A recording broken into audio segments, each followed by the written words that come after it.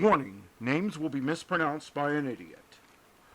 Also, the following programs were originally aired live, long before the advent of high fidelity, and they were duplicated using a variety of means, from direct audio capture onto glass records or wire recorders, to simply placing the microphone of a tape recorder in front of a radio playing the program.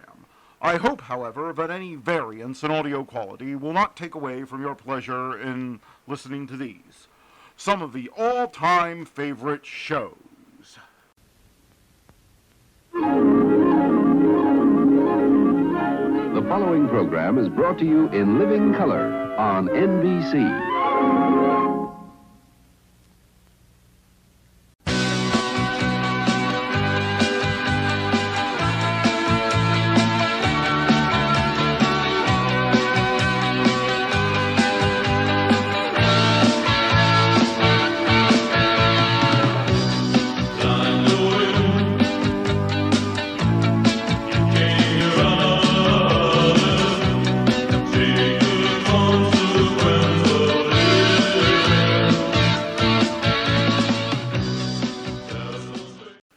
Ready for fun with the world's easiest ventriloquist act with the Edgar, Bergen, and Charlie McCarthy show up next.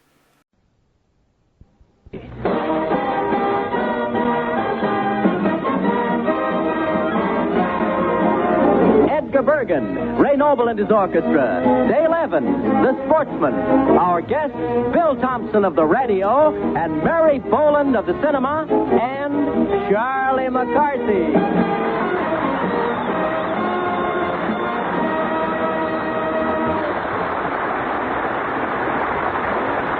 Hello, Mr. Twist. Hello, Dale. Well, what's the matter, Charlie? Why so sad? I'm worried about tomorrow.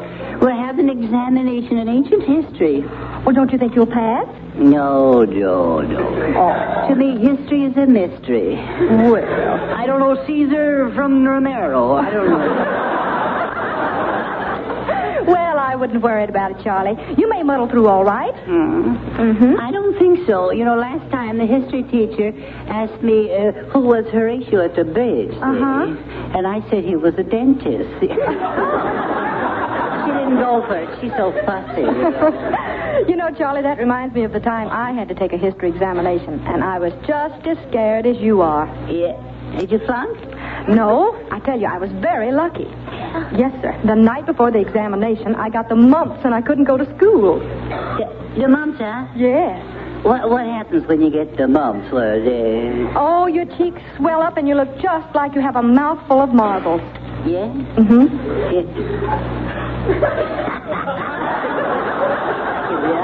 I'll be right back, Dale. Where are you going? Going to get some marbles.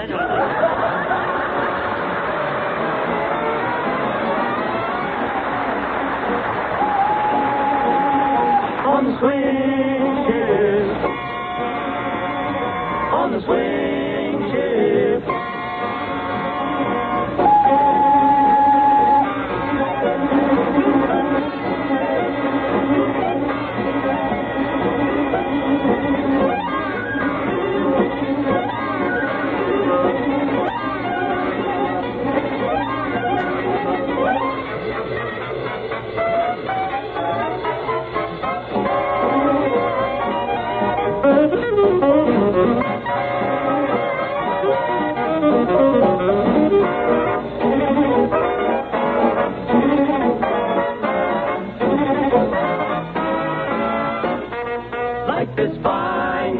On the swing ship. On the line with my baby on the swing ship. It's the nuts, they're among the nuts and bolts, plus 100,000 volts shining from her eyes. What care I if they put me on the wing ship? She's nearby in the fuselage. Over time, here's why I'm doing free. Baby's with me on the swing ship. Baby's with me on the swing ship jamboree.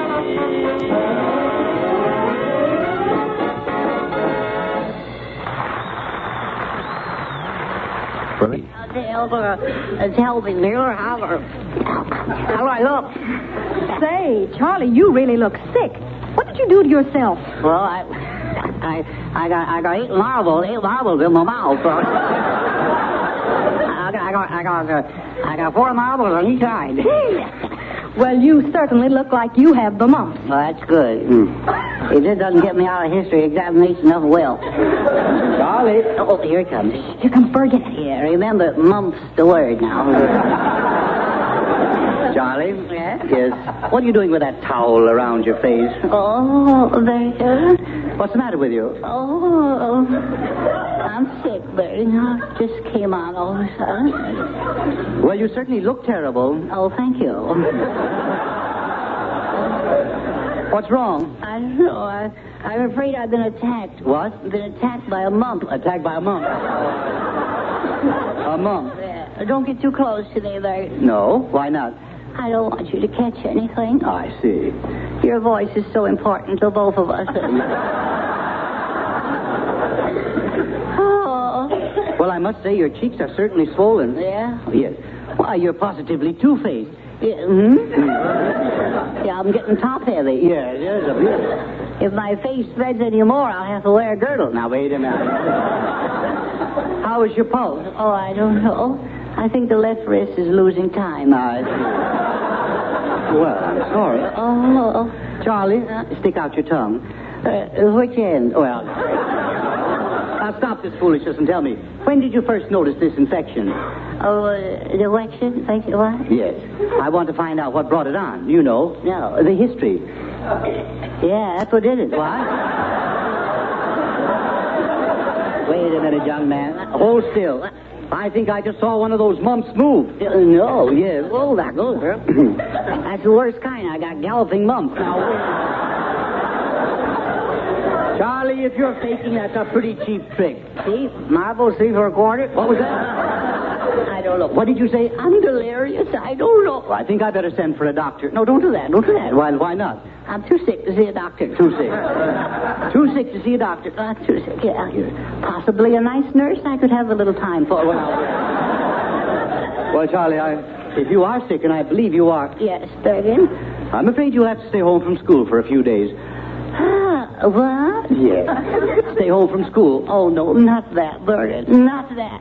I adore school. You do? Yeah, any day but tomorrow. I see. And why tomorrow? Well, tomorrow we're having a history test. I see. I'm just crazy to take it. I see. Well, perhaps you could ask your teacher to give you the test at home. I'm not that crazy. I say, Edgar. Hello. What's the matter with Charles? Well, he's not feeling well. Look at the size of his face. I say, that looks like mumps, you know. Yeah. I had the mumps when I was a boy. Well, I'm not quite certain that Charlie really has the mumps. When you had them, Ray, what were the symptoms? The symptoms? Yeah, the symptoms. Symptoms I felt good and sometimes I felt bad.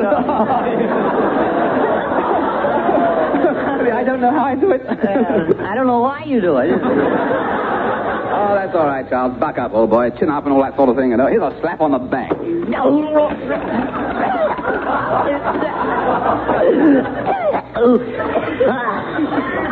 now look what you've done. I've lost my mumps. Oh, so that's it. You put marbles in your mouth to get out of going to school, did you? Well, no. Well, then there are the marbles on the floor, all 4 of them. 4? I had 8 in my mouth. Holy smokes, I swallowed 4. Get a doctor or a hospital.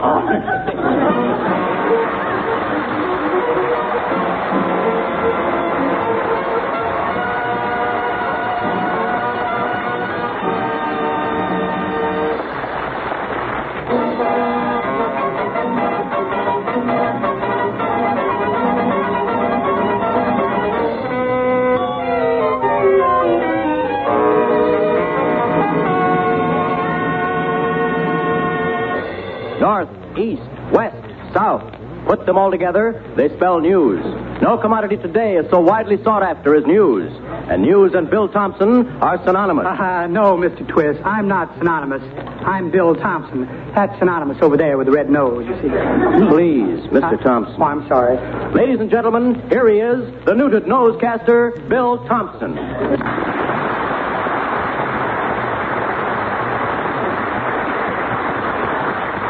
Good evening, Mr. Thompson. Good evening, Edgar. Incidentally, just called me Spud. Spud? But isn't that a rather unusual name for a news analyst? No, not at all. The name Spud is very appropriate for a commentator. Please, Mr. Thompson, the news. Oh, yes. The news.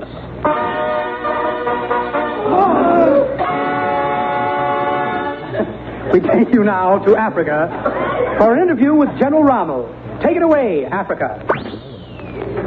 That's funny. He was here a minute ago.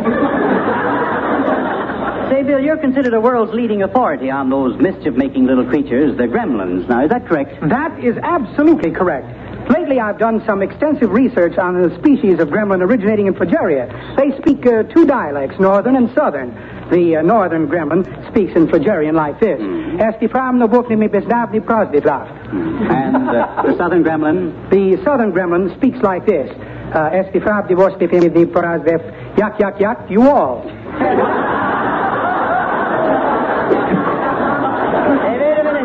This fellow, Mr. Thompson. That's the one I want to talk to. Wait, please, wait. You can't disturb Mr. Thompson. What's going on here? Why, Axel Swenson, how mordu? Oh, finns som snus, ja. Hur mår du? Oh, bra, tack så mycket, ja. Ladies and gentlemen,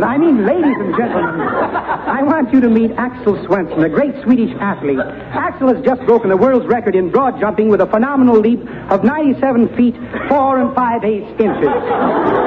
Yeah, that's me, all right. When I jump. Well, tell us, Axel, how did you happen to break the standing broad jump record? Well, I tell you how it is, Mr. Thompson. Yeah. You see, I owe it all to my brother Clarence. Oh, was he in the track meet, too? Oh, sure thing, yeah. He been a very bad shot with the javelin. Oh, Jumping Joseph, you got me again. We're ready with our special event, Mr. Thompson. All right, Mr. Twist, go ahead. For the first time in the annals of newscasting, Mr. Thompson takes us inside a raider of the deep, a German U-boat in actual operation at sea. So that you will better understand what is taking place, I must explain that every command given is repeated by an under-officer for clearness. And now, as we switch you to the torpedo room of U-boat X-58, the first voice you hear will be that of the captain. Understood, vergeignet, Farragut. Understood, vergeignet, Farragut. Understood, vergeignet, Farragut. Understood, vergeignet, Farragut. Understood, vergeignet, Farragut. Hop.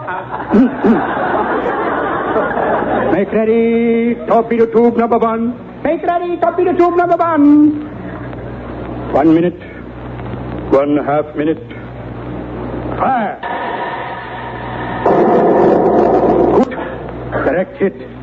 Yeah, she should sink in 5 minutes. Just a minute here. My eyes are kind of strained here. Lieutenant. Yeah, Captain. Lieutenant, will you look through the periscope, please, and tell me what flag that ship is flying over there? Superfail, Captain. Well, come on, hurry up, Dummkopf. What do you see to the asparagus over there? Well, I'm afraid it's not the ship you thought it was. Well, is it one of... Yeah, it's one of ours.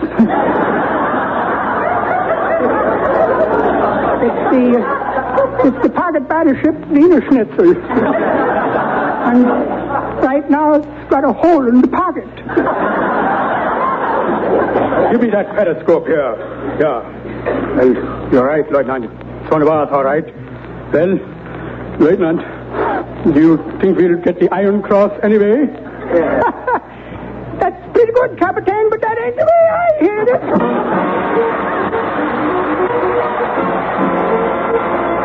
Gaze at me, don't please my folks too much.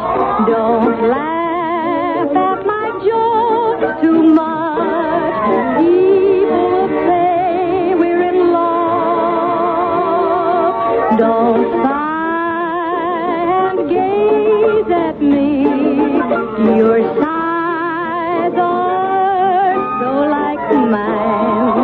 Your eyes mustn't glow like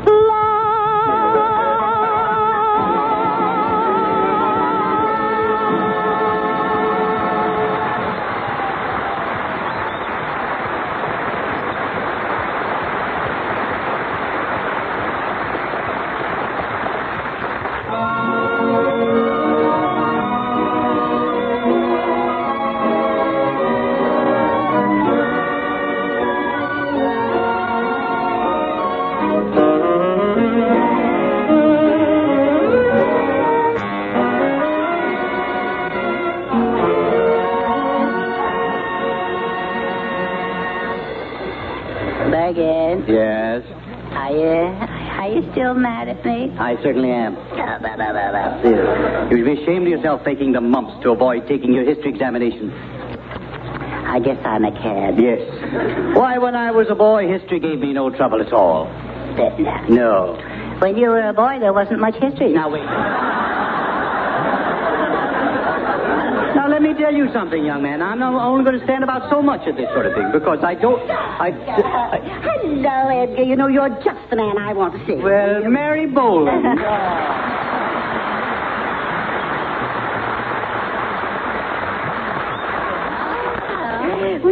Well, Charlie. How is my little pest? I mean pest. Not so good. I'm having trouble with Bergen. Oh. Imagine a boy his age wanting to stay away from school. Why, Charlie, you should be ashamed of yourself. Knowledge is power. Is that what it is? Ooh. Well, I think I blew a fuse. You know the old saying, Charlie. A chain is only as strong as its missing link. What are you trying to do? Make a monkey out of me? Mary, what brings you here? Well, now, Edgar, I'll not battle around the bush. No. I'm here in behalf of my organization. Oh, I see. And what organization is that? Well, now, you've heard of the wax and the wave. Oh, certainly. Are you a wave? No, I'm a puff. A what? A puff. P-O-O-F. You see, it stands for Protectors of Our Feathered Friends. Oh, I see. You're running a bird sanctuary. Yes. Oh, lovely. Oh, you've got a fowl's flop house. Now,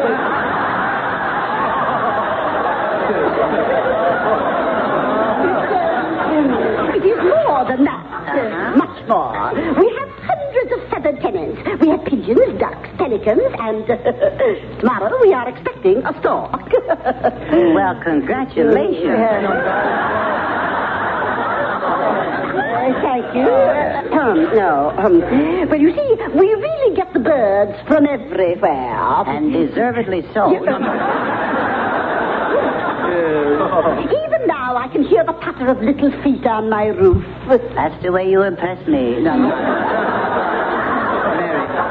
I think your organization is a fine idea. Thank you. The care of birds is a very humane cause. Ah, thank you. Thank you, Edgar. You middle-aged men are so understanding. That hurt.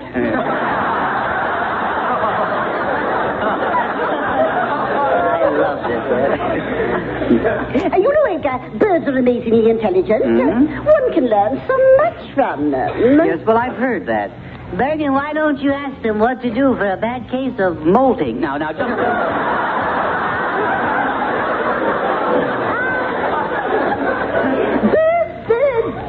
Birds. What is nicer than to be awakened in the morning by the birds outside your window? What could be nicer than that? To sleep until noon and not be awakened. Well, it's clear to see that you're very fond of birds, Oh, Mary. yes, indeed I am, Edgar. I love all wildlife, especially a lark. Yeah, I guess she's been around plenty in her day.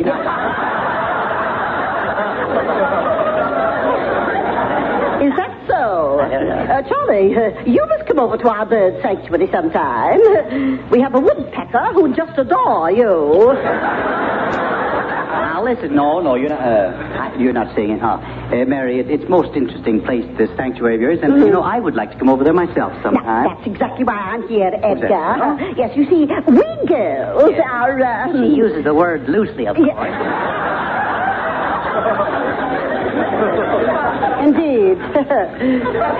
That may be your warped opinion. I get it. As I was saying, you say, Edgar, we girls sort of refrain to have Edgar Berger attend our next meeting.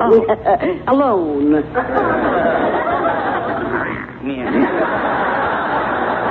But, Mary, what could I do at a bird society meeting? Lay an egg. Now,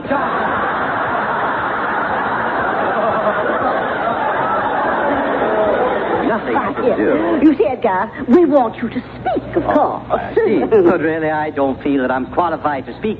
On the subject of birds. Oh, that's all right.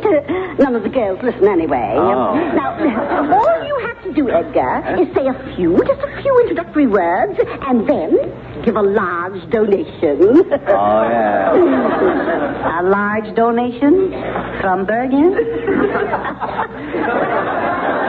She's new here, isn't she? Now, just what would you use this money for if you got it? We do all sorts of things for the little birds. Could you cure a pigeon of being pigeon-toed? No. Don't be ridiculous. But it's not ridiculous. In New York, they've got a polyclinic. No. For sick parrots or something. No. Mary, you were telling me what you use this money for. Well, you see, we use it for social activities. Now, for example, this spring we're making up 500 box lunches for a group of swallows. 500 box lunches? Are they going on a picnic? No, they're flying back to Capistrano. Incidentally, Edgar, have you heard the mating call of the lovebird? No, I don't believe I have. How does it go? I say, did you call me?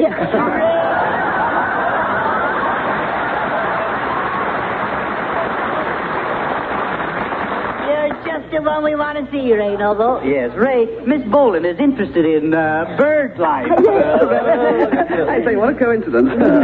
I'm considered quite an authority on the subject of ornithology myself. Oh, are you, Mr. Noble? Oh, won't you come to one of our meetings and share your knowledge with us? Share knowledge? That would be like dividing the hole in a donut. Now, Really, when it comes to bird law, I don't think anyone speaks with more widely scattered brains than myself. Well, tell me, scatterbrains. I mean. Mr. Noble, are we doing enough? What I mean is really doing enough, for the duck-billed splatterpuss. Really enough, I mean. For your information, Charles, the duck-billed splatterpuss is extinct. Oh. Yes. How long since it extinct? No. Mr. Noble means, Charlie, that the duck-billed splatterpuss is non-existent. Well, is that any reason why it should be neglected? Well, now, wait. Have you been interested in birds very long, Mr. Noble? Oh, yes, Miss Boland, really I have. I've devoted years of my life to them. And sometimes I wonder if they really appreciate it. Mr. Noble, birds are extremely grateful. Why, only last week, or was it 2 weeks ago? Coming Tuesday. Harry, remind me to send you a pamphlet on reform schools. A what? A brochure. Mary, as you were saying, birds are grateful. Yes. They are grateful, yes. You see, last week I gave a seagull some seeds for her young. Oh, how nice. What happened? The next day she came back and threw me a fish. A very fitting thing to do. Miss Boland, in your honor, I would like to dedicate a bird song to you. How nice. Yes. You're only a bird in a padded cell.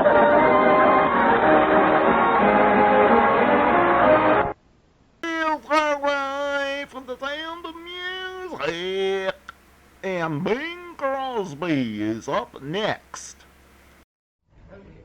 The Kraft Music Hall with Bing Crosby, John Scott Trotter and his orchestra, Marilyn Maxwell, the Music Maids and Men, Yuki, the Charioteers, and Bing's guest for this evening, Mr. Keenan Wynn. And here's Bing Crosby. There's a troop ship just leaving Bombay, bound for the Blimey shore, heavily laden with time-expired men, bound for the land they adore. There's many a bloke who has just missed the boat, there's many a lad signing on, but there'll be no promotion this side of the ocean, so cheer up, my lads, bless 'em all, bless 'em all, bless 'em all, the long and the short and the tall. Bless all the sergeants, the first sergeant too. Bless all the corporals, bless you, for we're saying goodbye to them all. As up the gangway we crawl, no ice cream and cookies for stout-hearted rookies. Cheer up, my lads, bless 'em all. They say that in camp you can have a swell time. We we've heard it all before. 5 in the morning, you're kicked out of bed to scrub up the barracks room floor. A private has really no privacy now. We're all behind the 8 ball. And it's stuffy here. No ice cream and cookies for flat-footed rookies. So cheer up, my lad, bless 'em all. Bless 'em all. Bless 'em all. Bless 'em all. Bless 'em all. You gals who have answered the call. Those chicks who are working on bombers and tanks, boy, they aren't shirking, and we send them our thanks. That's the least we can do, after all. Those babes are right on the ball. So grab off those war jobs. You gals must do more jobs to speed 'em back home, bless 'em all. Mothers and sisters, here's the call. Speed 'em back home, bless 'em all.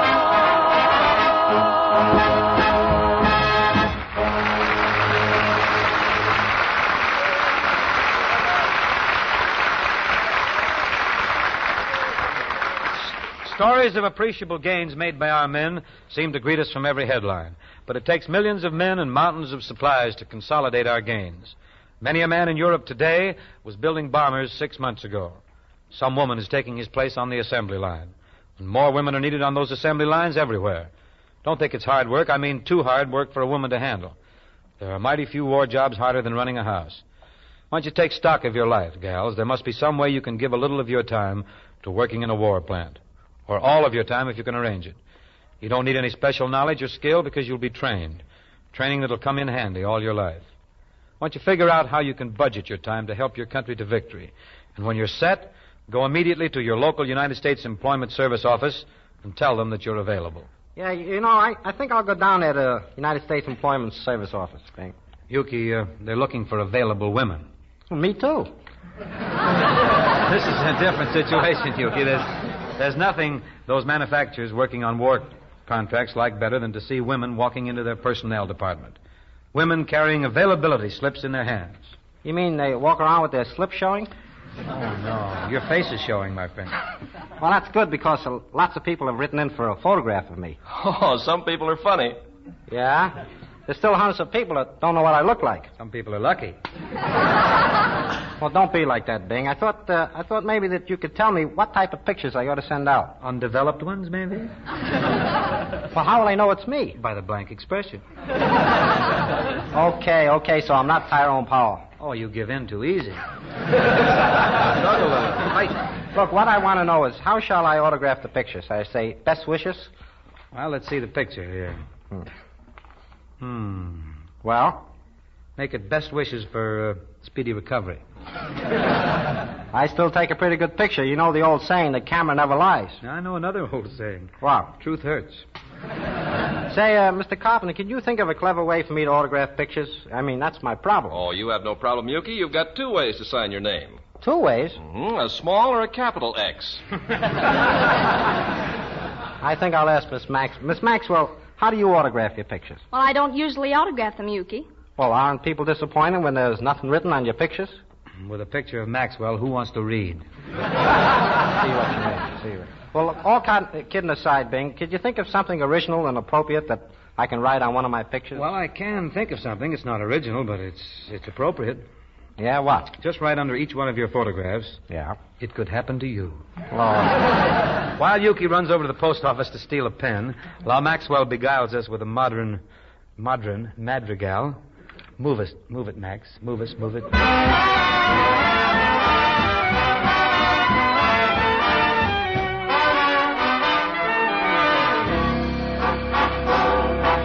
I got a man who's always late. Anytime we have a date, but I love him. Yes, I love him. I'm gonna walk up to his gate and see if I can get it straight, 'cause I want him. I'm gonna ask him, is you or is you ain't my baby? The way you're acting lately makes me doubt what it's all about.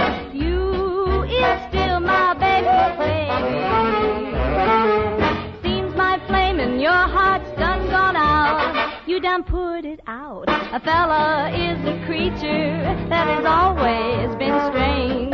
Just when you're sure of one, you find that he's gone and made a change. Is you is or is you ain't my baby? Maybe baby's found somebody new. Or is my baby still my baby true?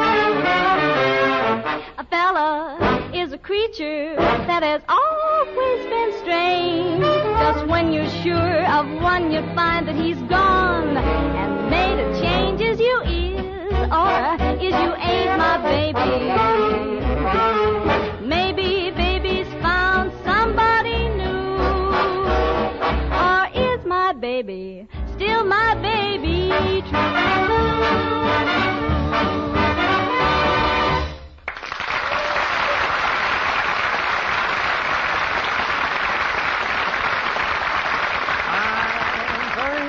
Fine, Marilyn. Now, as the charioteers gather round in preparation for one of their masterful treatments of a spiritual, we take a moment for more mundane matters. For sheer refreshment at a summer meal, a crisp, cool salad is hard to equal. For nutrition, too, salads are outstanding. And as for flavor, top that salad with Miracle Whip, and it becomes a flavor high spot of the meal. Miracle Whip, you know, is the salad dressing that has so much zest and come on. Not too bland and not too sharp. Its flavor is just exactly right. It's so delicious, in fact, that millions prefer Miracle Whip to any other salad dressing. Made by an exclusive recipe, Miracle Whip combines the qualities of old-fashioned boiled dressing and fine mayonnaise. Its flavor is unequaled, its texture creamy smooth. Next time you're at your food store, get a jar of Miracle Whip. You and all your family will be delighted with the new goodness it gives your salads.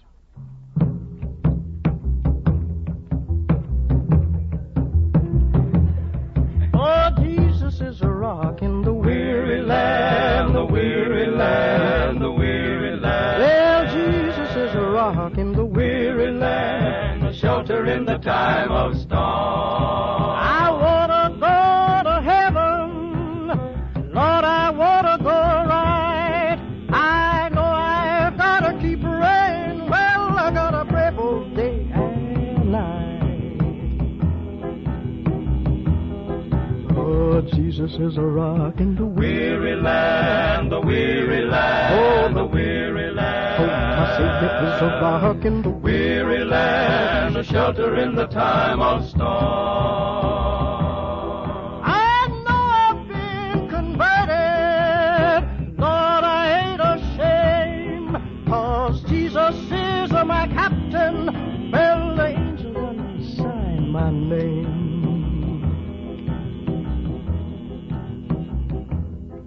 Oh, Jesus is a rock in the weary land, the weary land, the weary land. Oh, well, my Savior is a rock in the weary land, a shelter in the time of storm.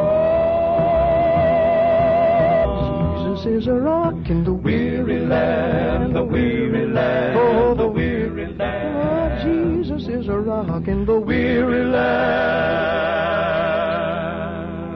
He's a shelter in the time of storm.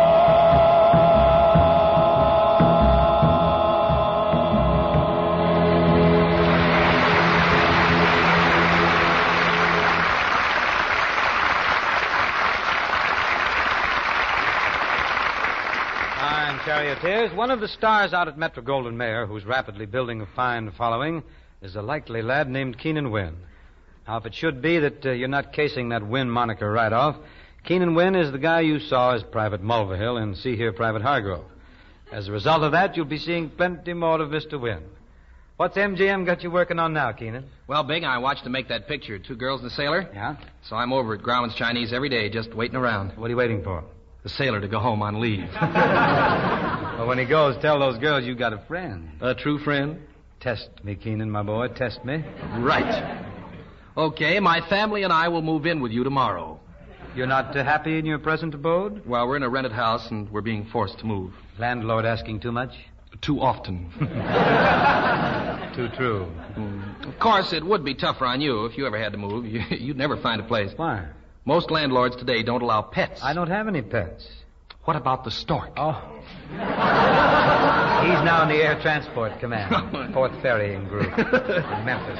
Well, moving's not so hard on Bing, Keenan. The last time he moved, he personally carried all his personal belongings from house to house in one trip, 100 of them. 100? Yep, 1 shirt, 2 golf balls, and 97 pipe cleaners. Where do you get a pipe cleaner these days? Well, I don't know why people make such a fuss about moving. If you put your mind to it, you can move anything. Move anything, huh? Mm-hmm. Bing, you could use this boy around your stables. Who's your agent? I'd like to... No, but you're right, Keenan. We moved last week, and, well, moving is no worse than... Well, it's no worse than... Gee, I can't think of anything that bad. We just put everything in the hands of the movers. They promised to work hard, so we promised to feed them. And while we were out in the kitchen, the 2 moving men were in the living room giving their all. Hey, how about this sofa? Pretty comfortable. Yeah, not bad. Hey, this guy Carpenter must do all right. Smokes pretty good cigars, too. Yeah. Yeah, don't be bashful. Take some more. Take some for your wife. She chews Brown's mule now.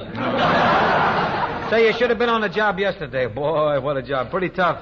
We moved a chair out of Hetty Lamar's house, hey. What's tough about that? Trying to keep Hetty in the chair, hey. No. Yeah. Well, things ain't easy for us. Just the same, I walked up to the big boss this morning. I says, listen, boss, I don't want to keep moving furniture. I want to be an executive like you. I don't want to keep moving houses all my life. What'd the boss say? Keep moving. How'd you ever get started moving furniture? I got married. Well, there you are. You great, big, strong, moving man. Now, you just tell little old me why you 2 boys are sitting there with all the furniture still to be moved. Well, you see, lady, we just solved the problem. We didn't know what to move first. The bedroom set, the dining room set, or the living room set. And what did you decide to do? The set. Well, I've got wonderful news for you big brownie boys. Brownie. You won't set long, 'cause here comes my little old husband. Good afternoon. Are you feeling well? Are you happy? Is your pulse in tempo with the times? Guy sounds like a radio announcer, don't he? Hey, Carpenter, while you were sitting here, the finance man come in and he asked about the payments on your baby grand. Yes. The finance company has me in quite a quandary about that baby grand. What's bothering you? Well, I keep saying to myself, is you is or is you ain't my baby? Hiya, folks. Yuki and I just dropped over to see your new house. Ain't it just like him, lady? They always drop in when things are a mess. Well, I came to help. This guy brought his own mess. So you're movers. I don't see how you move them big, heavy things. I don't see how you big, heavy things move. Say, is that your little dog out in the truck? NASCAR. I'm a dog lover. For years, I've wanted to find a lap dog, but I've always had bad luck. Couldn't find a dog? Couldn't find a lap. Honestly, you great, big, strong boys have everything so mixed up, I don't know where my furniture is. Well, here's all your chairs. Yes, and my favorite has been scratched. Waiting for mud, huh? What race was it? Come, men. Don't get sluggish. Pick up that big grandfather's clock and bring it over here. Okay. Leave us go. Here we go. 1, 2, 3. Put me down. And you men, when you nudge that clock into place, be careful with it. Oh, we will, Governor. Hey, what makes this grandfather clock so heavy? Grandfather is still in it. How come? Have you tried to rent a room lately? Oh, careful there. Be very careful moving that chinaware. Oh, don't worry, lady. We have yet to break anything. Always has to be a first time. Oh, this is terrible. And I only had 32 pieces. What are you squawking about? Now you got 64. Here you are, lady, your phonograph records, all in good shape. Here's your Guy Lombardo records. Here's your Harry James records, and, What did he drop? Your Sinatra record.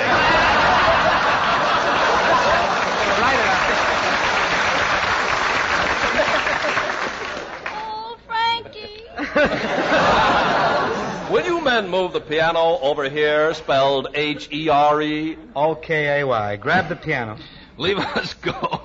1, 2, 3. Up. Put me down. Hey, Shorty. Hey, Shorty, give us a hand here, will you? Me? I don't do any physical labor. I only work with my brain. How long you been unemployed? You know, darling, this little old job will get done a lot quicker if everyone just pitches a little old in and helps. Very well, I'll clean out the bedroom. Okay, and I'll clean out the living room. What about you, John Scott? I'll clean out the icebox. Say, lady, this here Oriental rug is a little too long to fit the room. Shall I cut it off? I should say not. Who cuts Oriental rugs? Chinese jitterbugs. Will you big, strong, powerful boys move this little old sofa over in that corner? What you think, Cross? This sofa in the corner there? Yeah. No. Clash with the wallpaper. Yeah. That chartreuse don't go with a chorizo. House for in front of the window there. Might be chic, huh? Yeah. Dream grouping. A dream. With them commodes at each end. Convenient, too. Yeah, I'm sorry, lady. The sofa goes in front of the windows. Here's your bill. My little old bill? Why, this is outrageous. It's much too high, and I refuse to pay it. Now, wait a minute. When you called, didn't I say you had to pay us from the time we left home? Yes, I agreed to that. Well, I left home when I was 7 years old. Now, this is too much. Oh, you ain't heard nothing yet. No? No, we want you to know that. We move, we stir. We store your furniture. We pack our vans with pots and pans. We move your furniture. We pack so things won't crack. But if they do, oh, lucky you, we bring you twice as many back. We heave, we stagger and we weave.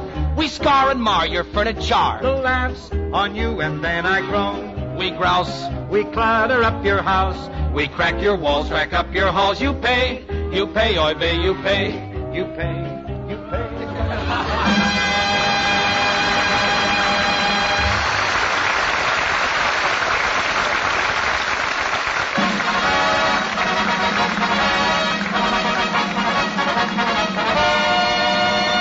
Time marches back. 1910, Thomas Woodrow Wilson is elected governor of New Jersey, and a plane flies from New York to Philadelphia 95 miles in 3 hours and 30 minutes. 1910, Bonnie Oldfield drives the measured mile in 27 seconds, and Arizona and New Mexico become the 47th and 48th stars in the Stars and Stripes. 1910, the age of speed creeps ever closer as thinking young men sitting in swings with their sweethearts are saying, I'm getting bored sitting here in this swing. Me too, Harry. There must be something else you can do sitting in a swing but just go back and forth, back and forth. Well, what else would you like to do, Harry? Well, I thought maybe, What? Well, do you suppose we could, Oh, what, Harry? go sideways, maybe? Oh, Harry. You think of the silliest thing. Say, I was just thinking, how do you girls feel about a fella holding your hand? We like it, Harry. And if a fella puts his arm around the back of your chair? Oh, we like that, too. And if a fella kisses you? I wouldn't mind if he were the right fella, Harry. See, that's swell. Thanks. That's really swell. Really, Harry? Yeah, I promised the guy down at the pool room I'd find out all that stuff. He's a bashful fellow. Don't you care about me at all, Harry? Yes, I do. And that reminds me. Larry Daniels has been coming around here to see you, hasn't he? Yes, he has, Harry. Been around quite often, too, ain't he? Yes, rather often. Every day? Uh-huh. You going to see him tomorrow night? I think so. Well, tell him hello for me. I haven't seen him in months. Harry, just what is it you come to see me about? When you come? Well, I'll tell you. It's kind of, like it says in the song here. Let me call you sweetheart. I'm in love with you. Let me hear you whisper that you love me too. Keep the love light glowing in your eyes so true. Let me call you sweetheart. I'm in love with you.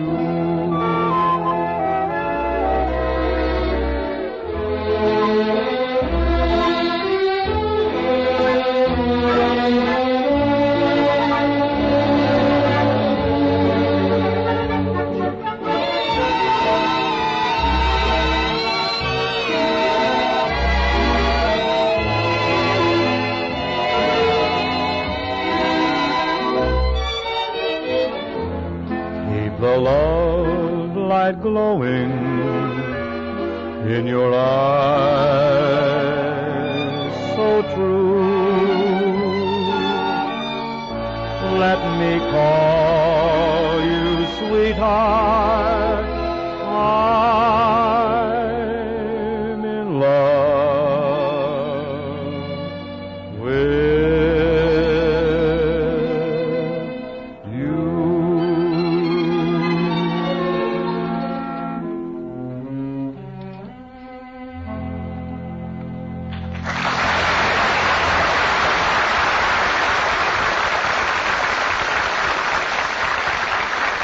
Yes, sir, that was a top tune back in 10. A break now for some salad info. Everyone who plans meals for a family is on the lookout for nutritious foods that also taste extra good. And that's just what you get in salads made with Miracle Whip. Practically all the so-called protective foods are foods you can serve in salads. Meat, poultry, eggs, fish, cheese, as well as vegetables and fruits are fine salad makings. And no coaxing is needed when you top them off with Miracle Whip. Miracle Whip salad dressing has such a marvelous flavor that millions prefer it to any other kind. Actually, it's the most popular salad dressing ever created.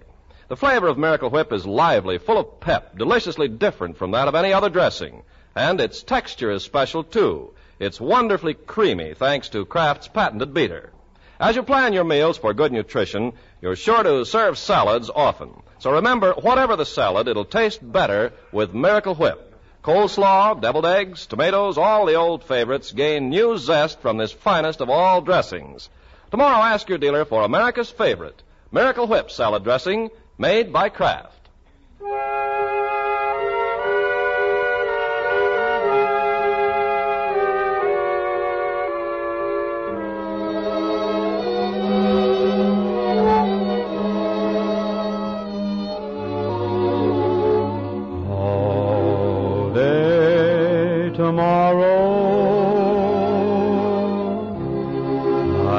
Whispering your name, and the day after forever, I know I'll do the same.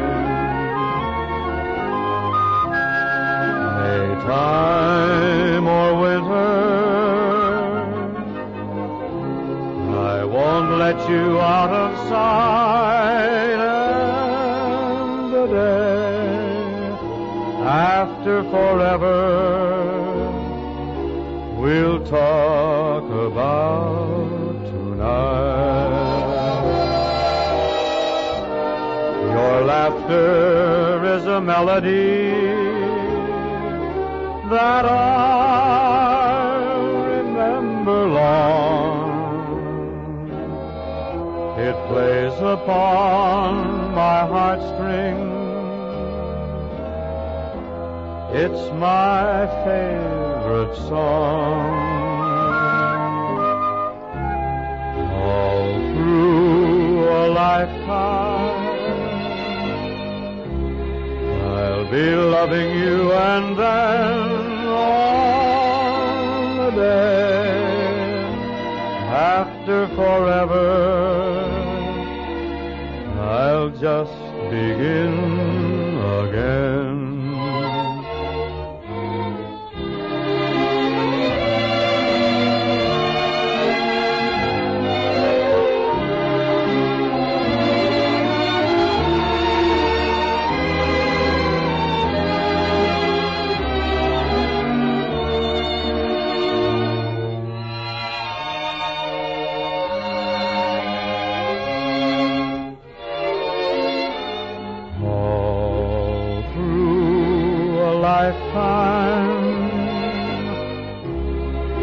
Be loving you, and then on the day after forever,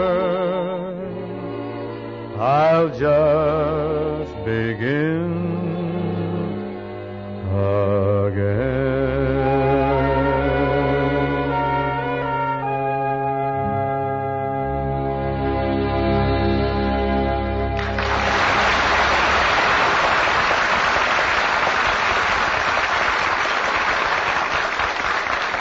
That's the Kraft Music Hall for this Thursday, friends. Next week, we're coming up with a colleague of mine from over at the Paramount lot.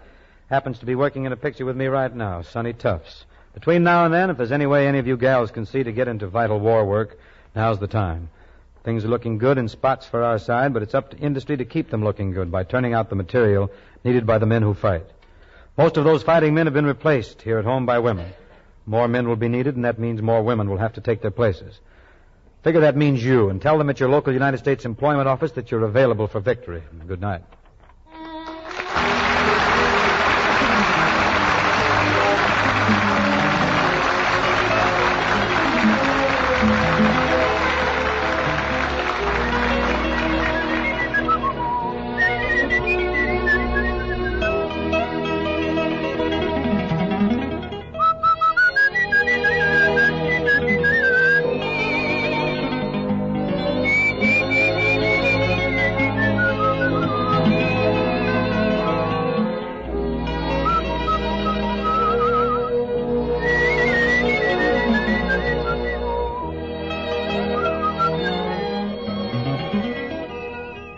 Tune in to Kraft Music Hall next Thursday at this same time to hear Bing Crosby, John Scott Trotter and his orchestra, the Music Maids and Men, Yuki, the Charioteers, and our special guest for that evening, Sonny Tufts. Marilyn Maxwell appeared through the courtesy of Metro-Goldwyn-Mayer, the producers of the Technicolor musical Bathing Beauty.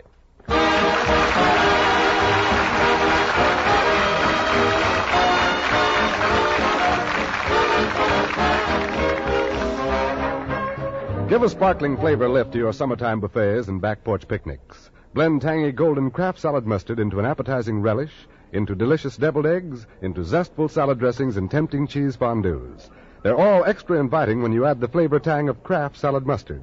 And sharpen up appetites, too, with this other Kraft quality mustard, the Kraft mustard with nippy horseradish added. Buy both varieties, each prepared to Kraft's own special recipe. Put Kraft mustards on your shopping list tomorrow.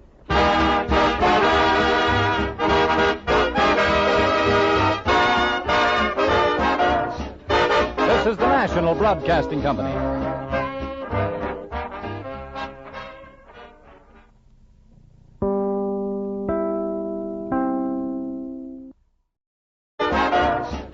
This is the National Broadcasting Company.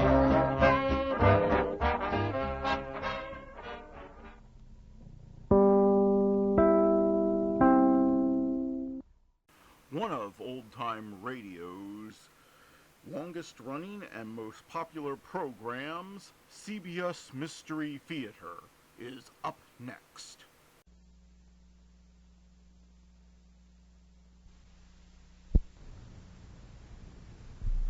Stay tuned for Mystery Theater.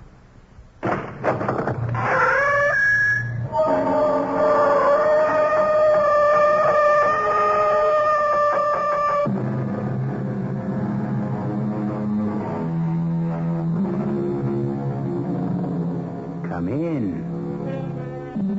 Welcome. I'm E.G. Marshall. The executioner waits.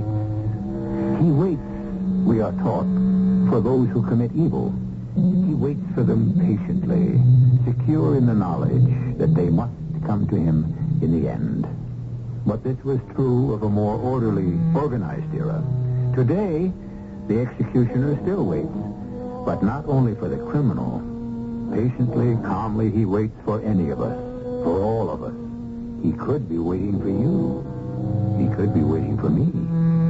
But why? What have we done? Who knows?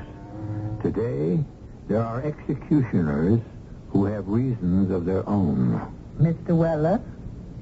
Hey, how did you get in here? Are you Mr. Arnold Weller? Yeah, I'm Arnold Weller. Couldn't do for me to be mistaken. I've come here to present you with a gift. Yeah? The most precious thing in all this world. It's called justice. I have come to give you justice. Hey, put away that gun. Are you crazy? Justice, Mr. Arnold Weller. I give you justice.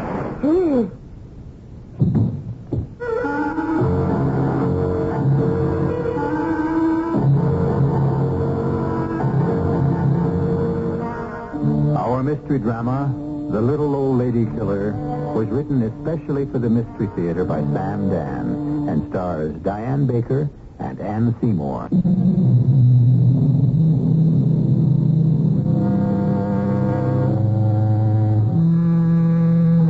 Some people die for serious reasons, and some people die for trivial reasons, and some people die for no reason at all. Tom Fessler is about to die in less than 10 minutes from now because he decided to stop at a roadside diner for a cup of coffee. Well, it's not so much the coffee. Perhaps Tom feels like bragging a bit to Sparky Wilson, who runs the place. This has been a day of days for Tom, a red letter day. After all, it isn't every day that a man's efforts are crowned with success and a man can become the envy of all his friends. Tom wants to savor this day to its fullest. He wants it to last as long as possible. And so he turns off the highway and pulls into Sparky's parking lot, making sure the station wagon is parked just outside the front door where everybody inside can see it and marvel. But as Tom Fessler walks into Sparky's, he is immediately disappointed. The place is usually jammed with a hunting crowd, but tonight there isn't a soul, save Sparky himself and a gray-haired lady sitting at the counter. Evening, Tom. How's it coming, Spark? Can't complain. Who'd listen anyhow? Coffee? Yeah, cream and sugar. Anybody been around? Dinner's gone. Anybody bag anything? Oh, they'd be bragging if they had. Well, Spark, take a look out the window. Yeah? See what I got on top of the wagon? Oh! Yes, sir. That's a 10-point buck. Oh, he must weigh. Look at it, a buck that tips the scale at 350. You're terribly proud of yourself, aren't you, mister? I beg your pardon, ma'am? What have you done, actually? You transformed a magnificent animal into a mass of decaying carrion. Oh, look, ma'am, I don't ask what you do for pleasure. Pleasure? To butcher an innocent living creature. This is how you find pleasure? Ma'am, look, I'm not bothering you, and... I'm afraid you are. Your very presence, indeed, your very existence is an insult. Now, look, Mom, this is a public place. I'm sure it is indeed. Much too public for my taste. How much do I owe you, sir? Tea and toast and tax, it's 37 cents, Mom. Please, be my guest. I'd rather not, thank you. There's a judgment and there is a judge. And you have been judged. Your eyes will beg for mercy, as did the now sightless eyes of that poor beast. And the mercy you will receive is the mercy you have shown. None. Goodbye, ma'am. The creepy old dame. Yeah. This one's nothing. You should see some of the others who come in here. This rolls off your back. Tell me, where'd you bag him? What'd you use? I'll never believe it. My .30 caliber carbine. You're right. I'll never believe it. 10 points. You can kill anything with a 30 if you hit him right. Yeah, that had to be a lucky shot. Why not? My lucky day.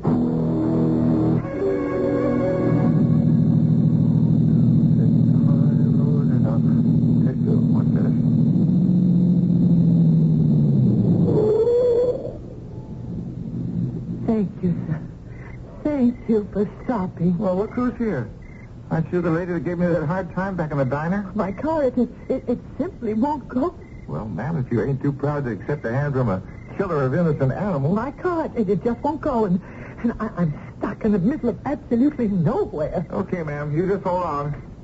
Let me get my flashlight and take a peek under the hood. Well, you gotta get something anyhow, ma'am.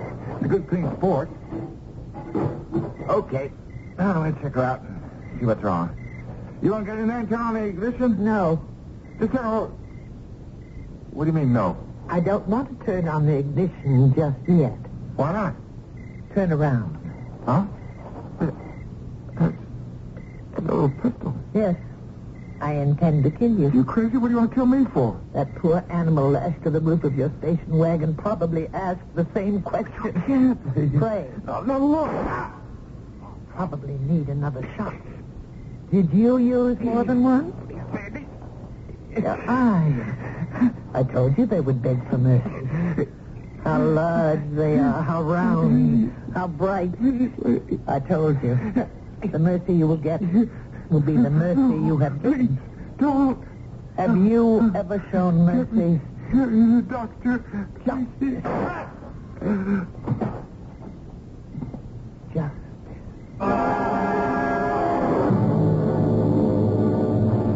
What do you have, miss? Information. Information? What do you want? I'm a police detective, my credentials. You? A detective? My name is Lieutenant Kramer. I'd like to ask you several questions. Yes, ma'am. Your name is Harold Wilson. You're known as Sparky? That's right, ma'am.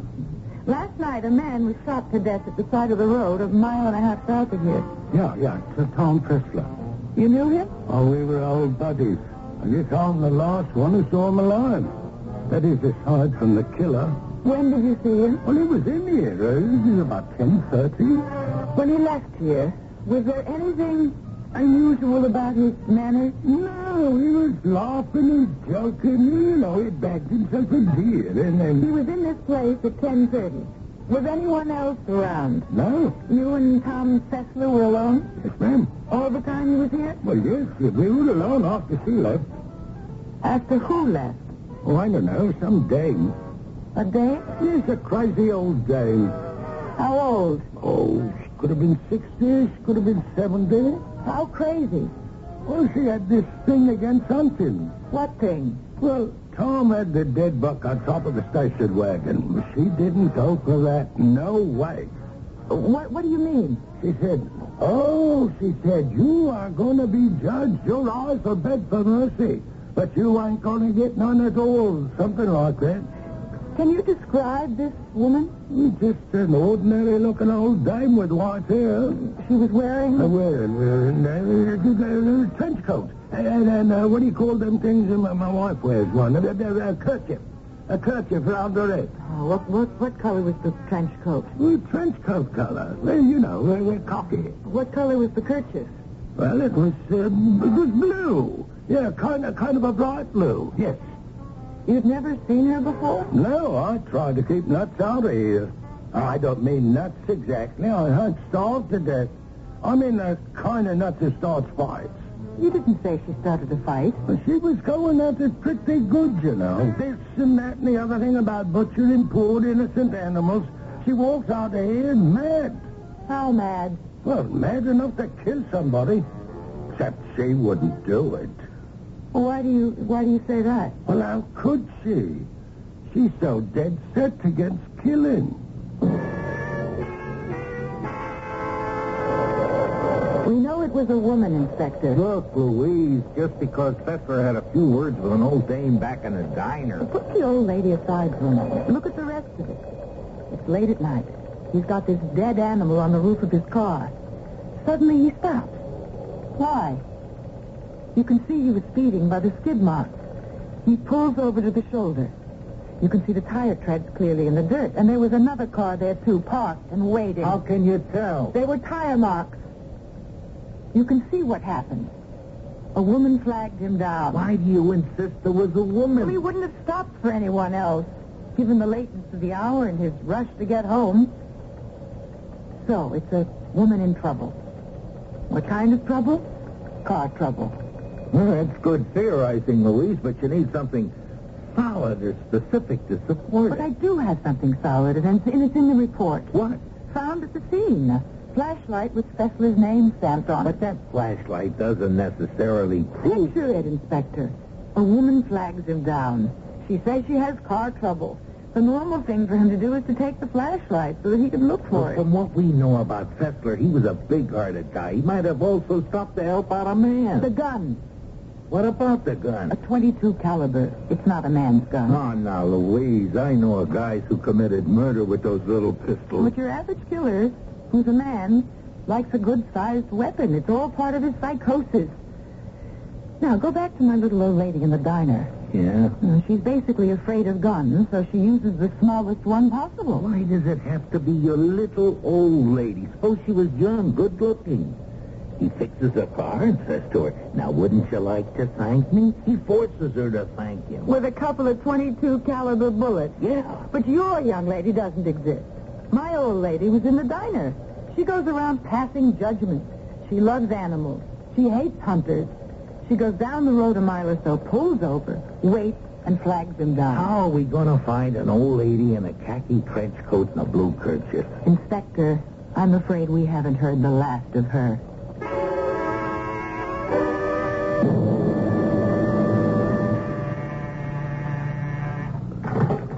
Hello? Oh?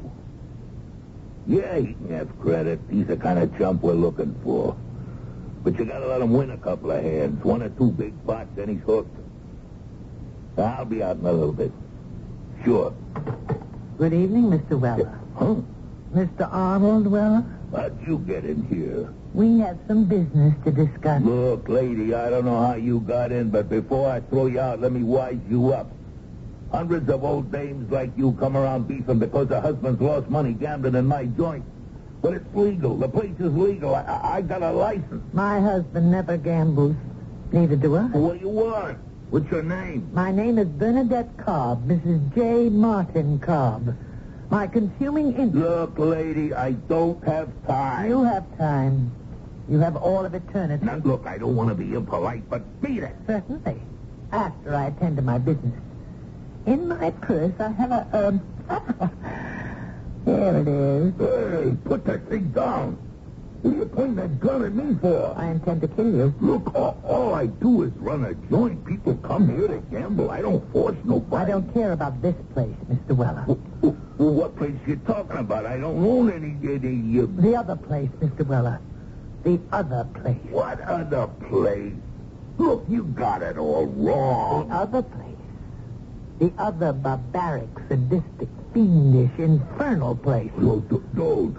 Please. I'll give you some dough. And I'll give you justice.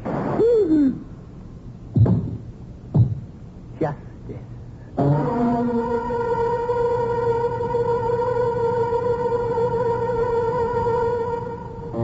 Justice, says the lady. Well, obviously we have here a freelance dispenser of justice. Mrs. Martin J. Cobb. Justice and humanity. She certainly seems to have the purest of motives, but somehow, like so many dedicated reformers, it all comes down to the same thing in the end. Murder.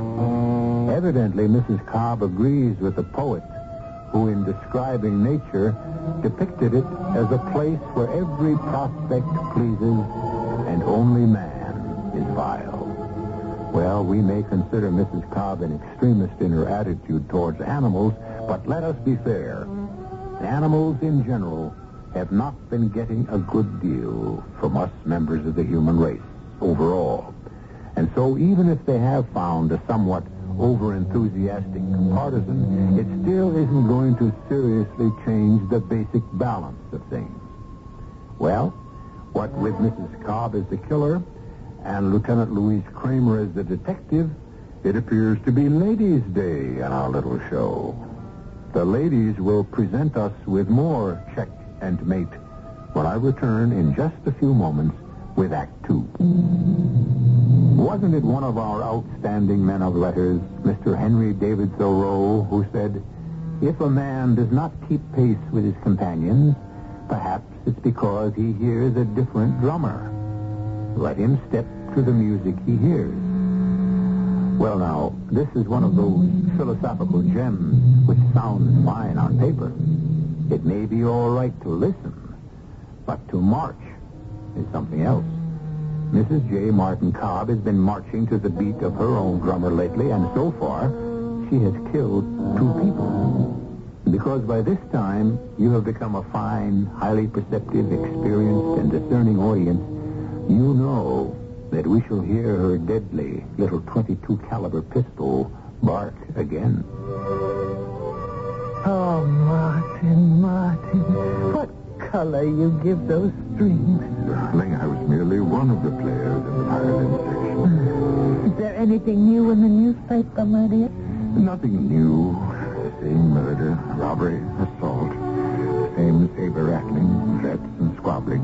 Changed only are the names of the people in the nation. Is there anything of purely local interest, Martin? Well, if murder is interesting, we seem to have a minor crime wave. Indeed. You recall a hunter shot to death last week? I consider that supreme. supreme and sublime justice, a hunter. You must not take on so at the mere mention of the word hunter. If it weren't for the stupidity and arrogance and carelessness of a depraved hunter, you would not be condemned to spend the rest of your life in a wheelchair. Darling, the man meant no harm. I should have known better than to stroll through the woods during the height of the deer season. That's what I mean, Martin. You had no right to stroll peacefully, but he had the right to stalk and kill. At any rate, the same person who killed the hunter killed a rather unsavory individual named Arnold Weller. How do the police know that? They have scientific tests of one sort or another which reveal that the bullets were fired from the same gun. And do the police have any idea as to who the murderer might be? According to the newspaper, following certain significant leads, which is another way of saying that they are completely in the dark. These two victims of no great loss to civilized society. Well, the hunter wasn't a bad fellow, according to the press. Thoroughly depraved. You should have seen that poor dead beast slung across the top of his car. Darling, you talk as if you actually had seen it. Well, I read the description and, well, my vivid imagination. Mm-hmm. The latest one, he was a professional gambler. He operated a rather questionable establishment. He also did other things. What do you mean? Well, I assume he did other things. My dear, you become much too emotional about these sensational crimes. I don't think we'd better even discuss them anymore. They're too traumatic for a person of your delicate nature. Well, Louise, how do you square your little old lady with Arnold Weller? Inspector, there has to be a connection. Show me. Your own reports, you can't find any link between Fessler and Weller. You can't even find any evidence that Arnold Weller ever hunted. I'm convinced that my old lady killed Tom Fessler. But with Arnold Weller, your cruelty to animals premise goes out the window. And without that, you don't even have the little old lady. I know why she could have killed Fessler. I agree, but why should she kill Arnold Weller? He didn't hunt or fish. He never even owned a cat or dog. He was never involved with animals in any way, shape, or form. That we know of, Inspector Farley. That we know of.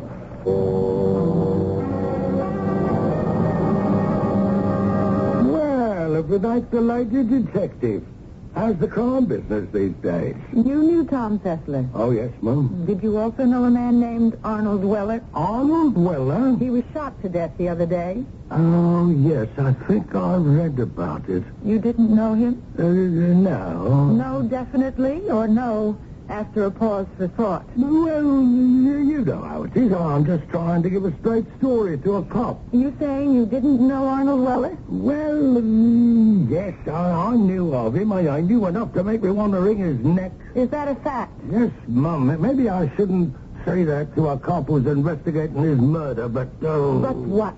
Oh, he had a little action going there. I just couldn't see it all. He used to run dog fights. Dog fights? Oh, it's against the law, but who am I to tell you? But he used to stage those things. Dog fights? I don't mind cockfights. I even go, and I bet. But they're nothing. Just chickens. And we eat chickens, don't we? The dogs. The trained dogs to tear each other up. Dogs! How can any human being be so cruel to a dog? And he would stage dog fights? Oh, he had this big barn not far from the intersection 8 off the turnpike. Now, I'm surprised the cops never tumbled. Well, thank you. Thank you very much, Mr. Wilson. But I don't know what for, Lieutenant, but you're welcome. Inspector, my old lady is right back in. The cruelty to animals angle is back in. She killed him because he ran dog fights? That's right, Inspector. I don't know, Louise. You can take a premise and run it halfway to the moon. What else have we got? Nothing. I realize it's embarrassing. What's embarrassing? The fact that such an illegal activity was flourishing within the city limits. Well, it's not embarrassing to me. Let the uniform guys worry. Well, how about the little old lady now?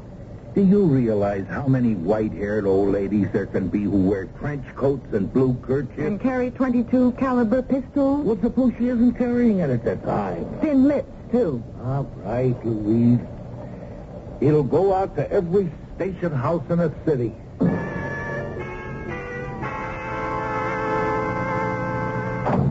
Bernadette? Yes, I'm home. I'm furious. But why, my dear?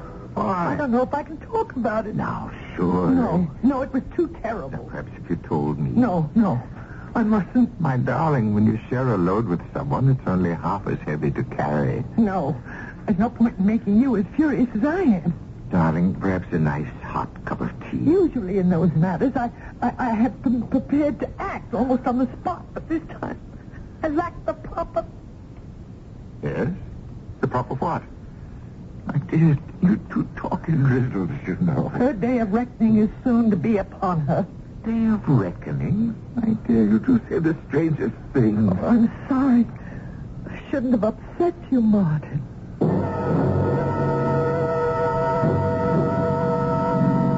Here it is. Staunton Road. Nice, quiet, deserted. Number 427, 425, and this should be 423.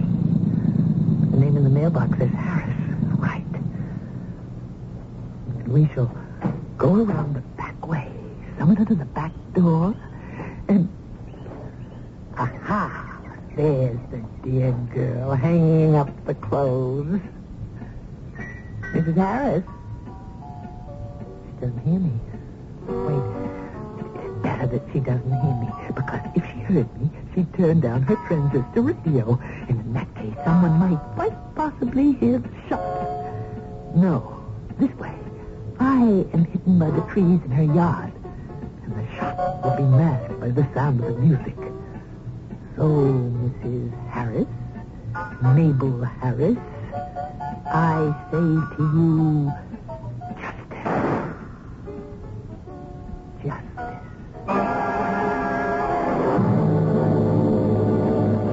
I don't know, Louise. We may have your old lady. Who is she, Inspector? If she's your old lady, her name is Mrs. J. Martin Cobb. Who found her? A very smart young rookie cop. He saw this old lady going into an apartment house on his beat.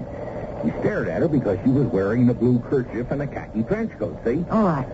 It seemed to him she was uncomfortable just because he was looking at her. I understand. It's that extra sense every good cop develops. But he must have been born with it. Well, he remembered. He'd seen her come in and out of the house dressed just that way. But the next time he saw her, after he gave her the once-over, she dressed differently. How differently? Blue coat instead of a trench coat, and no more kerchief. And she even had a different hair color. It's as if she's on to something. Ooh, let me get Sparky Wilson. Do you want to be in on this, Inspector? Something tells me I'd better.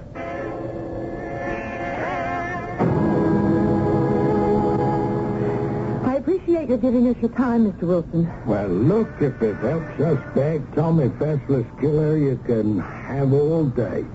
Look through the windshield. Look at the people coming toward you. And if any of them reminds you of anyone you've ever seen before... Well, this guy coming along here, he reminds me of a guy I was in the army with. Mm-hmm. But it's different.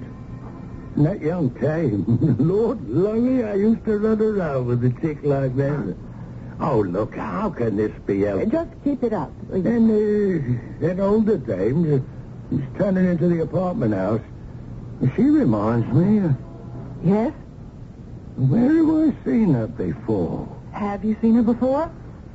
That's her. The old woman who was in my diner the night Tom Fessler was killed. The one who threatened him with retribution? She's got different hair, but I'd never forget that face. Well, Inspector? Well, what, Louise? Do I pick her up? And suppose she doesn't have the gun.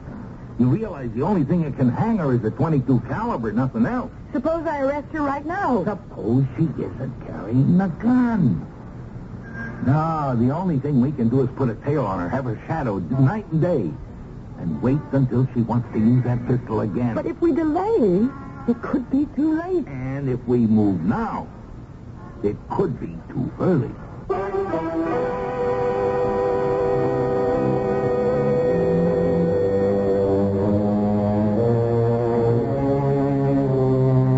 Timing, as most people would agree, can be the most important thing in life, and in death, too. For all of Lieutenant Kramer's insight, and for all of Inspector Farley's experience, these two, unfortunately, don't know what we know. As it happens, when she turned into the apartment house just 30 seconds ago, Bernadette Cobb did have the deadly little .22 caliber pistol in her bag because she had just returned home from a fresh murder, the murder of a Mrs. Harris. And who is Mrs. Harris? A seemingly inoffensive suburban housewife who was, as we saw, obviously minding her own business while she was hanging her clothes on the line. It seems that all occupations are becoming more and more hazardous, especially with Mrs. Cobb on the loose. More hazards in Act 3 when I return.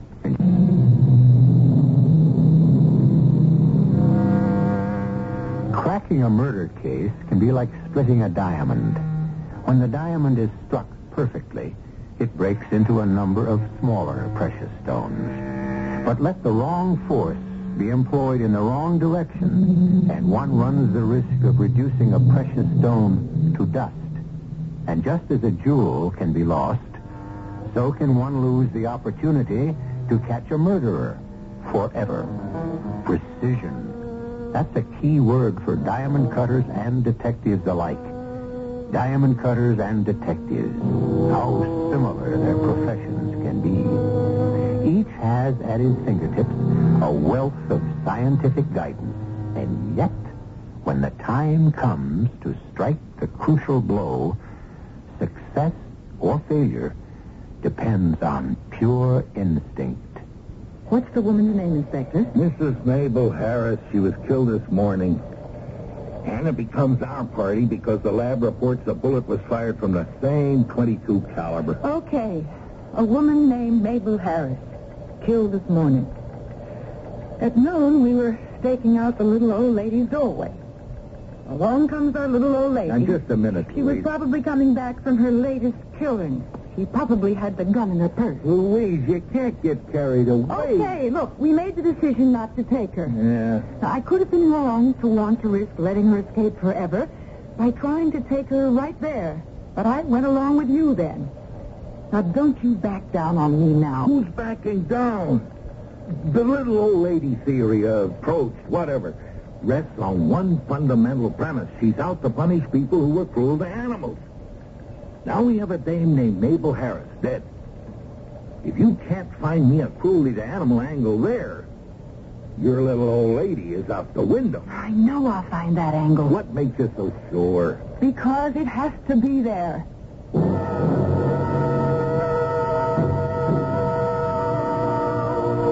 Bernadette? Yes, Martin, my dear? Is everything all right? Of course. Are you sure? My darling, why do you ask? Because you seem so out of sorts lately. Oh? Do I? For one thing, you insist on wearing that ridiculous red wig. Is it ridiculous, Martin? Darling, your own hair is so soft and silky. Why would you even think of hiding it? Because, darling, there may be danger. Danger? From who? Oh, my dear Martin, you've been away from the world so long, confined here the way you are. You don't know what it's like on the streets anymore. Bernadette, what's troubling you? What's really troubling you? I feel that people are looking for me. Looking for you? I feel their eyes seeking me out, searching for me. Dear. You've been working so hard to support both of us. You're just exhausted, physically and emotionally. Now, sit beside me. Rest. Relax. Close your eyes. You'll feel better. Yes, my darling. I'm tired. I'm so tired. Mr. Harris, did your wife have any enemies that you know of? Enemies? Mabel with enemies? Everybody loved Mabel. A woman, kind, loving, generous woman, hanging up her clothes in her own backyard. Some depraved subhuman Harris, beast. just answer one question. How did your wife feel about animals? Inspector, is this woman for real? How can anybody in their right mind ask a question like that at a time like this? Do you suppose you could answer it? Mabel loved them. A stray dog couldn't walk down the street, but she'd give him something to eat. What do you mean by that question? She made a mistake. One very, very unfortunate mistake. But it was an honest mistake. You don't know how sick that mistake made her. What mistake? Well, that's why when this lieutenant asked the question about animals, it was as if she was trying to make poor Mabel be some kind of a monster. I'm afraid I don't know what you're talking about. Genghis Khan. Genghis Khan? Her big Doberman pinscher. He was big, mean-looking, and that's why she called him Genghis Khan. But he was really very gentle. Yeah? Yeah, he'd been sort of out of sorts. A couple of days ago, she thought she might drop by the vet. Well, she had some shopping to do first, and so she stopped off at the supermarket. Yeah. And she parked in a lot. You know, the heat wave we've been having. Well, they got this law about how you can't bring dogs into the supermarkets, you know? Yeah, I know. So she left him. She had to leave him in the car. Well, she never does this. I mean, she's always sure to leave one window open. But that day, she just wasn't thinking. Well, maybe being sick and all, Genghis was so quiet she may have forgotten he was inside. But she closed all the windows. Oh. And she ran into some people she knew, and you know how women are. They can gab about nothing for hours. It was a terrible hot day, and the sun boiled down the inside of the car, and after a while there was a commotion out on the lot. Some people must have noticed this dog just lying on the seat. He was a big dog. Yeah, go on, Mr. Harris. He was dead. And people were angry. And they were saying, find the owner of that dog and that person should be arrested. And Mabel, she remembered she told me there was one old lady there who was shouting, the person who owns that dog should be shot. A little old lady.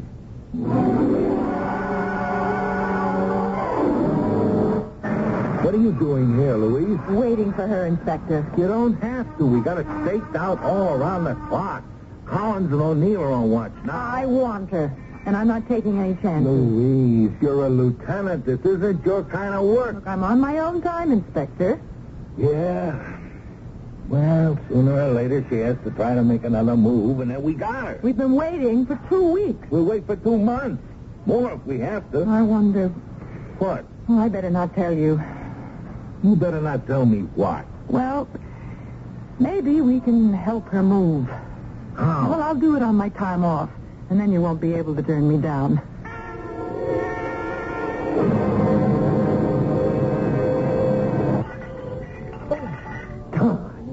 Darling, you're so nervous. That was one of the few plates we have left from our wedding. You remember my sister Martha presented Yes, darling, I remember. No, it's broken. My darling, the ultimate fate of any dish is to be broken one day. Now, tell me, why are you so nervous? What's upsetting you? Darling, I'm very much concerned. Oh, no, Martin. We can't afford to have you... Please, listen, dear. I was looking in the desk drawer a few days ago. Martin, that's my desk. I didn't mean to pry, but Martha had called and asked for Millicent's address, and I thought you kept your little book there. Bernadette, why do you have a pistol? Oh, darling, the world has become so dangerous. Thieves, bandits, But burglars... the only function of a pistol is to kill somebody. You don't know what the world has become. We must be able to protect ourselves. To kill is a sin. Martin, I know the kind of world you want, and we shall have it. Certain people must be taken care of first. What are you talking about? Oh, nothing. Now, please, you must get rid of the pistol. Why? I'm afraid. There are times when you show so much anger. I don't think it's wise for you to have a gun. Martin, don't be silly. I couldn't kill anyone. Well, this gun, it's just to scare people with. I'd feel better if you'd let me make sure about that. What did you say, Martin? What do you mean? Make sure of it. Nothing. Nothing at all. Sometimes I just talk aimlessly. Forget it.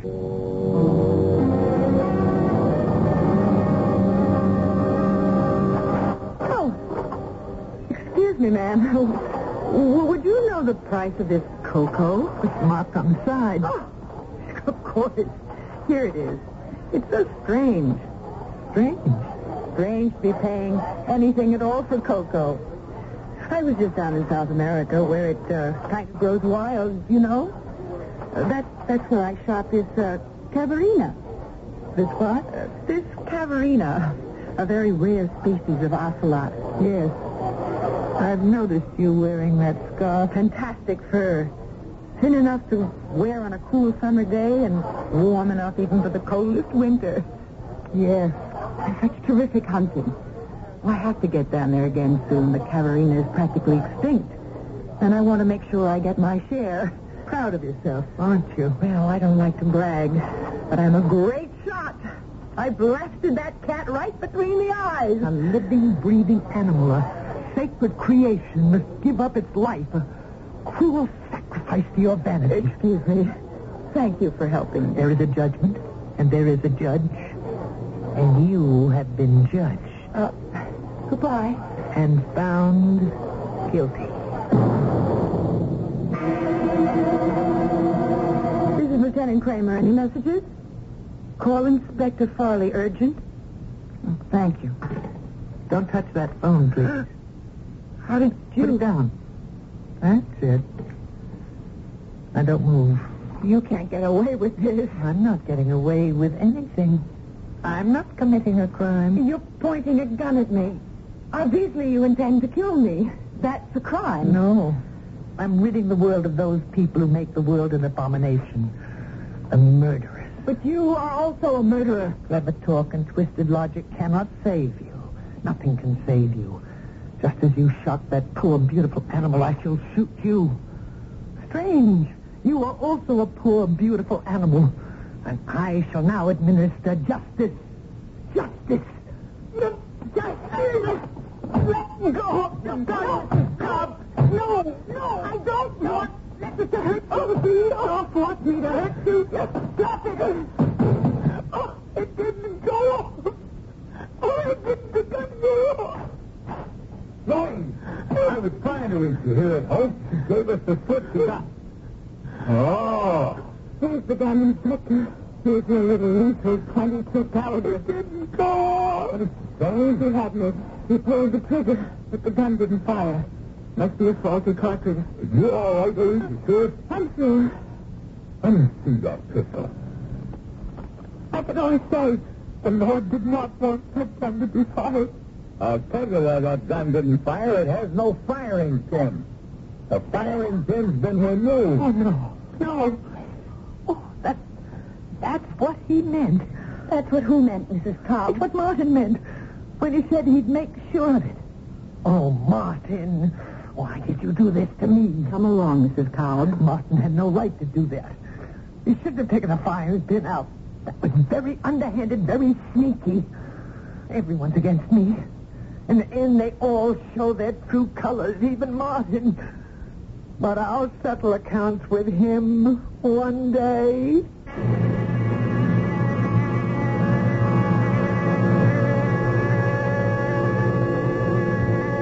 Eventually, I think she forgave Martin. As you might suspect, the little old lady killer has been committed to an institution.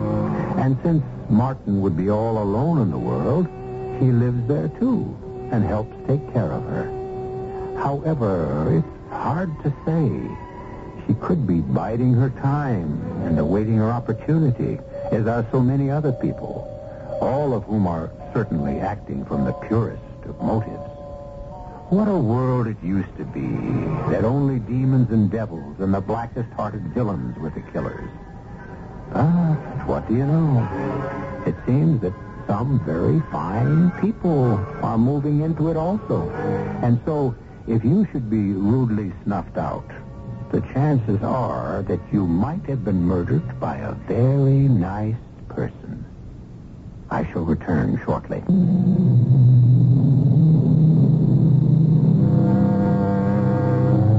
Moral of our story? Well, we have several. But the one that would appear to be the most obvious is, as a philosopher once said, all extremes meet in eternity. Super kindness is the other face of super cruelty. Obsessive love is the other side of super hate. And isn't it strange sometimes that so many people who so strongly protest cruelty to animals tend to overlook cruelty to one of the most prevalent animals on this globe, Homo sapiens. Well, why not? After all, since when was consistency one of mankind's most deeply ingrained virtues? Never. Consistency is supposed to be the hobgoblin of little minds. Therefore, all of you, the only consistency that has any real value is the consistency of listening to our broadcasts here 7 times each week. Our cast included Diane Baker, Ann Seymour, Alan Reed, Marvin Miller, and Barry Kroger. The entire production was under the direction of Hyman Brown. And now, a preview of our next tale. I'm not a person. I'm a commodity. Oh, why can't you all just leave me alone? To be what? To be a... I don't know what. I never even seem to have a chance to find out for myself. To be Marcy Gerstenberg, first off, I guess. After this picture, Marcy Gerstenberg will no longer exist. There will only be Marcy Herrick. And if I don't want to be Marcy Herrick? Pretty hard to escape. There's also one contract I don't think you could break. What? An unwritten one. For the very sick lady in the hospital. Mom? Your mother, who's going to have open heart surgery. Very expensive surgery. Don't. This is E.G. Marshall inviting you to return to our Mystery Theater for another adventure in the macabre. Until next time, pleasant dreams.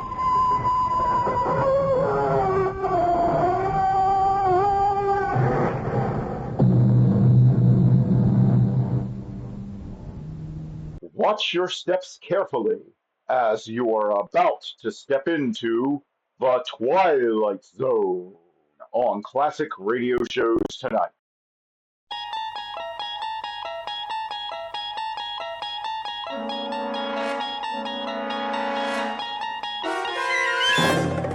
You unlock this door with the key of imagination. Beyond it is another dimension, a dimension of sound, a dimension of sight, a dimension of mind. You're moving into a land of both shadow and substance, of things and ideas. You've just crossed over into the Twilight Zone.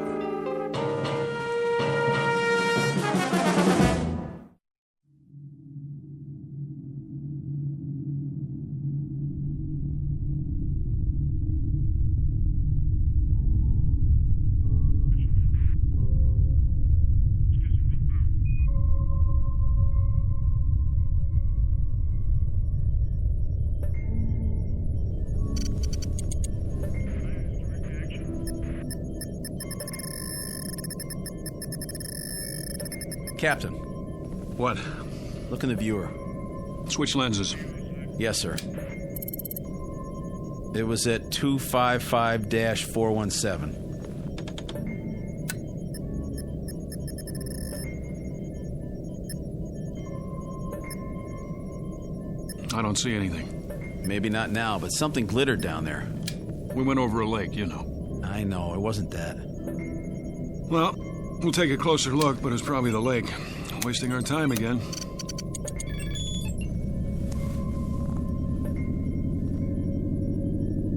What are we turning for? I saw something. What? Something metallic, Carter. Yeah? He thinks so. We're almost there, then we'll know.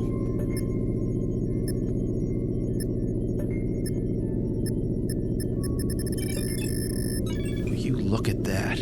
Trees, rivers, a regular incubation lab on this planet. I know what you're thinking. Don't. It's gotta happen sometime. Yeah? Who says? Only the astrophysicist, the biologist, and... Mason, you've got aliens on the brain. You're contact happy. Maybe we've been out too long. Do you really think man is the only intelligent... All right. So we're going to meet another race. Great.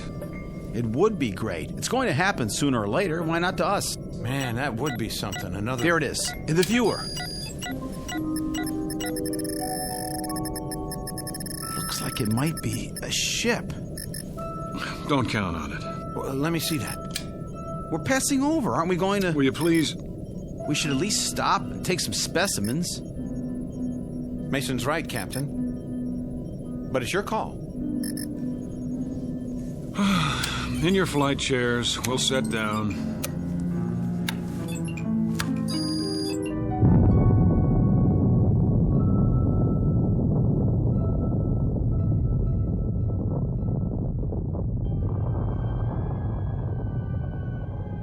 Captain Ross, Lieutenant Mason, Lieutenant Carter, aboard spaceship X-89, cruising above the 13th planet of Star System 51. In a little while, supposedly, the ship will be landed and specimens taken. Vegetable, mineral, and, if any, animal. These will be brought back to overpopulated Earth, where technicians will evaluate them. And if everything is satisfactory, stamp their findings with the word inhabitable and open yet another planet for colonization. These are the things that are supposed to happen. In actuality, they will not happen at all, but will instead be superseded by events far more unusual, because the 13th planet of Star System 51 just happens to be located in the Twilight Zone.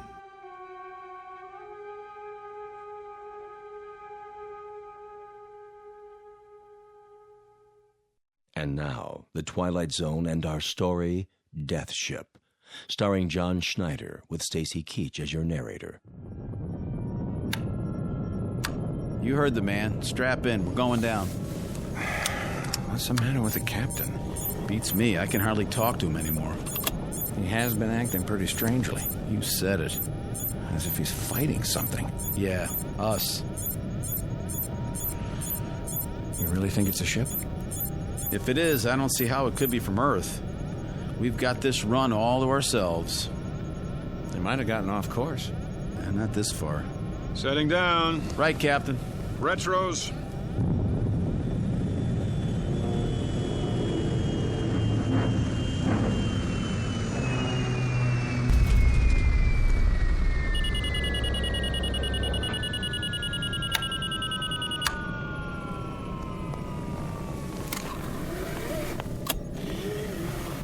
The porthole.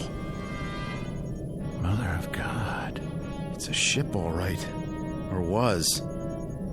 Now it's a bunch of metal, twisted and... Easy. Don't open the hatch till we check the atmosphere. I'll take a reading. Put your suits on. We won't need helmets. Air's good. Let's go, Mike. Can't get out there fast enough, can you? What does that mean? It means I don't like impulsive behavior. Impulsive? Have I made any mistakes? You're on the verge. Well, then you let me know when I cross the line, won't you? Oh, I will. Don't you worry.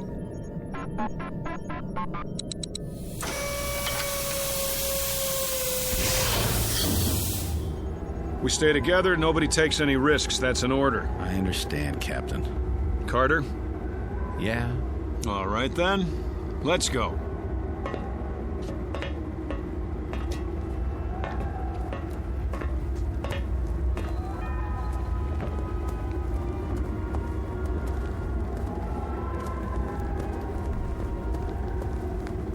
Looks like one of our ships. Don't jump to conclusions. Well, doesn't it? From what I can see of the markings, it does. Construction could be standard everywhere. Sounds like you're arguing both sides. You don't mean it could be from another species, do you? I don't mean anything yet. It is one of ours. How could it get so far off course? Go aboard, Captain? I don't like it. We have to find out who they are, don't we? How will we know if we don't... All right, but stay together. Let's put our gloves on. Sure thing.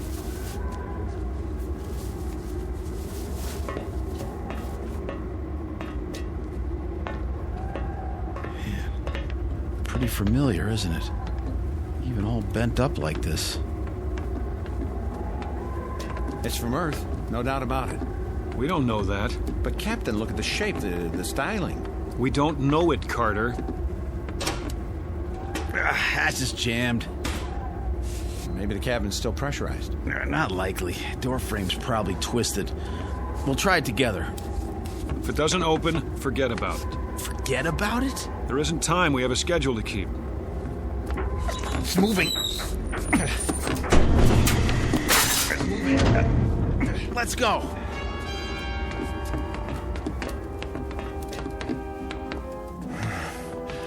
Well, this must be the main cabin. Looks like our ship. Use your flashlights. Over here. What? It's a body. Turn him over. Don't. Give me a hand. Dear God. Wait a minute. Do you see what I think I see? There's another one against the wall. Help me lift him. Don't, I said. What is going on here? That one has a face like... Nothing's going on. And the third one, he... Carter, try the auxiliary lights. But Captain, is it just me, or are we standing here looking at three bodies with three faces that look exactly like our faces? Auxiliary lights. I don't understand. It's not what it seems. Not what it's... Just hang on. Here come the lights. All right, then. First things first. Here's an ID wallet in this one's breast pocket. And here's his government card, picture and all. It says, Lieutenant Robert Mason. See it? That's my name, isn't it? That's my face, just like the one in my pocket right here. Well, isn't it? Put it back. Everybody see it? The same as mine, identical. Put it back. I don't get it. The same with the second one. What is this? You're letting it get to you. Get to me? This is my picture. Me.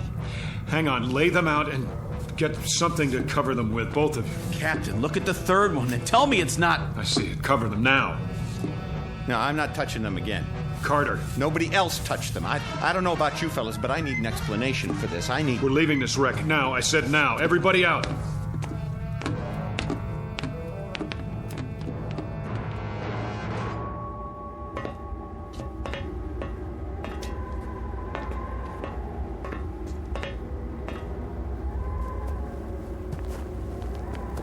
That's us in there. We're dead. Our ship is where we left it, just as we left it. Look ahead of you, 50 yards. What do you see? That's our ship over there, the same place we left it a few minutes ago. Not this one. And those bodies aren't ours. But they are. No. You saw them. I don't know what I saw, and neither do you. You agree with him, Mason? What? We're going back to our ship and radio the base. They'll tell us what to do. Will they? Shouldn't we... What? Bury our... dead? They're not ours. Get that through your head. Now let's go. You too, Mason. Right. Move. We're alive, I tell you. Alive.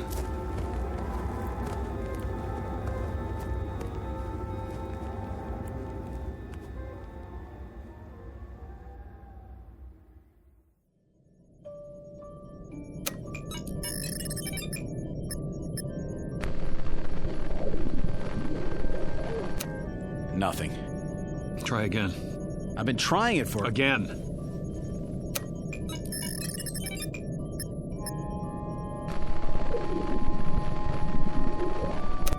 Captain, there's no point if it won't... What is this? It was working before. Maybe it's this planet. What are you talking about? Maybe there's an interfering field of... That's ridiculous. Try the radionic signal. Captain, it's not going to. It's... Will you do as I say? Yes, sir.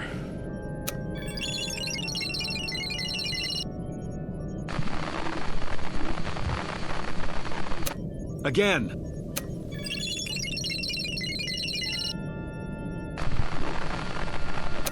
Again. If it doesn't work the first time... They didn't hear us. The return signal is automatic. Do I have to tell you that? All right, let's go over this again. There's an answer here somewhere. Those bodies in the other ship aren't ours. That much we're sure of. Well, use your heads. These are our bodies. These, right here. Agreed? I don't know anymore. Neither do I. Listen.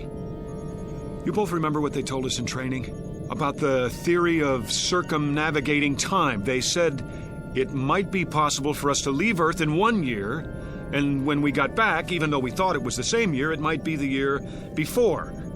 Or the year after. Remember that? It was only a theory, Captain. It's more than a theory. It's what happened to us. We went through some kind of a time warp right into the future. And that ship over there is in the future. Is that what you're saying? Only the probable future.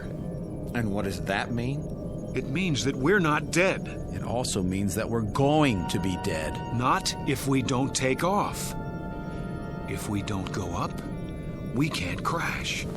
But our orders... They don't say to kill ourselves. We're alive now, and the only way to be certain we stay alive is not to go up. Then we can't possibly crash. We avoid it, prevent it. I've made up my mind. We stay. It's easy enough for you to decide. Meaning? You have no one waiting for you back on Earth. So I have no reason to go back, and I'll be just as happy here as I would be on Earth? Is that it? I think we should vote on it. Oh, you do? You're not the only one, Captain. I'm the only one who gives the orders. Even when our lives are concerned, huh? Especially where your lives are concerned. We stay. For how long? I'm not setting any time limit, Carter. A month? 2 months? I'm not setting any limit. We have enough food left for 3 weeks, Captain. I've no doubt there's edible food outside. You saw the landscape, trees, vegetation. How will we know what's edible and what isn't? We haven't got the equipment to test it. We'll watch the animals. I saw no animals, Captain. Did you? There will be. Well, if there are, there'll be a different form of life. What they eat might be deadly poisonous to us. We'll worry about that when the time comes. Right now, there's only one thing to worry about: preserving our lives. It may not even be necessary to stay here permanently. We may figure something out, but for now, the decision is to stay. Not our decision, Captain. Have you a better solution, then? Working at minimum capacity, the ship's electrical reserve can hold out for months. It won't be working at minimum capacity. Why? We're going to need heat. Lots of it. But it's only twilight, and already the temperature outside is minus 13 degrees. Would you rather lift off? Take the risk of duplicating that ship over there? How can we duplicate it, Captain? How can there be 2 crash ships? 2 of me dead, 2 of Mason, two of you. We'll go over it again until we find an answer. Because we have to. I think I'll lie down. Me too. It's been quite a day. And it's getting dark out fast. Very, very dark.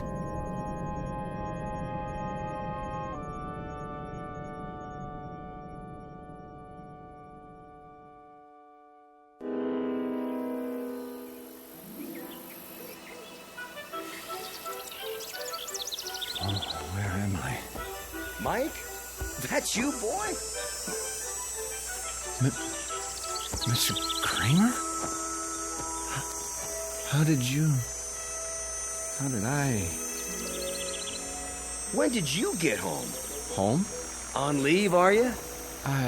You're looking fit. I expect Mary's mighty pleased to have you back. Wait, did you see Mary? She don't know? I have to go. Oh, wait up. I'll walk you. I don't understand. How long you been home? I just got here. Oh, you rocket boys sure travel informal these days. Mary know you're coming? I don't think so. Gonna surprise her, huh? Yes. Surprise her. How long you got? I'm not sure. You all right, Mike? Hello, Mike. Mrs. Nolan? Home on furlough? I don't know. Old Mrs. Nolan. Still makes that long walk to town every day. She'll go on forever. Forever. Hey, maybe we can do some hunting while you're home, huh, Mike? Got my shotgun with me. Always carry it now in case I see something. Not that I ever hit anything, but... Hey, where you going? Oh, I get it. In a hurry, huh? The house. Mary! There's a car still parked in front. Mary! Mary, I'm home. In the living room, the kitchen. Mary! Where are you? Mary! Mary! Are you upstairs?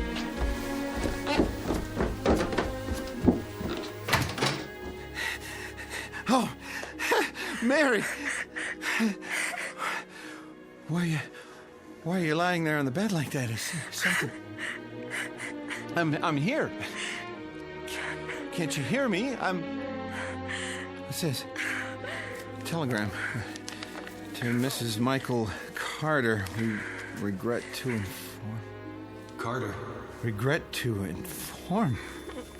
Carter. What is this? I'm talking to you. What are you...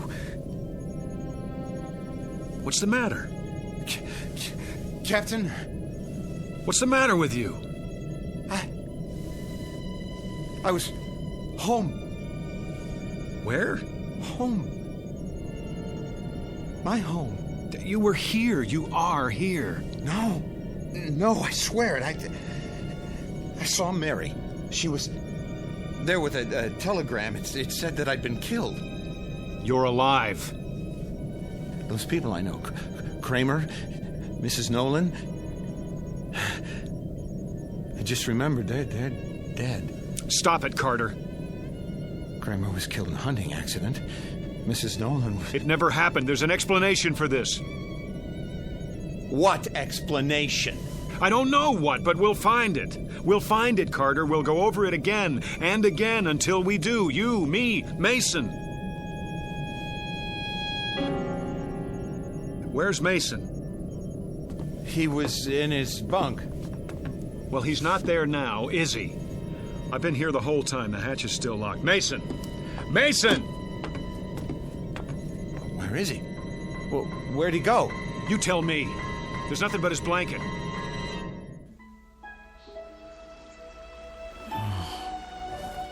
My blanket. My blanket. What's it doing on the grass?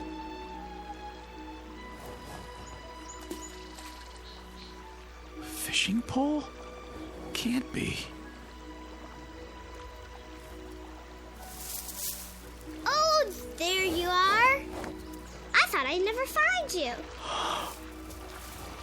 Jeannie. I looked and looked. I found him. Can't be. Lunch is ready, Daddy. And I'm hungry. It's all your fault. Jeannie, is it really you? What's the matter, Daddy? Come here. Oh, come here. Oh, Jeannie. What is it, Daddy? Oh, it is you. What's wrong with you? Oh, nothing. I'm just glad to see you, that's all. Oh. That wasn't your mother you were just calling just now, was it? You're acting weird, Daddy. Jeannie, was it? Yes, Daddy.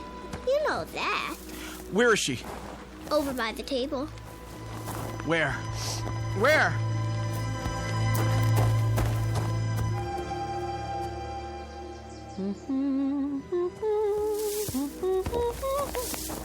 Bob? Oh, you scared me, honey. Bursting out of the bushes like that.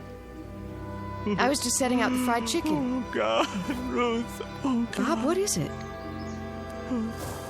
Sweetheart, what's wrong? Nothing now. Are you sure? Yes, yes. All this for lunch? Yes. My goodness, so emotional over a little potato salad and chicken. Where's Jeannie? Back there, by the pond. Were you asleep? Are you still asleep? This is a dream. I hope I never wake up.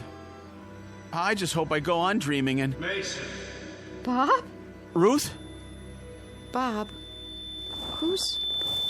Let's go, Mason. Why is he here? Stand behind me. But... Just do it. Get out of here, Ross. I said, let's go. Get away from us. You're coming back with me. Back? Where you belong, on the ship. No, Bob. You're having a hallucination, Lieutenant. No, it's real. It isn't, and you're leaving with me. No! Oh, you think you can take me? Stop it!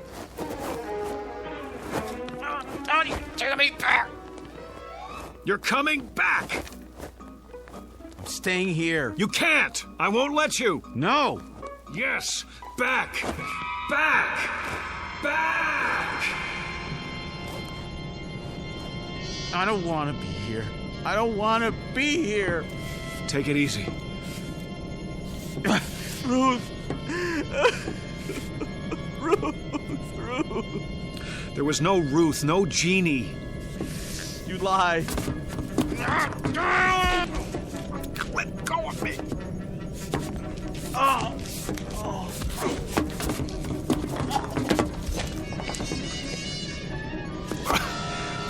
Look in your billfold. Look.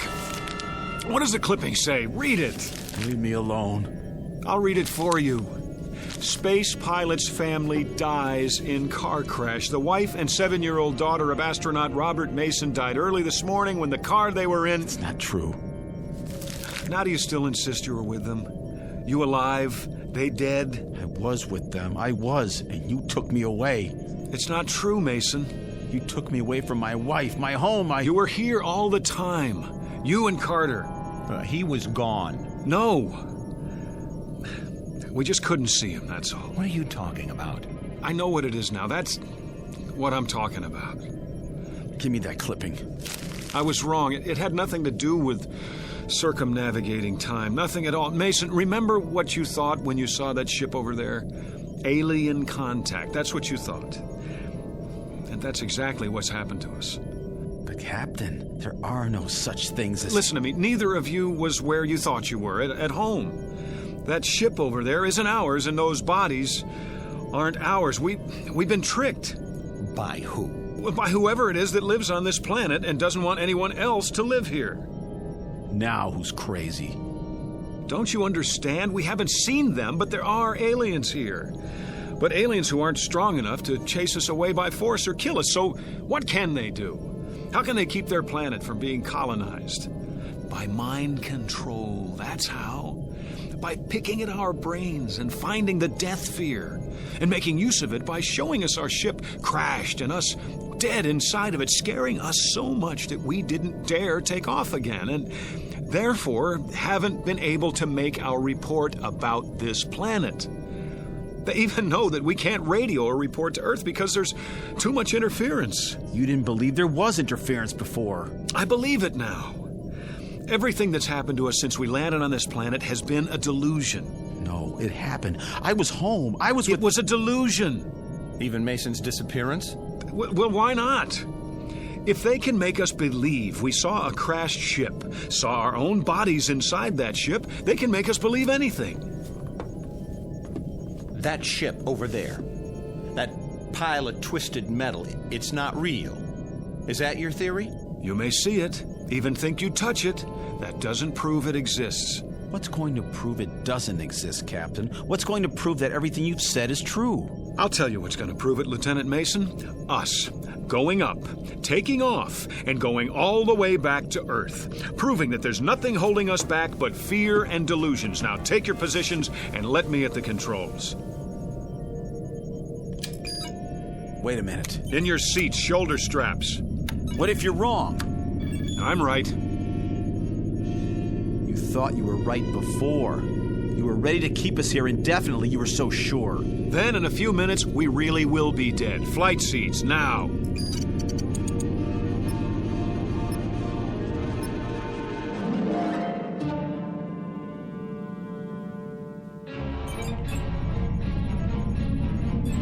No. What do you think you're... I'm with Mason on this. Get your hands off those switches. That's an order. Are you so arrogant that you'll take a chance on killing us just to prove your point? I'm still the captain of this ship, and you'll do what I say. You're not the captain of our lives. Put your sidearm away. You're not taking us up. You want to stay here then? Starve, freeze, never see Earth again? Put it away, Mike. That's no answer. Then what is? I suppose he's right. You agree with him now? He's got a point. It's a big one. We can't just stay here. We do that and we know what'll happen. That's a given. It's a matter of food and the power supply and the temperature at night. We don't have a choice. I guess we don't. There's only one place left to go, and that's up. God have mercy on our souls.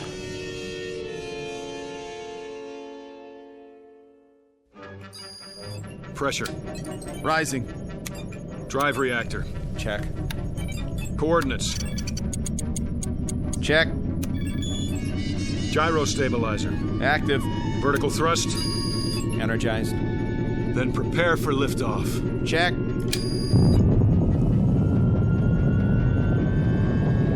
$200, $300, $500. Here we go. 1,000, 1,250, 1,500, Captain. Look at that. 2,250, 2,750, 3,000, 4, 5, 6,000. We're out. Release shoulder straps. We did it, boys. Check the viewer. Checking.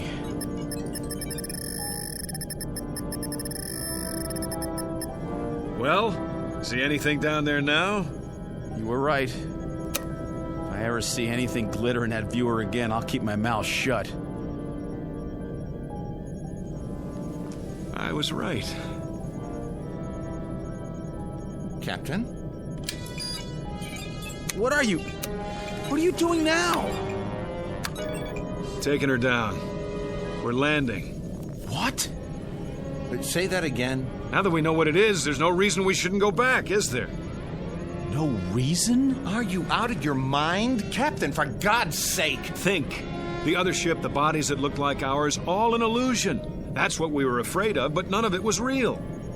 Maybe. That's still a hypothetical. We have to get out of here while we have the chance. Now stand aside.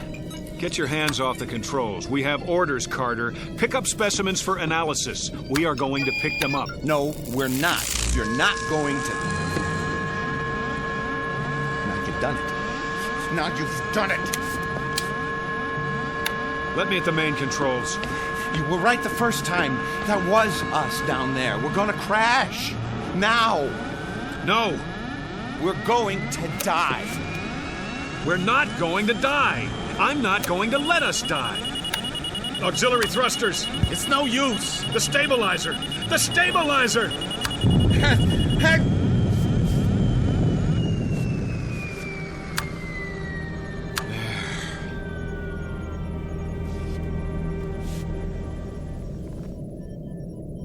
I don't understand. Shut up. You're a coward, Carter. You don't even have the guts to fight for your own life. We're still going to land? You bet we're going to land. And when we do, you're going to see that the other ship is gone. Vanished. Because it was never there in the first place. Retros. Slow airspeed. I've got it. Now get in your places. We're not going to crash. He's been right all along, hasn't he? I don't know. Prepare for touchdown.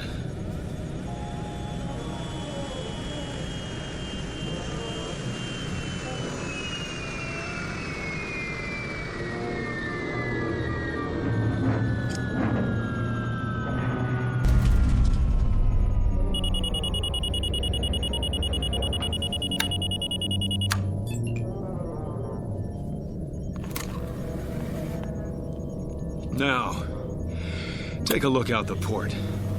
It's too dark to see anything. Use the spotlight. Looking. Well? Landscape looks the same. Clear? Clear, but how do we know we're facing in the right direction? Give me that. Go on. Take a good look. Hills, trees, and What is it? Let me see. Oh, no. No. Gone, Captain? Vanished? Is that what you said? All right. It's still there. I'll say it is. The same wreck. That doesn't mean... I'll tell you what it means. It means you're wrong. Dead wrong. Hang on. There's an explanation for this. And that would be? I don't know yet, but... You'll never know. And neither will we.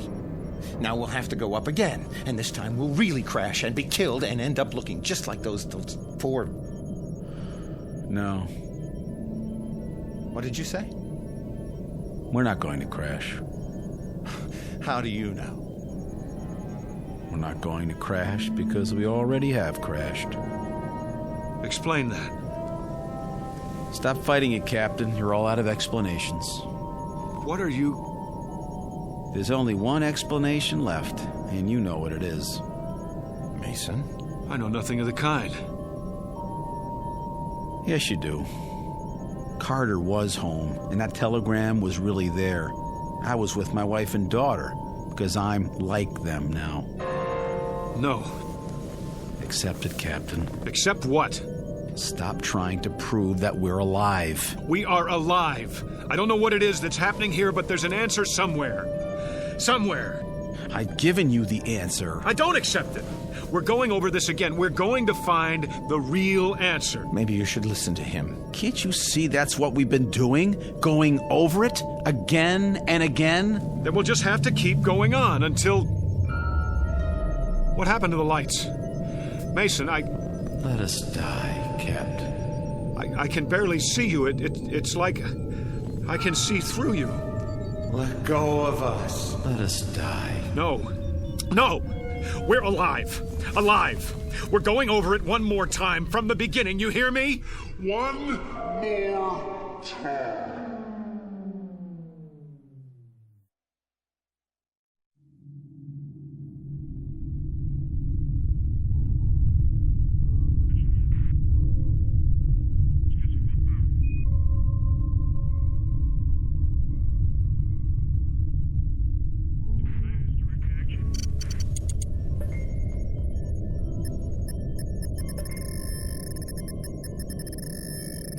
Captain. What? Look in the viewer. Switch lenses. Yes, sir. It was at 255-417. I don't see anything. Maybe not now, but something glittered down there. We went over a lake, you know. I know, it wasn't that. Well, we'll take a closer look, but it's probably the lake. Wasting our time again.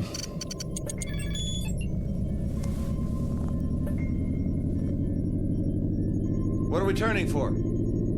I saw something. What? Something metallic, Carter. Yeah? He thinks so. We're almost there, then we'll know.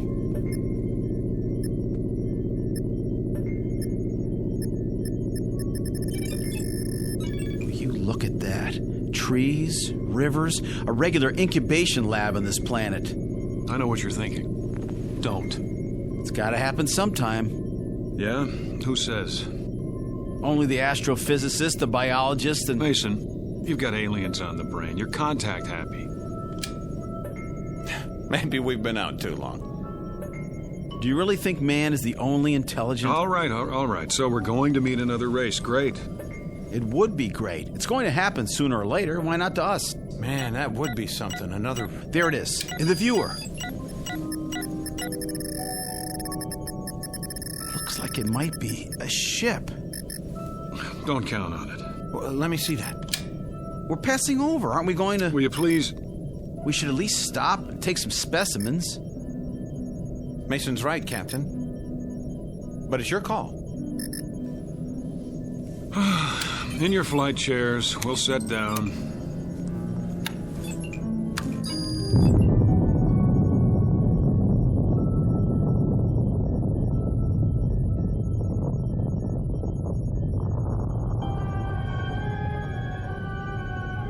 Captain Ross, Lieutenant Mason, Lieutenant Carter. aboard spaceship X-89, cruising above the 13th planet of Star System 51. In a little while, supposedly, the ship will be low. Picture of a man who will not see anything he does not choose to see, including his own death. A man of such indomitable will that even the two men under his command are not allowed by him to see the truth.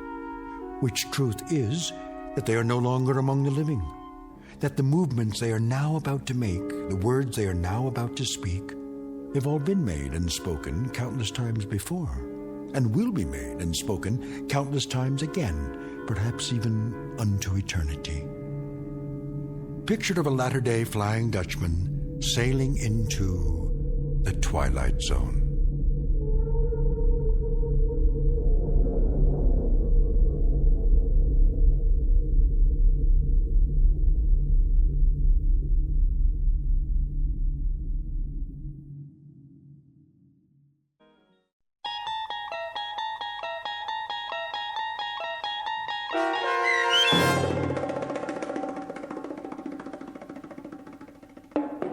Death Ship, starring John Schneider with Stacy Keach as your narrator, was adapted for radio by Dennis Etchison and written for The Twilight Zone by Richard Matheson.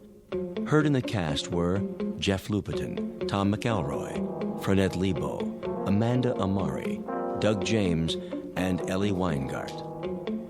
To learn more about the Twilight Zone radio dramas and to obtain audio cassettes and CDs of these programs, visit our website at twilightzoneradio.com.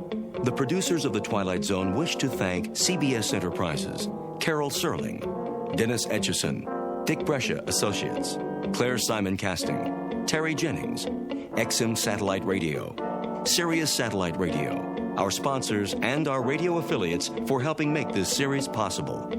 This copyrighted radio series is produced and directed by Carl Amari for Falcon Picture Group. Audio editing, sound design, Foley effects, and mix for the Twilight Zone radio dramas are by Cerny American creatives Craig Lee, Michael Slaybach, Bob Benson, and Jason Rizzo. To learn more about the Twilight Zone radio dramas and to contact us, visit our official website at twilightzoneradio.com. Doug James speaking.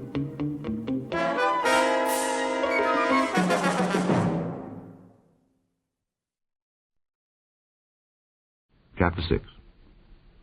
Now these are the commandments, the statutes, and the judgments which the Lord your God commanded to teach you, that ye might do them in the land whither ye go to possess it, that thou mightest fear the Lord thy God, to keep all his statutes and his commandments which I command thee, thou and thy son and thy son's son, all the days of thy life, and that thy days may be prolonged.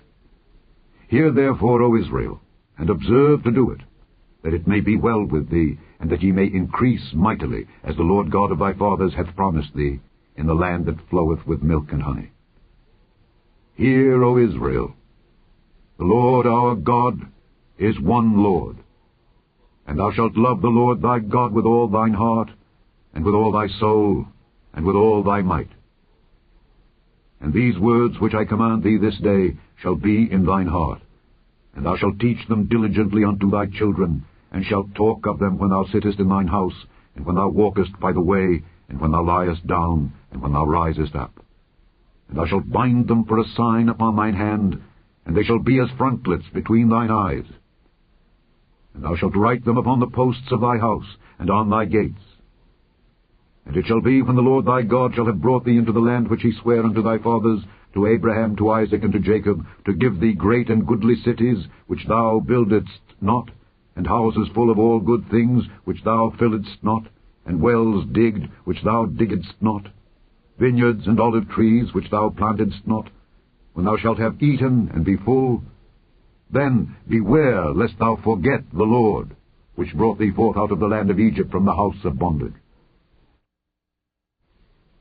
Thou shalt fear the Lord thy God, and serve him, and shalt swear by his name. Ye shall not go after other gods, of the gods of the people which are round about you, for the Lord thy God is a jealous God among you, lest the anger of the Lord thy God be kindled against thee, and destroy thee from off the face of the earth. Ye shall not tempt the Lord your God, as ye tempted him in Massah. Ye shall diligently keep the commandments of the Lord your God, and his testimonies, and his statutes which he hath commanded thee. And thou shalt do that which is right and good in the sight of the Lord, that it may be well with thee, and that thou mayest go in and possess the good land which the Lord sware unto thy fathers, to cast out all thine enemies from before thee, as the Lord hath spoken. And when thy son asketh thee in time to come, saying, What mean the testimonies, and the statutes, and the judgments which the Lord our God hath commanded you? Then thou shalt say unto thy son, We were Pharaoh's bondmen in Egypt, and the Lord brought us out of Egypt with a mighty hand. And the Lord showed signs and wonders great and sore upon Egypt, upon Pharaoh, and upon all his household before our eyes. And he brought us out from thence, that he might bring us in to give us the land which he sware unto our fathers. And the Lord commanded us to do all these statutes, to fear the Lord our God, for our good always, that he might preserve us alive, as it is at this day. And it shall be our righteousness, if we observe to do all these commandments before the Lord our God, as he hath commanded us. Roy Rogers, Dale Evans, and Gabby Hayes bring both justice and music to the West in The Roy Rogers Show. Up next.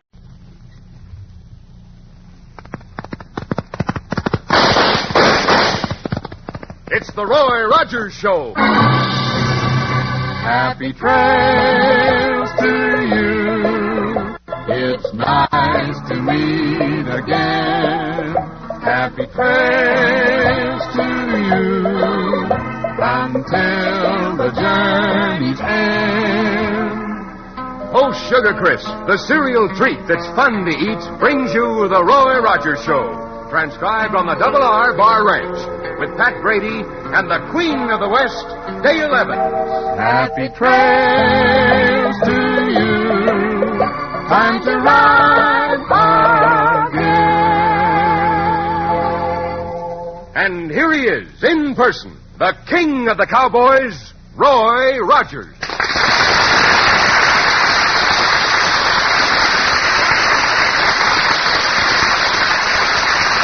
Well, howdy, folks. Here's my good word for today. It's about a honey of a new cereal, Post Sugar Crisp. And it's my hunch you'll like it just as much as we do out here at the Double R Bar Ranch. You see, Post Sugar Crisp is just downright good eating. And it's good so many different ways. Try it real soon, won't you? Now, we'd like to tell you about the fish that told a story.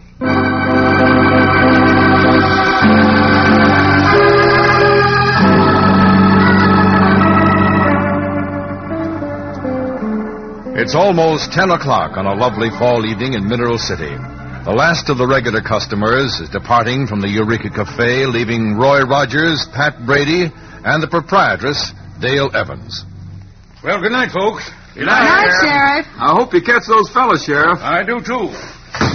Well, how do you like that? Smuggled pearls from Mexico being shipped east from right here in Mineral City. And a pretty slick way of doing it, too. Shipping them out in potted cactus plants. Well, the sheriff says he's given orders to the post office to hold anyone that tries to ship any more cactus. And I hope he'll catch up with whoever's doing it. Well, we'll see. The sheriff's persistent, if nothing else. Well, let's close up, Dale. Me and Nellabelle want to take a little spin in the moonlight. Oh, it's early yet, Pat. Dale, you never stay open this late, and especially on a night like this. Well, a few more customers might come along. Besides, I have my new icebox to pay for. Icebox? That's an ice factory. Yeah, walk-in icebox is really something for a place the size of the Eureka Cafe. Well, I got a very good deal on it, and I'm sure it'll be a wonderful thing in the long run. Yeah, I'll bet. You got a big city icebox, only Mineral City isn't a very big city. It's growing all the time. Speaking of a big city, I made quite a deal today with a couple of real city fellers.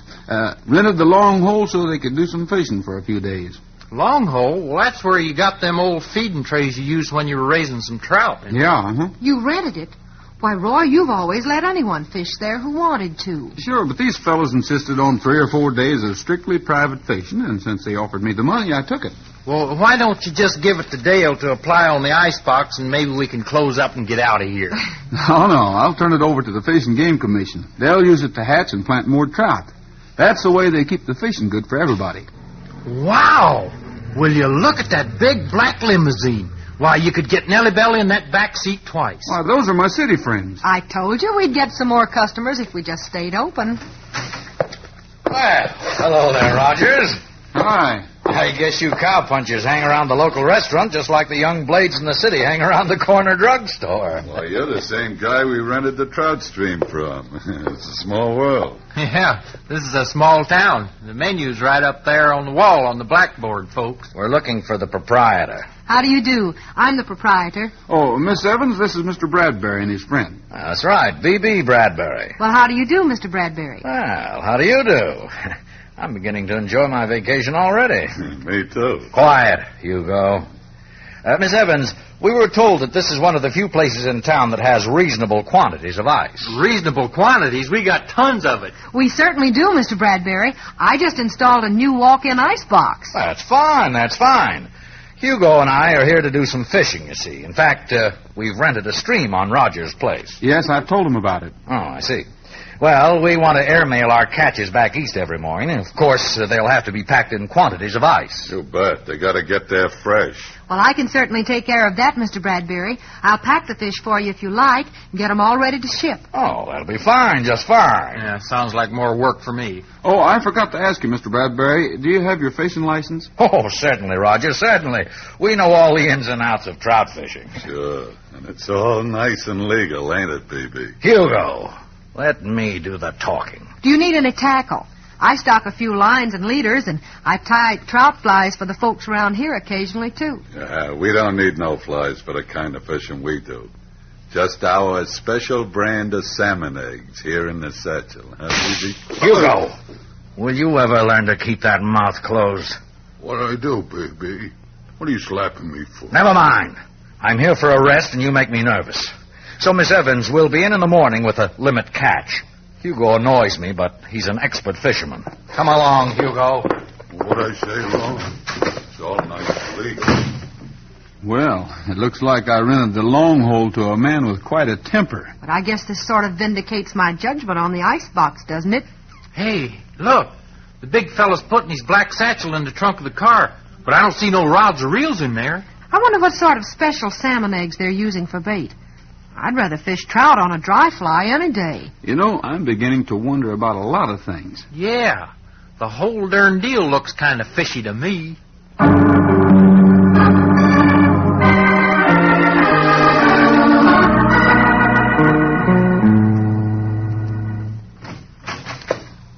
Well, my last customer last night is my first customer this morning. Good morning, Dale. And Pat, well, you don't go on duty until this evening. Yeah, I know it, but me and Roy thought we'd be here when those fellas come in with their fish, if any. They certainly were confident that they could catch the limit. I wonder if Bradbury's still slapping the big fella around. Hey, we didn't get here any too early. Here they come. And look, they've got fish. I'll be doggone. Oh, good morning, Miss Evans. Fishing was Hello. excellent this morning. Good morning, Rogers. Still hanging around the restaurant, huh, cowboy? You bet. Say, that's quite a catch. Yes, sir. 10 trout apiece, 20 in all. That's the daily limit, I understand. That's right. Say, it's awful early in the morning for that. Why, I fished long hole for a whole day without catching my limit. Yes, you sure must have a quicker method than fishing dry flies. Rogers, I paid you for the use of your fishing hole and for privacy. I think our privacy should extend to the method we use to catch the fish. Well, no offense, Mr. Bradbury. Oh, that's all right, Rogers. We really have no secrets. Perhaps it's the special salmon eggs we use. Gee, trout must really go for salmon eggs. Sure, and it's all nice and legal, too. Well, Miss Evans, you're certainly efficient. You have the ice and the packing boxes out already. Why, certainly. The quicker you ice the fish, the fresher they'll stay. Say, Pat, why don't you put on an apron and help me clean them? Oh, don't bother to clean them, Miss Evans. They'll ship better as they are, as long as they're kept perfectly cold. Oh, just as you say, Mr. Bradbury. I'll keep an eye on her while she packs them, B.B., just in case she decides to keep one out for herself. Now, wait a minute. Dale wouldn't do that. Well, of course I wouldn't. I don't know. You got a restaurant. You might decide to put trout on the menu. Listen, fella, I think you better apologize. Well, think you could make me? I certainly could. Hugo's a pretty big fellow, Mr. Rogers. You don't know Roy Rogers. Oh, let's skip it. Hugo didn't mean anything. Sure I did. I wouldn't put stealing a fish past any woman. All right, Hugo. If you're going to get your fists up, get them up fast, because I've warned you. Come ahead. Oh, Roy, not in here. There. We'll have him apologize when he wakes up, Bradbury. See, Dale? You didn't have to worry about things getting broken. You should have known that Roy would drop him in his tracks with one punch. Miss Evans, I'm terribly sorry. I want to apologize for Hugo. Rogers, I must say you had that coming. Hugo sometimes has to be taught a lesson. Well, let's forget the whole thing. Here are your fish, Mr. Bradbury, all iced and packed and wrapped. That will be $1.50. Oh, fine, fine. Well, here you are. You've done a splendid job. We'll see you tomorrow morning. What happened? You talk too much again, Hugo. Now, come on along. We'll get these fish out by air and get back to the camp. All right, but that Rogers... Never mind. You got what was coming to you. Now, come along. I'm awfully sorry for the trouble, Roy, and thank you. It's all right, Dale. I'm pretty sure he won't do that again. And, Pat, when Bradbury and Hugo do their fishing tomorrow morning, you and I are going to be watching them from the rocks above Long Hole. Boy, I'm all for that, Roy. I am, too. I'll go with you. No, Dale. I'd rather you weren't around where there's liable to be some shooting. Shooting? What do you mean by that? Well, when I shoved Hugo to straighten him up for the punch, I felt a gun holster under his coat. It was one of those shoulder holsters that big city gangsters use.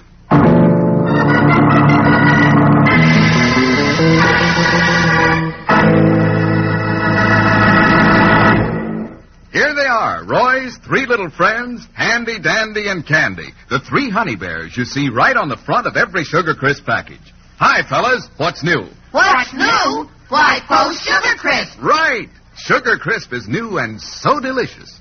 Different from any cereal you ever ate before. It's the cereal treat that's fun to eat. Yes, and our three little Sugar Crisp bears can tell you 3 good reasons why it's such a honey of a new cereal. We sure can. As a cereal, it's dandy. And for snacks, it's so handy. Or eat it like candy, right out of the box. Yes, and you know why Sugar Crisp is so doggone good? It's nourishing puffed wheat with a candy-like coating of sugar and honey. And since Sugar Crisp is already sweet, you don't need sugar. Just pour on milk or cream and have a real feast for breakfast. And remember, Sugar Crisp is ideal for snacks any time of day, so quick and easy to fix.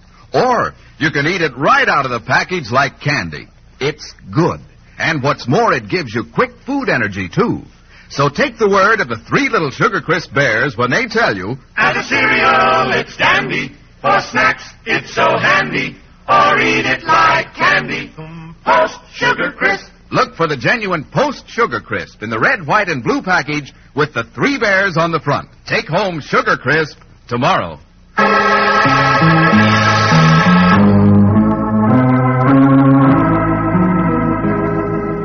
Two strangers rent the fishing hole at the far corner of the Double R Bar Ranch property. They insist on complete privacy and that the fish they catch so mysteriously be iced and shipped east immediately. And although the men insist that their fishing operation is perfectly legal, Roy and Pat feel that it bears watching. Gosh, Roy, I don't blame you for leaving Trigger down there by the creek. This is rough country even for Nellieville. We had to come up to Long Hole on the blind side, Pat, and I left Trigger there in case we have to separate when we leave. We can park Nellieville behind this big boulder. Okay. Whoa, Nellieville. This is kind of a dull trip for you, girl. Oh, I don't think she minds, Pat. We'll have to climb up over those rocks to the top of the cliff. Good idea, Roy. Long Hole will be 40 feet below us, and we can watch Bradbury and that big lug to our heart's content. Well, they won't see us if we're quiet up there. You mean we can't talk? Well, we can't shout. I still don't know what to make of those two fellas. Do you, Roy? Well, there could be a connection between them and the pearl smuggling the sheriff told us about. Well, I don't see what the connection would be. Pearls come out of oysters, not fish. Anyway, they're armed, and I think they're dangerous. Quiet now. We'll peek over the edge. They're down there all right. I don't see any fishing poles. No, neither do I. Roy, do you see what those fellas have done? They've dammed up both ends of Long Hole. Sure enough, they have. Well, why don't we just go down there and kick them off the property? The fish will slowly starve to death if they can't feed up and down the whole stream. I don't think they'll starve, Pat. Look, Bradbury and Hugo are feeding them. Well, I'll be darned. Hey, they're throwing something in. And they're being mighty careful to throw it right into the feeding trays you left there. Whatever their bait is, the fish like it. Well, look at that. Well, would you look at that? You can see the trout swim right into the tray and ate the things. Hey, those fellas are chumming. That's what they're doing. They're baiting those trays to bring the fish to the surface. Pat, not so loud. But they're chumming. It may be legal, but it sure ain't sporting chumming with salmon eggs. Pat, I'll bet those are those very special salmon eggs Bradbury cracked about. Hey, if they fill these trout up like that, they'll spoil the fishing for weeks. Pat, lie low. Someone's coming. Do you think, Bradbury, you could have... Oh, it's Dale. Good morning. Dale, shh. Well, I was just trying to say good morning. Dale, we told you not to come up here. Yeah, and why the fishing pole?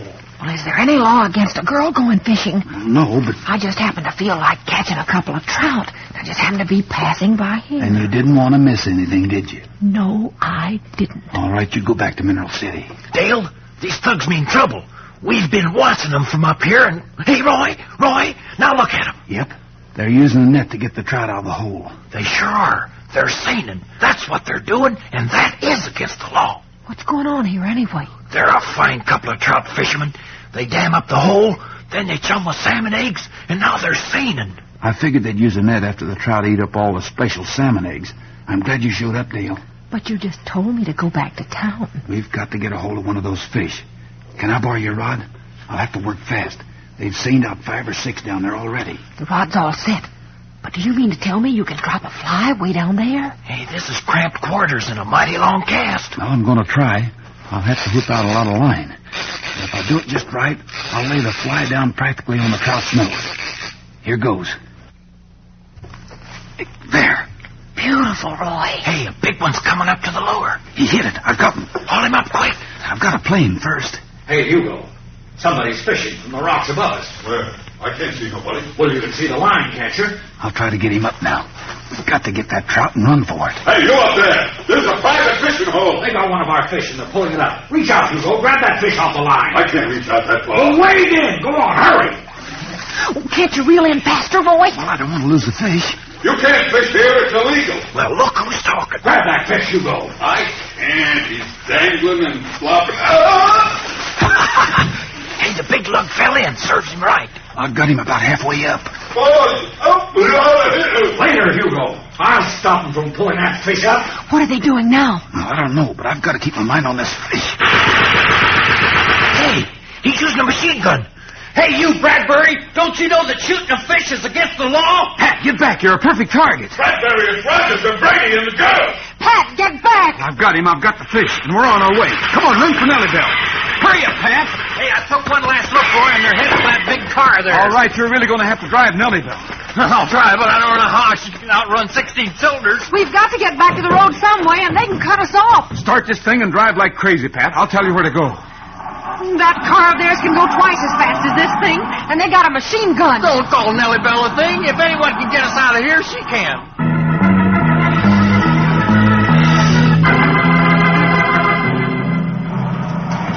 Hang on, it's bumpy. Pat, they're gaining on us. Well, Nellie Bell's wide open. Come on, girl. To the right, Pat, around that rock. I got you. Good work, Pat. Go straight ahead now. Well, shouldn't we cut for the road? Not yet. Straight ahead if you can dodge those trees. I can dodge them all right. There they come. That big car goes fast. Oh, they're close enough to use that darn Tommy gun. Stick with it, Pat. But, Roy, we're headed for the creek. Oh, Bradbury's got the range. He knocked the windshield out. Now, Pat, turn here fast and drive right down the creek. You mean? All right. By golly, we're game. Hang on, everybody. We've gained a couple of seconds on it, but when they straighten out again... If they're going to follow us, they'll have to drive through the creek, too. And I don't think their car will make it. But, Roy, they're doing it. They're turning into the creek like we did, and it's such a big, powerful But it's car. mighty low slung, Dale. Keep going, Pat. Boy, you're right. Their car stopped. Hot dog, they hit the water and stalled, eh? You bet they did. Look, there's Trigger. We left him here on purpose, Dale. Pat, let me out. Then cut up to the road and find the sheriff. I got you. Trigger and I are heading for the Eureka with this fish.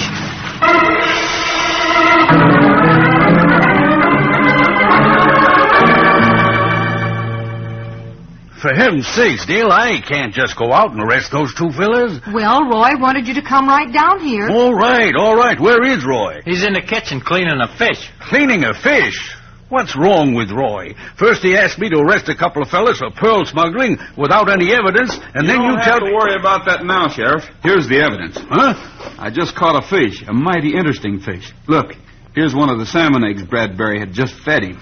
What's that evidence of? It's a plain, ordinary salmon egg. Okay, watch. I want to drop it on the floor.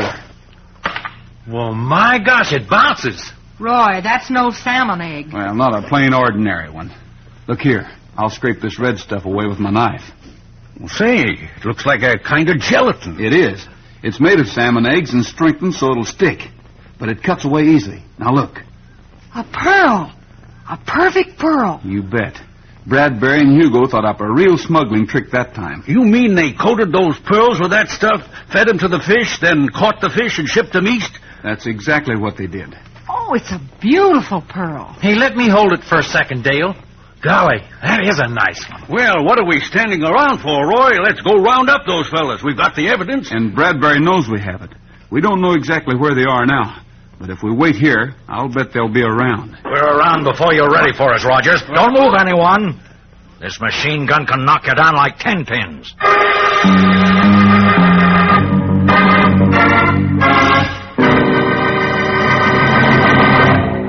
Back to Roy in just a minute. But right now, let's hear from Handy, Dandy, and Candy, the 3 Sugar Crisp Bears. We're the Sugar Crisp Bears, and we want you to meet the grandest treat you ever did eat. Post Sugar Crisp. As a cereal, it's dandy. For snacks, it's so handy. Or eat it like candy. Post Sugar Crisp. Yes, those 3 Sugar Crisp Bears are so right. Post Sugar Crisp is a honey of a new cereal. It's already sweetened, so you don't need sugar. Just add milk or cream. And Mother, Sugar Crisp is ideal for snacks when the youngsters are hungry between meals. Made of nourishing puffed wheat, coated with energy-rich honey and sugar. Or they can eat it just like candy right out of the box. Be sure to ask for genuine Post Sugar Crisp in the red, white, and blue package with the 3 bears on it.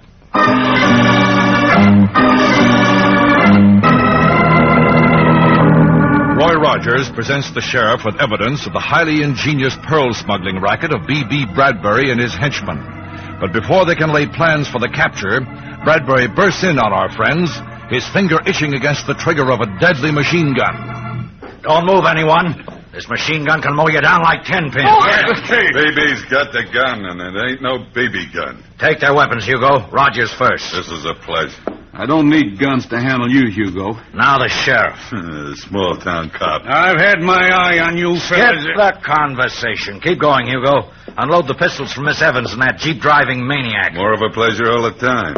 Think your friend's quite a fisherman, don't you, lady? Never you mind what I think. Watch it, Hugo. Yeah, Hugo, don't be impolite or I might turn Rogers loose on you again. Oh, Bradbury, I wasn't being impolite. Now, fella, I'll take your guns. I only carry one. All right, BB. They couldn't shoot their way out of a paper bag with the artillery they got left. Splendid, Hugo, splendid. Now, make sure there's room for 4 people in that big ice box Miss Evans is so proud of. Sure. I'll just toss the groceries out. Just a minute. That's not necessary. Oh, yes, it is, Miss Evans. I find that pearl smuggling affords me an excellent living, and I'm not going to have it interfered with. What do you think you're going to do, Bradbury? I'm going to put the 4 of you in cold storage. Now, Rogers, hand over that pearl. It belongs to me, you know. I don't have the pearl. All of us were admiring it, and I guess Pat has it now. Oh, have you? Yeah. It's darn near big enough to make a pearl horn button for Nellie Bell. All right, young man, I can handle this machine gun very nicely with one hand. Now, I'll catch the pearl with the other. Toss it over. What do you mean? You heard me. Toss it over and no tricks. Go ahead, Pat. Toss it.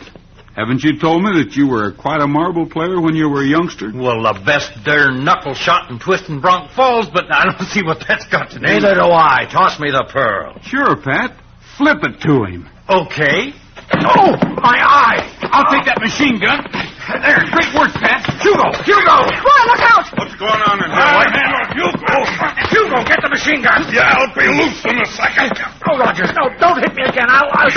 You'll do nothing, Bradbury. Look out, Roy. Hugo wrenched free. You hit me a lucky punch before, Rogers, but this time I'll... All right, come on. Careful, Roy. He's a brute. I've got the machine gun, Roy. And I've got our own guns. We won't need them now because here it goes. There. Took a little longer than before, but I got him. Roy, you were wonderful. Golly, Roy. Trying to hold that big fellow is like trying to hold a loco steer. Yeah. But neither of them will be so tough with handcuffs on. We'll pack them off to jail, and they'll be there for a long, long time. Better find that pearl, Pat. We're still going to need it for evidence. It's right here. It sure is a beauty. That knuckle shot you made was a beauty, too. I never quite believed those yarns about how you were a marble champion, but I'm convinced now. Why, anyone in Twist and Bronc Falls can tell you how good I was. Say, Dale, can I have the rest of the day off? Why, certainly, Pat. Why? Oh, I gotta go get Nellie Bell a new windshield. You know something? We haven't had breakfast yet, and I'm hungry. Well, you couldn't be in a better place if you want to eat. Say, how would you like to follow your cereal with some nice, fresh trout?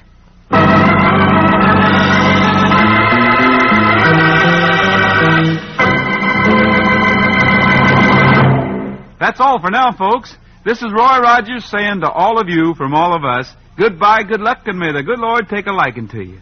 See you next week. Happy trails to you until we meet again. The Roy Rogers Show was brought to you tonight by Post Sugar Crisp, the cereal treat that's fun to eat.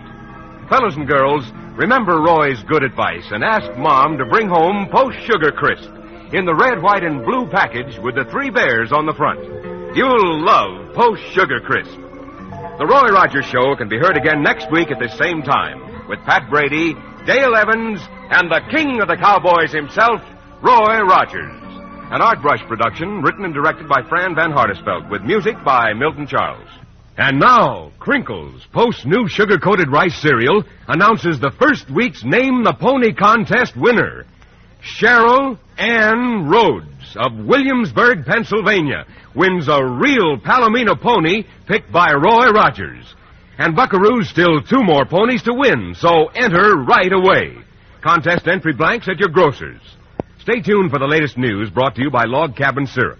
Featured in today's cast were Frank Hemingway, Joe Kearns, Ed Max, and Herb Butterfield. The script was based on a story by Andy White. This is Art Ballinger speaking for Post Sugar Crisp. Classic British comedy is up next with The Navy Lark.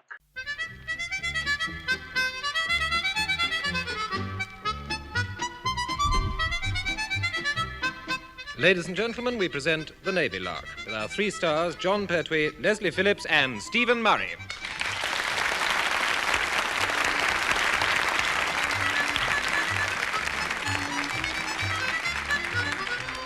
Chief, have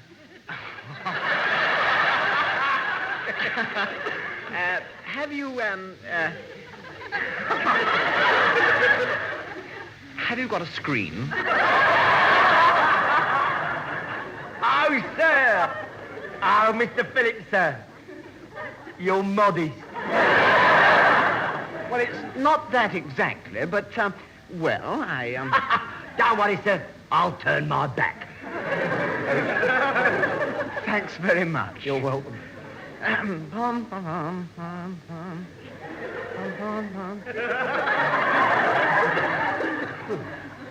You're not peeping, are you?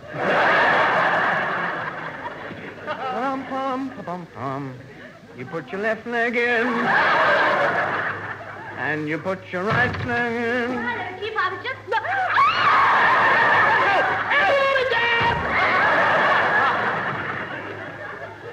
God, and bang goes our modesty. Isn't it marvellous? Now, why didn't Heather knock? Oh, well, she probably didn't expect to find sub-lieutenants trotting about and they're unmentionables. And if you'll pardon the liberty, sir, you've still got your left, leg. Oh, lummy, yeah.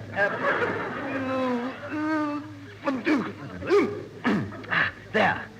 Well, Chief, how do I look?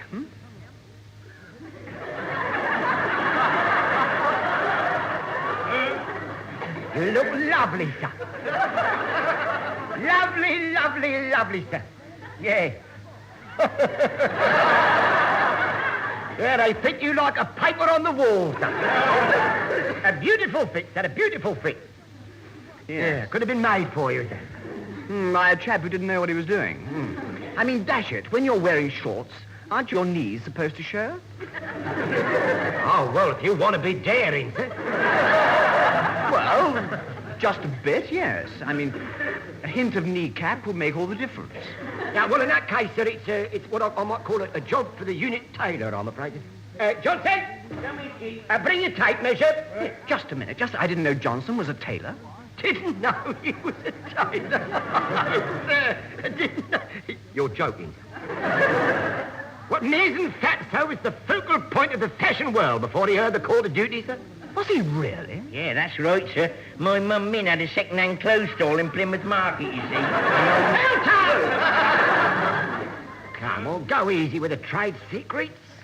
Mr. Phillips wants his shorts altered. Oh, say he does. That's enough. Giggle, niggle. Come on, measure the gentleman and otherwise cease. Righto.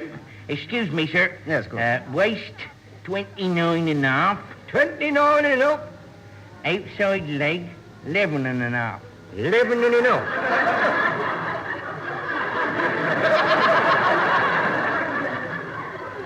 I've shrunk. I know I was taller when I left home. That's the length of the shorts, sir. Oh, I see. Yeah. Well, thank heavens for that. Yeah. Hips 32. Hips 32. And a half. And an half it is, sir. Now, that only leaves the inside.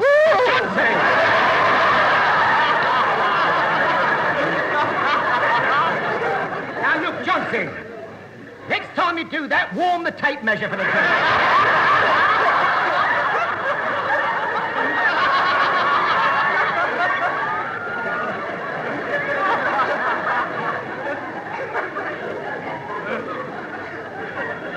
Pardon, I'm sure. Yeah. You might have done his knees, and unfortunate. All right, now, do you mind calling back for the fitting next week, sir? Oh, thanks, Chief.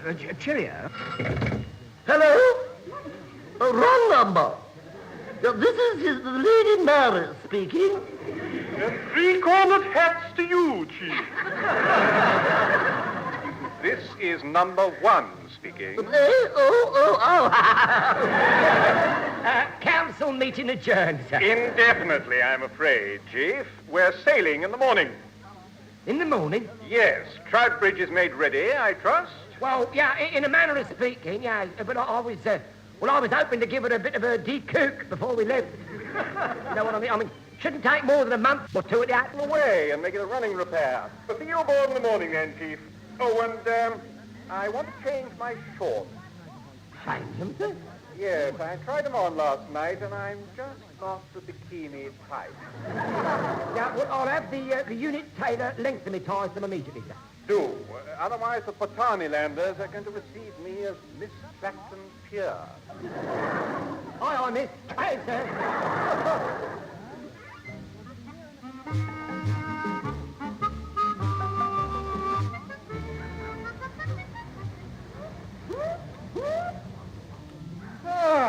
This is the life, all right. Most invigorating. We're even on course so far, aren't we, Mr. Phillips? Nearly, sir. Left hand down a bit.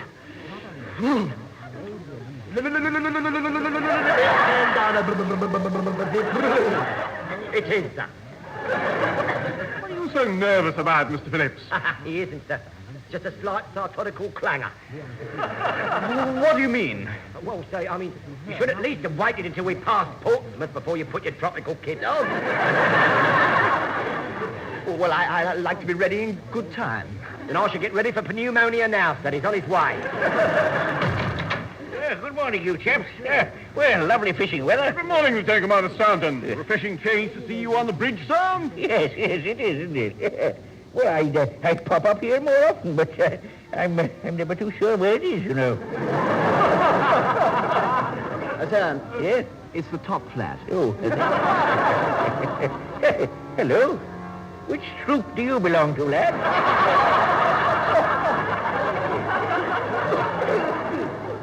Troop, sir? Yes, you're a scout, aren't you? No, sir. Jazzy Knees happens to be Sub-Lieutenant Phillips. Oh, yes. I should have known. Wise Alvin never stood for him. I wish you'd all stop talking about me as if I was a Ralph Reeder export reject. I'm sorry, old socks. You look jolly fetching. Jolly fetching. Here, number 1. We've got to go back at once. Hey, Sergeant. Come back, sir. What for? I've forgotten my waders, old fruit. Your waters? No, not me waters, me waders. Well, unless we reach Botany Land during the monsoon season, I doubt if you'll need them, sir. Oh, I don't want them for the weather, you dunderhead. I want them for the fishing. But you can't go fishing there, sir. But the waters are shark-infested. Not where I fish, old fruit. You can rely on it. There won't be so much as a tiddler. There never is. Well, in that case, sir, perhaps we could take a chance on your being able to borrow some waders when we get there. If it helps, Captain, sir, we've got a diving suit on board, you know. With that on, you could take the bait down with you and chase them with it. No, wouldn't do any good. The day I picked it, all be off their food. Well, I must get back to the Starn again. Got a rod out over the railings, you know. No, we didn't. But we'd had a bet on it. Well, nice to have seen you. By George, you've got a spanking view up here, haven't you? Don't bother to come to the door. I'll find my own way out. And that's the last we'll see of him until we reach Botany Land, I suppose. Yeah, and if you don't have a quick butcher's at the spanking view, Sub-Lieutenant Wisehouse, we shan't see Botany Land at all. What? We'll be parked in Gosport High Street, sir. Yes, but it's not allowed. Oh, yeah. Right hand up, left hand down. Left hand down. Straighten her up. Straighten her. No. Back a bit. Back. My knees are frozen solid.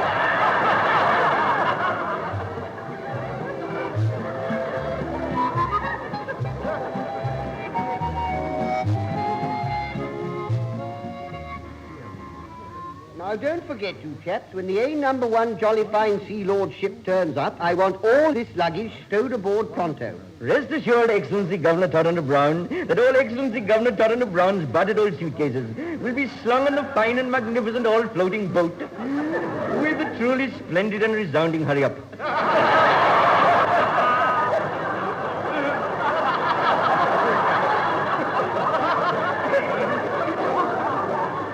Yes, well, you watch it with a chap's cricket bat, won't you? Now, don't you go chucking that about. It's only wood, you know, and W.G. once used it. Rest further assured that my friend and I will take great and especial care of your wooden W.G. My what?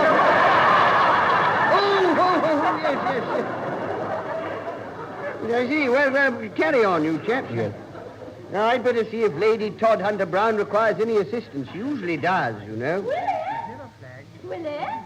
What have you got? Come in, my love. Who's I want, Willie? Yes. How are you getting on with your packing, my dear? Well, to tell you the truth, I haven't quite started. I wanted to do the important things first, so naturally I began by tidying up the bar.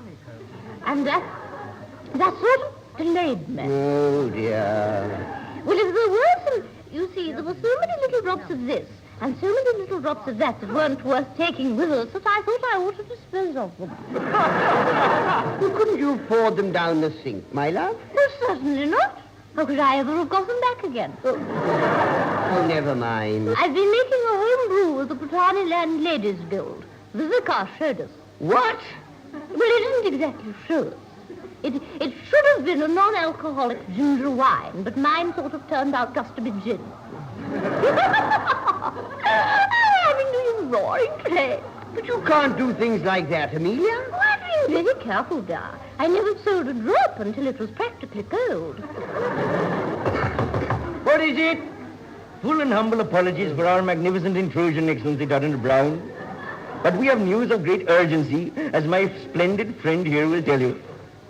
Here he is. Oh, yes, indeed. Nothing would give me greater A1 happiness than to speak up in fine old voice about this news of a great urgency, as my splendid here friend will tell you.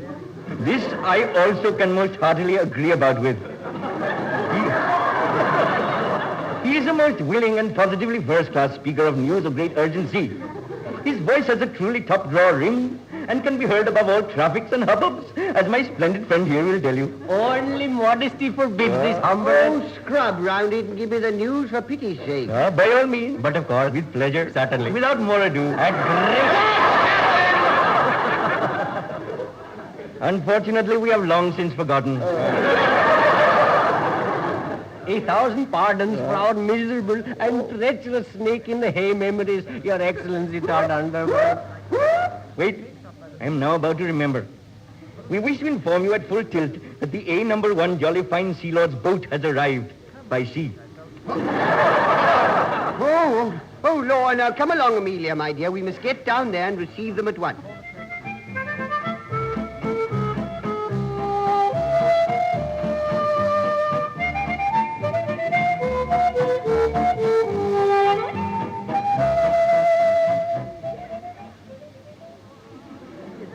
There you are, you see? They were all wrong. I got you here safe and sound. Yes, you did.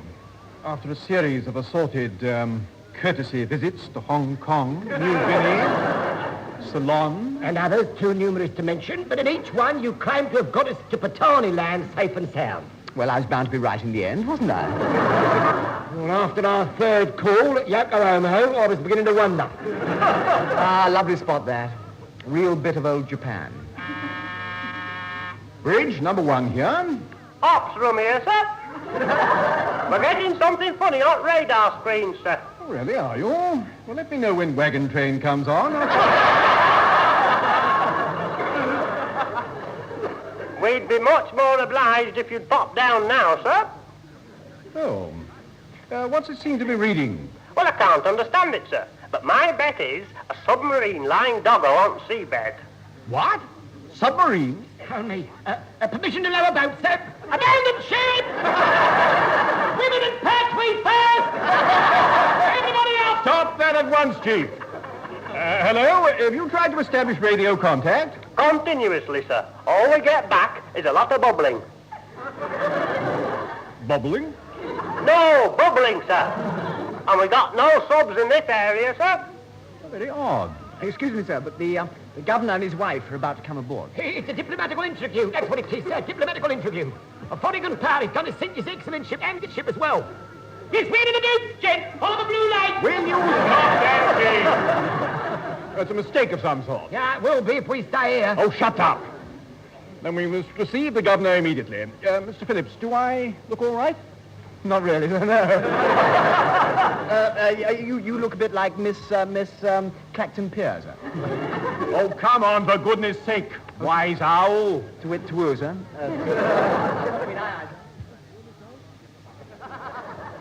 And may I say what a great pleasure it is to have you aboard, sir? Oh, not at all, not at all. Allow me to introduce my wife. Oh, how do you do, madam? How do you do? I named the ship. No, dear. This one's already been launched. Oh, good.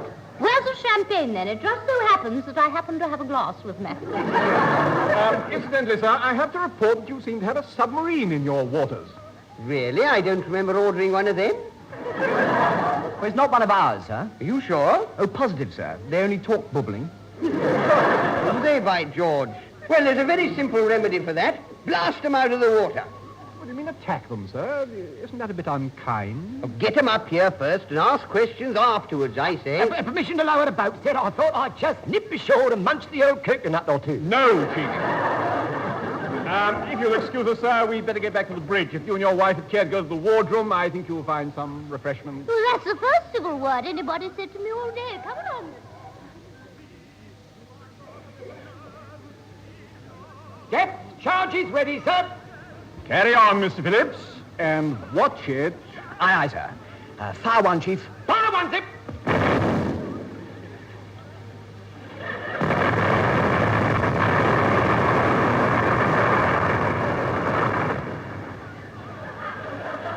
Oh, well, there goes government out.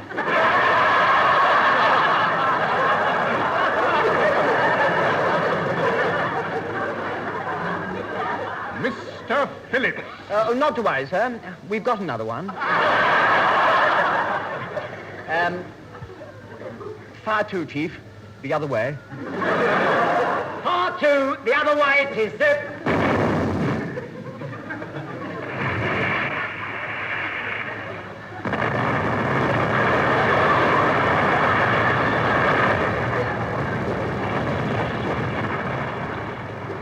Got it! You've got it, sir. Well done. Whatever it is. I say, look at all those bubbles. Something should surface any minute. Yeah, look. Look, here comes something now, sir. What the prizes is it? Who did that? Oh, come on, Oda. Who blew my helmet off? Come here. It's Lieutenant Commander Staunton. You're a lot of bounders. I was just going to bag a big fella, too.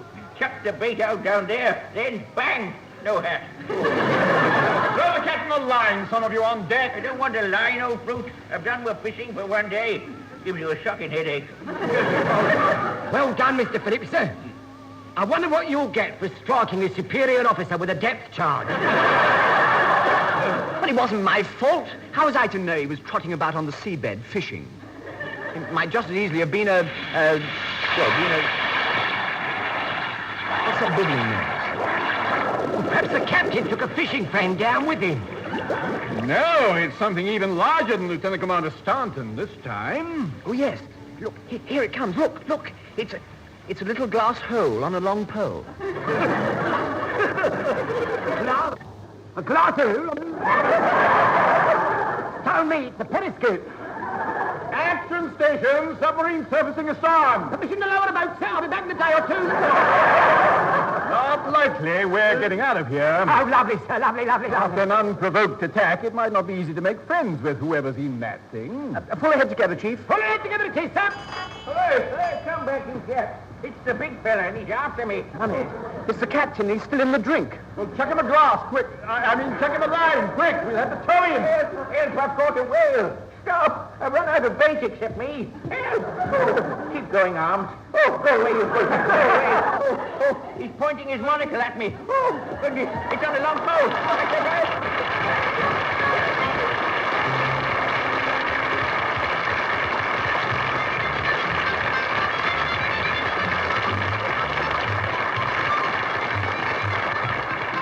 That was John Pertwee, Leslie Phillips, and Stephen Murray working their passage in the Navy Lark written by Larry Wyman. John Pertwee was the chief petty officer, Leslie Phillips was the sub-lieutenant, Stephen Murray was the number one. Commander Pertwee was played by Richard Caldecott, Sir Willoughby Todhunter Brown was Tenniel Evans, Lady Brown was Heather Chasen, and the two Patani Landers were played by Ronnie Barker and Michael Bates. The recorded production was by Alistair Scott Johnston.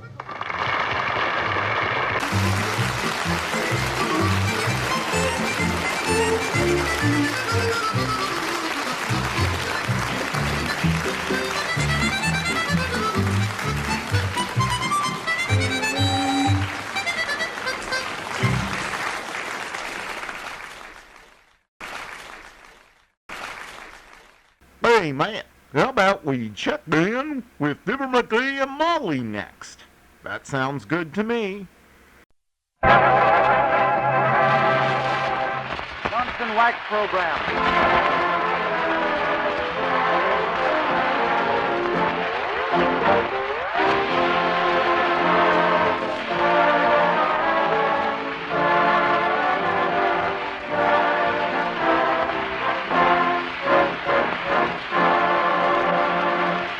Everyone, the makers of Johnson's Wax welcome you to another merry musical half hour starring Nyan and Jim as Fibber, McGee, and Molly with Rico Marcelli's orchestra. Marcelli opens the show with You're My Lucky Star.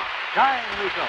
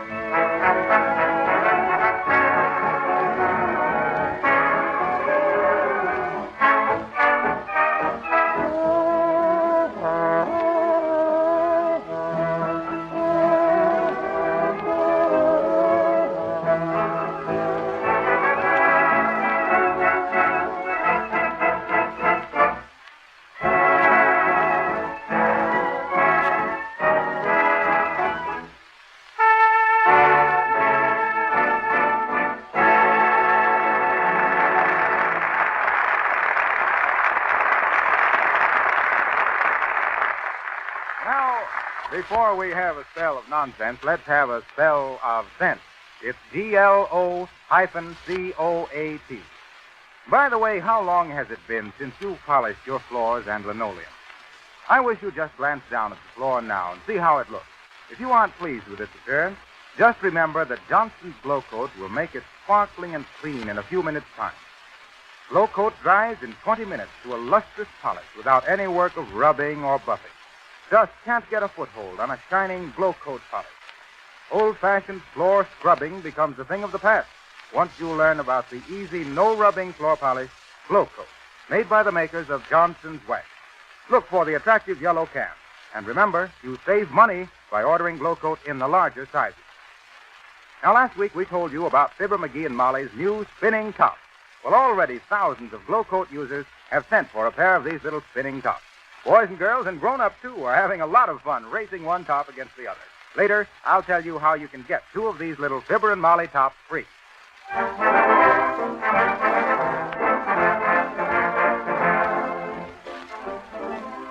Our scene tonight is a bus station. Early in the morning, Fibber and Molly are taking a little trip downstate to see Aunt Sarah. Passengers are scattered around the station, sitting and reading, sitting and sleeping, and just sitting. Among those reading, we find Fibber, Magee, and Molly.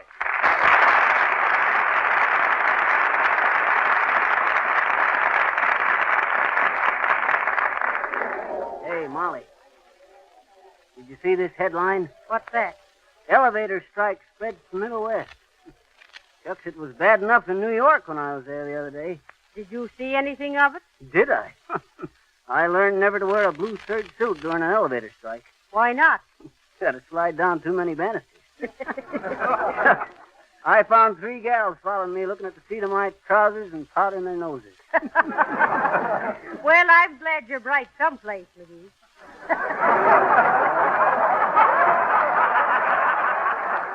You know, Molly, there was one building up there on the Park Avenue where all them la-di-da folks had to walk 20, 30 floors into their evening clothes. A bunch of social climbers. Yep, top hats, white ties, and tailed dragons. Excuse me, folks. Oh, certainly. What is it? You waiting to take the 318 bus? Did you just come in here to read the timetables, Bud? Magee. Don't pay any attention to him, mister. Yes, we're taking the 318. Oh, that's okay. I just wanted to tell you to keep your wits about you. Huh? What for, Bud? Well, don't look now, but I'm a detective for the bus line. Oh, heavenly days, a detective. Kind of a rumble seat dick, huh, Bud? Well, I just wanted to warn you to watch your valuables. You carrying much money with you? Oh, I'm carrying about 37. Magee. Why did you ask, Mr. Detective? Well, you see, we've had a few pickpockets on the bus lines lately, so I just thought I'd warn you. Of course, nothing will probably happen to you. It was real nice of him to warn us now, wasn't it, Magee? Oh, I don't know, Molly. I guess I can take care of myself. I'll never forget the last time a feller tried to pick my pocket. I carried his thumb on my watch chain for years. Rabbit foot. Another time I was riding the subway from Times Square to Bowling Green when Oh, hello there, Geraldine. Oh, hello there.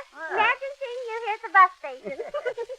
Gerald said he'd meet me here when I get off the bus, but I don't see him anywhere. Gerald says before we were married, he could always remember where to meet me. But now my station in life has changed. Isn't that just too inscrutable? Yeah. I mean, isn't it really? Yeah, but where did Gerald says it's getting so almost everybody in radio travels by bus. In radio? He says it's really just an old stooge coach. Isn't that ridiculous? I mean, isn't it really? Yes, it is. Gerald told me to take a long ride in a night bus and see how many people there are who can sit behind the driver and keep quiet. Gerald says drivers should pay more attention to the road ahead if there weren't so many people who rode behind. Oh, well, I don't suppose... Oh, and another thing Gerald said was so cute. I mean, really. Oh. I asked Gerald if buses had dining rooms on them, and what do you think he said? I don't know, but I'll bet it was dandy. Gerald said no.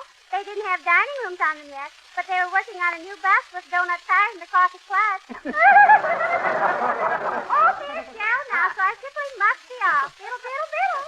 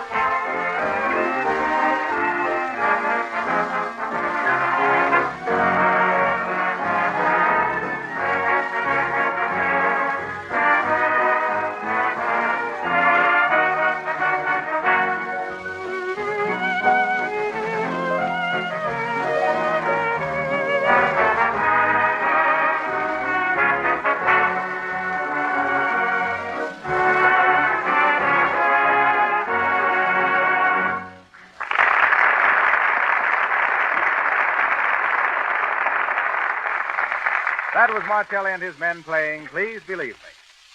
Now, back in the bus station, we find Fibber, McGee, and Molly watching the bus pull in. Come on, McGee, and hang on to your money. Or better still, let me carry it. Hey, what's the idea? Ain't I old enough to carry my own money? No. Getting into your pocket would be child's play, as the baby kangaroo said to its mama. I'd like to see somebody try to take my role. Hey, quit shoving there, you. What's that? Take it easy, brother. It's just me. Oh, it's the bus detective. Is this the bus to Jamestown? Sure. They're calling it now. All ready for the 318, leaving immediately for Schenectady, Elmira, Horse's Head, painted post in Jamestown. Please show the driver your ticket. All hand baggage must be stored in baggage compartment. Board, please. Up you go. Stop, Albany, Schenectady. All board. There you go. Atta, gal. There. My. Looks real comfortable in here, doesn't it, McGee? Yeah, you betcha, Molly. Oh, we come a long way since the old jitney bus. Watch days. your step, McGee. Oh! Whoa, excuse me, man. Dear, Oh, dear. Mrs. Tweedledee, excuse Why me. don't you look where you're going, cowboy? Well. If I wanted folks to stomp on my toes, I'd have put walnuts on them. Well, just can't go any place without some salesman trying to scrape up an acquaintance. So you'd better be careful, you masher, you, or they'll have to scrape you up. The last traveling salesman tried that. I slapped him so hard he thought he was riding in a planetarium. Now go and sit down, collegiate, and leave a girl to her dreams. Okay. Over here, McGee. Here's a seat. Okay. And we're off. Good. Now for a good rest till we get to Jamestown, Molly. You know, I always wanted to take me a long trip onto one of these buses. Oh, dear. Well, how about a little snooze, Molly? You look kind of sleepy. I am sleepy, McGee. I can hardly keep my eyes open. Me neither. Oh, dear. I'll never forget the time I was riding on the stage. All right, McGee. Good night to you. Good night, Molly.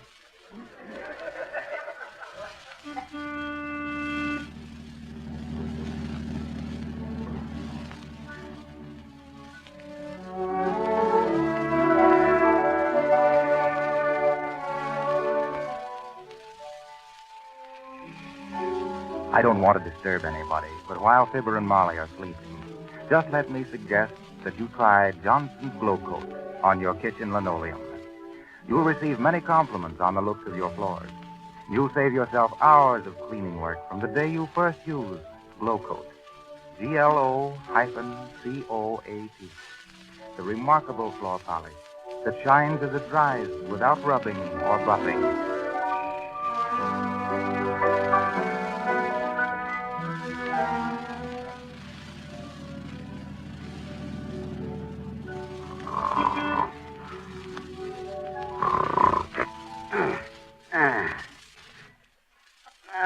Sure.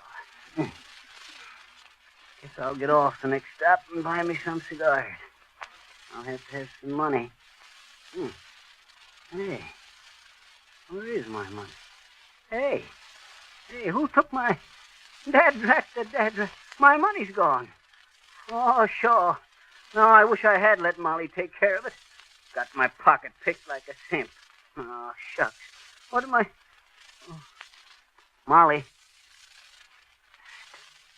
Hey, Molly. Sound asleep. Now what'll I do? I gotta get some money someplace. Hey, brother. What? What's the matter? Listen, have you seen anything of a pocket... Talk louder. Have you seen anything of a pocketbook about this? What say?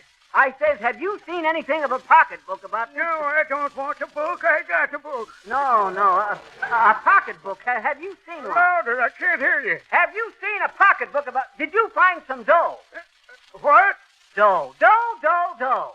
Well, if you can't sing any better than that, I don't want to hear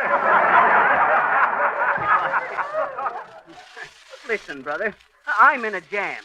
I gotta find... No, thanks, son. I don't smoke. Listen, brother, my name's Magee, and I just lost a wallet. A wallet with thousands of dollars in it. And what did the farmer's daughter say? What farmer's daughter? What say? Who's talking about a farmer's daughter? Well, I never been there myself, but they say it's just real pretty. Hey, listen. Oh, shucks, forget it. Go take a jump in the lake. Yes, sir, it certainly will. He's a card, that fella.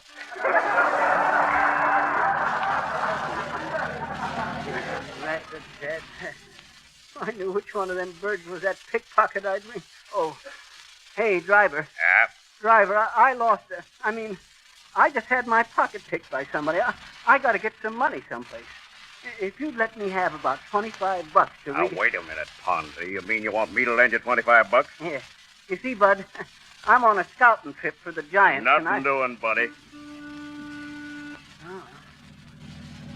Suppose I'll have to tell Molly. Whoop-hoo! Please, get off my back. I'm sorry, ma'am. Driver hit that curve so fast it threw me.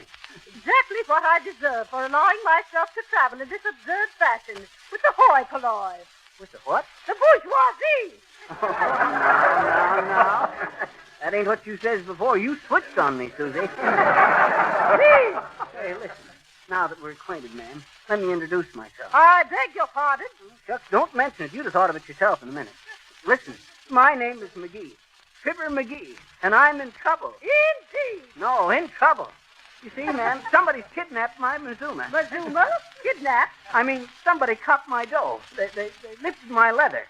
And I just can't go back to the White House and say, shucks, Frank, I'm sorry, but that dough you give me to buy them unperforated Guatemalan 5-cent stamps with, to make a long story short, babe, how about me giving you a 10-day note for about $25? So Why, how preposterous. Lend you money? I do not even know you. Well, did the United States know France? Please,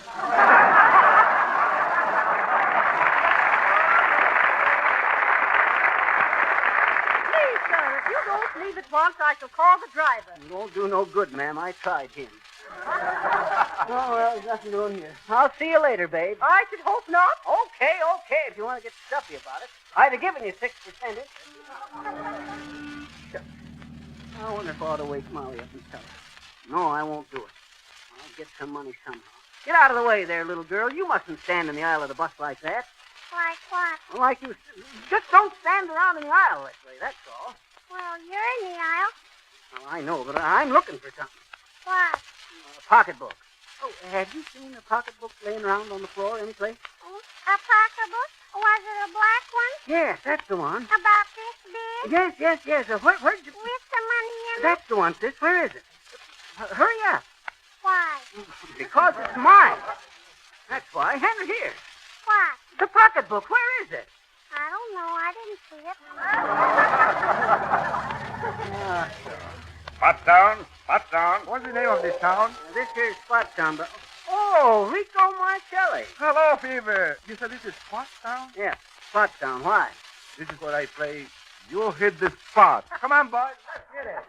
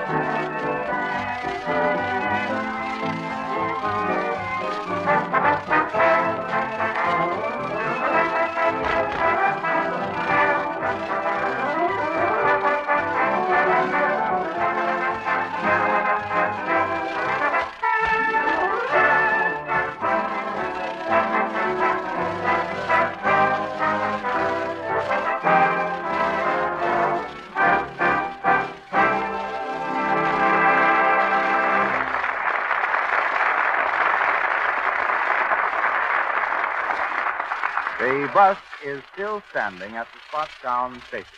The porter is just sweeping out the bus. Maybe he'll find Fibber's pocketbook. Listen. Hey, porter. Hey, boy. Yes, sir. Oh, Philly Watson. Hello there, Philly. Hiya, Mr. McGee. Hiya, Steve. You a porter for the bus lines now, Philly? Yes, sir. Why, boss?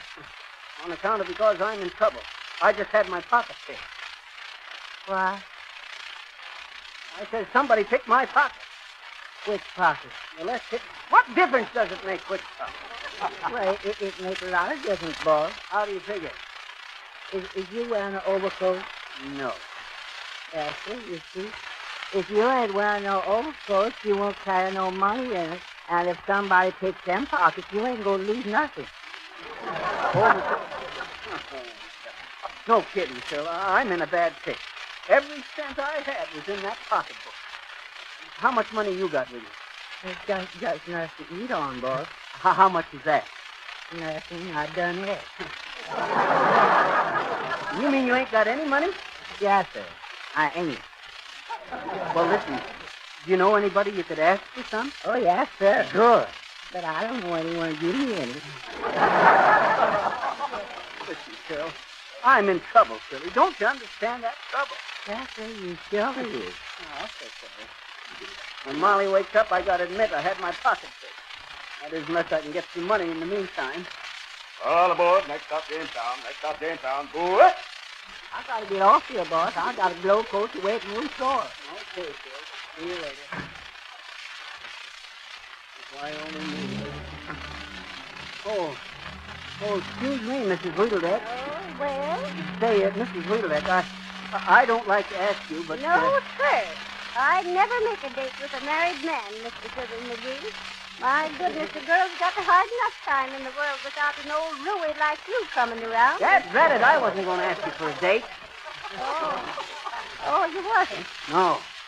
Listen, Mrs. Weedledeck, I'm in a kind of an embarrassing predicament. Have you got any money with you? Oh, money? Yeah. First you're out to damage your girl's reputation, and now you want money. You're just a gigolo, that's what you are. Oh, now listen, Mrs. Now you stop it. You go right back and sit down and behave. Excuse me, brother. I didn't mean to block the aisle. Not at all, my boy, not at all. Thanks, brother. Not a bit, not a bit. That's 2 bits, my boy, and 2 bits is good for one gilt-edged sheriff. But excuse me, my little fly-by-night. Allow me to introduce myself. You betcha. I'm the secretary and treasurer of the Little Angel Gold Mine Corporation. Tell me, my friend, are you a mining man? Well, I always... I thought so. Yes, indeed, a mining man. You have, if you will permit me, my friend, all the earmarks of the great outdoors. That is, if you like the great outdoors. You may think it's great outdoors, but give me an old easy chair and a pipe. 2 pipes, one for blowing bubbles. Yes, yes. I'm always blowing bubbles, my friend. Well, and out of these bubbles, I've viewed a vast fortune. Yes. Yes, a vast fortune. How can you do that? I've often wondered. Now, the Little Angel Gold Mining Corporation, my friend, and this, I may add, is entirely confidential. Yes, entirely confidential, is issuing a small quotation of special preferred stock in the Little Angel Gold Mine. Why, my friend? Excuse me, my friend. Certainly, my friend. Listen, my friend. My name is Fibber McGee, and I just had my pocket picked for quite a sum of money that I was taking out to begin operating on an oil well project myself. Oh, yes, oil. A fine business, oil. One of my favorite occupations. Getting out the old oil. Yes. I should say so, yes, indeed. Listen, as I say, I just had my pocket picked of about $15,000. $15,000, eh? Quite a tidy sum. Oh, I don't know. Ain't the money so much as it is being took for a jump.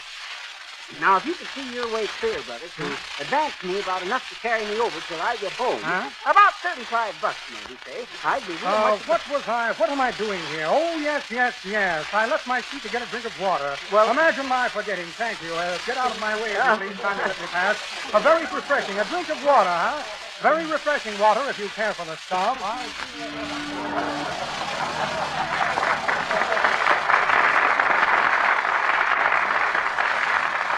Well, I guess there ain't nothing to it but to tell Molly. Jamestown next. Jamestown. Molly, Molly. Hey, Molly, wake up. Wake up. We're pretty near there. Oh, pretty near where, McGee? Jamestown, Molly. And say, my. Slipped like a log, McGee. I know. But, Molly, I want to tell you something, Molly. What is it, McGee? What's the matter with you, anyway? Well, shucks, I hate this. Well, it wasn't my fault. What wasn't your fault? Jamestown. All out. End of the line. All out for Jamestown. Shall we call a cab or walk, McGee? Might be more healthy to walk, Molly. But as I hate to admit I'm a chump, Molly, but as I... Heavenly days, McGee, what are you talking about? Well, you know what that detective told us about pickpockets, Molly. Yes. And that reminds me, McGee. Huh? Here's your pocketbook. What? I took it out of your pocket whilst you were sleeping. Huh? I was afraid you'd lose it. Now, what was you saying?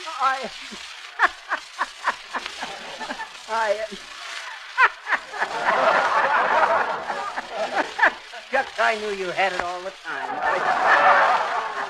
Come on, let's call a cab. Let's call 2 cabs, one for each other.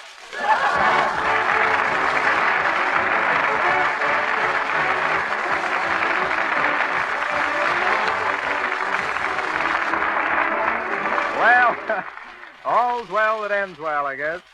And now I want to tell you more about these new Fibber, McGee, and Molly spinning tops. On one top is a picture of Fibber, and on the other, a picture of Molly. They spin as long as 90 seconds just by a twist of the fingers. Every boy or girl who sees these little tops wants to own a pair of them. And we found that grown-ups enjoy these Fibber and Molly spinning tops just as much as the children do. Now, here's the way to get them free. Buy a can of the wonderful no-rubbing floor polish Glow Coat, pint size or larger. Lay a thin piece of paper over the face of the can and trace the letters Johnson's Glow Coat. Send your tracing of the 2 words Johnson's Glow Coat to Fibber and Molly in care of this station, and you will receive 2 of these clever spinning tops free. Trace the lettering with pencil if you prefer. No fancy artwork is required. But the tops cannot be sent unless you make your tracing from an actual can of Johnson's Glow Coat.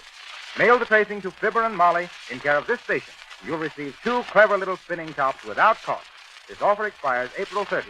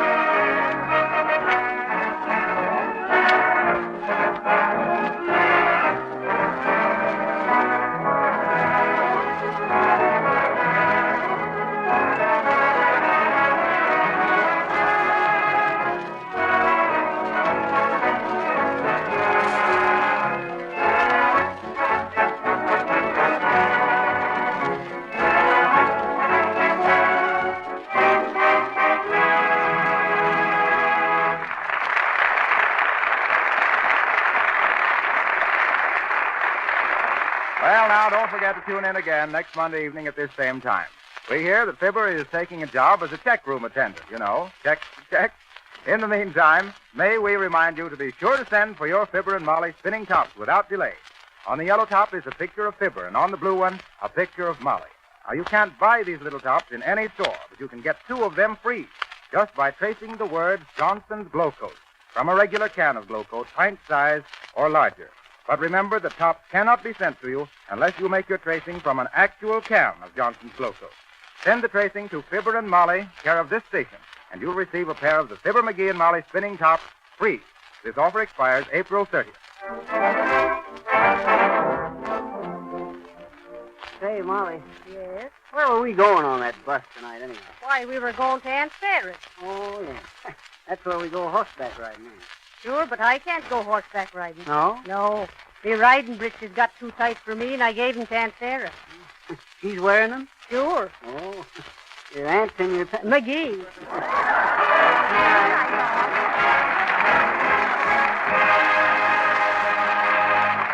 Your announcer is Harlow Wilcox. This is the National Broadcasting Company. You've been listening, friends, to WLS, the voice of Prairie Farmer, Chicago. Leaving you now until tomorrow morning at 5 o'clock Central Standard Time. You will immediately hear from station WENR. Prairie Farmer bid you all good night. Good evening. This is WENR, the voice of service, Chicago.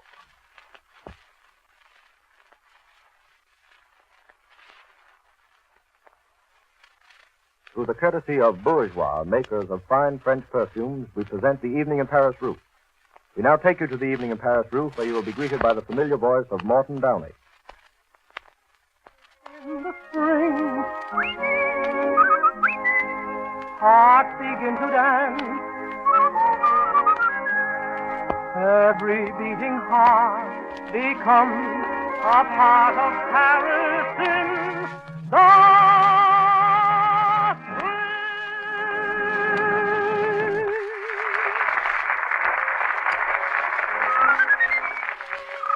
Good evening, ladies and gentlemen. This is Ben Grau speaking from the... It's elementary that Sherlock Holmes is up next on nightly old-time radio shows.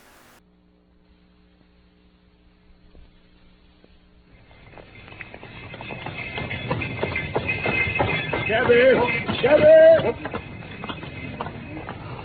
Capital, my dear Watson. Let us return to our humble abode. 221B Baker Street, please, Cabby.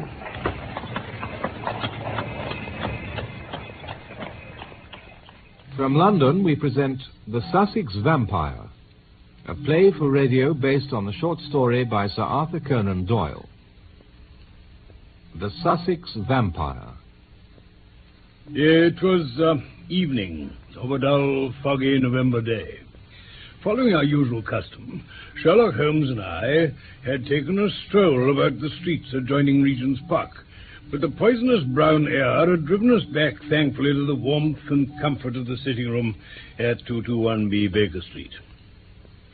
As I stretched out my toes to the welcoming blaze, Holmes read carefully a note which the last post had brought him.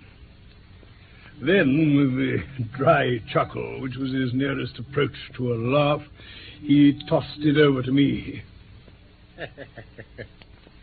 For a mixture of the modern and the medieval, of the practical and the wildly fanciful, I think that is surely the limit. What do you make of it, Watson? Let's see. 46-Old Jury, November the 19th. Sir, our client, Mr. Robert Ferguson of Ferguson and Muirhead Tea Brokers of Mincing Lane, has made some inquiry from us in a communication of even date concerning vampires? Go on. As our firm specializes entirely upon the assessment of machinery, the matter hardly comes within our purview, and we have therefore recommended Mr. Ferguson to call upon you and lay the matter before you. We are, sir, faithfully yours, Morrison and Dodd. The postscriptum to that letter, which you failed to read out, my dear Watson, sorry, advises us that the gentleman himself will be calling upon us at 10 o'clock tomorrow morning. Oh? I fancy he may be able to throw some light upon what is worrying him. Hello, Watson. You don't look quite the man you did when I threw you over the ropes into the crowd at the old deer park. Ferguson, it's you. Aye. Well, I never for one instant connected the name. It's Big Bob Ferguson, Holmes. Oh, how do you do? How do you? Finest three-quarter Richmond ever had. In those days I played for Blackheath. Watson, you amaze me. There's no limit to your versatility. You could scarcely picture me playing rugger as you see me now, Mr. Holmes. Nor Watson, I fancy. But pray sit down, Mr. Ferguson, and tell us what brings you to us. Thank you. Now, may I ask where you live? Lammerley, Sussex, south of Horsham. The house is called Cheeseman's. I know that part pretty well. Full of old houses called after the men who built them. Audleys, Harveys, Cannitons. Cheeseman's. Yes, that's so, Watson. But I'm not here on my own behalf. Oh? No, I'm acting for a friend. I see. Pray let us have the particulars, then. Yes. This gentleman married some 5 years ago a Peruvian lady. He'd met her during a business trip to South America. She is very beautiful, but, well, what with her alien ways and so on, it seems as though there are sides of her character that he can never hope to explore. In short, he's come to regard their union as a mistake. I see. She remains as loving and devoted a wife as a man could wish for. But at the same time, she's begun to show some curious traits, quite unlike her general nature. Of what kind?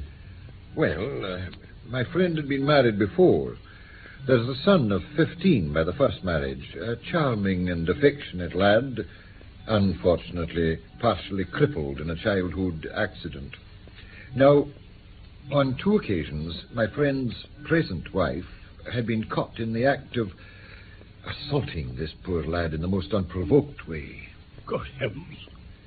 There's also a child of the present marriage, a dear little boy, just under a year old. On one occasion, about a month ago, this child had been left by its nurse for a few minutes. A loud cry from the baby called her back. As she ran into the room, she saw her employer, my friend's wife, leaning over the baby and apparently biting its neck. Horrible. There was a small wound in the neck from which a stream of blood ran down. The nurse was so horrified that she started to call for the husband, but the lady implored her not to and actually gave her £5 to keep silent. Pray continue, Mr. Ferguson. As you can imagine, this made a terrible impression on the nurse's mind, and she began to keep a close watch on her mistress. It began to seem to her that even as she watched the mother, so the mother watched her, and that every time she was compelled to leave the baby, the mother was waiting to get at it.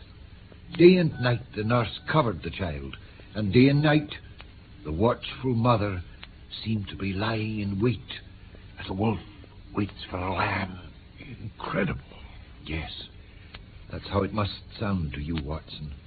Yet I'm not exaggerating when I say that a child's life and a man's sanity may depend on it. My friend well remembers the day when the nurse's nerve gave way and she told him everything. To him, it seemed as wild a tale as it may now seem to you. He knew his wife to be a loving wife and a loving mother. Then why should she assault her stepson and wound her own dear little baby? He told the nurse that she was dreaming, that such libels upon her mistress were not to be tolerated. Whilst they were talking, a sudden cry of pain was heard. Another? Nurse and master rushed to the nursery together.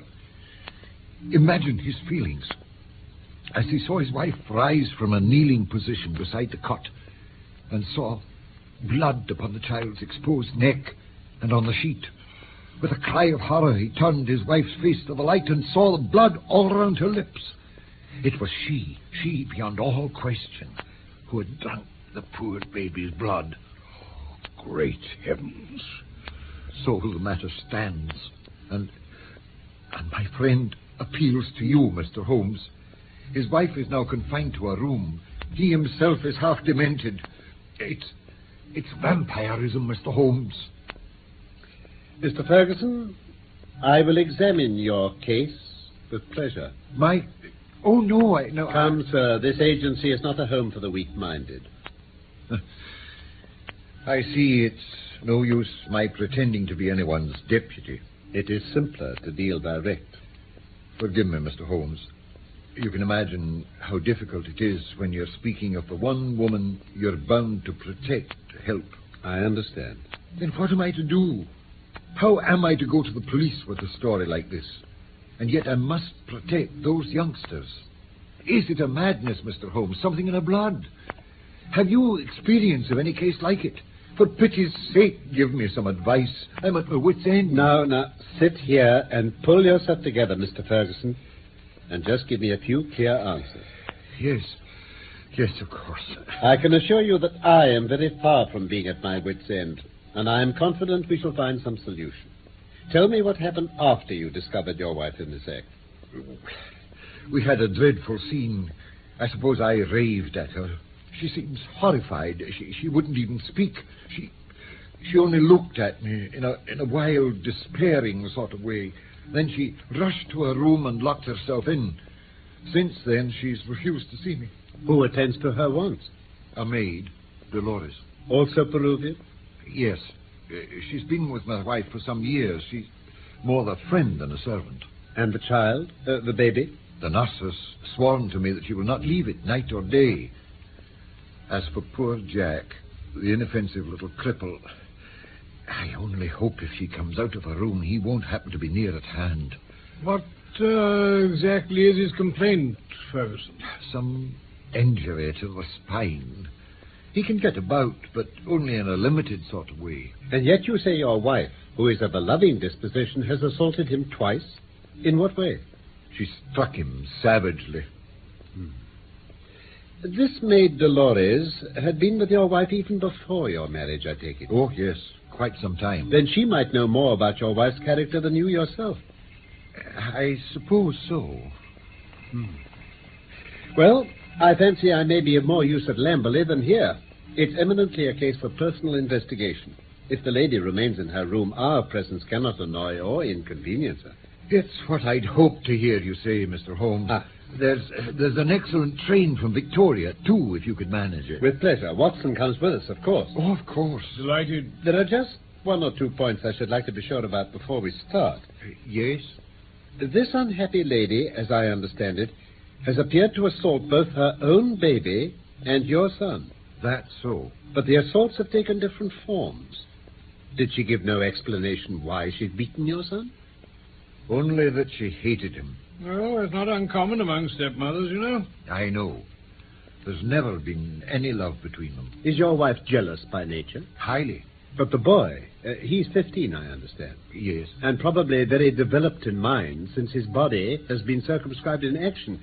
Didn't he explain the assaults? He could find no reason. I see. No doubt you and the boy were great comrades before this second marriage. Oh, yes, indeed.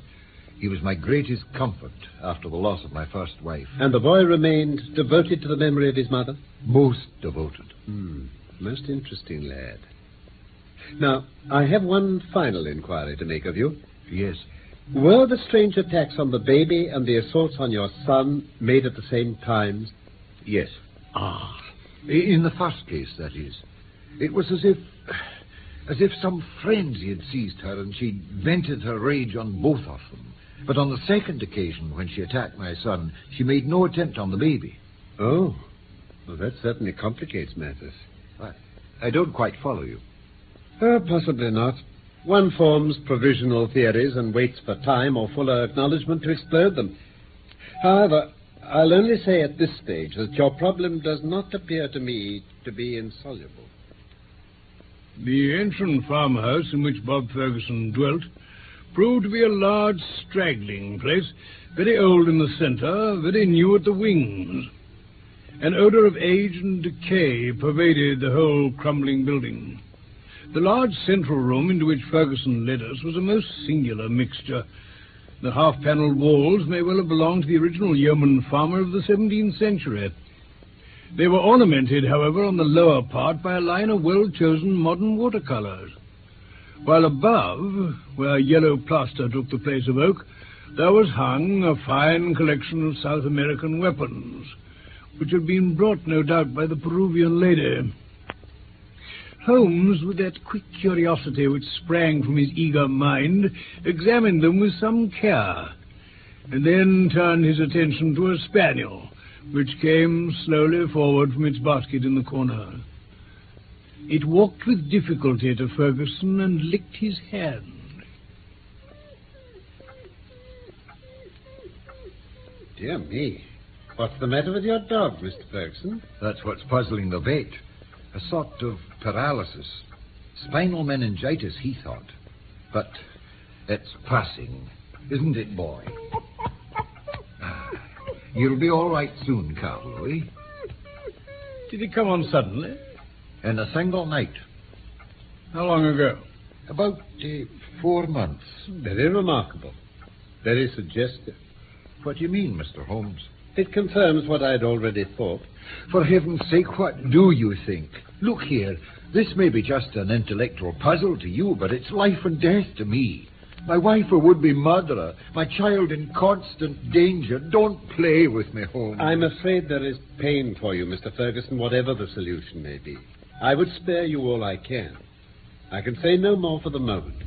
But before I leave this house, I hope I may have something definite. Well, please God you may. I ask your pardon, Mr. Holmes. Now, if you'll excuse me, gentlemen, I'll go up to my wife's room and see if there's been any change. Come on, Carlo.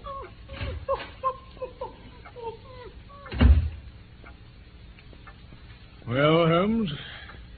A charming old room, Watson. Just look at those oak beams. Magnificent. Holmes? See that iron fire screen? 1670. And all these fascinating weapons and trinkets. A most interesting collection, my dear Watson. Holmes, I do wish that you... You, sir, please. Me, yes. You are doctor, sir? I am. Oh, my mistress very ill. She no want food, very ill. She need doctor. You are Dolores? Si.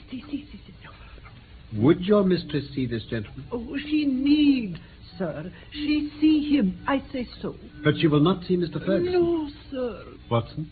Yes, of course, I'll go. It'll be of any use. Oh, sir, I thank you 1,000 times. You follow me now, sir, quick. Oh. She like that one day, 2 days, I'm afraid she'd die. Dolores,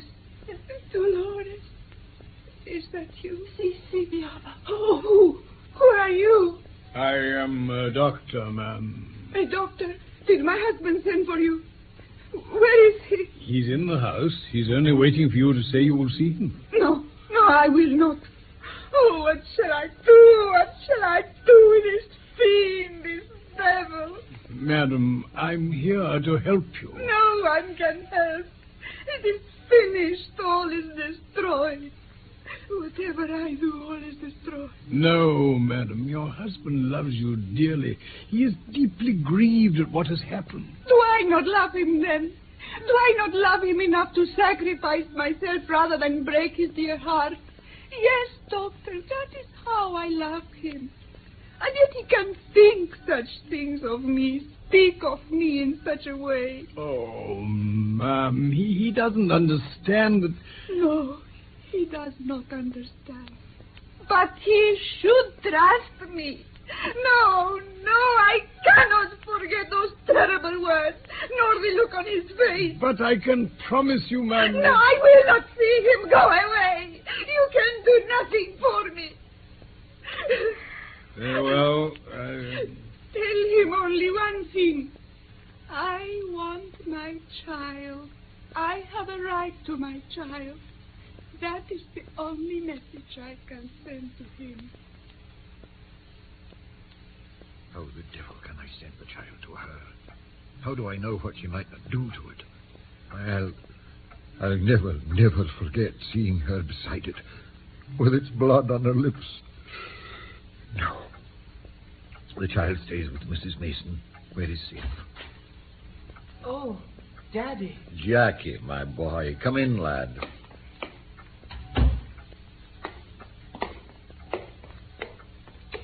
I didn't know you were home yet, Daddy. I'd have been here to meet you. Now, that's all right, old chap. I came home early because my friends, Mr. Holmes and Dr. Watson, have come to spend an evening with us. Hello, Jackie. Is that Mr. Holmes, the detective? None other, my boy. How'd you do, Jackie? And what about your other child, Mr. Ferguson? Might we make the acquaintance of the baby? Come in. Oh, I beg pardon, sir. No, wait, Mrs. Mason. Don't go. Very good, sir. I just brought baby for his good night, sir. I didn't know you was engaged. Here he is, Mr. Holmes. Your request attended to in an instant. Now, isn't he a fine little fella? Grand little chap. Mr. Holmes. Holmes! What do you think of him? Huh? Oh, my word. Yes. Yes, he's father in miniature. Do you think so? Hey, Watson? Well, yes, without a doubt, Holmes. Well, Jackie, I'm sure you like your little brother. Jackie has very strong likes and dislikes. Luckily, I am one of his likes. Am I not, lad? You know you are, Daddy. Thank you, Mrs. Mason. That'll be all. Thank you, sir. Good night, little one. You'll keep him safe. You can count on me for that, sir. Dear little thing. Fancy anyone having the heart to hurt him. Quite. Now, go along, Jackie. These gentlemen and I have important matters to discuss. All right, Daddy. Don't be too long. No, I won't.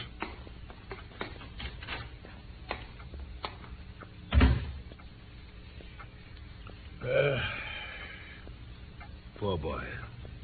Mr. Holmes, I'm beginning to feel that I've brought you on a fool's errand. Oh? What can you possibly do, save give me your sympathy? This whole affair must appear most exceedingly delicate and complex. It is certainly delicate, but I haven't been struck up to now with its complexity. Have you not? It's been a case for intellectual deduction. But when this intellectual deduction is confirmed point by quite a number of independent incidents, then we can say confidently that we have reached our goal. Reached our... I fancy so. I had, in fact, reached it before we left Baker Street. The rest has merely been observation and confirmation. For heaven's sake, Holmes, if you can see the truth in this matter, don't keep me in suspense. What's it all come to? What shall I do about it?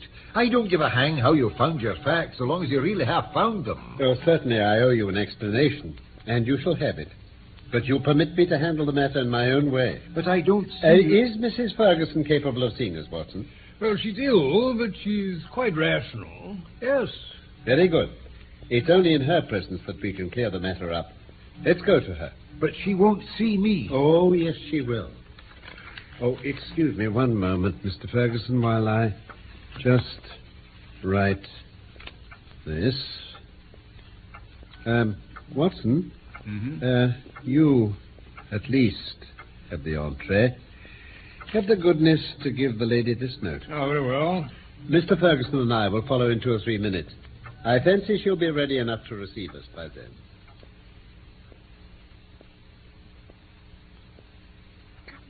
Come in, gentlemen. Please, come in. My mistress will see you. Darling. No, do not come near me. But, Holmes... All in good time, Mr. Ferguson. Oh, I think we can dispense with Dolores. No. She must stay or you must go. Oh, very well, madam, if that is what you wish.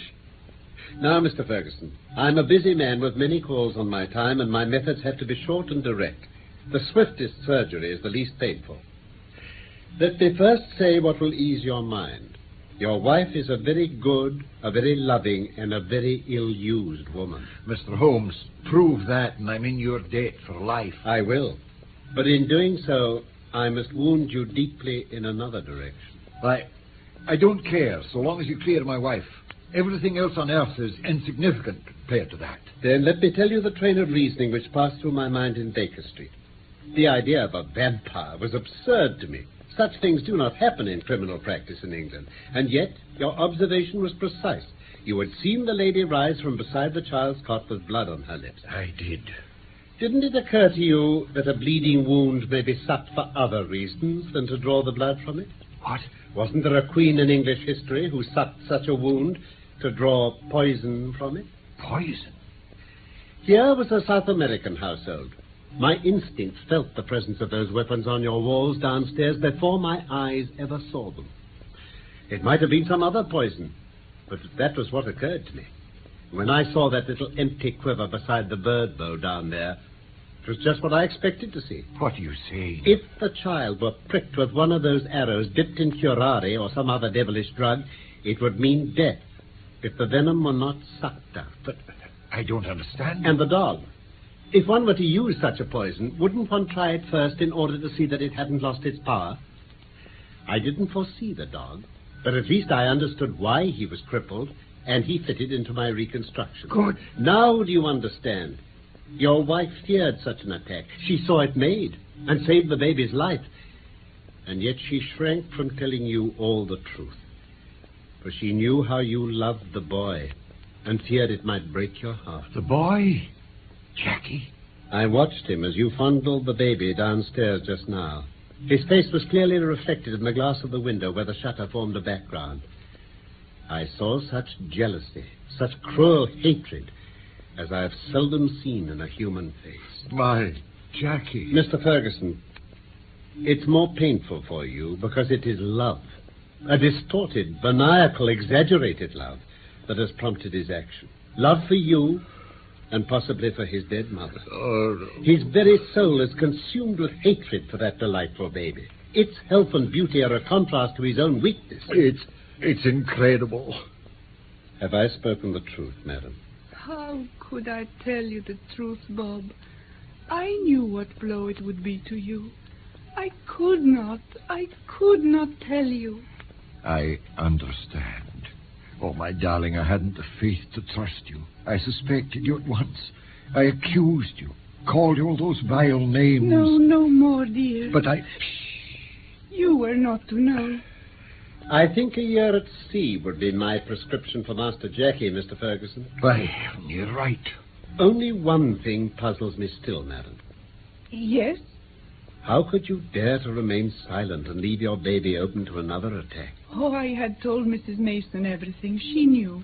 Ah, I thought as much. My darling, what a dreadful experience for you. And you. I did not know what to do. Oh, amore. There. Now, it's all over now. I quite understand. Watson, this, I fancy, is the time for our exit. If you will take one elbow of the too faithful Dolores... What are you doing to me? I will take the other. I think we may leave your friend and his wife to settle the rest between themselves.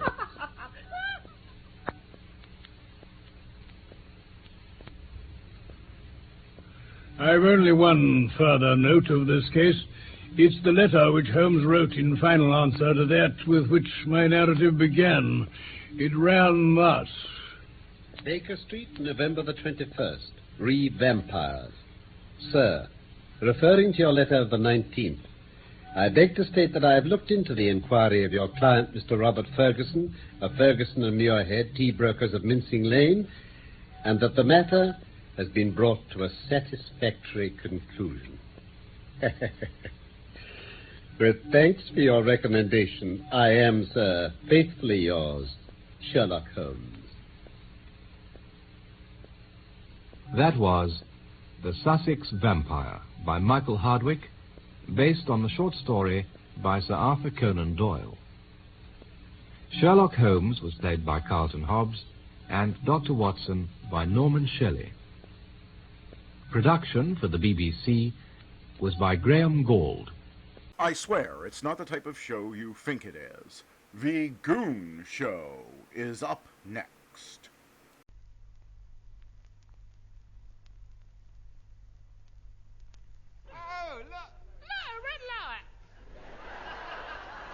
This is the BBC Home Service. Yeah, the genuine antique. And a talking one.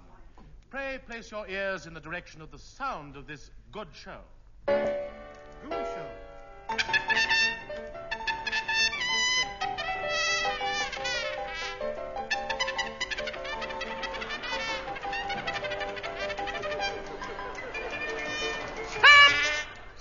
That's not the all-leather Goon Show. No, sir.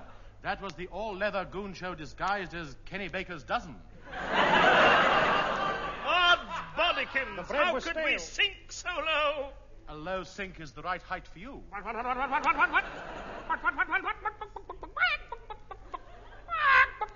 I've gone broody. Any more mouth talking from you and I'll strike you down, sir. Master Neddy, that will lead to deportation. But think of the prestige. Very well, I shall go over there and think of it. Oh, he's quick. Pardon me, short sir, but what is that on the pavement? Gad! It's the friend of man. A pound note. No, not that. Next to it. Oh, that's a piece of junk. I saw it first. What? Hey, what? Nonsense. It was nearer to me than you, and you were further away. I tell you, dear tightly packed fellow, that reeking piece of junk is a family heirloom. It belonged to my reeking grandmother. Capristi basilica daughter. I vouch for the truth of my friend's lies. Gad, it's my dear balding friend, Count Jim Tin Thighs Moriarty. Thanks to your timely intervention and bleached underpants, that piece of junk stays in the family. Kindly insert it in this fur-lined envelope and have it valued. Valued? Valued. Thinks. What's so valuable about a piece of junk? I can't take chances. I tell you that piece of junk is mine. No. Mine, I tell you. Mine. Give it back to me, or I'll set this wardrobe on you. Dear heavily blotter-outer of... Do it again. I'll give you the cue in. You're going to read it again, folks. I'll set this wardrobe on you. Dear heavy blotter-outer of landscapes. Well done. It's the brandy, you know. If you wish to contest the ownership of this rare junk, here is my address. And so saying, he pointed north. Farewell. See you later, incubator. In a flash, in a trice, nay, in a thrice, Neddy instructed his lawyer to contest a man pointing north riding a water buffalo. I therefore announce the case of the piece of junk, part 2.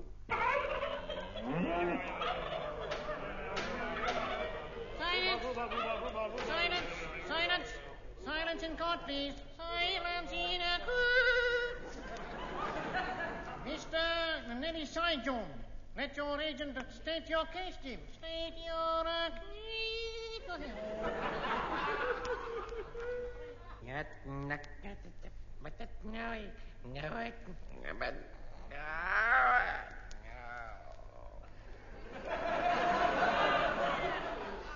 It's a filthy lie! It's a clean lie! Hold it up to the light and see for yourself. My Lord Justice Briggs, my client, Mr. Nellie Sealoon, claims that at noon on the 10th of January, he espied on the King's Highway a portion of junk. Oh, Jim, we live in an age of wonders, folks. An age of wonders. It's a filthy lie. A stinking, filthy lie. It's a foul lie. The dear Count is going to lose us this case. I am forced to use brick or nut procedure. You're all in the pay of the Germans. It's a dirty Spanish. My lord, my client has been taken ill with head. Therefore, we rest on the grounds of homo naufragium adero tatandum procliveran scarapathulore calorum. Mr. Seagoon, what is the value of this piece of junk? It's not the value, it's the principles are. Then what's the value of the principal, sir? My lord, may I tell a story? Moriarty. Yes, buddy. Beguile their suspicions with a viola. I got a new D-string on. My Lord Justice Briggs, members of the jury. That piece of junk no gold can buy. Ah, me, no, my lord. That junk has only a simple sentimental value. Yes, but that sentimental value is worth money. Money! You're not fine. You're in the pay of the Germans. I want money. Money into you. Ah! My lord, with lumps appearing on my client's head, The defense rests. Will the clerk of court strike those lumps from the record? Strike them from the record. Now, will the Crown state the case? State the case. My lord! Oh! My lord, the piece of junk being found on the King's Highway, it is declared treasure trove.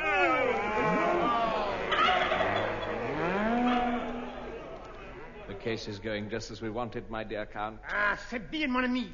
Speak English, you ignorant swine. Now, my lord, I appeal against the light. Out, out leg before trousers. The stumps were drawn, the case closed, the lights dimmed, and slowly the great fireproof Max Geldray was lowered from the roof on a rope. Round the back for the old brandy again.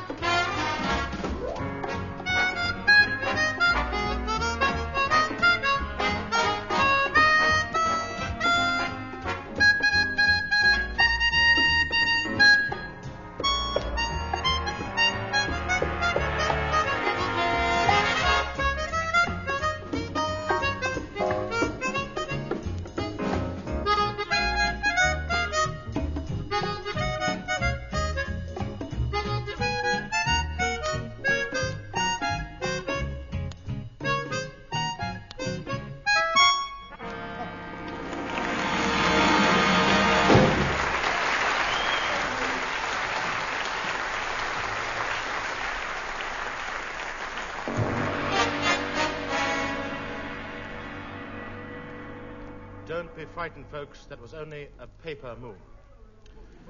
The Junk Affair, Part 2A. The time, might. In the cellars beneath the House of Commons, two masked men wearing leather wigs are tampering with the Bank of England's official wooden safe.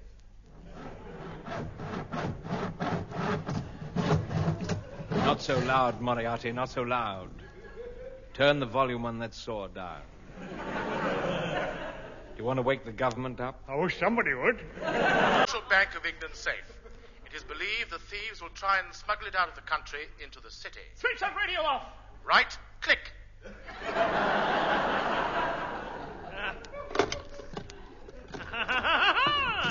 That junk must have been valuable. Yes, you phoning me? Yes, hello? Yes. Is that a well-known city stockbroker? Yes. Harold Cupboard Jr. Cupboard? Yes. How are your drawers covered? You How are your devil. drawers covered? How are you? That's not a silly joke. Listen. You appear to have it already. Do me a favor. I'm doing you one. This is laugh, etc. Listen. What? Do me ear. Can I get in here? I- 5, look, my lord. Listen! I want you to buy me as much junk as you can. Oh, that should be easy. The shops are full of it. Splendid! Then buy me all the junk you can. Yes. Never mind how much you buy, but buy. Bye-bye. Maniacal laugh. Greenslade, hand him my speaking trumpet whilst I tell the listeners my plan. Hello, folks. Calling folks.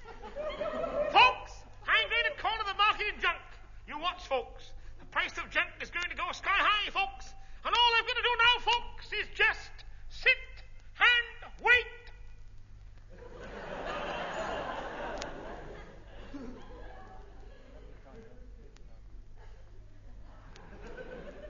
The silence you hear is Mr. Neddy Seagoon sitting and waiting. Or, if you wish, waiting and sitting, which is merely sitting and waiting in reverse. As good as any time for the junk affair, part 3. Hello, folks, I'm back again. Calling folks, I'm back again, folks. Folks, with my stockbroker buying all the junk he could, folks, I went to purchase a warehouse for it, folks.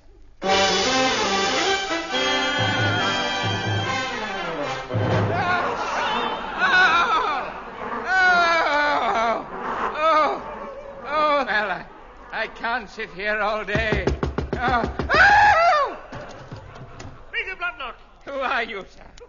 Reading from left to right, I'm Ned Seagoon, the junk millionaire. Area nilin knumek knuagis demi.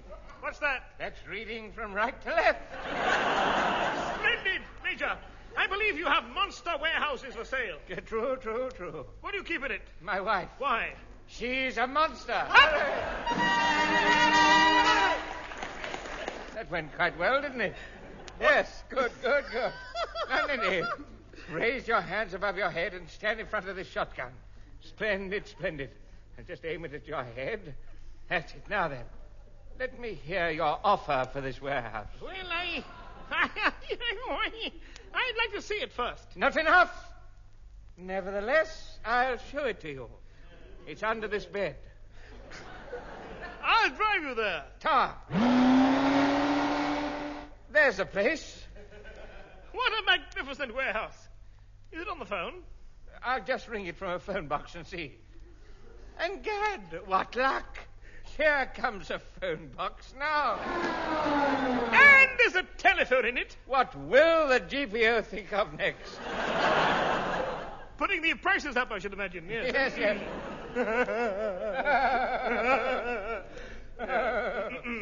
Now, let us phone up this warehouse. WAREHOUSE.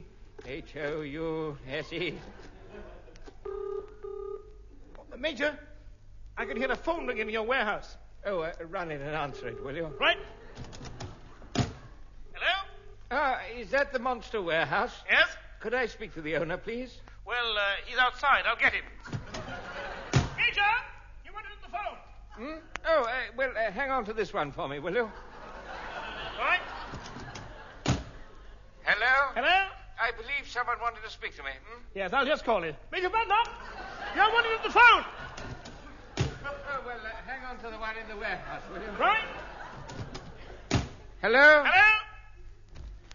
Is that the monster warehouse? Yes. Could I speak to the owner, please? Well, he's outside. I'll get him. Major, you wanted on the phone. Oh, hang on to this one for me, will you? Right. Hello? I believe someone wanted to speak to me. Oh, yes, I just called him. Major Bloodknock, you wanted on the phone.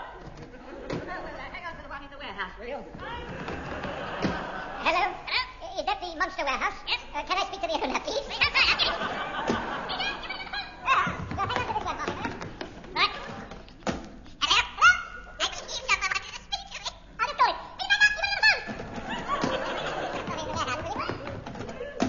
This jolly little party game is now available in the large 3-ton family size, complete with a pair of plastic telephones, 2 inflatable idiots, and a small brown loaf, not forgetting Ray Ellington. Right, lads, round the back for your brain. Man, that chicken will come to no good. Don't burn me up with anything else but kisses. Don't lead me on to anything else but love. Don't get me wrong, but honey, just come and get me. Don't burn me up with anything else but love. Don't hold me back. Oh, honey, just hold me tighter. Don't play around. Don't play around, my darling. Don't burn me up with anything else but kisses. Don't make me cry, except to cry for more. Oh, I told you I loved you and I meant it. I gave you my heart and rent it. And now that you own me, baby, you know why. If you ever leave me, I die. Don't take me in, but take me in your embraces. Each day and night, you know what I'm dreaming of, yes. Don't burn me up with anything else but kisses. Don't burn me up with anything else but love.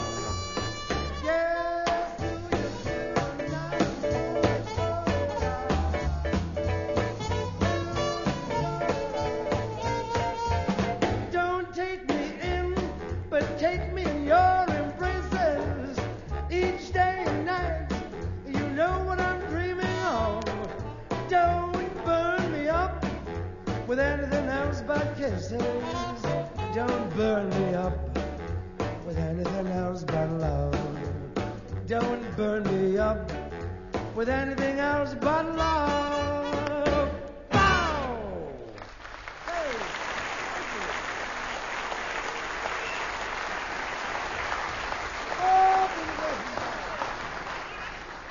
What? No money? Just for that, me give you back junk affair part 5.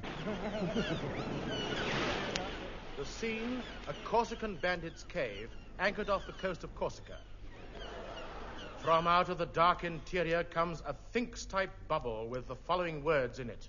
Moriarty, the hour has come. Meantime, for safety, I had stored my supply of junk in the giant warehouse and anchored it 3 miles inland off the coast of Corsica. But marquis, Neddy, before you can corner the world market in junk, you've got to buy our portion. Yes.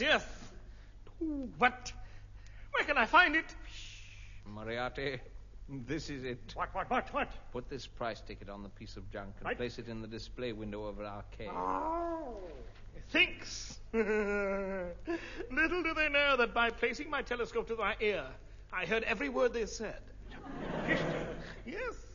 And was even now on my way to bid for that final piece of junk that would make me, and I say this for the benefit of the listeners, that would make me owner of all the junk in England!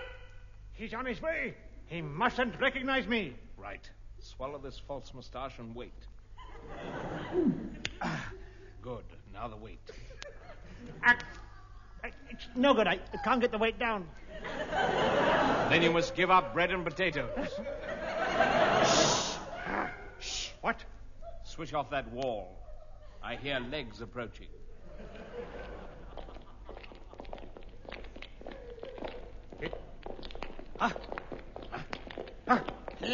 It sounds like more than one person. That's Neddy. He's wearing an echo chamber. Hello, Echoes. Hello, Button. Well, fancy you and me meeting each other walking along 3 miles off the coast of Corsica on holiday. Yeah. Fancy you and me on holiday meeting each other, bottling along off the Corsicans of the coast of Edgar. That is not what I said, Echo.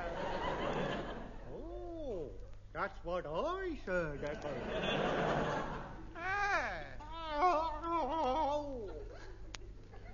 Have you ever been on holiday in Corsica before? Nope. But I But I once made a dog kennel out of elastic. There's something to be said for these premium bonds, then.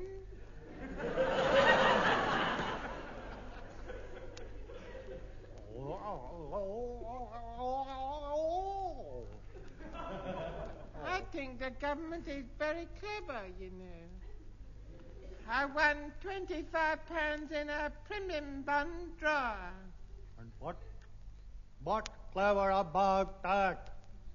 I never bought any premium bonds.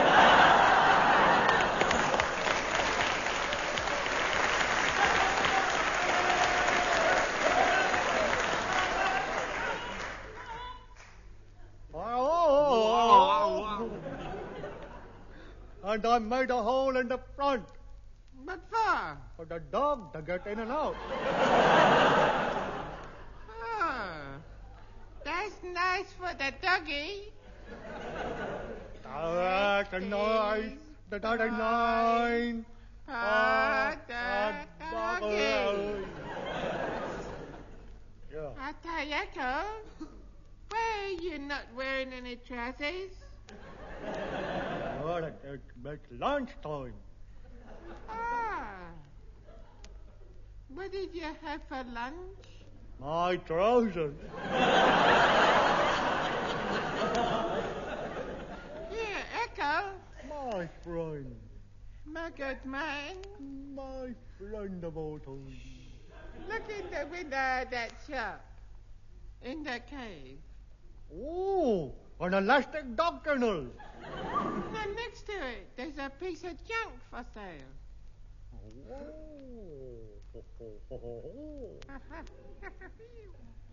we can't afford that. Look at the price. £8, 6 foot 3 inches. Well, I could stand on your shoulders. Okay, I'll put them on the ground. You stand on them and I'll pick them up. Ready? Okay, then. Up. Oh, the strain on my... A mounted gentleman. Good morning. What can we... What about some lines of reading? I'm the junior violin lead. Wait till my film comes out, you'll be soloing out. Folks, please, folks. Make them give me some lines, folks. I tell you what. Moriarty, go and slam the door in his face. He hasn't got a door in his face. And he's trapped. And he can't get out. I set the grand scheme which will culminate in our current catchphrase. Seagoon stands yon, poised perilously atop his junk warehouse. Around him the angry sea. I shall now fire this loaded laundry list at him. Stand by, little catchphraser. Never mind all that chat you doing now. What about some lines of reading? What about our own... Fire! What about the Nancy's fire? They do nothing. I don't wish to know this, you know. Lad. He's calling in the water.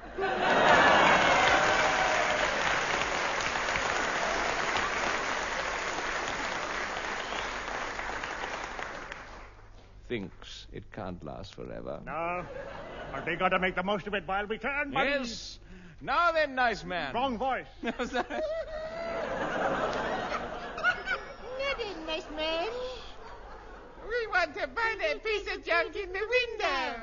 Ah, that little spotty lad is not for sale. I don't want to buy that little spotty lad.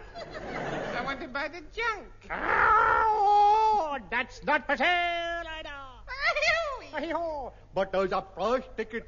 £8, 6 foot 4 inches. But that's the price for the ticket. Oh, how much is that on HP? £8 down and 6 foot 4 inches, 18 installments over 2 inches each month. Well, there's 1 foot 9 to start with. Yeah, where's my leg? You swine. He's a swine. You shot me into the water just for a catchphrase. Now, gentlemen, I'm bidding for this last piece of junk. I know my rights. I know my lefts. Control your powers, man. Now, who was that lady I saw you with last night? That was no lady, that was my wife. I married her just for the gag. You got to keep them laughing, folks. Now, look. What about the junk? Neddy, we've kept that piece of junk steaming in the window for you on a low gas. Now, what about the money? Gentlemen, please. If you'll just turn your backs, I'll take the money from its secret hiding place in my wallet. By the way, we'll need it paid in danger money. I've only got sterling. That's dangerous enough.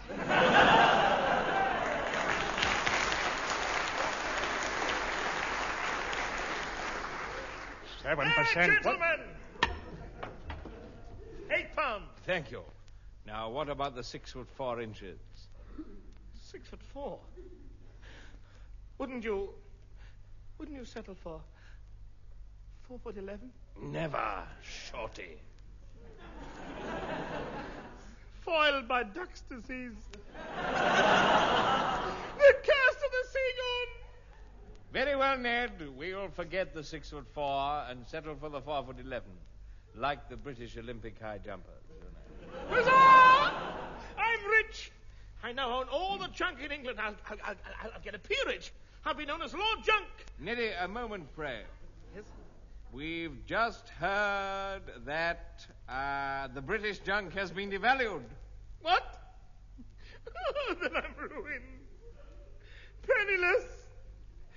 I should kill myself with death and other accepted means. Oh, no. Yes, all right. This can't Thank you. go That's on, enough. please, lady. Right, thank you. It Thank can't. you. That's quite enough. Thank you. It That'll be all for can't. tonight, Mr. Seagoon. Here you are. 8 bob, tough. All right, lads, run it back for your brandy there. And so we say good night to the goons and a chicken that will come to no good. We would like you to know that this was the first broadcast from the Russian satellite moon. I say it's jolly high up here, isn't it?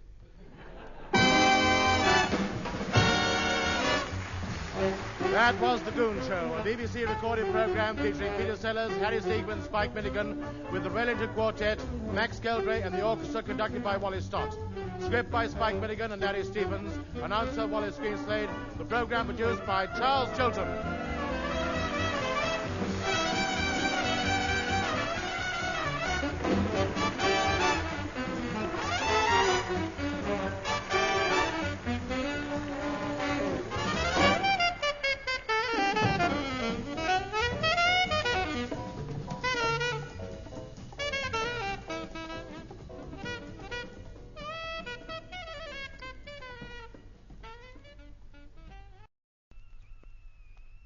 Our next guest will give you the laughs. Just don't ask him to lend you money. It's Jack Benny coming up next. Lucky Strike presents the Jack Benny Program.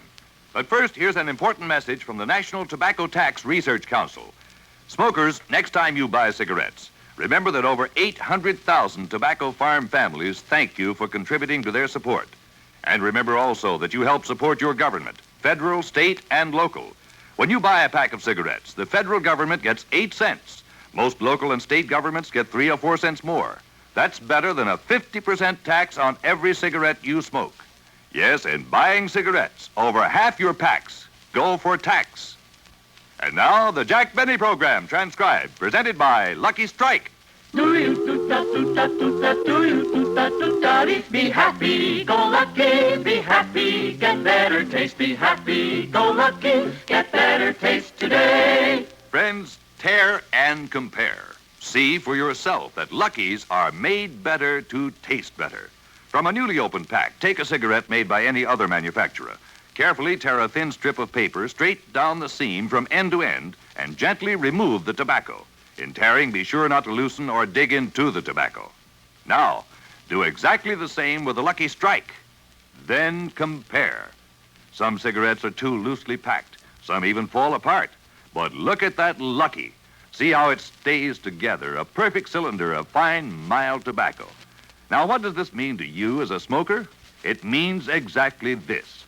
Because your Lucky is so round and firm and fully packed, you avoid annoying loose ends that spoil the taste, hot spots that burn harsh and dry. Because your Lucky has long strands of fresh, clean, good-tasting tobacco, it burns evenly, smokes smooth and mild. Yes, tear and compare. Prove to yourself that Lucky's are made better to taste better. Then make your next carton Lucky Strike.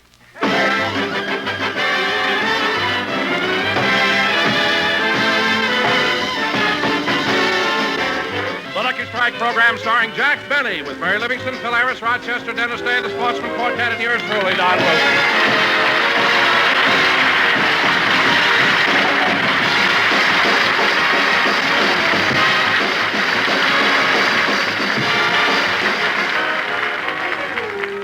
Well, ladies and gentlemen, it's Easter Sunday, and in cities all over the country, people are Easter parading. Right now in Beverly Hills, Jack is getting ready for his stroll down Wilshire Boulevard. At the moment, he's taking a shower, and Rochester is laying out his clothes. Mr. Benny's been in that shower a long time, but he always stays in there pretty long. He'd get through sooner if he'd sing in the shower like everybody else instead of playing his violin. Well, I'd better lay out his clothes. Oh, Rochester. Yes, boss? I'm through with my shower. Bring me a nice big towel. The biggest towel we have is the one you took from the Acme Plaza Hotel. Well, bring me that. I can't. It's still on the roller. Well, bring me any towel. I'm cold. Yes, sir. Here you are. Thank you. Here, Rochester, hang my violin on the line.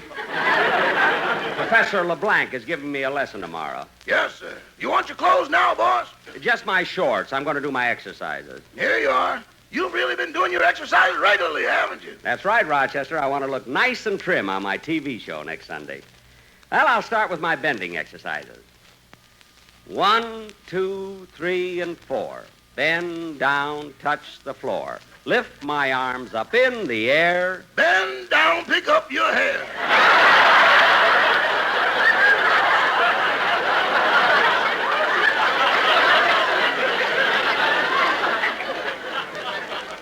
Oh, yeah. Gee, that's hard to bend down like that. Oh, boy. Now for your knee bends. Ready? Uh-huh. Okay, go. Yeah. Down, up. Down, up. Down, up. Down, up, up, up, up, up, up, up, up, up. Congratulations, boss, you made it. Yeah, that's enough for today. I better get dressed. And I think I'll wear my blue suit today. That ought to look swell. I'll get it for you. Good. And Rochester, while I finish dressing, look through my closet, see if any of my clothes need to be sent to the cleaners. Yes, sir. Well, what about this gray suit, boss? I don't know. How does it look to you? Well, it's got a gravy stain on the sleeve, salad dressing on the pants, butter on the cuff, coffee on the lapel, and meat sauce all over the vest. It has? Yeah, shall I send it to the cleaners or put it in the refrigerator?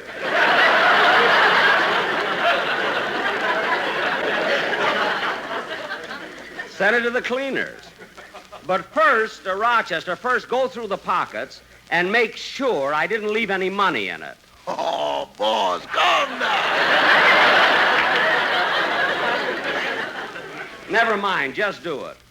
Well, I'm all dressed, Rochester. How do I look? Fine, but you'd better put your glasses on. Oh, I'm not going to wear my glasses today. They make me look old. But you don't see too well without them. Rochester, I just wear my glasses for reading. Now, let's see. I think I'll take I'll get it. Oh, hello, Phil. I'm Mary. Oh, happy Easter, Mary. Well, I'm ready to go walking if you are. Okay, but aren't you going to say anything about my new dress? Say, it's very pretty. Hey, Mary, isn't it kind of daring? No, Jack, it's been the style for a couple of years. It's called a plunging neckline. Oh. All the girls will be wearing them today. They will? Yes. Rochester, bring my glasses.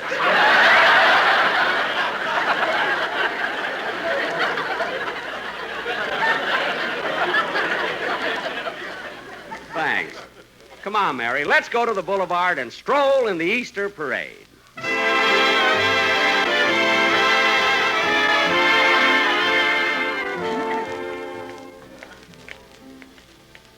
Gee, there are a lot of people on Wilshire Boulevard, aren't there, Mary? Yeah, and everybody's dressed so nice. Well, so are you. Gee, that new hat you're wearing is really cute. Where'd you get it? The May Company. They give me all my clothes. The May Company gives you your clothes? Gee, that's funny. You've been working for me for the past 15 years. I know. They send me food, too. Oh, well, that's nice of them. Say, Jack, how far do you think we ought to walk? Oh, I don't know. Probably as far as La Brea, and then we'll... Oh, Jack, look who's coming this way. Isn't that one of the boys in your Beavers Club? Oh, yes. Hello, Joey. Hello, Mr. Benny. Hello, Miss Livingston. Hello, Joey. Say, that's a mighty cute rabbit you have there. Yes, it's my Easter bunny. I'm taking him over to Mr. Benny's house to feed him. To my house to feed him? Why? My father says you've got more lettuce than anyone in Beverly Hills.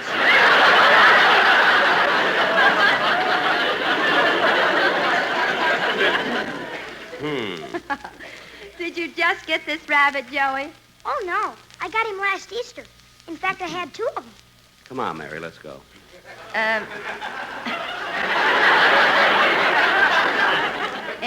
Just a minute, Jack. What happened to your other rabbit, Joey? I don't know. He just disappeared around Christmas time. Mary, let's go.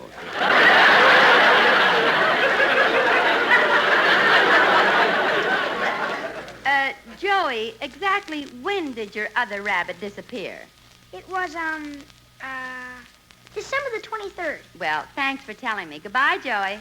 Goodbye, Miss Livingston. Goodbye, Mr. Benny. Goodbye, goodbye. You know, Mary... Oh, quiet. You and your mink Christmas presents.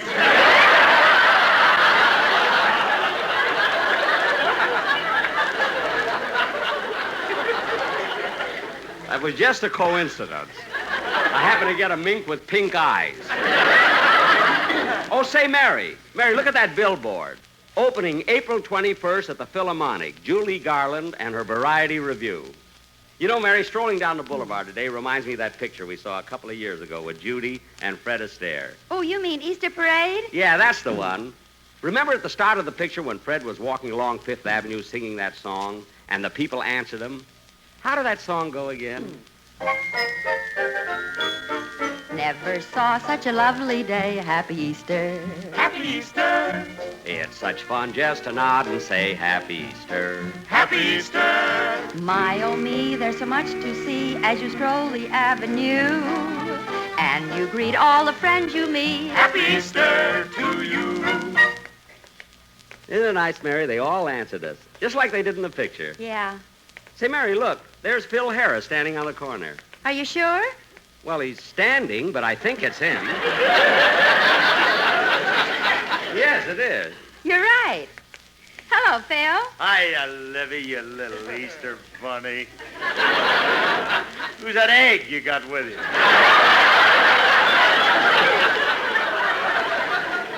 Darn it, I forgot to take off my bathing cap.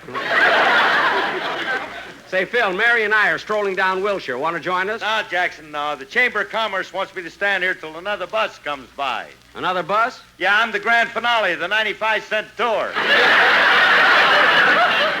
What? Them out-of-towners go nuts. Oh, brother. Phil, aren't you a little conceited? Nah. Conceit is when you think you got it and you ain't.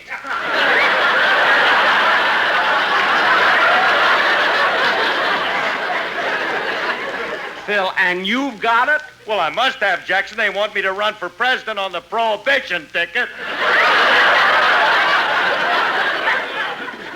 Mary, you talk to him, will you? I can't. Look, Phil, Jack and Step back, Libby. Here comes another bus load of tourists. I got to take a bow. Phil, Jack and I are going for a walk. Do you want to join us or not? I'd love to, Mary, but some of my musicians are going to pick me up. They're having a little card game, and they need a fifth for bridge. Phil, you mean a fourth for bridge? No, a fifth. They play and I pour. Oh, Harris, you can always depend on a feed line from that gray-haired gentleman with the button shoe. Come on, Mary, let's go. All right. So long, Phil. Hey, so long, Livy. See you later.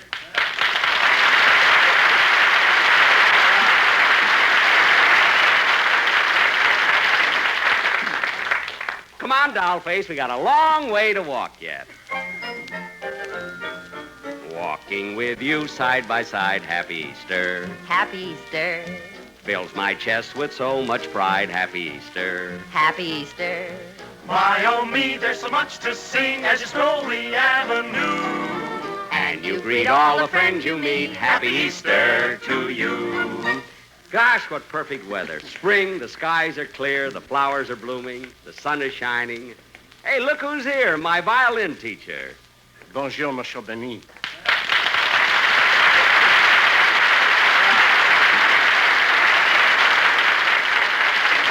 Well, Professor LeBlanc, what a surprise running into you. Hello, Professor. Bonjour, mademoiselle. Well, Professor, you certainly look nice today. Is that a new Easter suit you're wearing? Mademoiselle, I am a poor violin teacher. I cannot afford to buy new suits. Well, what do you do with the money I pay you for my violin lessons? I buy sleeping pills. Oh, are they any good? No. After a few days, I wake up. Oh, well, it was nice seeing you, Professor. And don't forget you're giving me a violin lesson tomorrow. I will not forget. I will tie a string around my finger. Good, good. Better I should tie a rope around my neck. What? Goodbye, Monsieur Benny. Goodbye. Goodbye.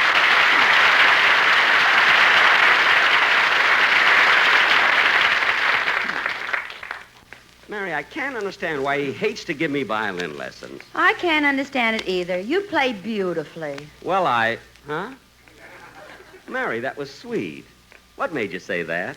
Oh, I don't know. Just an impulse. Yesterday, I kicked a cop in the pants. Sometimes you have to let yourself go, you know. Anyway, Mary, we're certainly running into a lot of people we know, aren't we? Yeah. Yum, bum, bum, bum, ba, bum, ba, bum. Happy Easter. Happy Easter. Yum, bum, bum, bum, ba, bum, ba, bum. Happy Easter. Happy Easter. My, oh me, there's so much to see as you stroll the avenue. And you greet all the friends you meet. Happy Easter to you. You know, Gertrude, it's nice getting a day off. It sure is, Mabel.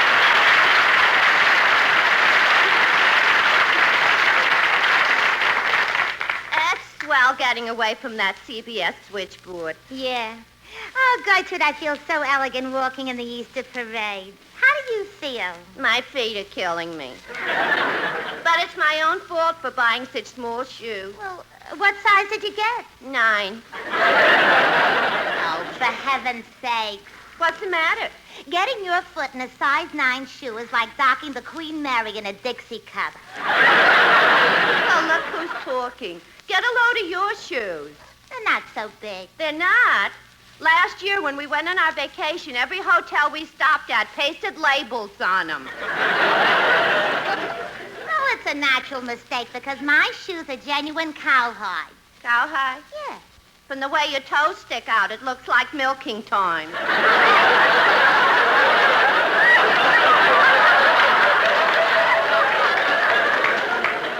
Gertrude, the next time you talk to me like that, Oh, hey, Mabel, look. Here comes Jack Benny. Yeah. And look who's with him. Mary Livingston. Mabel, they're coming toward us. Yum, bum, bum, bum, ba, bum, ba, bum. Happy Easter. Happy Easter. Yum, dum, dum, da, da, dum, ba, bum. Happy Easter. Happy Easter. My, oh me, there's so much to see as you stroll the avenue. And you greet all the friends you meet. Happy Easter to you. Well, Don Wilson. Hello, Don. Hello, Mary. Don, I'm glad I ran into you. You know that story about me in the current issue of Radio Television Mirror? Oh, yeah. Well, that same reporter came back to see me yesterday, and he wanted to get some information about you. Oh, really, Jack? Uh-huh. Oh, Jack, it's nice of you to tell me this. I feel flattered. What the reporter want to know?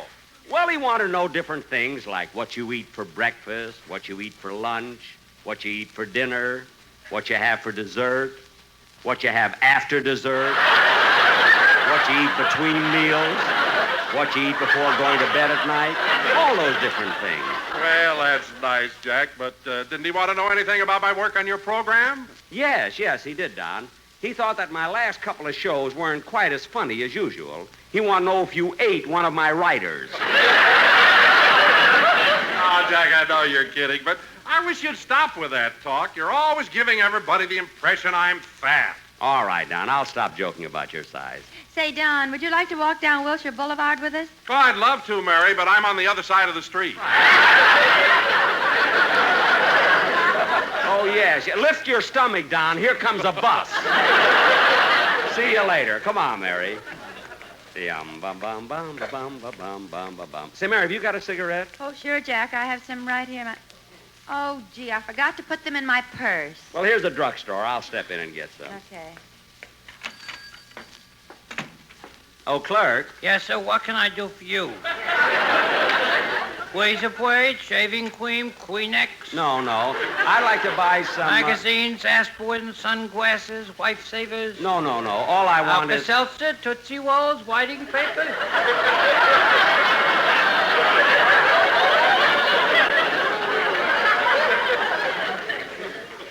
I can't go into one store. Hold it, mister, hold it. As long as you're guessing and playing games, I'll give you a hint as to what I want. Now, what do you do that relaxes you and gives you pleasure? I take off my girdle. What do you do?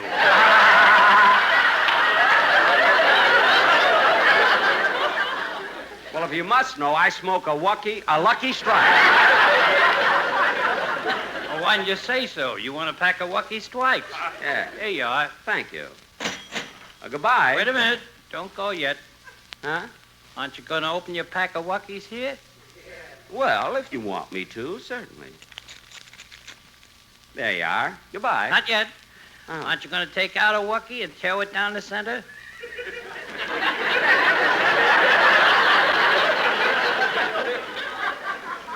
But... I make all my customers do it. Well, okay. There. See how the tobacco holds together? No loose ends. No room for air spaces. Hot spots that burn harsh and dry. Wookies are made from long strands of fresh, clean, good-tasting tobacco.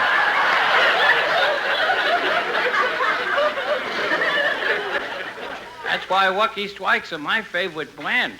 Well, good. And thank you for showing me. Happy Easter.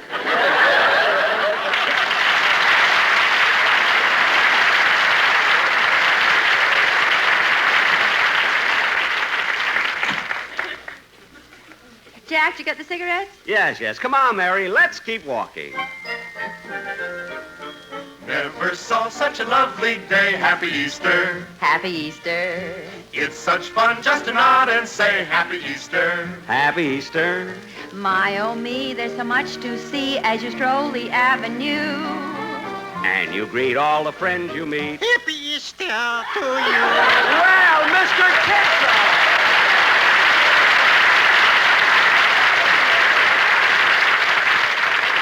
Mr. Kitzel, it's nice running into you today. Unusual pleasure, Mr. Benny.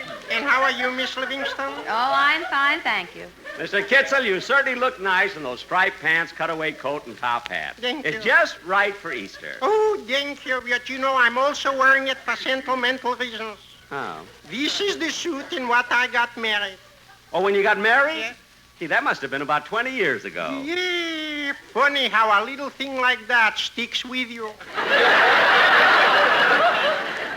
Yes. Oh, my, I'll never forget that ceremony. When they said, if anyone has any objection to this marriage, speak now or forever hold your peace. Yes? A voice from the back hollered, don't marry her.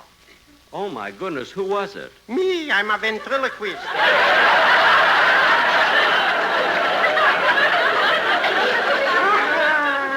Oh, Mr. Kitzel, you're joking. Unfortunately. Well, Mr. Kitzel, it was a pleasure running into you on Easter, but we've got to be moving along. Goodbye, Mr. Benny. Goodbye. Goodbye, Mr. Kitzel. Goodbye.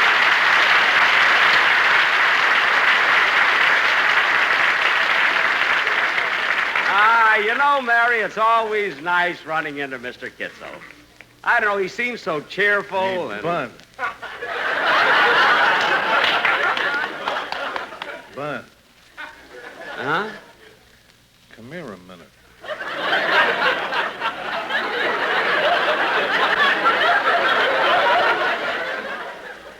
Me?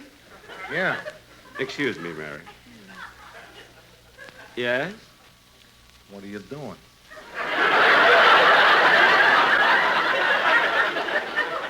We're just strolling along in the Easter parade. How far you going? To La Brea. That's fine. What? You said you was going to La Brea, and I said that's fine. Well, wait a minute. Aren't you going to try to talk me out of it? Not me. This is my day off. Oh. Well, happy Easter. Well, same to you. Same to you.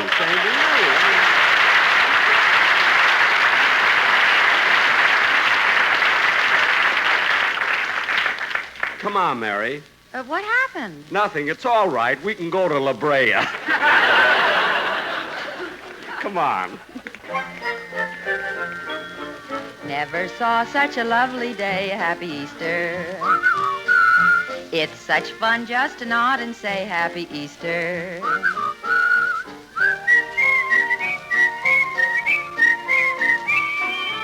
And you greet all the friends you meet. Happy Easter to you. Dennis!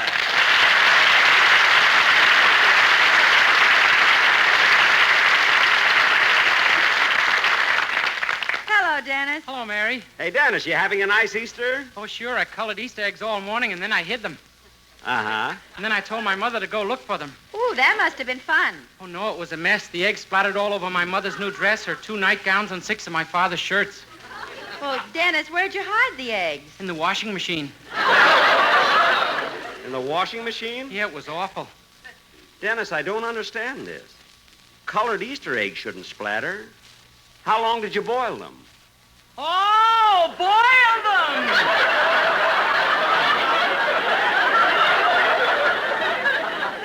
Mary, you take them, will you? I'm still a little sick from Phil.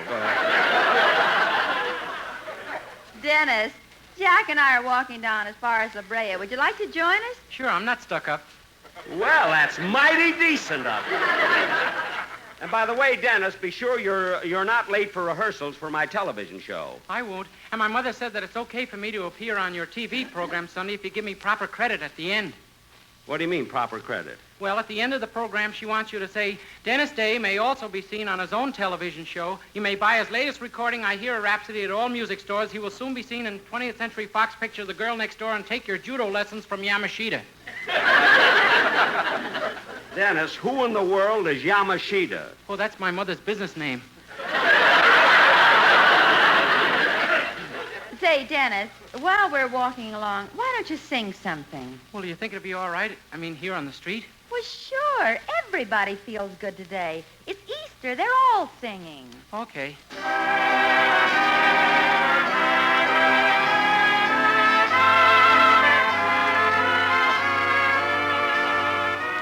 In your Easter bonnet, with all the frills upon it, you'll be the grandest lady in the Easter parade. I'll be all in clover, and when they look you over, I'll be the proudest fellow in the Easter parade. On the avenue, Fifth Avenue, the photographers will snap us, and you'll find that you're in the rotogravure. Oh, I could write a sonnet about your Easter bonnet and of the girl I'm taking to the Easter parade. On the avenue, Fifth Avenue, the photographers will snap us, and you'll find that you're in the rotogravure. Oh, I could write a sonnet about your Easter bonnet and of the girl I'm taking to the Easter parade.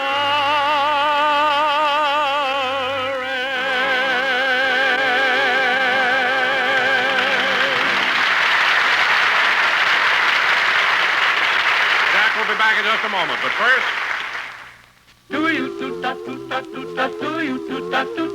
Be happy, go lucky, get better taste today. Friends, you can tear and compare and see with your own eyes how Lucky's are made better to taste better.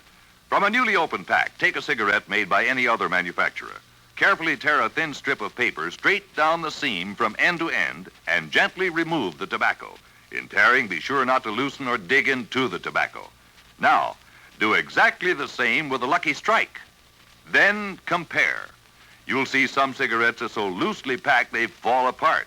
Others have air spaces, hot spots that burn harsh and dry. But you won't find that in a Lucky. Look at that perfect cylinder of fine, mild tobacco, so free of annoying loose ends that spoil the taste. Notice those long strands of fresh, clean, good-tasting tobacco, so firmly packed to smoke smooth and even, giving you a milder, better-tasting cigarette. Yes, friends, tear and compare. Prove to yourself that Lucky's are made better to taste better. Then make your next carton Lucky Strike. Bung, bung, bung, be happy, go Lucky Strike today. Ladies and gentlemen, next Sunday night, immediately after my radio show, I will do my 5th television program of the season. My guest stars will be Dennis Day, Rochester, and one of the world's greatest violinists, Mr. Isaac Stern. I will also play a violin solo. That's funny. They told me there would be applause here. Oh, well, happy Easter, folks. The Jack Benny program is brought to you by Lucky Strike, product of the American Tobacco Company, America's leading manufacturer of cigarettes. This is Don Wilson reminding you to listen to Your Hit Parade with Guy Lombardo every Thursday night, presented by Lucky Strike. Consult your newspaper for time and station. The Jack Benny program has been selected as one of the programs to be heard by our armed forces overseas through the facilities of the Armed Forces Radio Service. Stay tuned for the Amos and Andy Show, which follows immediately. Transcribed, this is the CBS Radio Network. This is Your FBI is up next on Classic Radio Shows Tonight. This is Your FBI.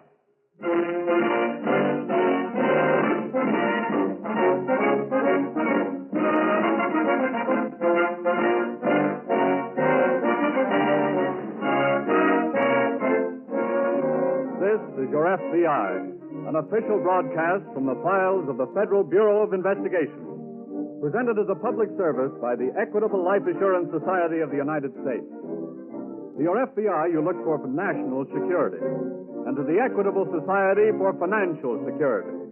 These two great institutions are dedicated to the protection of you, your home, and your country.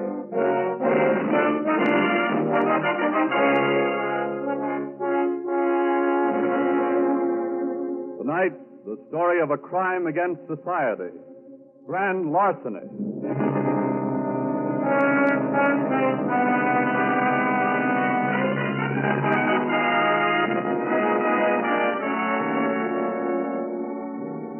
There is no such thing as a typically criminal face. A criminal can look like the most respectable citizen. Beneath the surface, he may be a counterfeiter or a pickpocket or a safecracker. But on the surface, on the physical surface you see, he may look like an accountant or a mechanic or a salesman. A few criminals have been smart enough to take advantage of this fact by leading double lives, by actually pretending to be a respectable citizen without anyone knowing differently. Neither the police nor the community, nor even, in one case, the criminal's own wife. Dan, I hope you're going to finish that pudding. Oh, honey, I really don't have time. Oh, come on now. How about just a little more, Well, okay. Well, the way you try to fatten me up, I'll have to start going to a gym. Well, you need your calories, Dan, with all that night work you do. Pays dividends, honey. Pays dividends. Oh, I know. I ran into Mrs. McKinney downtown today, and she said her husband said you were the top salesman of the company. Is that what she said? Mm-hmm. Well, of course, you know what we get if I top all sales for this month. No. What? Trip to Mexico, all expenses paid? Daniel. Yep. Hey, I'd better be getting underway. Oh, are you working again tonight? Got a good prospect I think I can land. Oh, Dan. I hate leaving you alone again, honey, but business is business. Oh, I don't mind that. I just don't like to see you work so hard. It pays dividends. Well, I wish there was some easier way of getting to Mexico. Honey, believe me, I'm getting us to Mexico the easiest way anybody could. Now, wait up.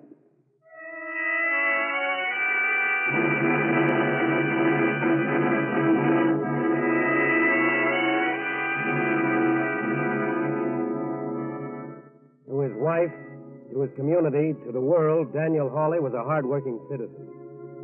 And he was a salesman, a good one, during the day. At night, however, Daniel Hawley was something else. On the evenings when he wasn't with his wife, when he wasn't busy being a model citizen, he was at work in a store or an office or a shop, at work in a building which had a safe. Dan? Johnny? Where the devil you been? Well, I had a late dinner. Got the blanket? Of course. And the nitroglycerin. There. Well, this is going to be an easy job. Yeah. It will. I studied it very carefully the other afternoon. Very easy. Glad you think so. Here, take the blanket.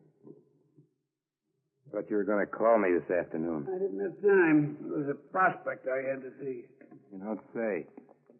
Yeah, I think a small charge will be enough to blow this. I finally got tired of waiting, so I tried to call you. I thought I told you never to call unless it was absolutely necessary. I didn't know whether you were going to show up tonight. I told you I was. Anyway, there was no answer. Oh, we've got a new number. Oh, that's great. I suppose all your prospects know it but me. Where am I going to call if I need to? Here. What's that? One of the company pencils. The number's on it. Okay. If you think Come on. Get the charge set. We haven't got all night. No, you got to be on the job bright and early in the morning. That's right. What's the percentage in it? Free trip to Mexico. Huh? You wouldn't understand even if I told you. No, I'm stupid. I only like to have one job at a time. You finished setting that charge? Yeah. Okay, let's have the blanket. Here. There. The car outside? Sure. Now, you know what you have to do right after the safe pops open. I know. Okay, then. Stand back.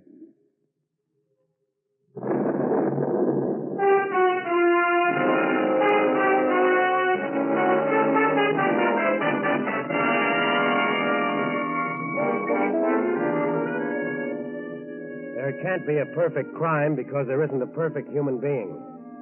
Criminals, like the rest of us, make mistakes, but theirs are more costly. And that safe which Daniel Hawley cracked with jewels for military precision instruments belonging to the United States. They weren't worth much, but just by taking them, he made one small mistake. One very little mistake, which was the worst he could make.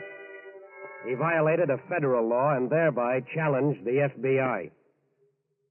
Did you get all the evidence the sheriff had, Will? Yes, right down to fingerprints.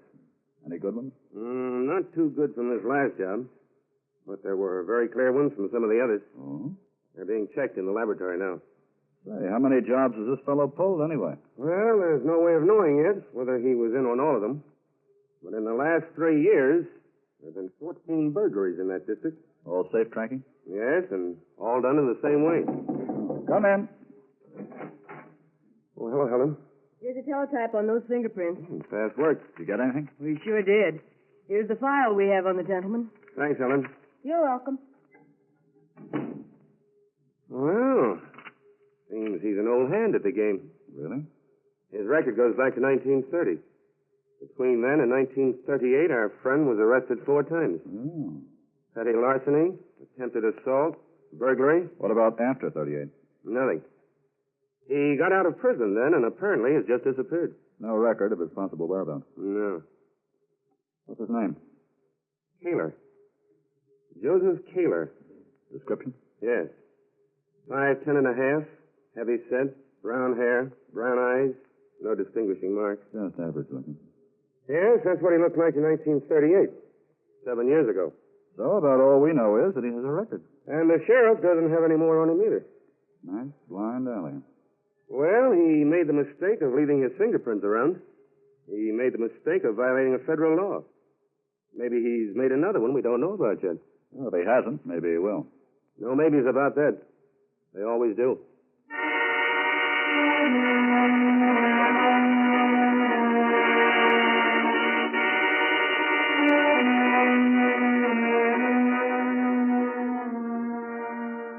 If there are 5 steps involved in the committing of a crime, then there are 5,000 mistakes the criminal can make. Some are even made after the crime is committed. Many criminals, for example, take a curious pleasure in walking by the doors of a police station, in returning to the scene of the crime, in deliberately courting danger. The most common mistake is that criminals cannot stop. If he gets away once, the professional criminal tries again, thinking he has learned more, but not realizing that the more crimes he commits, the more chance he has of being caught, because he is bound to make more mistakes. Daniel? Yes, dear? Are you very busy? Not too busy for you. What is it? Well, I've been trying to straighten out my accounts for the month. All right. All right. Oh, it's not what you think at all. Bank doesn't add right. No, the baking company doesn't. Hmm? They sent me this bill for $5.80, and we really owe them $9.80. Are you sure? Well, of course, I know what I bought. Well, then what's the trouble? Well, they're a big company, and if they can't get their bills Laura, paid... make out the check for $9.80. But, Dad... Honesty may not be its own reward. Daniel, I wasn't really... Oh, dear, but for $4, don't have it on your conscience. I'd have it on mine. It's not worth it, Laura. It's never worth it. You mean sooner or later they always find out? That isn't the point. Oh, I know, Dad. Anyway, they don't always find out. So it's just a question of your own honesty. Daniel, I'm making out the check for the right amount. That's my girl. Just a drop in the bucket. What do you mean? Oh, that company does a wonderful business. Harriet's cousin told me. She works in the Ohio office, the one just across the river. Huh? What'd you do there? Keeps books or something. But she said that at the end of every month, they always have at least $9,000 or $10,000 in the safe in that office alone. You don't say. Well, you can ask her yourself at the party tomorrow night. Huh? What? I said you'll see her tomorrow night at the party. Oh, Laura, about that party, I don't think Now, Dan, I thought you said definitely you wouldn't have to work tomorrow night. Oh, but, honey, there's that trip to Mexico, you know. Oh, Dan, you said... I know, dear. I'm very sorry, but I just heard of a prospect. A particularly good one.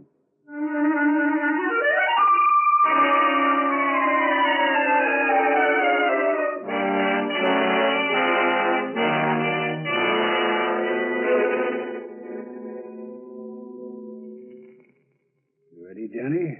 Yeah. Okay, stand back. Nice and neat, John. Nice and neat. Not bad. I hope there's as much dough inside that safe as you think. Why shouldn't there be? Baking company? Well, there's only one sure way to find out, and that's by... how do you like that? What? Look, got a small safe inside the big one. You sure cased this job, didn't you? Shut up. Oh, come on. Let's put the blanket over the little one. There Close. isn't time. What? There isn't time. The watchman will be back again on his round. What are we going to do? Chalk it up to experience? Shut up. Let me think. While you're thinking, I hope you don't mind if I just... Hey, wait. Come on. Where? Help me lift the little safe out. We can't carry that out of the building. First place is too heavy, and then the second We place... can carry it 10 yards, can't we? What if we can't? There's an elevator over there that'll take us right down to the basement. Then what? The basement's really a loading platform. The company keeps its delivery trucks down there. We put the safe in the truck. Okay, let's lift Yes. it. Not so heavy. Heavy enough. All right, this way. You know how to work the elevator? Sure. All right. Set her down. Easy there. There. Now, shine your flash. What for? So I can find the starter for this. Oh, here you are.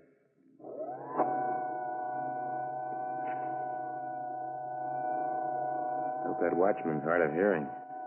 Yeah, just hope he's on the other side of the building. Thought you said he was. That's where he's supposed to be. Let's truck. Shh. Okay. Let's pick her up and dump her on the back of this one. Lifting wallets is a lot easier on the back. But there's a lot less in them, too. All right. Now set her down. Easy.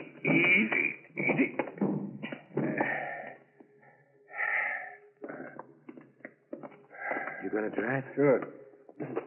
All right, slide in. Hey, Dan. What? Ignition keys. What?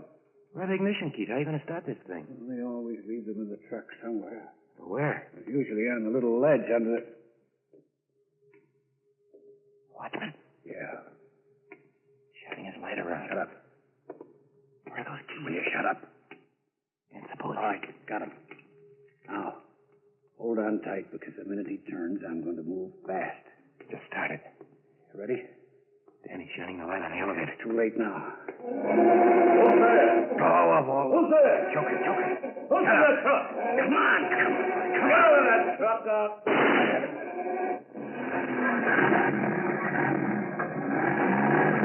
Hold on, buddy. Okay. As we pull out of this alley, we're in the clear. Keep your eye out, Johnny, and you... Johnny. What do you know? He got you. Well, I'm sorry, friend, but there's no room for excess baggage on this trip, so... Out you go!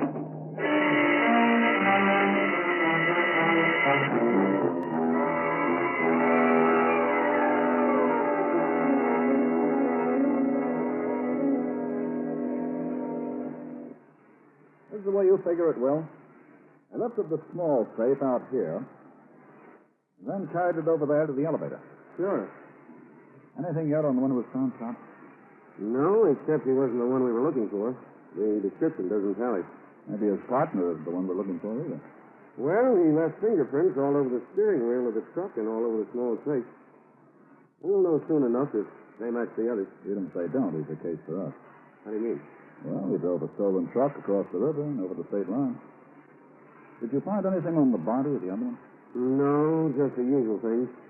Keys, wallet, a pencil from some company, a bar of candy, and, of course, his gun. Nothing to give us a lead. Nothing that looks so good.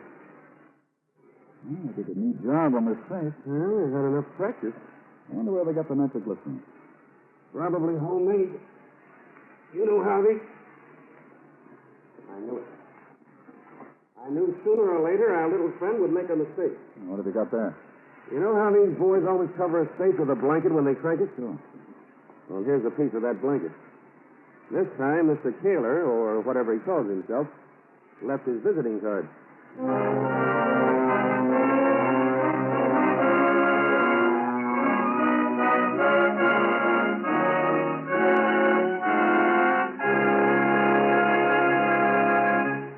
We momentarily close the Federal Bureau of Investigation's file on Daniel Hawley's thief. We'll return to this case in just a moment.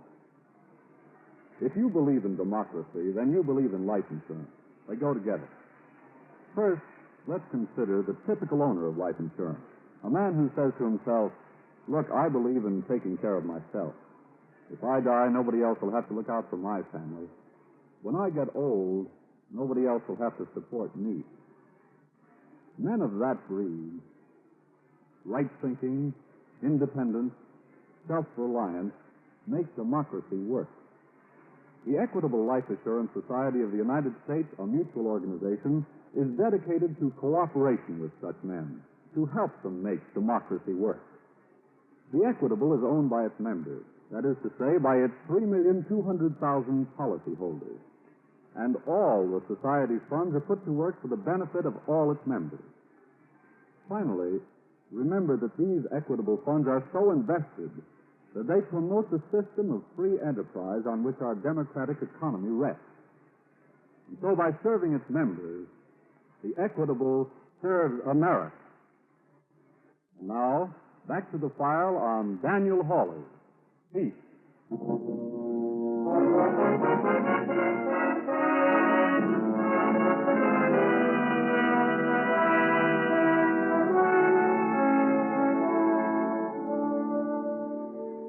which would have been left unsolved years ago can be solved today and solved quickly for one reason: laboratory work. That's why the FBI has built up its own laboratory until it is now the best in the world. Years ago, a small piece of a blanket would not have been a clue. But in the Hawley case, it was the lead the special agents had been waiting for. They sent the piece of cloth immediately to the laboratory and had it analyzed. Had the texture, the weaving, the thickness, the dye, every conceivable element in that piece of blanket analyzed until they found who manufactured it. From the manufacturer, they found in what areas that type blanket was sold. They kept narrowing down the hunt until at last they found the only store in the vicinity of the burglaries which had that blanket for sale. We don't have that blanket anymore. It's wool, you know. Wool blankets are hard to get these days. How long has it been since you've had it in stock? 2 years now, maybe even more. And I guess you wouldn't remember who you sold it to. No, but I could find out. You could? Sure. That was a pretty fine blanket, you know. When they came in, I called all my charge customers and said, grab them while you can. Did they all buy blankets? No, sir, I didn't have enough to go around. Why, one customer alone bought half a dozen. Who was that? Well, I couldn't tell, except it was one of the charge customers. How many charge customers did you have then? Several dozen. I see. Do you have a list of who they were? Sure. But, how are you going to pick out the one you're looking for? We'll pick him out. There's 34 names. I know. But I think we'll pick out the right one.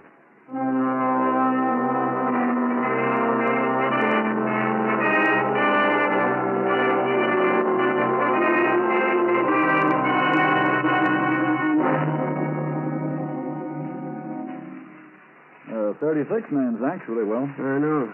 It'll take quite a while to check all of them. Yes, I was thinking about that. Of course, we have his description. Or a description of him 7 years ago. And probably over a dozen men on that list could fit it. Let me see it again. Sure. Benton, Crockett, Andy, Green, Holt. That name. What about it? I've seen it someplace before. It's not a very unusual name. No, but I've seen it someplace. Where? But I'm trying to remember. Holly. Oh, that name was in the local paper this morning. A salesman named Dan Hawley won a contest. Yeah, I saw it, too. He worked for... Wait a minute. Have you still got the stuff that was found on the other man's body? Sure. Right here in the drawer. A pencil. Right. Here it is. Killer's product. That's who that salesman worked for. Daniel Hawley. Alias Joe Keeler. Oh, we can't be sure. It's too much of a coincidence. We still can't be sure. I know, but we've got Keeler's fingerprints. They match the prints on the steering wheel of that truck. And if Hawley's match... Well, suppose we visit Mr. Hawley and see if we can get his print.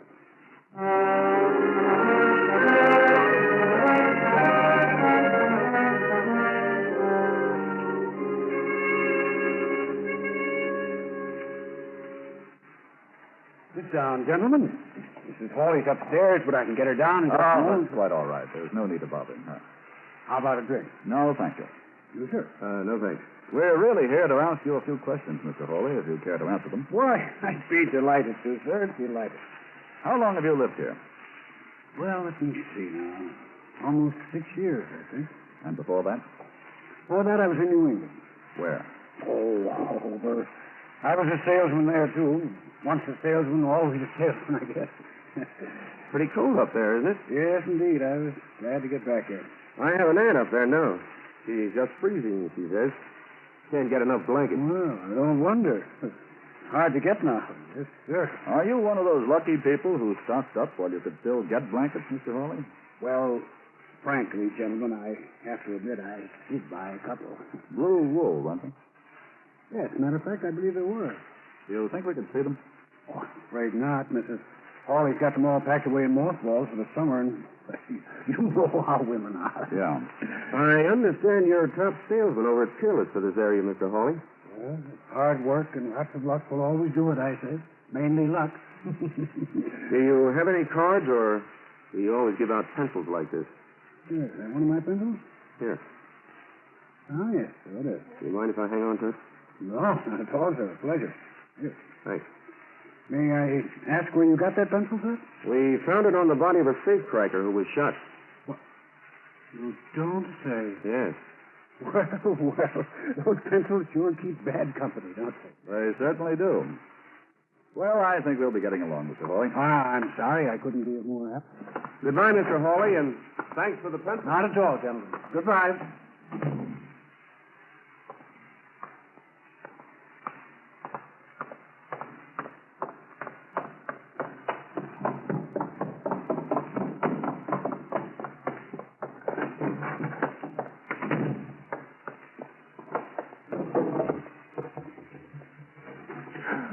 Why, Daniel, what in the world are you doing? Why, Are you packing?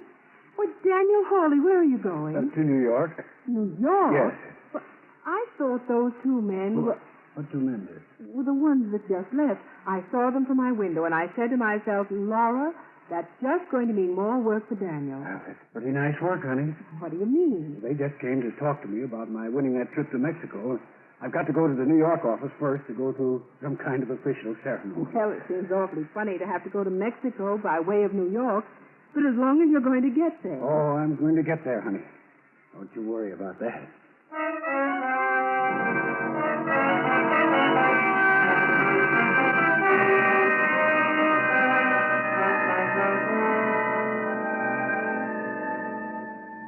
The FBI never makes an arrest until it is sure of its facts. But at the same time, a suspected criminal is never left on watch, is never left free to disappear before absolute proof can be obtained. Daniel Hawley knew he had left his fingerprints on his own pencil. He knew those prints would be matched with those he'd left on the steering wheel of the stolen truck. He knew the FBI would soon have absolute proof. And so he packed his bag, got in his car, and drove to the town railroad depot. When's the next train? Why, hello, Mr. Hawley. Oh, when's the next train? There's one due in right now. Let me have a ticket. Ticket? Yes. Don't you care where she's bound for? What? Oh, of course. Or maybe you won't want to take her. Well, where is it bound for? Let me see now. Yes. New Orleans. That's fine. Just where you're going, huh? Yes. Let me have a ticket. Well, now, ain't that a piece of luck? Look, now? will you let me have a ticket or I won't make the train? I'm getting it as fast as I can. Hey, you sure are upset today, Mr. Hawley. Hurry, that's all. I'm just in a hurry. Well, here's the ticket. That'll be... Don't worry, keep the change. Yeah, well, Mr. Hawley, don't you want the balance of the change here? Take your bag. No, that's all right. I'll handle it Keeler. Yes? Going someplace, Mr. Keeler? Well, Or should I say Hawley? You better get aboard, sir. We're pulling out. He's changed his mind. Yes, I don't think I'll be going after all.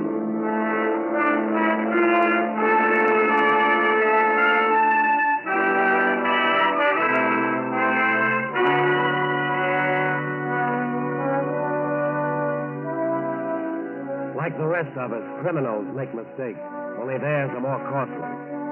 One small mistake can mean years in prison. But the worst mistake a criminal can make is to violate a federal law.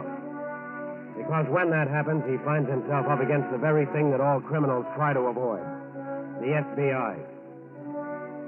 Criminals don't try to stay clear of the FBI, don't try to avoid any encounter with it merely for melodramatic reasons. They have one simple, practical reason. They know that sooner or later they will be caught by the FBI. And once caught, they will be convicted.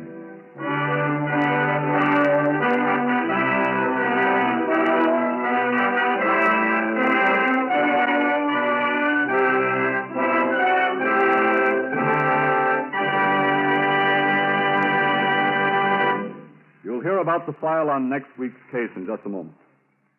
In this, the opening week of the 7th War Loan Drive, I should like to read an important message from Thomas I. Parkinson, President of the Equitable Life Assurance Society of the United States. I quote, "In every war loan drive, America has never failed to go over the top. And one factor in this unbroken record of success is heavy bond buying by life insurance companies. In both the fifth and sixth war loan drives, the Equitable subscription was larger than that of any other life insurance company. Larger, in fact, than any other single subscription of any kind. In the present drive, the Equitable will again be one of the leading subscribers. In addition, funds of this society are heavily invested in the great industries that have broken records manufacturing weapons of war, and in the railroads that have done such a tremendous job of wartime transportation. And that is why we say that in wartime, Equitable dollars are fighting dollars. And at all times, they are security dollars. For you, your home, and your country.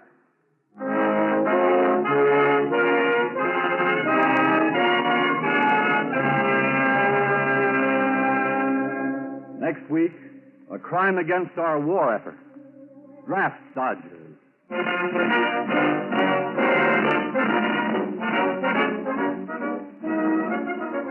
The incidents used in tonight's broadcast are taken from the files of the Federal Bureau of Investigation. However, all names used are fictitious, and any similarity thereof to the names of persons living or dead is accidental. Tonight, the music was composed and directed by Van Cleve. The author was Lawrence MacArthur, and your narrator was Frank Lovejoy. This Is Your FBI is a Jerry Devine production. And now this is Carl Frank speaking for the Equitable Life Assurance Society of the United States and inviting you to tune in again next week at this same time for This Is Your FBI.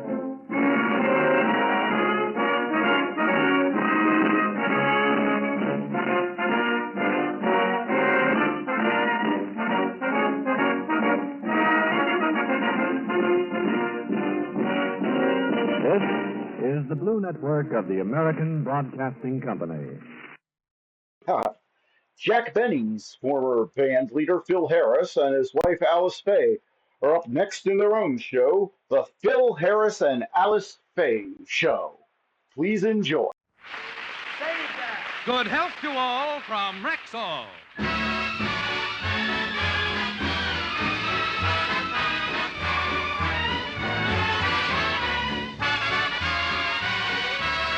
Yes, it's Sunday, time for the Phil Harris Alice Faye Show, presented by the makers of Rexall Drug Products and 10,000 independent Rexall family druggists.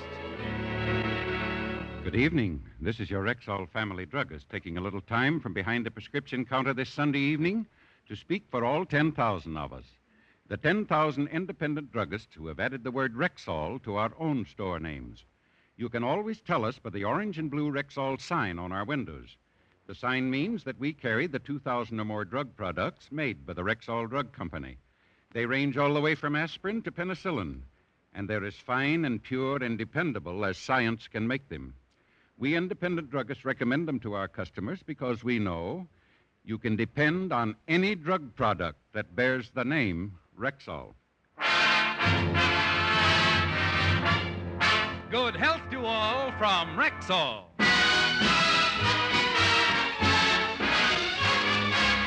And now your Rexall family druggist brings you the Phil Harris Alice Faye Show, written by Ray Singer and Dick Chevrolet, with Elliot Lewis, Walter Tetley, Robert North, Walter Scharf and his music, yours truly, Bill Foreman, and starring Alice Faye and Phil Harris.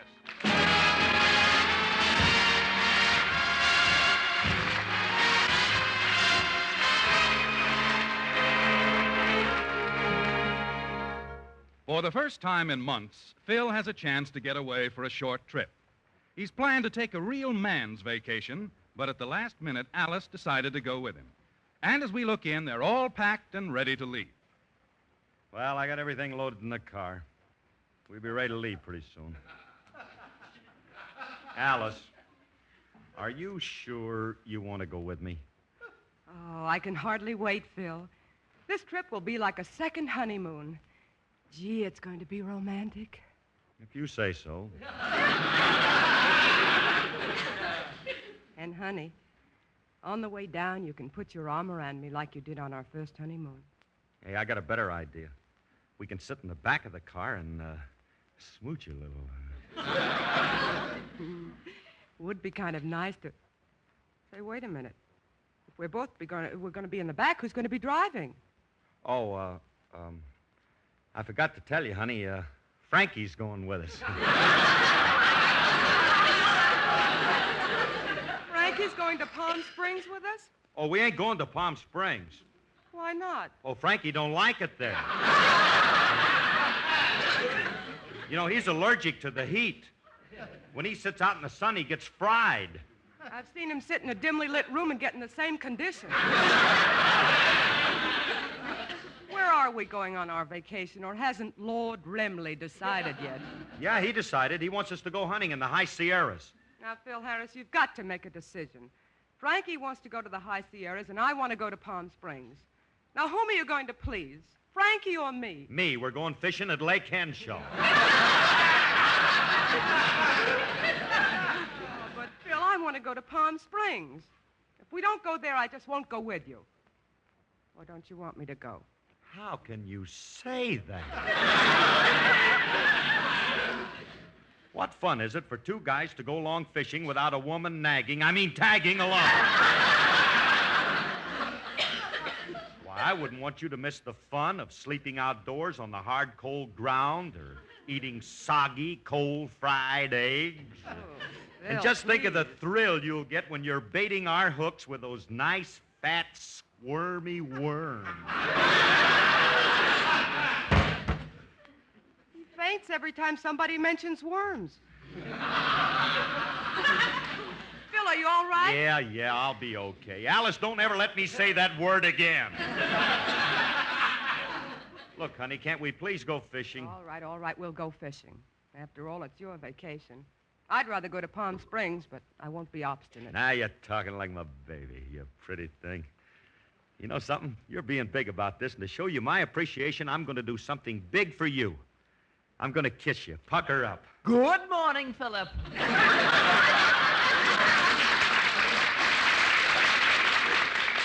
Go away, Brownie. We've already bought some Girl Scout. We don't need nothing. Come here, Alice. Philip. Want now. How many times have I asked you not to kiss my sister in front of me? You know it makes me nauseous.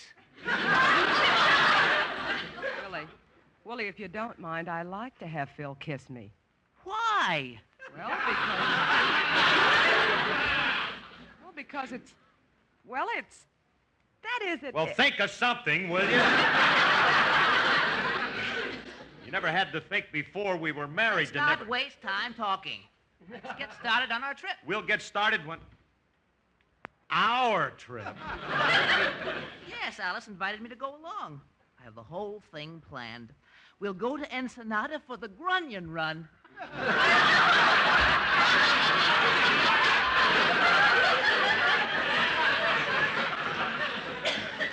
Willie, I don't think the Grunion run in March. Oh, yes, Alice. The Grunion are running in Ensenada next week. I don't care if they're running or not. I ain't interested in seeing no Mexican track meet. Philip, a Grunion run is not a track meet. A Grunion is a vertebrate member of the species Piscatorial. Oh, you're joshing me. No, really. It's of the species Piscatorial. Believe me, it's better off as a track meet. Now, we're going fishing at Lake Henshaw, and I don't want you along because you bother me. Oh, but Phil, if we're only going fishing, he won't get in your way. The heck he won't. Frankie and me took him fishing with us last time, and it was very annoying. We spent most of the time dragging him back in a boat. Why? Did he fall overboard? No, we kept getting him confused with the live bait. Philip, I want to go to Ensenada. And I want to go to Palm Springs. I tell you, we're going to Lake Henshaw. Well, if everybody's ready, let's leave for the High Sierras. I can't wait to get started hunting. Frankie, I told you we're not going to the High Sierras. Remley, what are you made up for? This is my hunting outfit. Buckskin jacket, coonskin cap, powder horn, and flintlock. Thank you, Gabby Hayes. Of all the ridiculous costumes, why have you got your guitar strung over your shoulder? Oh, I use that as a lure. When I play Ain't She Sweet in B flat, it sounds like a perfect moose call. You could play that thing in any key and it'd sound like a moose call. Remley, I told you we're not going hunting. I've decided that we're going fishing. You've decided. Curly, you're being very selfish. You're not the only one involved. The least you can do is consider somebody else's feeling. Like your dear wife. Alice, do you want to go hunting or fishing? I want to go to Palm Springs. Who asked you?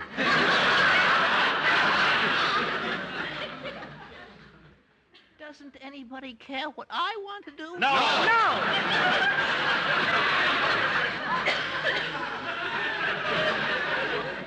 Hey, Curly, don't tell me this is going too. Yeah, this is going. We got to take him fishing with us. What for? You know the fish kept throwing him back last time. We'll sharpen his ears and use him for an anchor. Why do you two always pick on me? Willie, why do you let them pick on you? If it were me, I'd haul off and punch them right in the nose. Well, I know, Alice, but you're stronger than I am. But just you fellas wait till I get my dynamic tension course. Then I'll take you two bullies and I'll thrash you. All right, Louie, drop that gun. Get lost, Mammy Yoakum. Go whip up a batch of gingerbread men. Get away from me. Oh, this is going to be a Jim Dandy vacation, a very congenial group of enemies. I still think we ought to go to Ensenada. Ensenada? Yeah, Ensenada. He wants to go down there and watch the bunions run. Come on, if everybody's ready, let's get going, huh? And please, let's not have any more arguments. I got the car parked out in front, and I'd like to get started so we can get there before dark. Oh, Phil, I'd like to stop at Mother's to see how the children are behaving. Oh, well, don't worry about the children, Alice. Mother took them down to City Hall this morning for the ceremonies. Ceremony? Are they getting married? Don't be silly. No, it's Boys' Week in town, and the boys are taking over all the official positions today. Oh. Hey, Frankie. Hey, kid, we're going to have a wonderful time. Yeah? Yeah, I got fishing equipment for everybody, and Remley, now you can leave that gun here. You won't need it for fishing, and I don't want no loaded gun in the car. Curly, please, I know better than to walk around with a loaded gun. I don't have shells in here. I'll show you. Remley, don't fire that thing. I tell you, it's not loaded. Look. Hey? Bet you all thought it was going to go off. I know what I'm doing every minute. I'm an expert with guns. And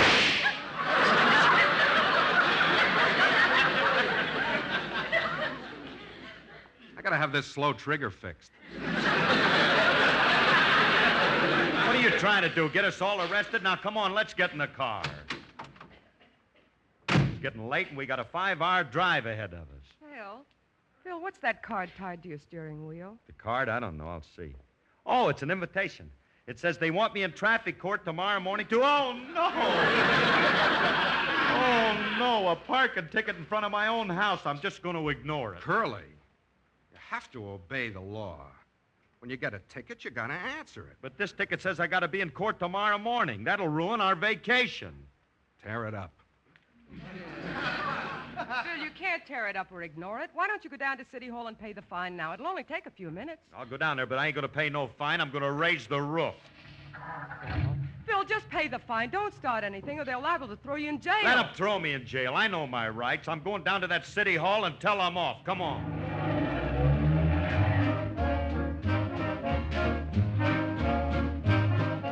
East is east and west is west, and the wrong one I have chose. Let's go where I'll keep on wearing those frills and flowers and buttons and bows and rings and things and buttons and bows. Don't bury me in this prairie, take me where the cement grows. Let's move down to some big town where they love a gal by the cut of her clothes, and I'll stand out in buttons and bows. We'll love you in buckskin or skirts that you've homespun. Oh, but I'll love you longer, stronger, where your friends don't tote a gun. My bones denounce the buckboard bounce, and my cactus hurts my toes. Let's vamoose where gals keep using those silks and satins and linens it shows, and I'm all yours with buttons and bows.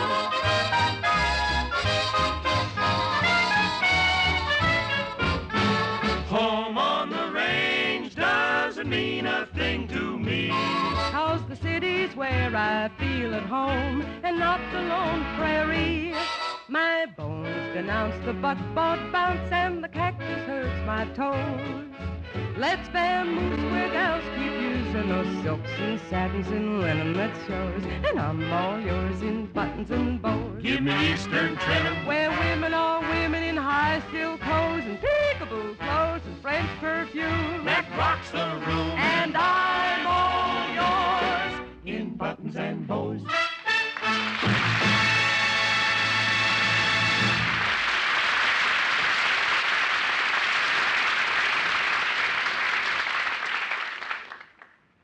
Fine wife. Her husband faces a jail sentence and she sings. All right. Come on, Remley. Alice, you and Willie wait in the car. We'll only be a few minutes in City Hall. Now, Phil, please don't offend the police commissioner. Don't worry. Remley, I ain't going to see no police commissioner. I'm going over his head and see the mayor. I know I'll get a square deal from him. I'll see the... Remley, why are you still carrying that gun? It's for you. In case they put you in jail, you can blast your way out. It'll be funny at a time like this, huh? Let's go in. Hey, Curly, what are all these kids doing here? I don't know. Willie said something about Boys Week.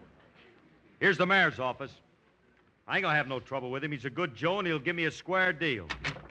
Mr. Mayor, Take your hat off when you talk to me, man! Julius, what are you doing behind the mayor's desk? This is Boys Week, and I've been appointed mayor. You're the mayor? Yeah, and don't let me catch you guys tapping my wires. Now, what do you want? Well, it's this way, Julius. I'll thank you to address me as Your Royal Highness.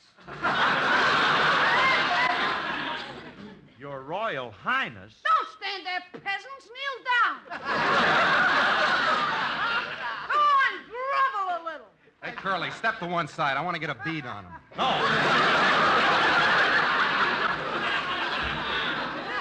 You can't do that in here. Don't talk till you got my permission. Now, state your case and make it snappy. I'm in a surly mood today. Well, I came to see you about a ticket. $50 or 50 days. I didn't tell you what it's for yet. I got no time for details. Oh, come on, Curly. We won't get any square deal here. I heard that and I resent it.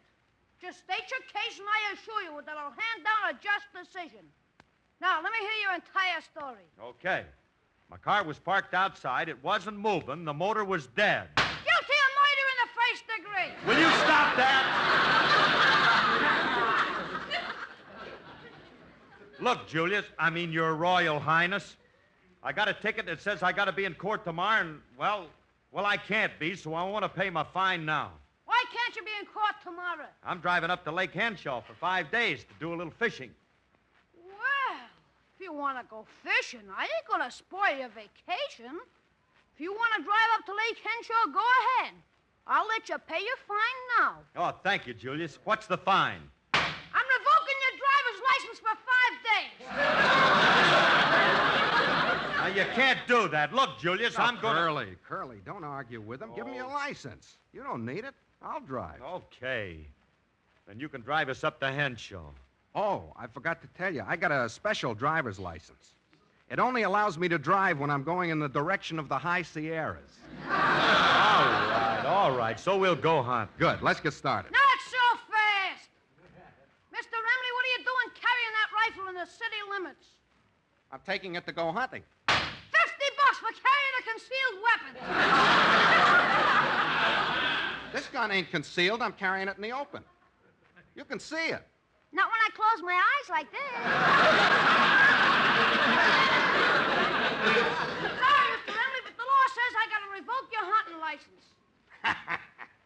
Joke's on you, Junior. You can't revoke my hunting license because I haven't got one. Well, I gotta revoke something. So I'll revoke your driver's license. Julius, I'm warning you. All right, Remley, let me handle it. Julius, look. I know you don't care about us, but Mrs. Harris is going to be with us, and you don't want to spoil my wife's vacation, do you? His wife?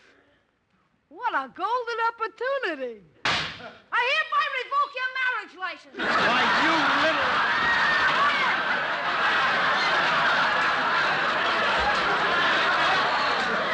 You be quiet or I'll revoke your birth certificate, too. Oh, this is going to be a great vacation. This is fine. I can't go fishing or hunting. I can't drive. I'm not married. And if I say one word more, I won't even be born. Julius, be a sport, will you? Give me back my license so we can go hunting. I don't want it. I think hunting is cruel. What's cruel about it? The animal has the same chance that we have. Sometimes the animal's got the advantage. Like when Elmer went after the bear. You know what happened to him? No, what did happen? Tell me all about it, Mac.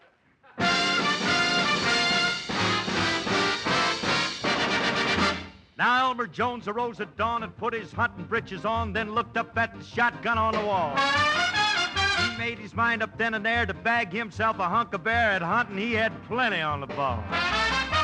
He milked the cow and fed the hog, then kissed his wife and called the dog, picked up his gun and started on his quest. He crossed the creek and hit the trees, threw back his head and sniffed the breeze, let out a yell and pounded on his chest.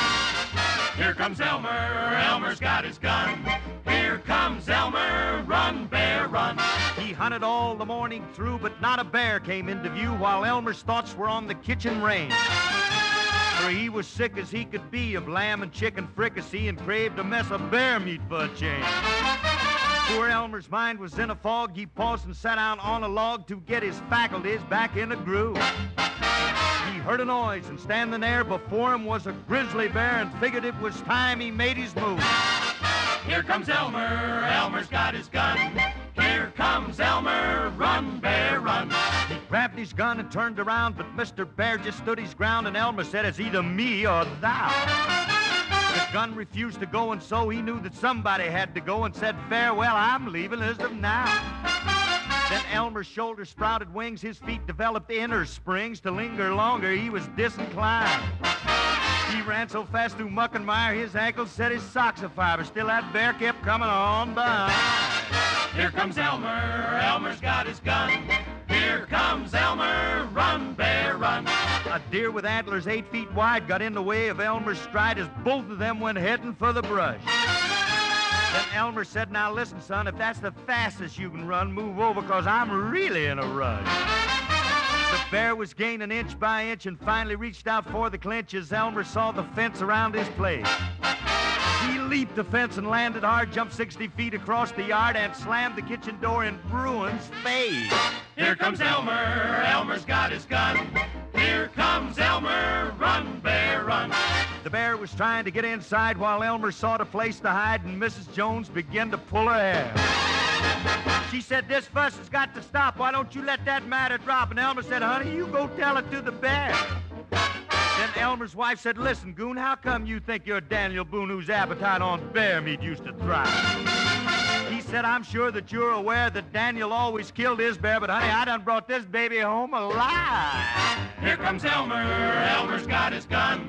Here comes Elmer, run, bear, run.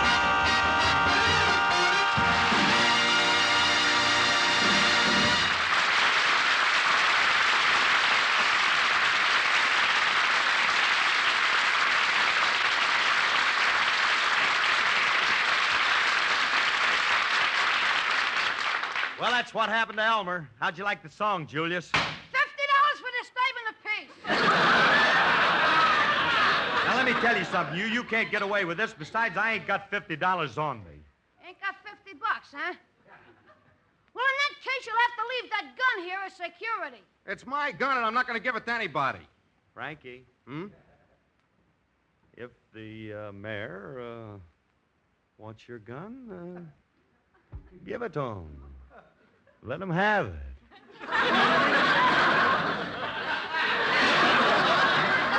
Yeah. See what you mean. And just to make sure it isn't loaded, before we leave, I'll pull the trigger. Like this. Here's the gun, Julius. Come on, Curly. How long do you think it'll take, Frankie?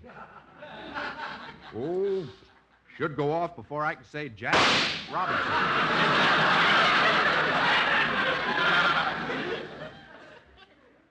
Nice and quiet in here. Do you think, maybe... Stop them two anarchists! They tried to assassinate the mayor! We should have known Birdshot couldn't pierce his ornery little hide. Come on, let's get out of here fast. Yeah. Now, look, let's get started on our trip before we get pinched. How are we going to go on a trip when both of us had our license taken away? We'll let Alice drive. Alice? Please, Curly, I'd like to get there in one piece. She don't drive a car, she aims it.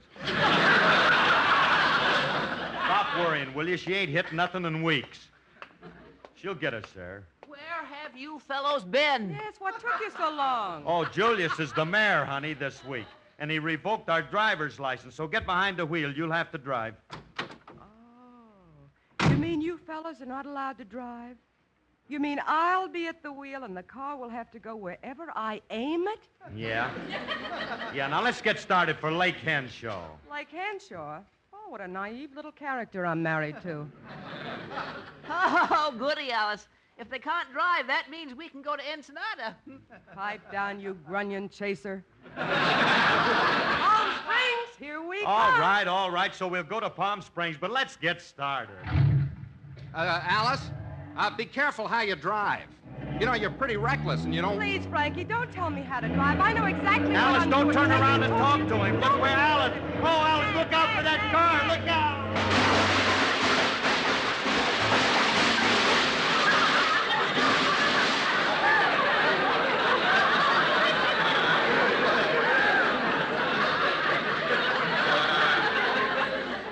Ooh, what a crash. Alice, you all right? Yes, I'm all right. Phil, are you okay? Oh, yeah. I always ride with my head in the glove department. I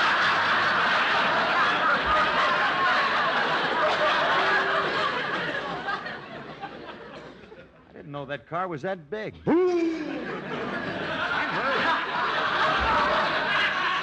was afraid. Fenders went everywhere. Alice, look at the car. Now you've wrecked it and spoiled my whole vacation. Oh, I'm sorry, Phil. Do you hate me, lover? Well, I never thought of it before, but I'm starting to work on it now. Well, I guess now we can't go anyplace. Correction, lady. You're going someplace. That was my police car you hit, and you're spending the next few days in the cooler. Come along with me. All right, officer, just wait a minute now. You can't arrest her. I'm married to her, and I won't let you take her. Oh, you won't, huh? Just for that, wise guy, you can spend a few days in the same cell with your wife. Well, I'd like to, but I couldn't. People will talk. Why? Well, you see, the mayor just revoked our marriage license, and she is no longer my wife. Take her away, officer. Goodbye, lady. I tell you, Frankie, women should never be able to drive They should a be car. taught a lesson. It's You a good can't thing let them this drive. happened. They never...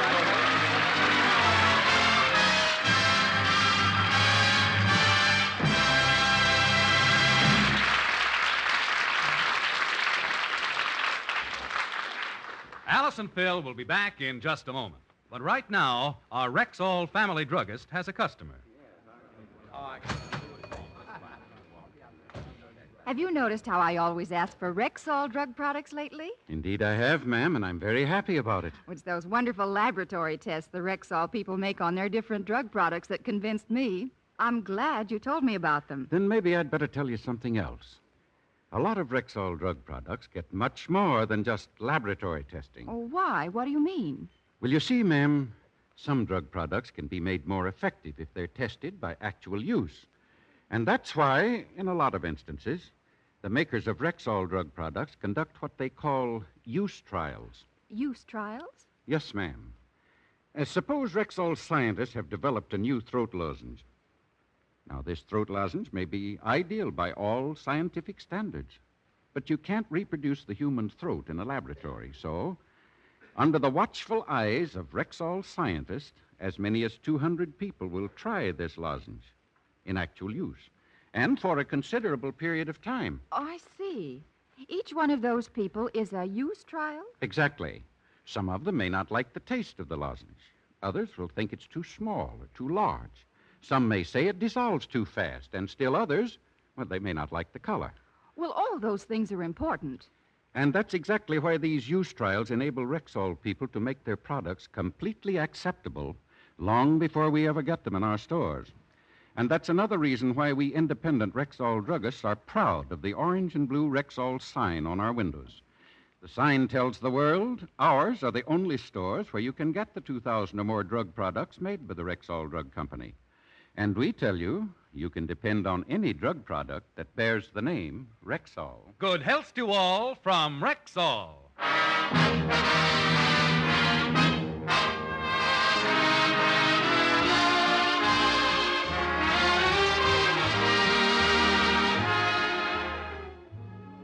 This is Phil again. Next week is National Boys Club Week. Over 250,000 boys in 300 clubs throughout the country are now enjoying the benefits of the Boys Club movement. They're developing the character, self-reliance, and tolerance so needed by America's citizens of tomorrow. So support the Boys Club in your town. If you don't have one, start one. Good night. Good night and thanks. Good night. This program was produced and directed by Paul Phillips. The part of Frankie Remley was played by Elliott Lewis, and Julius was played by Walter Tetley. Included in today's cast was Alan Reed. Alice Faye appeared through the courtesy of 20th Century Fox. This is Bill Foreman wishing good health to all from Rexall.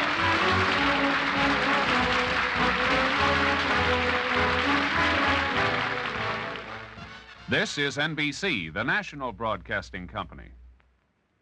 And now, Red Skelton in the not-so-silent spot, since the silent spot would be kind of pointless on radio. Please enjoy the Red Skelton Show up next. The Raleigh Cigarette Program, starring Red Skelton with Ozzie Nelson and his orchestra, Harriet Hilliard, and Wonderful Smith.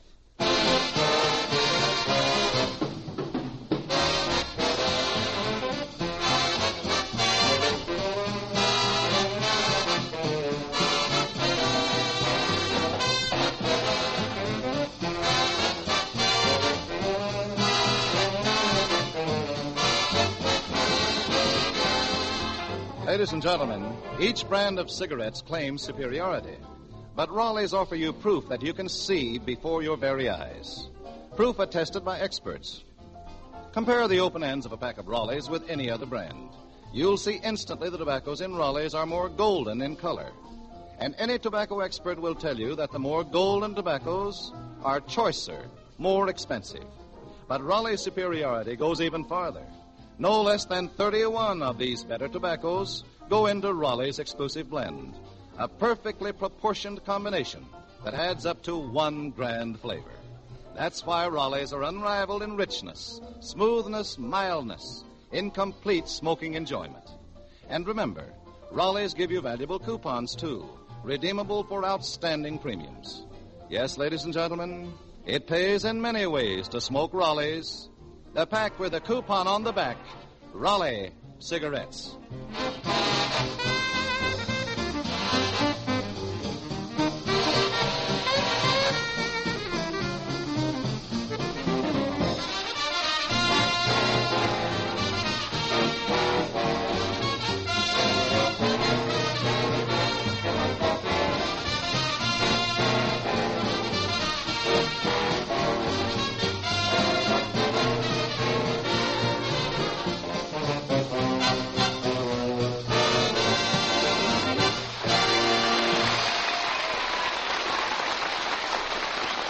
Ozzie Nelson and the orchestra playing Pushing Along. And now, the star of our show, Red Skelton.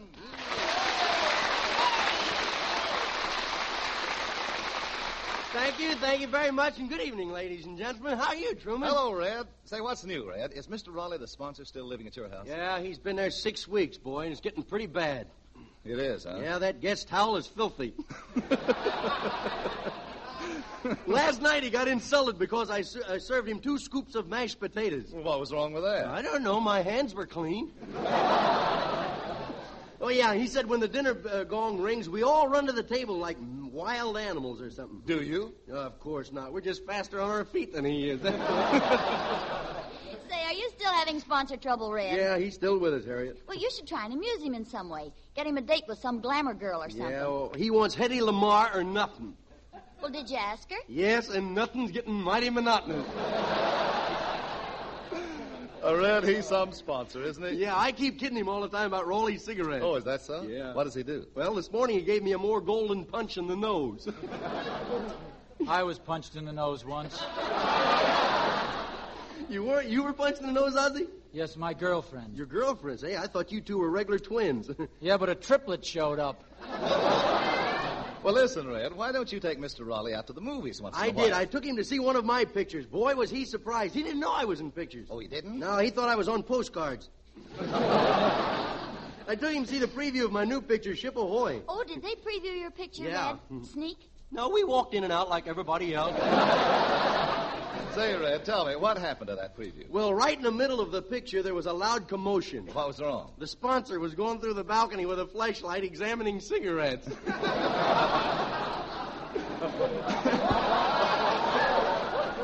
So you were in Ship Ahoy, huh? Yeah. Well, who else was in it? Well, Eleanor Powell, Tommy Dorsey, Bert Lahr, Virginia O'Brien, and the director, Eddie Brazell. I love previews. Yeah, say. Did you see all those big searchlights in front of the theater? Yeah, I saw all the searchlights, but what was all the excitement? They spotted an unidentified drunk flying down Vine Street. The 143rd Red Devils brought him down. Where did you sit, Red? Well, I sat between Andy Devine and Edward Arnold. I couldn't see much. Boy, did I get a massage. Who else was there? Well, Milton Berle, Mickey Rooney, and Farnsworth Aslop was there. Farnsworth Aslop, who's he? He's the autograph hound with a leaky fountain pen. I had a leaky fountain pen once.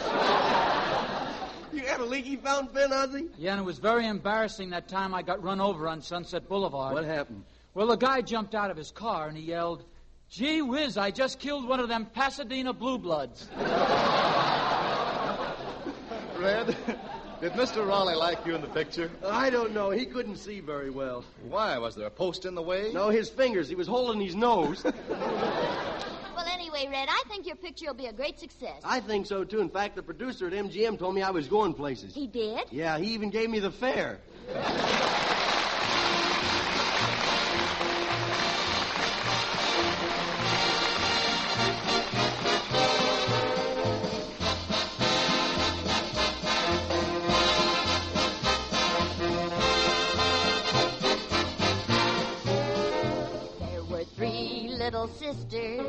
Three little sisters, and each one only in her teens. One loved a soldier, one loved a sailor, and one loved a lad from the Marines. Oh, the three little sisters, they were the fairest from Iceland to the Philippines. So said the soldier, so said the sailor, and so said the lad from the Marines. And when the boys marched away, the girls said they'd be true until the boys came back someday. Now the three little sisters, stay home and read their magazines.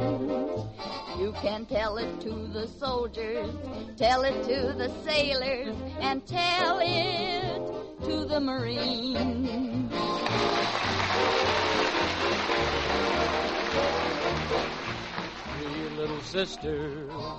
Three little sisters, each one only in her teens. One loved a soldier, one loved a sailor, and one loved a big fat bouncer from the Palladium.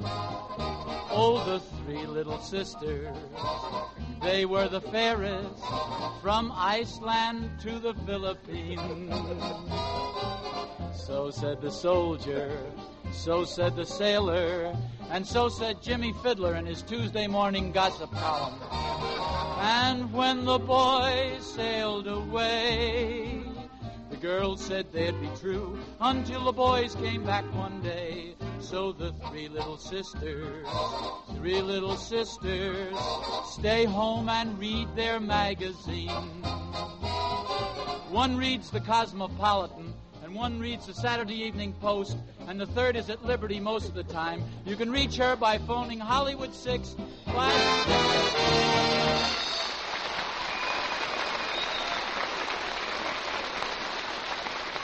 That was Harriet, Ozzie, and the boys gossiping about three little sisters. Say, you could have put in a plug for the shrine down in San Diego Friday, too. Say, Red, Yeah. those were very nice articles in the June issue of Modern Screen and Radio Mirror about Yeah, you. isn't it marvelous what people will write just for a carton of Raleigh cigarettes? Well, Red, tell us, what's our subject for tonight? Well, tonight I thought we'd show how the daily newspaper affects different people. First, we have Clem, the fellow from the country. He has a job delivering papers.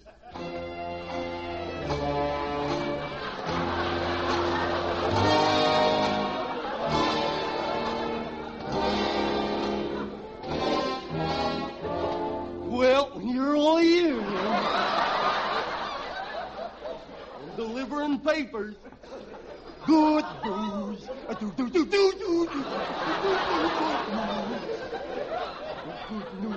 Well, look, there's old Uncle Jim sitting on his porch.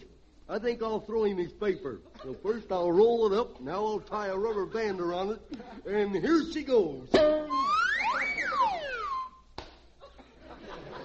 Well, that'll teach me to let go of the rubber band next time. Well, here's Daisy June's house. Hello, Clem. Well, Daisy.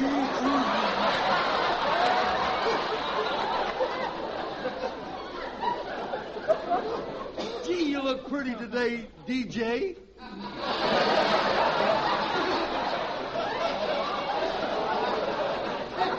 You look good enough to eat. I do? Yep, smothered in onions, of course. What's the paper you're delivering, Clem? The Los Angeles Sun. The Los Angeles Sun. Yeah, it comes out once a week. Clem, how many's on your paper route? Well, there's four. There's you, me, the widder. Clem, are you still hanging around that widder? Well, yep. Well, what's that widder got that I haven't got? I don't know, but on her it don't look like a project.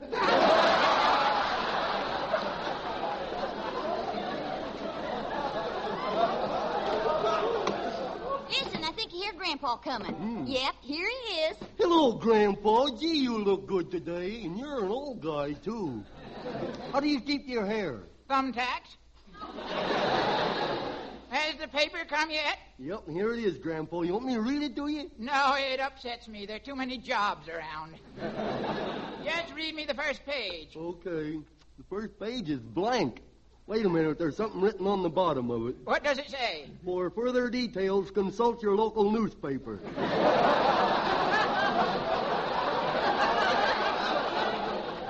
That's a mighty bad newspaper. Oh, you don't know what you're talking about, you old fossil. Now, you. that's no way to talk to Grandpa, Clem. After all, he was in the Civil War. Well, my grandpa was in the Civil War, too, but he was neutral.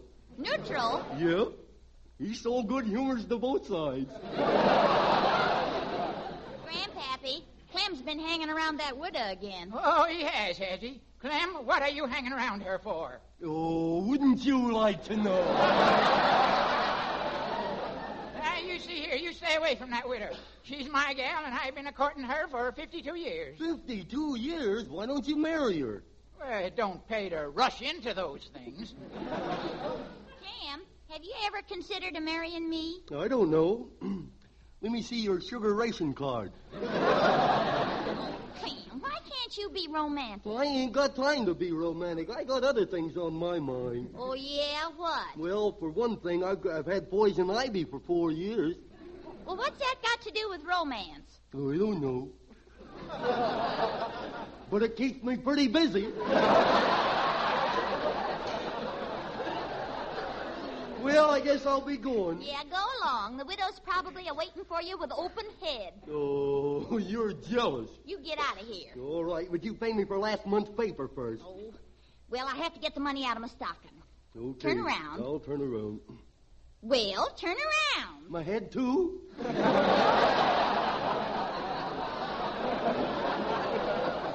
Here you are. Now, here's your money. Hey, where'd you get all that money? Oh, that's chicken feed compared to that $50 war bond I got. You? We're smart. Pappy smokes Raleighs and we send in the coupons. Hey, I gotta tell the widow about that. Oh, so she don't smoke Raleighs. Well, I'll fix you. I'll tell Mr. Raleigh, and he'll never let you mention that traitor's name again. Oh, blabbermouth. Boy, will she be surprised.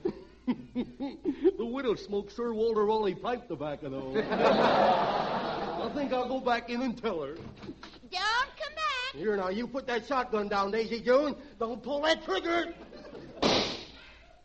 Oh, well, I was going to lay down anyway.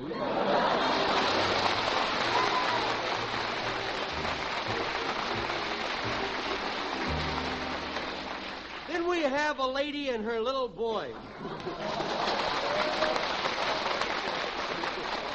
Sunday papers are his day. She loves the funnies, and it's 6 o'clock Sunday morning, and nobody's awake except Junior. So, Harriet, you be my mother, and I'll be the mean little boy.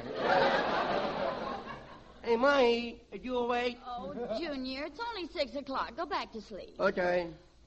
Hey, Mommy. What is it now? Mommy, where'd I come from? Sears and Roebuck, and go back to sleep. Sears and Roebuck, she said. That's silly. I am so small, I bet they got me at a cut-rate drugstore. Junior, will you stop mumbling to yourself and turn over? I can't turn over. Why not? My chain won't reach that far. Hey, Mommy, I can't sleep no more. I just heard the boy throw the Sunday paper on the porch. I want to look at the funny. Oh, now, look, Junior, why don't you go back to bed and be a good boy? No use going back to bed? Well, why not? All I do is just lay there and think up new ways to wreck this joint. Oh, go read your funny papers and don't bother me. Okay. You're going to read the paper. Oh, look. Look at that nice big banister. What a banister for sliding. If I do, I get a whipping. I do it. I would slide down a shiny banister. Oh, boy, what a mess. Junior, what happened? You know that vase has been handed down from generation to generation? Yes? The next generation's going to have to use a Dixie cup.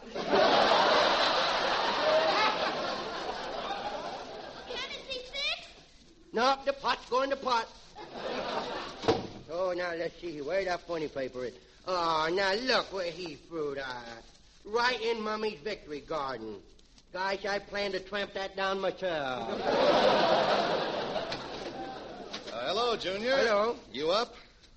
No, I'm still upstairs asleep. You always this dopey of a morning? I still asleep. Hey, did I wake you up? Oh, no. I was up with the chickens. Up with the chickens? Mm-hmm. Hey, when's your wife going to let you sleep in the house? Junior, do you always get up this early? Yes, I got work to do in the morning. Oh, what kind of work? Well, for one thing, every morning I have to get up and file a serial number off the tires that Pop brings home at night. Well, say, Junior, did the paper boy throw my paper over there by any chance? Don't see it. I wonder if he might have thrown it on top of the porch. Hey, if you hold me up, I will stand on your shoulders and see. Oh, swell. Thank you, Junior. Here we go. Now, up you go. Don't drop me. I ain't scared. Don't drop me now. Careful. My chin. Hey, get your foot out of my mouth. What? Your foot. Take your foot out of my mouth. You take your mouth out of my foot. Hey, let me down. It's now up here. Let me down. You didn't do that on purpose, did you? He don't know me very well, does he? Your paper wasn't up there. I wonder if it might have gone under the porch. I don't know. Junior, what on earth are you talking about? Oh, good morning. Good morning. Ain't my mummy pretty? Yes, she is. Yeah, you'd never know her face was warmed over from the night before, would you?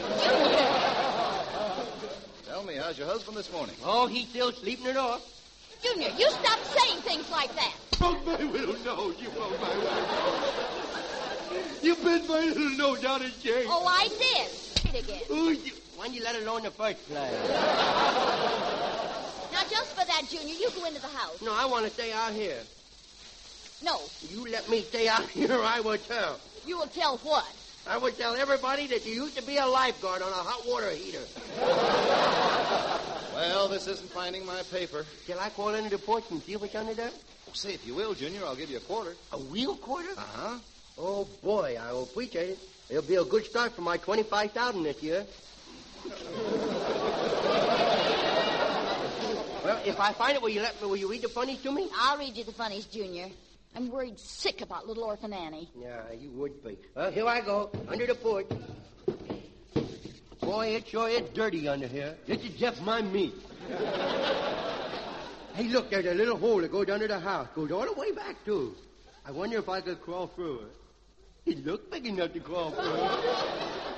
Oh, why quibble? I do it.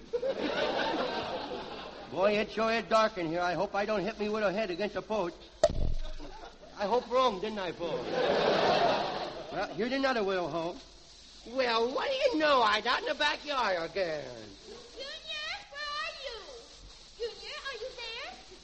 Where did he go? Gracious, I hope he didn't crawl under the house. All that electric wiring under there and... Electric wiring? Oh, dear. Now, don't worry. Call the fire department. They can get him out. Fire department? Oh, come quickly. My little boy's trapped under the house.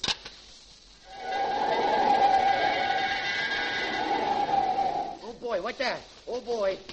Fire engine. Look, a hook and ladder and everything. Hey, what's wrong? Oh, my little boy's trapped under the house. No kidding. I would stand here and watch. That's a good boy, Junior. Yeah. Junior! Don't yell at me. You scare me, too. Oh, now you're going to get the whipping of your life. Oh, my vaccination, my vaccination. You hit my... I'm sorry, mister, your paper wasn't under the porch. My vaccination.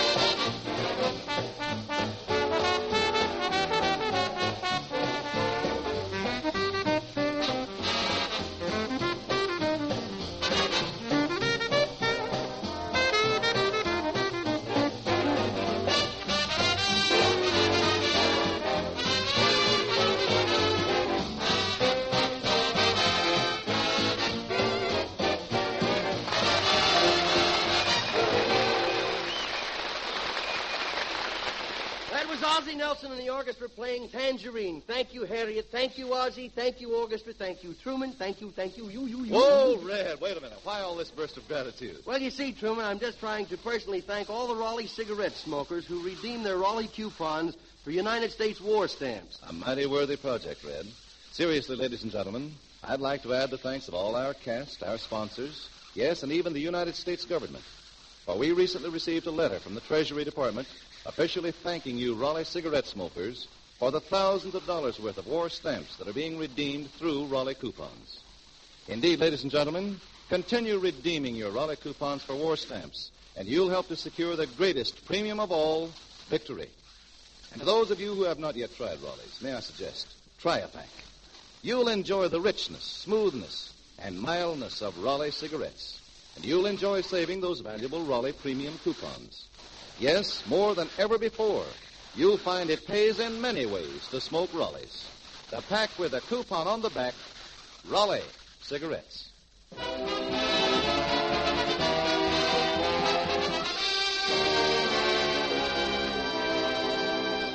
Newspapers have the power to give everyone a clean living.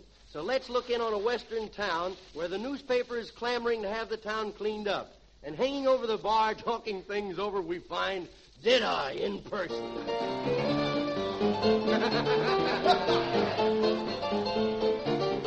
Where'd you get that piano player? Hey, sound man, take care of that piano player, will you? Well, bartender, I'll have a drink. Make mine a tin roof. Tin roof drink? What's a tin roof? It's something's on the house. What are you going to have, Wonderful? A shot of rabbit punch, please. I never heard of rabbit punch. Why don't you drink vulture's nest? I don't want to fly. I just want to hop around a bit. What are you drinking, bartender? Nothing. My shoes are soggy enough now. Yeah. Say, Mr. Deadeye, you better stop drinking so much on account of that new rule they got. I should stop drinking on account of a new rule? Yes, sir. You is staggering more than the hours. Now, they got too many new rules in this town. For instance, that old Calamity Jane with her cleanup campaign. That newspaper's making sissies out of us. Yes, sir. Why, this morning, 3 old women threw me down and scrubbed me with soap and water. What happened, Wonderful? Nothing. They found out it was me all the time.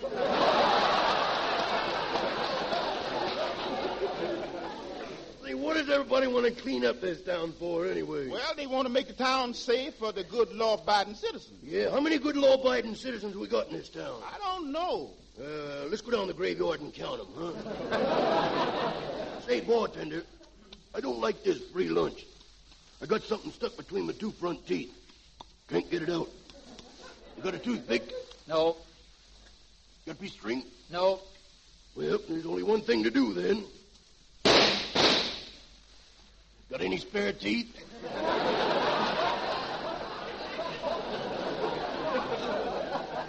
Well, here's the evening's paper. It's all about that cleanup drive. Yeah, what does it say? It says rain today. Now, that shows you how wrong they are. It ain't gonna rain today. It never rains.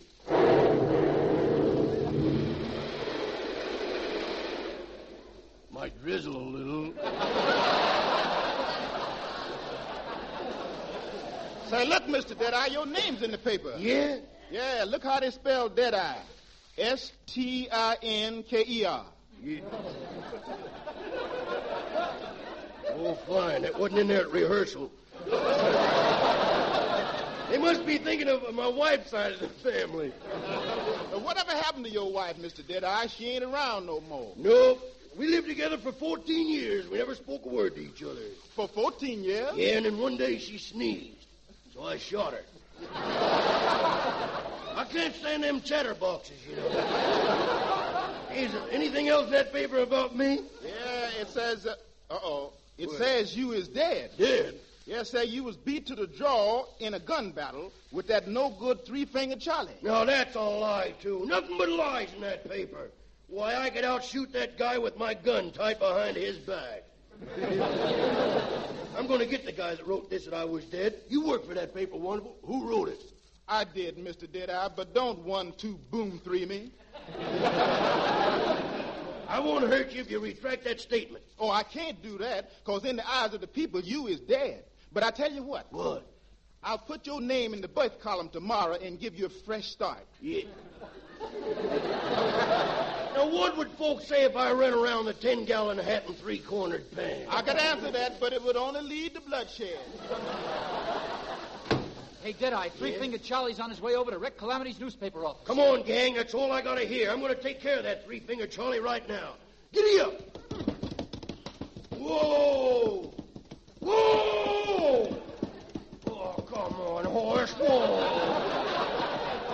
If you whoa, I'll give you a lump of sugar. I mean, whoa that quick.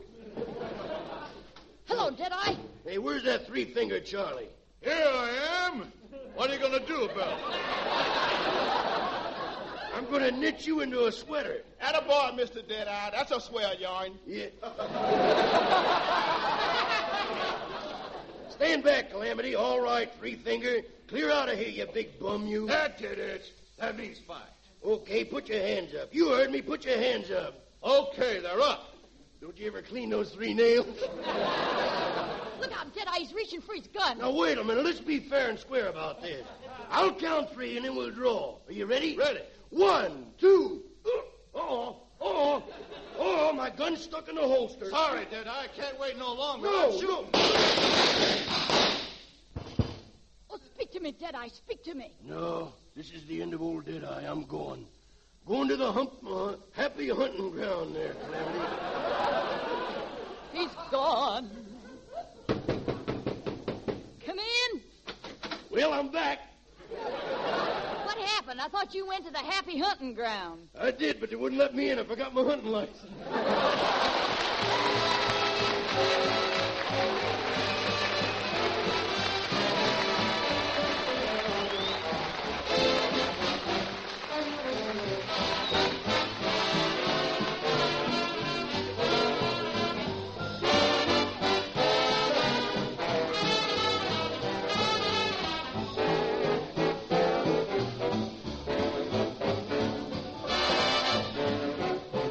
While Ozzie and the boys play You Made Me Love You, Del King has a word for you. Pipe smokers, get a load of Sir Walter Raleigh, and you'll light up with real smoking enjoyment. Sir Walter Raleigh is rich and mellow, flavor-packed with a nut-like tang that just can't be matched. Sir Walter Raleigh never burns hot or bitter because it's blended from select berries, cured and aged to perfection. And it has a pleasing, fragrant aroma that everyone enjoys. Try the quality pipe tobacco of America tonight. Get Sir Walter Raleigh.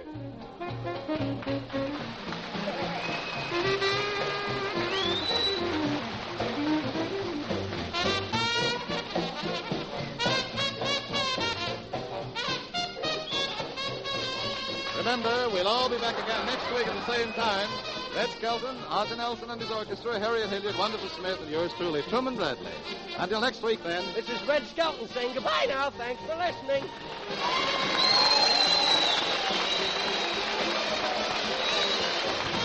Red Skelton is presented by arrangement of Metro Golden Mayer Studio. This program, produced by Mel Williamson and broadcast to our armed forces abroad, came to you from Hollywood.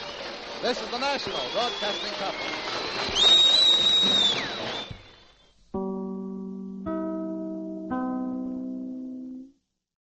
The fan-favorite character from Fibber, Magee, and Molly, the Great Gildersleeve, is up next. The Kraft Foods Company presents Willard Waterman as the Great Gildersleeve.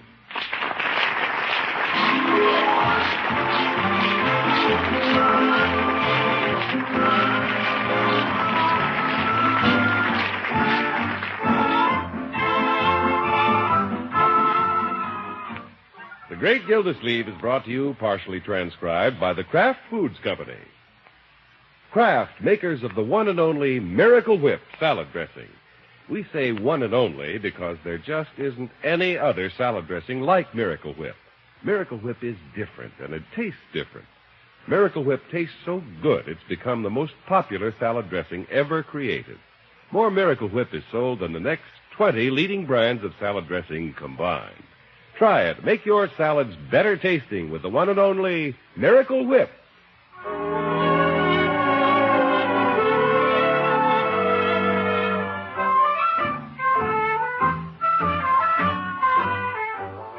Well, like everybody else these days, the Great Gildersleeve is being made aware of the pros and cons of all matters pertaining to the public interest, both local and national.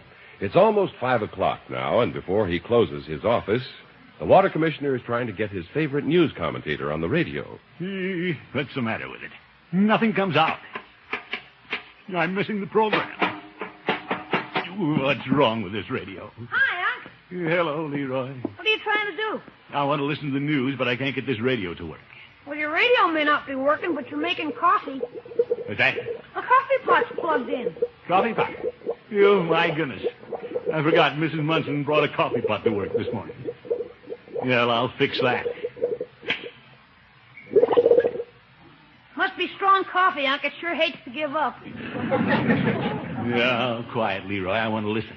Well, I can't buy the ride home with you. Why don't you listen on the car radio going home? The program will be over before then. This commentator, the greatest threat to our welfare today is the public's apathy. Under the increasing burden of heavy taxation, we grumble to friends and families. But what do we as individuals do about it? You know the answer, and so do I. We say, let George do it. Who's he talking about, George Washington? No, Leroy. Let's all be Georges. This is election year. When we choose our public servants, let's ask ourselves, are they thinking of ways to curb public expense, or are they just being expensive to the public? Which one are you, Unc? Leroy. In this historic year of 1952, give us men of integrity, men of vision, men of strength and capability. Give us public servants who really serve, for therein lies our salvation. Good night. By George, he's right. We need more men like me. Why? Well, Leroy, like the man said, we need efficient, economy-minded public servants. Not only in the national and state pictures, but on the local scene. Economy begins at home. Now I'm going to do something about it. You mean you're going to cut my allowance? No, Leroy, I'm talking about the cost of city operation. Come on, let's close the office. Good for you, Unc. I'm all for economy. Just as long as it doesn't affect me. I'm afraid a lot of people feel that way, my boy. But the public payrolls are growing by leaps and bounds. You look right here at the City Hall. Every year we have to build a new wing to house the city employees. Pretty soon it's going to look like the Pentagon. You can't tell me we need all these people to run a city the size of Summerfield. Now, there's a new face coming out of the mayor's office. Yeah, keen. Yeah, I haven't seen her around before. Tailored suit, horn-rimmed glasses, carrying a briefcase. Yeah, trying to make a big impression. Look important. What does she do? I don't know. Yeah, George, I think I'll find out. I'm a public servant. I'm going to start looking into these things. Come on, Leroy, let's catch up with her. Young woman! Just a moment, please. Yes? What do you do here at City Hall? I beg your pardon? That's all right. You don't have to apologize. Just tell me what you do. I carry a police whistle, and I hope I won't have to blow it. No, just a minute. I asked you a civil question. I asked you what you do here. I'll tell you what I don't do. I don't talk to strangers. He's no stranger. He's my uncle. Well, he looks very strange to me. Young lady, I'm not just making idle conversation. Oh, what kind of conversation are you making? I'm making like a city official. Yeah, I mean, I'm the head of the water department. Oh, please, don't make me dislike water. You better pick on somebody else, Unc. Now, miss, don't misunderstand me. I didn't mean to be fresh. Oh, you mean the city doesn't have a fresh water commissioner? Leroy. Well, since you have your nephew along, I suppose you are harmless. And, you have me curious. Just why did you stop me, water boy? Water boy? Well, I was in my office listening to the radio. Oh, there's a logical reason for a man stopping a girl. And it's my duty as a public servant to keep an eye on the other servants. Not just let George do it. Sonny, who's George? That's what I asked him. What we need is efficient, economy-minded people. And economy begins at home. Sonny, take your uncle by the hand and lead him home. Come along, Unc. No, wait a minute. Leroy, stop pulling.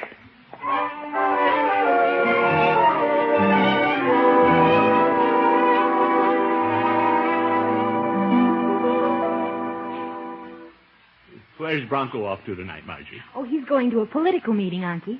Oh? Uh-huh. The junior thinkers are getting together again. The junior what? Thinkers. Oh.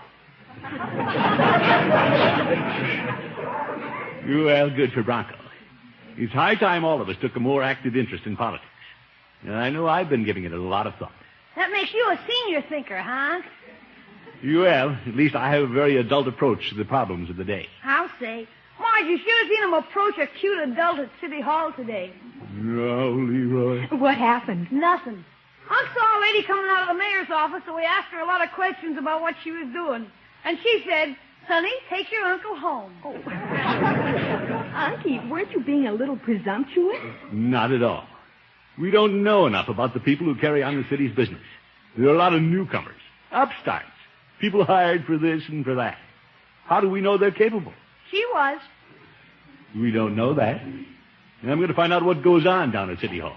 And election year is the time to do it. Oh, here we go again. Margie, what do you mean by that? Well, Unky, every election year you start crusading and then you forget all about it. Not this time. That's been the trouble with all of us. Margie, we're too apathetic. This is a historic year when we need leadership. Men who are strong and sturdy. Somebody call Bertie? Oh. No, Bertie. I said we need men who are strong and sturdy. Men with ideas. Yes, sir. I'm going to clean up City Hall, Bertie. Oh? You bet.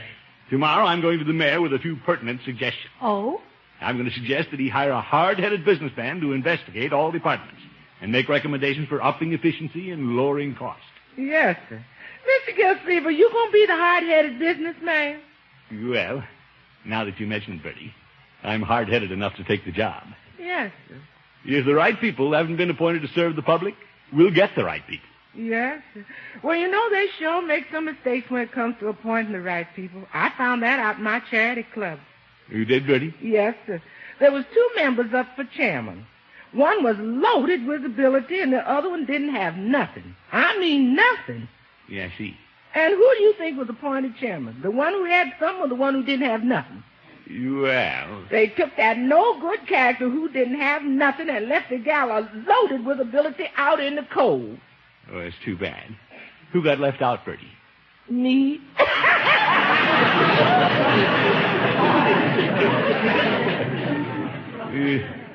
Bertie's joking, but I'm dead serious. I'm going to see the mayor first thing in the morning.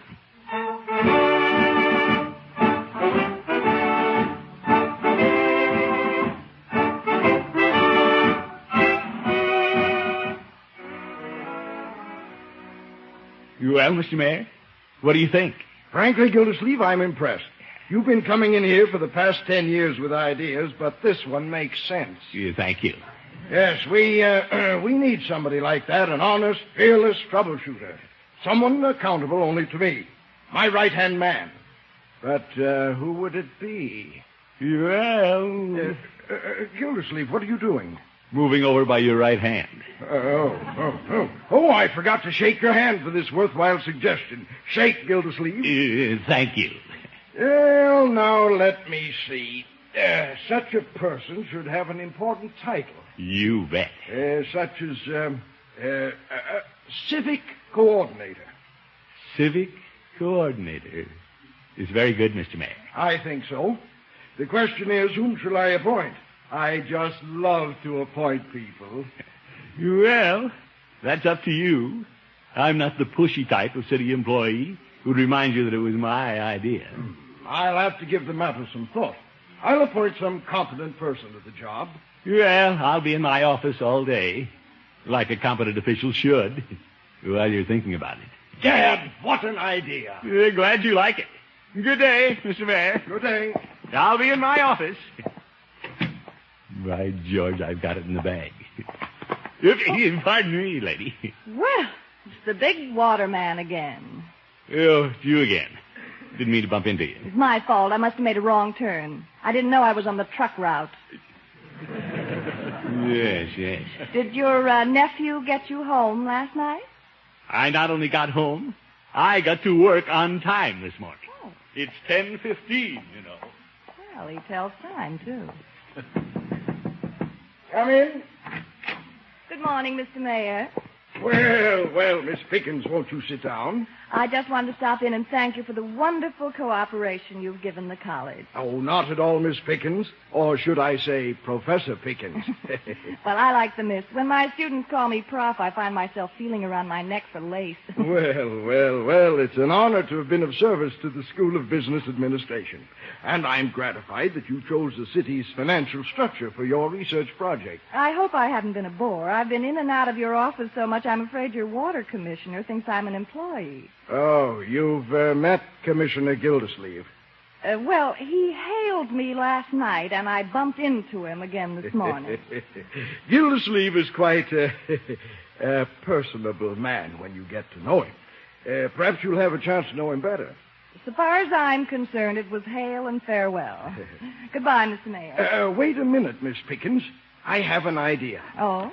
Why didn't I think of this before? Eureka! I have it.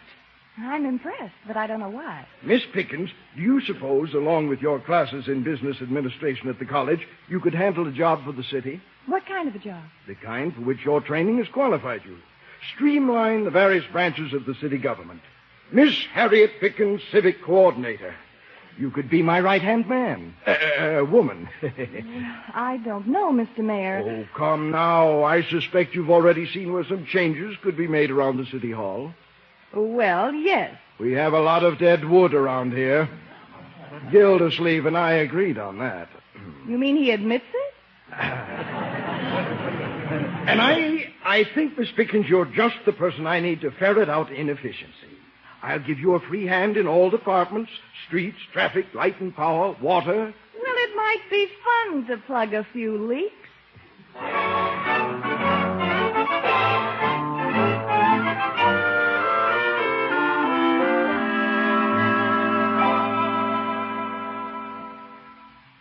It's a little early to go to lunch. I could run down to Peavy's for a Coke. No, better not. The mayor might phone. Where's my tape measure? Better see if there's room for another title on the door. Hello, Gilda. Oh, hello, Judge. What are you doing with the tape? I'm measuring the door. Why? To see if you can still get through it? No, Judge. I'm seeing if civic coordinator will fit on the door. Somebody else taking over your office? Hardly, Horace. I'm taking on new responsibilities. Oh. I went to the mayor with an idea for appointing somebody to streamline the departments. Give the taxpayer a break, and it looks like I'm it. This is a break for the taxpayer? You're all right, Judge. If I'm good enough to get the idea, I'm good enough to carry it out. I mean to go through every department like a threshing machine, separating the wheat from the chaff. Well, Gildy, I've observed a laxity in certain departments. No offense intended. Yes, yes. But I didn't think we needed a complete overhauling. You'd be surprised. Now take this new girl coming down the hall. What could she possibly do around here? Maybe she just goes around looking pretty. Well, she'd better watch it. Am I intruding? Not at all. In just a minute, Judge. This is my office. I'll decide who's intruding and who isn't. Oh. Young lady, what are you doing here? Just browsing. Oh, my goodness. On city time? Yes. Brazen browser. Young lady, you may as well know that when I bumped into you this morning, I had talked with the mayor about appointing a city coordinator. Yes, so? His job will be to check up on employees who come to work at 10:15 and spend the rest of the day browsing around other people's offices. Uh-huh. In short, I think I ought to warn you. There's going to be a house cleaning. Do you understand? I should. I'm the cleaning woman. You? Oh, is that what you do around here? I am the new civic coordinator. Well, my advice to you is to come to work on time and do your civic coordinator. Young lady, I'd like to meet you. I'm Judge Horace Hooker. I'm Harriet Pickens. I'm ruined.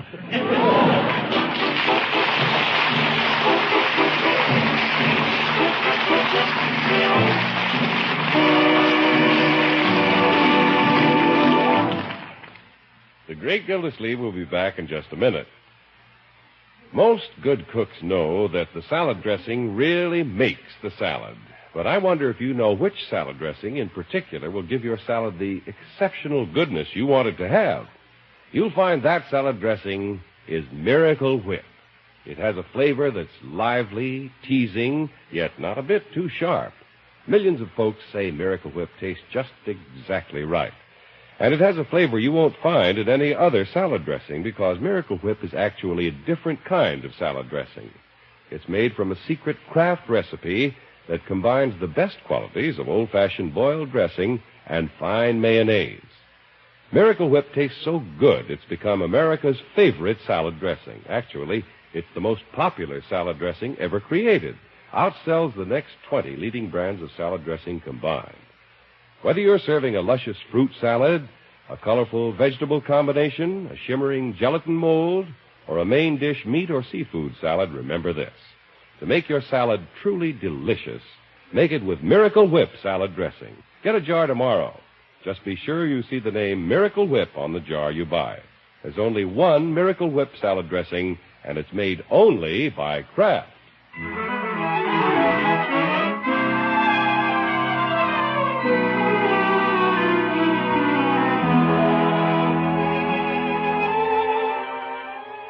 When you throw a boomerang at a target and miss, it usually comes back, and you'd better duck.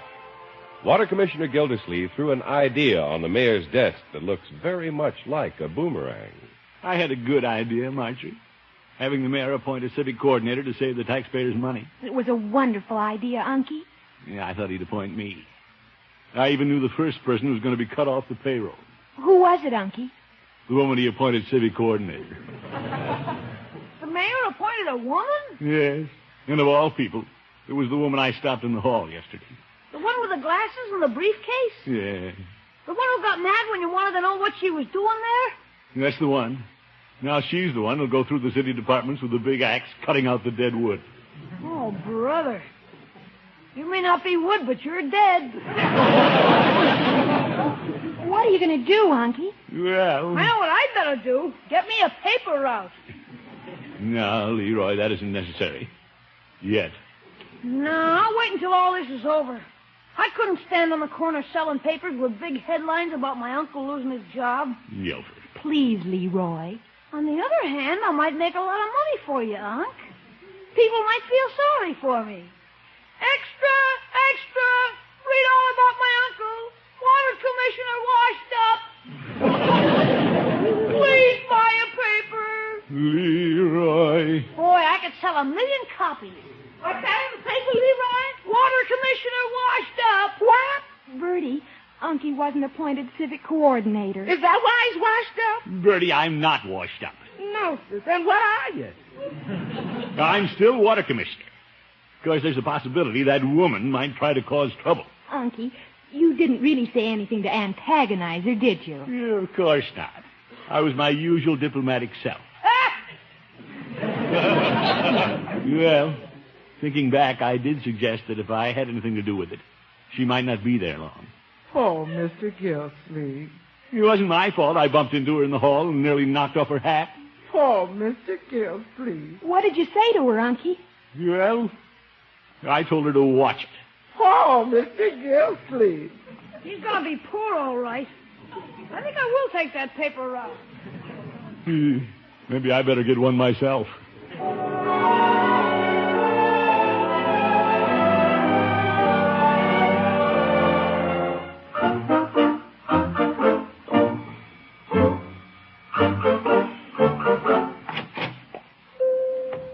Hello, Peavy. Hello, Mr. Gildersleeve. What can I do for you this evening? Nothing. I'm just wandering around, thinking. I thought maybe you might be busy with your homework tonight. Homework? I hear you fellows down at City Hall have a tutor. Peavy, if you're talking about the city coordinator, it was my idea. You mean you gave the mayor the idea of appointing somebody to check up on you? Well, in a way, yes. You're living dangerously, Mr. Gildersleeve. Now, Peavy, the city needs somebody to weed out inefficiency. That's what I say. You know I've done a good job down there, Peavy. And I don't like the idea of a woman coming in and telling me what to do. I thought this was a man's world. Well, Peavy, you've never worked for a woman, have you? Hasn't every married man? I'm talking about working for a professional woman like Miss Pickens. Well, Mrs. Peavy originally intended taking up a profession. Animal husbandry. Did she ever do anything with it, Peavy? Well, she made a lamb out of me. Right, George, I'm not going to count out of Miss Horn-rimmed glasses and her big, fat briefcase. She better not come snooping around my office. Well, I won't be a lamb. I'll be a roaring lion. Oop! Don't jump, Mr. Lion. It's just the telephone. Peavy's Pharmacy. Oh, hello, Marjorie. Yes, he's here. Just a moment. For me, Peavy? Yes, it is. Yeah, thanks. Hello. Unky, Miss Harriet Pickens just phoned for you. Oh? Uh-huh. She said she's going through your office tonight. She's in my office tonight? Uh-huh. She said she doesn't want you to feel she's going behind your back. Zeke. What's the matter, Mr. Gildersleeve? Peavy, I've just been stabbed in the back. I think you should go down there, Unky, and assert yourself. Don't worry, I will. She can't make a fool out of me, unless I'm there. Good luck, Unky. Yeah, thank you for calling, my dear. Goodbye. Goodbye. Peavy, do you know what's happened? I'm afraid I do. That woman is in my office tonight, going through my files, trying to trap me. She's on your trail, all right. Well, she won't find anything wrong, Peavy. I've kept my house in order. In my office, things are fairly shipshape. Yes. Though she doesn't like me. She may try to frame me. Yes. How do I know what she's up to? She may try to get rid of me and take over my job. Yes. I'm going down there and have it out with her.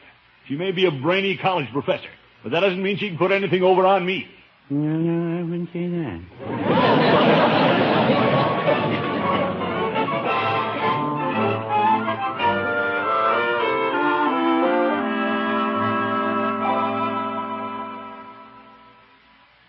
Mother, this is Harriet. I'll be a little late tonight. I'm phoning from the water commissioner's office. No, he isn't here, but I wish he were. I have a whole notebook of questions I can't answer. Uh-huh. I just hope I can get the information out of him without letting him know how little I know. But I suppose I can bluff as well as he can. Oh, here he is. I'll have to hang up, Mother. Bye. Miss Pickens? Oh, hello, Mr. Gildersleeve. What's going on here? That's what I'm trying to find out. I phoned your home to let you know I was here. Yeah, I know. That's why I hurried down. Getting worried? Certainly not. Well, from the amount of work piled up around here, you're evidently not in the habit of coming back nights. Now, see here, Miss Pickens. Unless it's for a cup of coffee. Hey, coffee? I found this percolator filed under unfinished business. Well, Miss Pickens, I may not run my office according to the book, but my customers are happy. Oh, do you serve them all free lunch? No, I don't. That coffee pot is... Never mind. There are more important things to discuss. The mayor is expecting me to produce, Mr. Gildersleeve. Let the chips fall where they may. So you're going to make me the first big chip? Guilty conscience, Commissioner. Not at all. I know what you're trying to do, Miss Pickens. You're trying to get rid of me. Here, let me see what you've written in that note. Mr. Gildersleeve, give me my notebook. Yeah, no, I have a right to know what you're reporting to the mayor. Mr. Gildersleeve, you're being a brute. Well, you were a brute first. Mr. Gildersleeve. Yeah, let's see what you got down here. You find out from Mr. Gildersleeve about water supply purification and distribution. Why do you want to know that? Well, so I can talk intelligently to the mayor. I mean... Oh! So you have to find out from me what to say to the mayor. Well? Here, what to say. What is Mr. Gildersleeve's long-range water system plan for Greater Summerfield? Mr. Gildersleeve, if I'm going to make recommendations to the mayor, I must... You have to find out what to recommend from me, eh? I didn't say that. What's the next question? What is a snifter valve?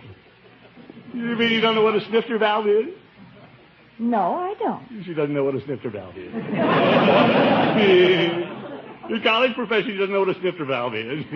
All right, I'll admit I don't know about your silly old water department. I didn't want this job in the first place. It was the mayor's idea. It was not. It was mine. Well, then I hate you, and I resign. Yeah, wait a minute, Miss Pickens. Don't give up. Well? I think it's fine that you're civic coordinator, now that we understand each other. Now, you take this pad and pencil, and I'll help you. Well, you don't have to... You just take down what I say. Well, all right. The water commissioner forgives Miss Pickens. As a civic coordinator, he thinks she makes a good school teacher, period. Mr. Gildersleeve, will you please be serious and answer the question? Oh, yes. Now she's all business again. And while you're thinking about them, I'll plug in the coffee pot. Well, that a girl. What have I been worrying about?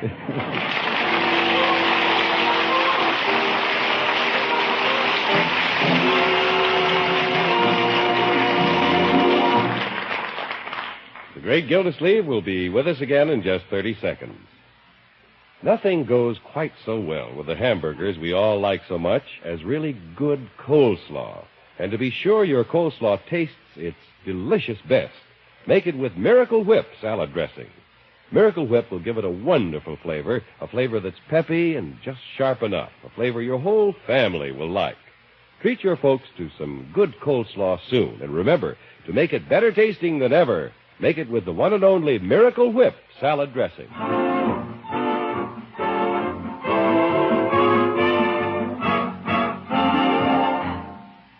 You've been very helpful, Mr. Gildersleeve. Well, I like to cooperate, especially with a lady.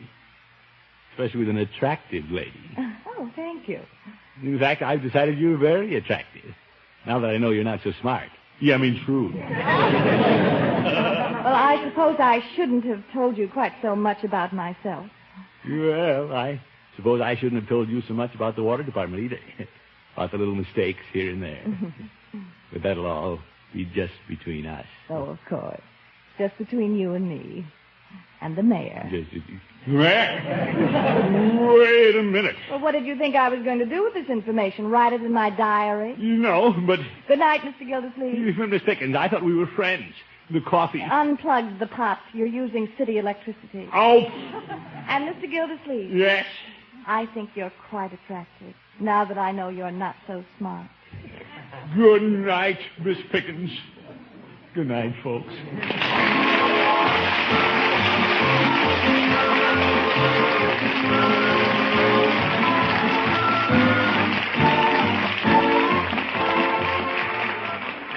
The Great Gildersleeve is played by Willard Waterman. The show is written by John Elliott and Andy White and is partially transcribed. Included in the cast are Walter Tetley, Mary Lee Robb, Lillian Randolph, Mary Jane Croft, Stan Farrar, Earl Ross, and Dick LeGrand.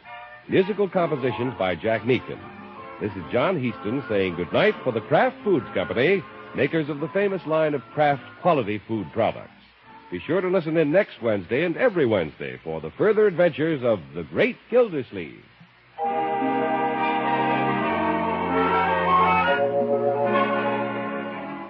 What goes into a perfect sandwich?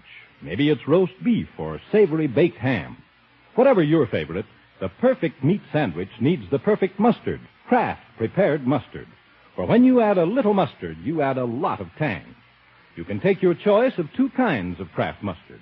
Mild Kraft mustard is smooth and delicately spiced. Or if you like your mustard with extra pep, try Kraft mustard with snappy horseradish added. Keep them both on hand and keep everyone in the family happy.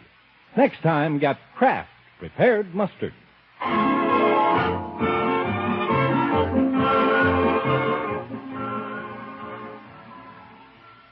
Stay tuned to Groucho Marx and You Bet Your Life next on NBC.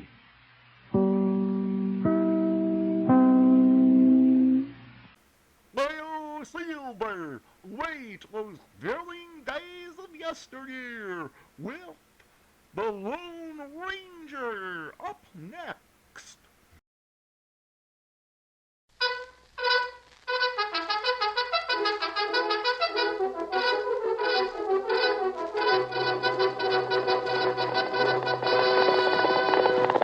Oh, Silver! A fiery horse with the speed of light, a cloud of dust, and a hearty hi-yo Silver, the Lone Ranger.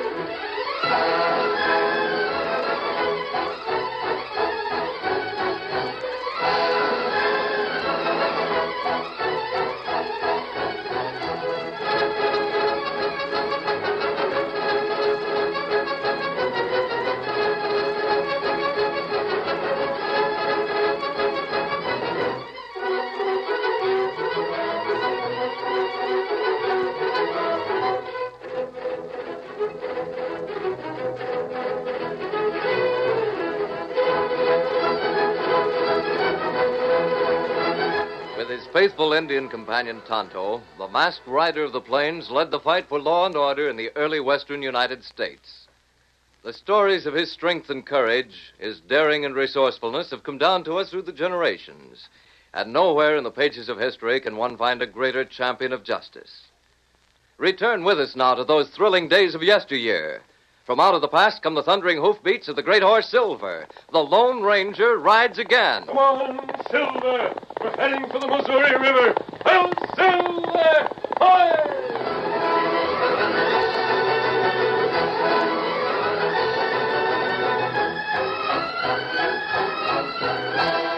moon was bright as the Lone Ranger and Tonto reined up on the banks of the upper Missouri. One of the great riverboats, ablaze with light, was steaming past, and faintly, below the sound of the paddle wheels, the masked man and the Indian could hear music and singing on board.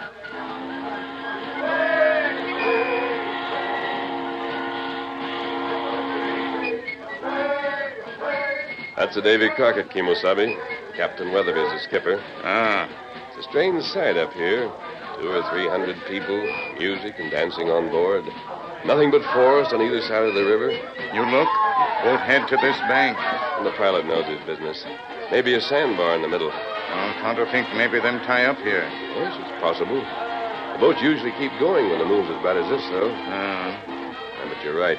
You see the men on the lower deck getting ready with the lines. This is not good place to tie up. Plenty Indian around here. Not good Indian. Looks like a fight going on. What do you mean? Near the gangplank. You ride a little closer and find out what it's about. Come on, Silver. Get him up, Scout.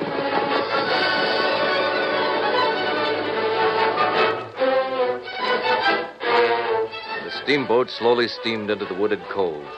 Then the engines were cut as she nosed the bank. Near the gangplank on the lower deck, Captain Weatherby stood beside two young men, well-dressed in frock coats and flowered waistcoats. They were objecting strenuously, but the captain cut them short with a gesture as he turned to the deck crew. Take fast those lines! Aye, aye, skipper! Now down with the gangplank! Aye, aye, sir. There you are, gents. This is where you get off. You can't do this to us, Captain. Can't I? I can do anything I want aboard my own boat. That forest out there. How are we going to find our way through it? Follow the river. We haven't any horses. And what about Indians? Now, look, Captain, listen to reason. The rule is that there's no gambling on the Davy Crockett. There's signs posted all over. All right, we'll give you our word that it won't happen again. There's only one way I can be sure of that. Well, we gave back the money we won. Yes, and I gave you back your passage money, all of it. Now get moving down that gangplank, or I'll have the boys give you a lift. Captain, what's the matter? For the last time. Come on, Greg. We have no choice. Oh, well. We've been in worse spots. I'm ready. Now, this'll be a lesson to every professional gambler on the river. From now on, they'll steer clear of the Davy Crockett.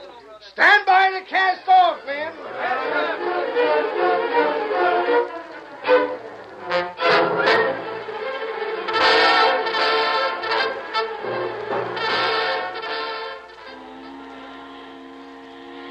Men start to walk now. Yes, Kimosabe. The captain wasn't as hard on them as he pretended to be. Parish Landing is less than 2 miles up the river. That place where woodcutters live. Bill Parrish and his brother Ed. They have plenty of horses, and those gamblers can buy some. Maybe them wait for next boat. There won't be another one heading upstream for a week. I think they'll buy horses. Maybe so. We'll follow them, Tonto. Not close enough to be seen. Just in case there are Indians around. Come on, Silver. Get them up, Scout.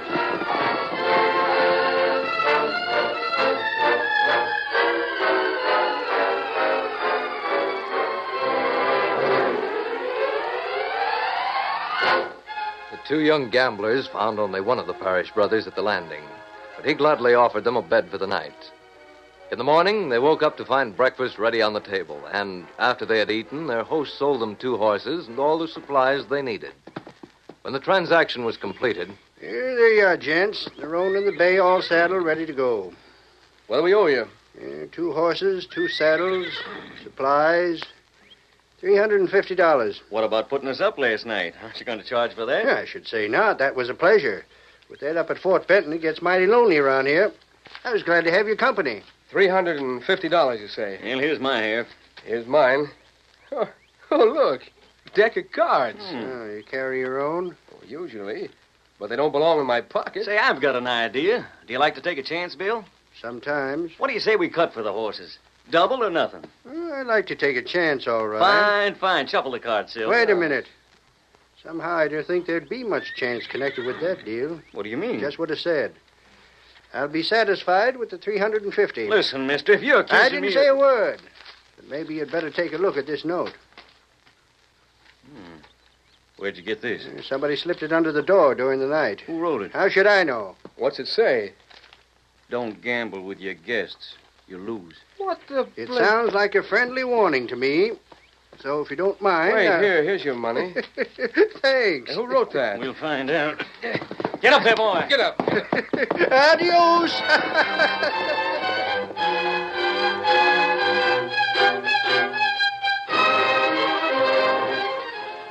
had suggested that instead of following the banks of the winding river, they take the forest trail. So Greg and Silk headed straight west. The trail was wide, but the great trees met overhead, and even at noon they rode through shadows. Silk became a little worried. You think we've made a mistake? How? By not sticking to the river. You heard what Perry said. This trail through the forest saves us a couple of 100 miles, and there's no chance of missing it. It's practically a road. Not to travel. The wagon tracks we've been following couldn't have been made any later than yesterday. Might have been today. Even so, Greg, the forest is awfully thick around here. And Parrish had to admit there were Indians. Well, our horses are good. If we can't outshoot them, we can outrun them. Maybe. I only wish we'd stick... Say, here. Whoa there, whoa. That shot wasn't far away. You're telling me. No more of them, though. Maybe the wagon's just up ahead of us. One of the men could have taken a shot at a deer. Yeah, that's it. No, it isn't. Well, which way do we ride? Do we hit the back trail, or do we ride and see what it's about? I'll flip a coin. Call it. Heads we go on, tails we play it safe. It's tails. Mm-hmm. Well, let's go on anyway. Keno. Get up there. Come on, Ed. Get up.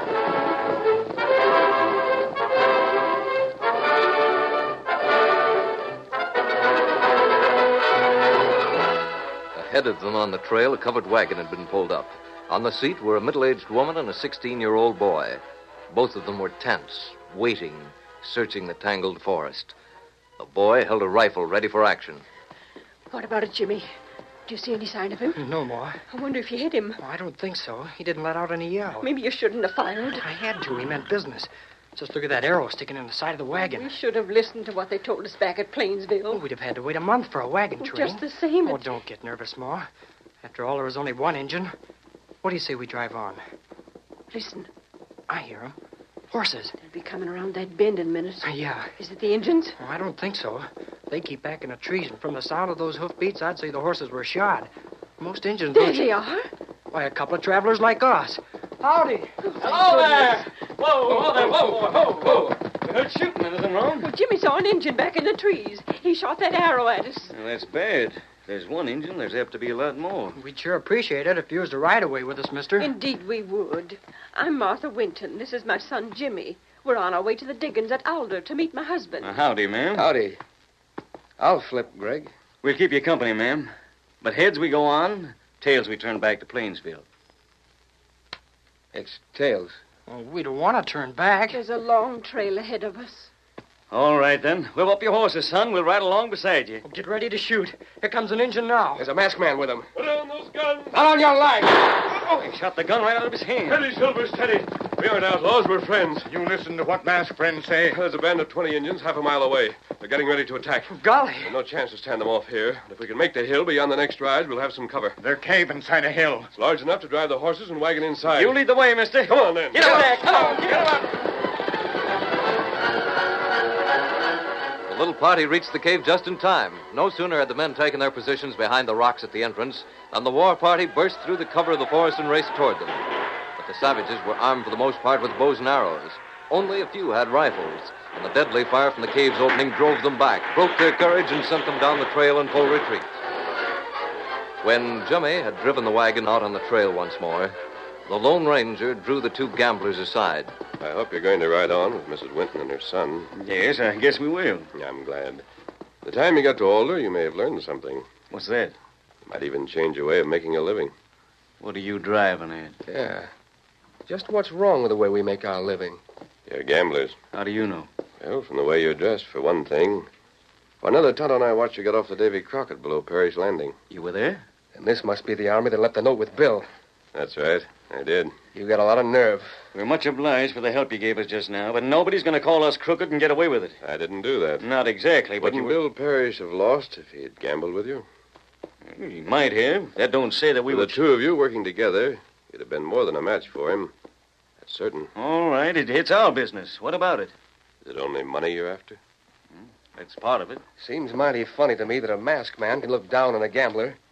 We don't break the law anyway. Neither do I. I'll let Greg finish answering my question. If money's only part of your reason, it's the rest of it. Excitement. I thought so. Well, you've had some excitement today. Yeah, we liked it, too. I know you did. Don't you feel a lot better than if you'd won the Winton's outfit by playing poker with young Jimmy? Say, what do you take us for? Yeah. Yeah, there wouldn't have been much difference between him and Bill Parrish. Now, look here, mister. We're riding with Mrs. Winton and Jimmy, and we're seeing to it that they get to Alder safe. We're not the kind of coyotes that'll take advantage of people like them. If I don't think there was some good in you, I wouldn't have wasted my time with you. Huh? You're both young and strong. You're the kind of men the West needs. Not if you stick to gambling. Hoping you'll find out there's a lot more satisfaction and a lot more excitement in playing a different game. What? Fighting to make a place for yourself out here and working to build the West. Messman, Tonto just told me who you are. Oh, did he? He's the Lone Ranger. A Lone Ranger? That's right. We're sure proud to meet up with you. But Tonto says you're going to ride on ahead. We'll make sure the trail's safe. And if it is, you'll keep on to the diggings? That's our plan now. Well, naturally, we'll take a lot longer with the wagon. I was just wondering if you'd stop at my husband's cabin and tell him we'll be there in a few days. We'll be glad to. And tell him you left us safe. And that we won't have any trouble with Greg and Silk keeping us company. I'll tell him that, too, said the big fella. Think over what I've said, men. You ready, Tonto? You ready? Come on, Silver. Get him up. Come. Hold on! Hi, Messman.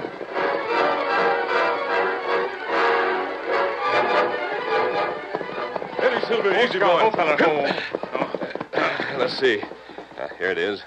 The name on the stake is Ben Winton, Tonto. This must be his cabin. It's nearly midnight. We'll deliver our message and then make camp beyond the gulch. Who's there? Friend! You can come in a minute. Something strange about his voice, Kimosabe. I'm going to take a look in the window. What him do with that gun? Quick, Tonto, we got to break in. Oh, get out of here. Let go of my arm. You can't stop me. Kimosabe! I've killed him.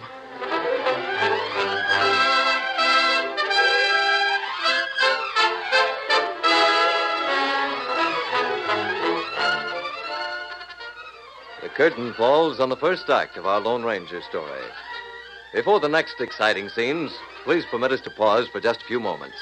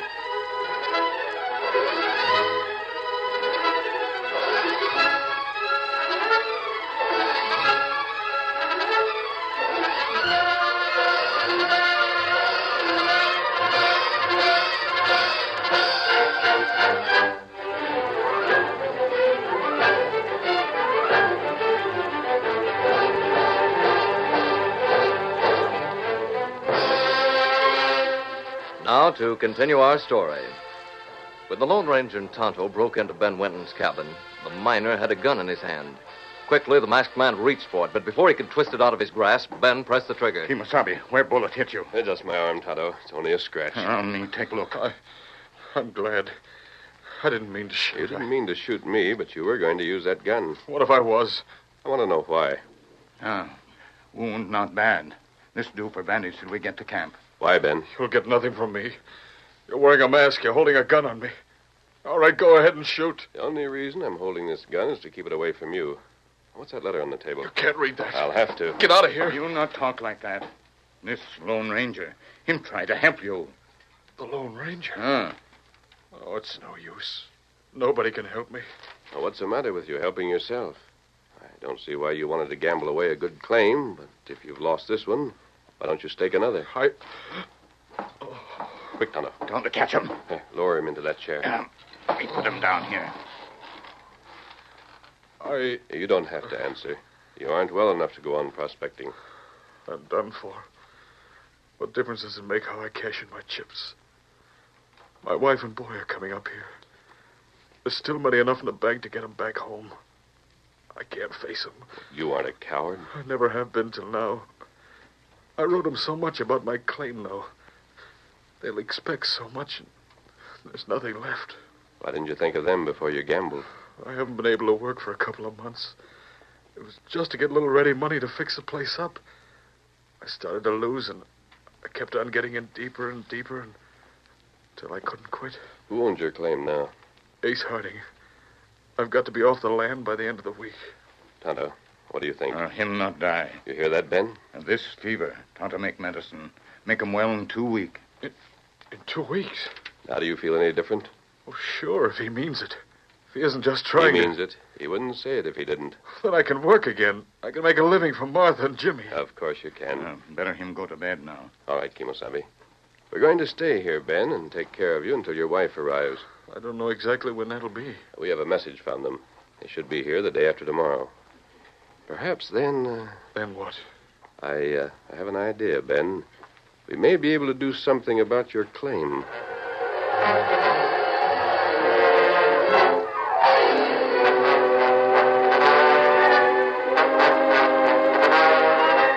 It was not until the Winton family was reunited that the Lone Ranger spoke of the claim again. But this time it was not to Ben. He and Tonto and Greg and Silk were unloading the wagon at the rear of the cabin. Have you decided what you're going to do, Greg? Yeah, we're going to rent a cabin in town. Near the cafes? Just for a while. We thought we might try our hand at prospecting. That would be good news. Miss Winton told us how much money Ben's making on his claim. Was making. Yeah, I mean, till he took sick. We can do half as well. It's better than poker.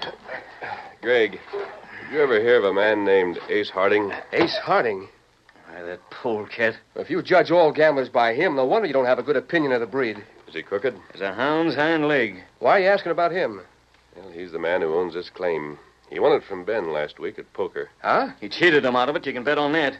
Do you think you two are a match for Ace? I should smile. We know all his crooked tricks backward and forward. He steers clear of any game we're in. Kimosabe. Yes, Tonto? That boy at corner cabin. Maybe him hear you. I'll talk to you two in town tomorrow night. Come on, Jimmy. Hand a hand with these supplies.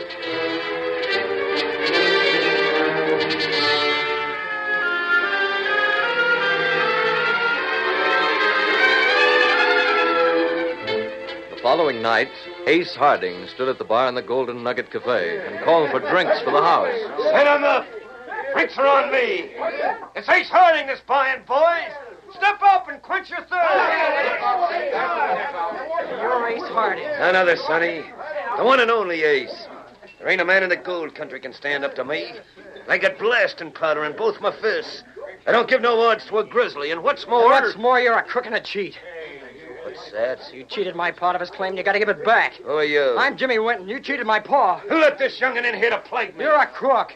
You shut your mouth. I won't. I'm not as scared of you. Then I'll shut it for you. Pick him up. Drag him out of here and hurry up with those drinks.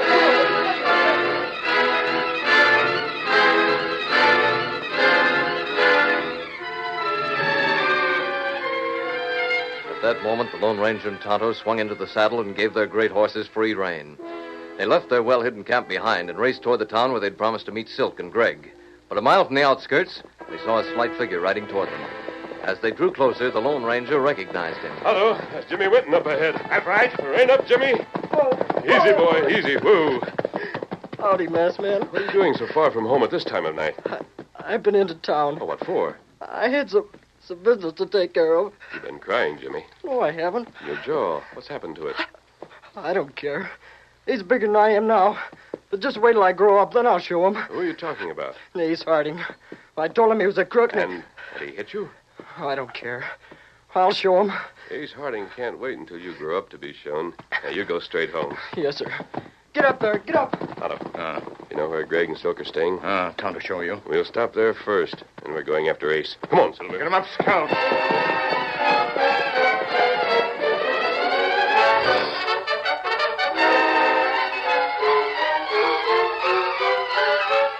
On, the Lone Ranger and Tonto rode into town. At a sign from the Indian, they swung to the left at one of the cross streets and pulled their horses to a sliding stop in front of the third cabin from the corner. In a flash, the masked man was out of the saddle and knocking at the door. Greg opened it. There was a hurried conference. And then, once more, the Lone Ranger was in the saddle. This time, he rode alone, back to the main street, straight down it till he reached the Golden Nugget Cafe. His feet were on the ground before Silver had stopped completely. Up the steps and across the porch. A moment later, inside the cafe... Up with your hands, all of you. What's that? Ace Harding. What do you want? Come here.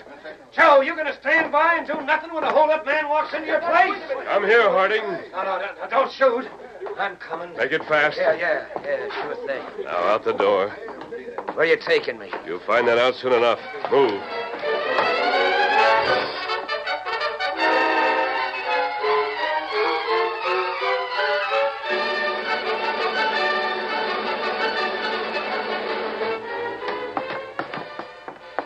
This is my own cabin. Just walk right in.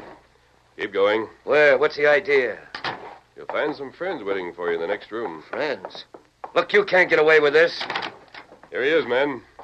Silk and Greg. Howdy, Ace. You're just in time for a little poker. Draw up a chair. Yeah, I don't want to. You can't. Can't what? All right, I'll play. That's better. Tonto, you now wait out in the front room. Gentlemen, we leave you to your game. Now, before we sit down, Tonto, we'll just lock the door.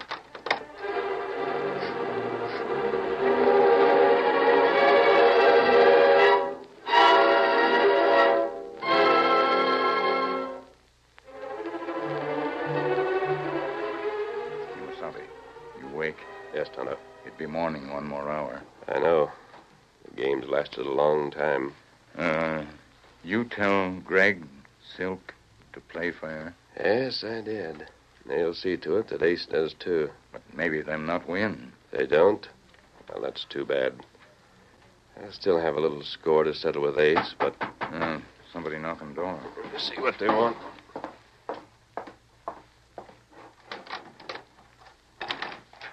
Well, Greg? He won all Ace's money, but he wants to play some more. They can't quit now.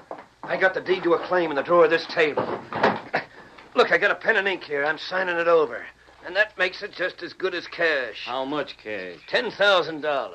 You only allowed Ben Winton $5,000 when he put it up. All right, $5,000. You can't quit. We won't, mister. Come on back. Well, we wait some more, Tonto. Him want to keep on, huh? Yes. So did Ben.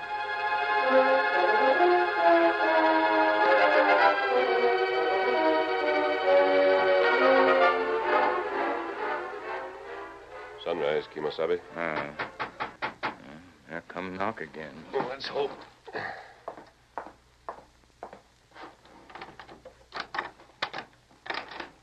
Well, it's all over. Is it? Here, will you take this bill of sale? Signed by Ace, but it isn't made out to anybody, so you can just hand it over to Ben, and he wouldn't have to know how we got it. That might be a good idea. You could just say that Ace had a change of heart and decided to give it back. I'll let the paper speak for itself. Now, what about you two? Well, we got quite a lot of money. We thought maybe we'd buy a claim of our own. Do it today. Yeah. We're going to, only... We don't know anything about mining. You can learn. Sure, especially if we had somebody to teach us. So we figured that Ben might let us work his claim for a while, until he got on his feet again. If we worked at his place, he'd be close enough to give us his advice. You understand? Yes, I understand. I don't think he'll have any objections. I'm sure he won't. Goodbye, Greg. Goodbye, Silk. Oh, we're not leaving yet. Oh, why not? Mainly because you're not. Well, I just have a little business to settle with Ace. He's right in the other room, still sitting at the table. We'll wait here for you. Excuse me. Stand up, Ace. Huh? What do you want now? You're a big man. Most people seem to be afraid of you. Personally, I think you're yellow. Why, you... If you're not, why did you stop then? Let's try pretending that I'm Jimmy Winton. Oh, to help your courage. You're a gunman.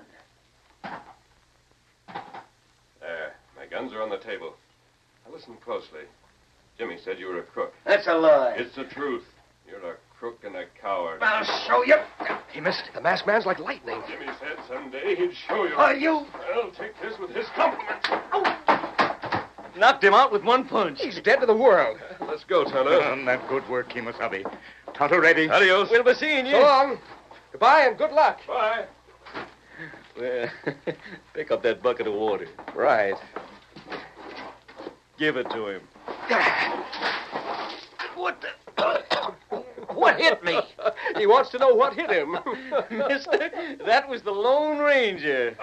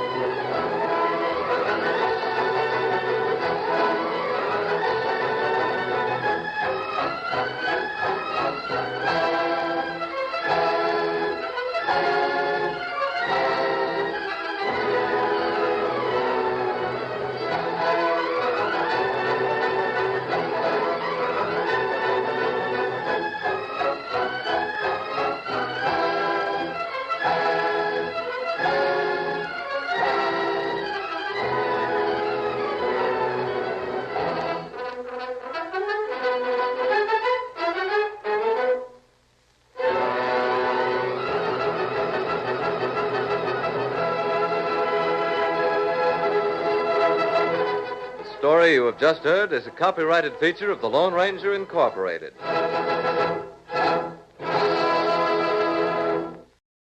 Get ready for Old Time Radio's most judgmental storyteller with The Whistler, coming up next on Classic Radio Shows tonight.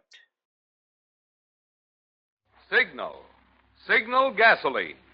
Yes, Signal gasoline is the new gasoline you can prove is superior.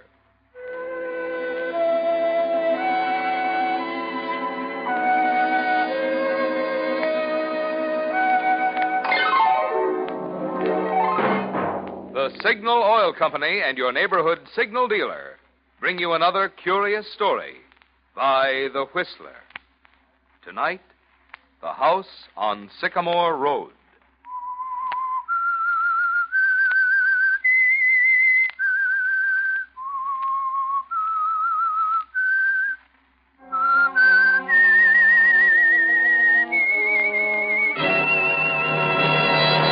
I am the Whistler, and I know many things, for I walk by night. I know many strange tales hidden in the hearts of men and women who have stepped into the shadows. Yes, I know the nameless terrors of which they dare not speak.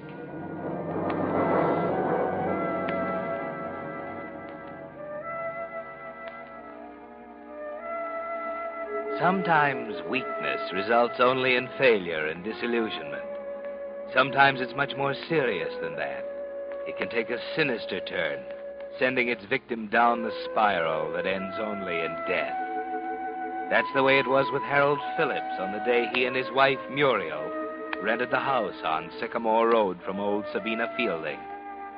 It wasn't much of a house, but it was destined to be the most important element in Harold's life.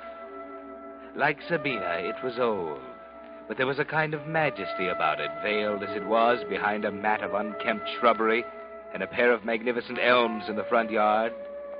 Muriel had objected to it, of course, but there was no other alternative. Rents were sky high, and the house on Sycamore Road was the only answer. As they stand talking with Sabina in the front hallway, Muriel is a little impatient. Well, that just about covers everything, Mrs. Fielding. Yes, I think we'll make out very comfortably here. It's hard to leave. Never thought I'd mind it this much. Of course. It's been in the Fielding family for now. Let me see. Well, there was Rodney and Lisa. Yes, 5 generations. 5 generations? Yes. I do hope you young people will be happy in it.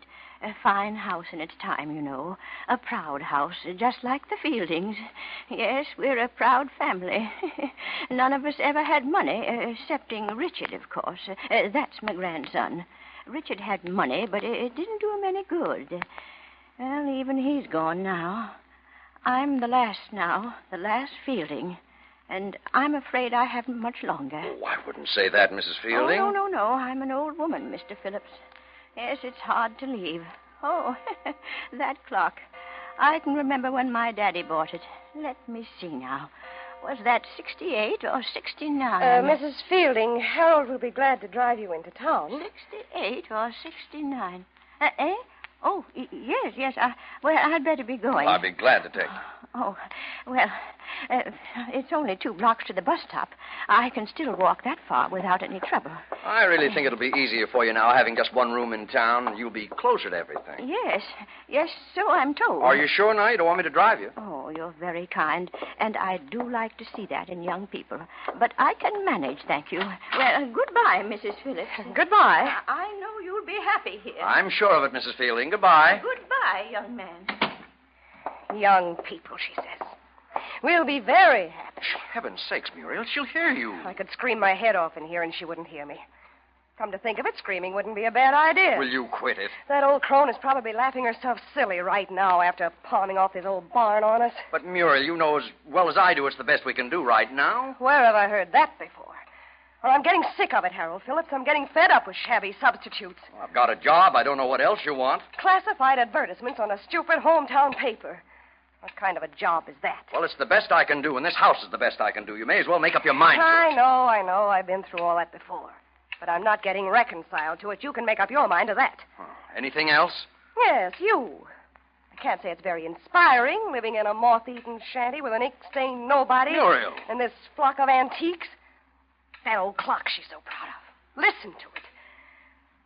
If you think I'm going to sit here day after day with that thing ticking in my ears... What's got into you anyway? I'm fed up, that's what. Now what are you doing? I'm going to stop this clock. Any objections? Will you be reasonable? Will you shut up? Where's the catch on this thing? Oh, look out, you'll knock it over. All right, so I'll knock it over. Oh, now look what you've done. Harold. You hadn't lost your temper again. Harold, look. What in the world? Look at all that money. Just look at it. Stuffed away in back of the clock. Hundreds. Thousands. Harold. Oh, Harold, darling.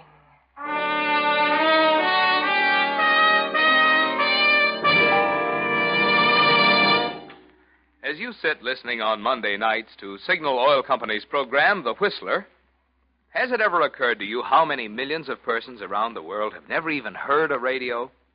Missing a lot of pleasure, aren't they? Oh, but wait a minute. Before you start shedding tears for those folks, just consider the pleasure you yourself may be missing if you haven't yet tried new Signal gasoline. No fooling, folks. You'll never know how much driving pleasure there's left in your car till you try Signal's new Super Fuel. For new Signal gasoline is packed with performance that's so apparent you can actually feel it, see it, hear it. Now, here's what I mean.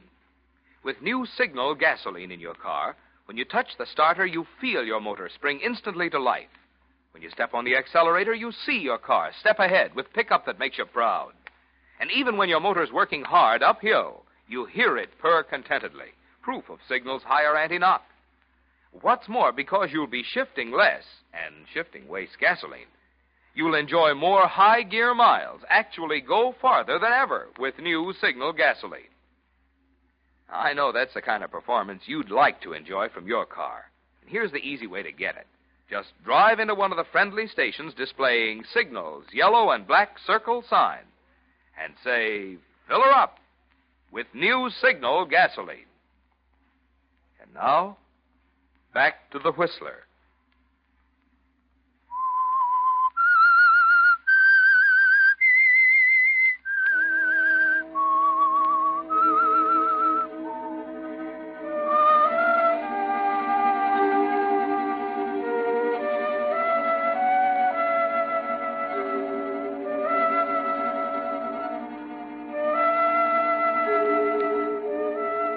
It's almost like a dream, isn't it, Harold?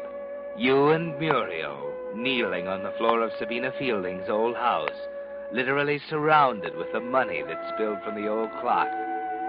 Muriel's in seventh heaven, as you counted. She even called you darling, didn't she? You work automatically, sorting the bills, 20s, 10s, 5s, into small, neat heaps on the scarred hardwood floor. How much is it, dear? How much altogether? Wait, let me finish. I simply can't believe it. 80, It's like a dream. 90, 100. There, that's the last 100. How much altogether? It hardly seems possible. How much, Harold? Tell me. $50,000. Oh. $50,000 in currency, small bills. It's probably been hidden away in this compartment behind the clock for years. $50,000. Never thought I'd see this much money all at once. The things we'll be able to do. All the marvelous things I've always dreamed of. All the clothes. Maybe go abroad. Who in the world? Harold, who can it be? I don't know. We can't let them in, all this money.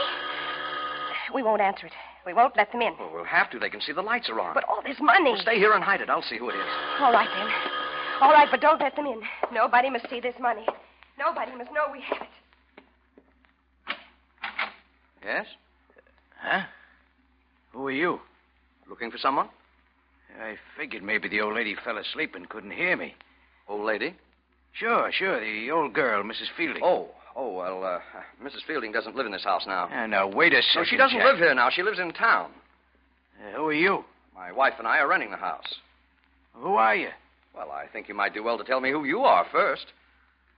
Okay. I'll come in and we'll talk things over. No, please. Wait a minute. Now, listen, Jack. Look, you see, my wife is very ill. We can't have any visitors. I don't want to talk to your wife. I can't talk to you now. I'm very busy. Good night. Okay, mister. But I'll be back. So long. Who was it, Harold? Harold? Who was it? What did he want? Wait. Or why are you snooping from behind those curtains? Well, I want to make sure that... Yeah, he's getting in his car. And there he goes. There who goes? Who was it, Harold? A man. Oh, did you set the clock up against the wall again? Yes, the glass was broken. I threw the pieces in the fireplace. Well, where's the money? I put it back in the clock. Who was it? Oh, I don't know. A fellow about my age had a red scar on his right cheek. He wanted to see Mrs. Fielding. He wouldn't give me his name. It's funny. He said he'd be back. What are we going to do about the money? We can't leave it there. Maybe we could... Harold, what's the matter? Hey, I think I know who he is. Muriel. What did Mrs. Fielding say about Richard Fielding? Something about money? He's dead. She said she was the last, don't you remember? I'm not so sure. That's the trouble. I'm not sure at all. Muriel, we may as well face it. It's not our money. It belongs to him. Don't be stupid.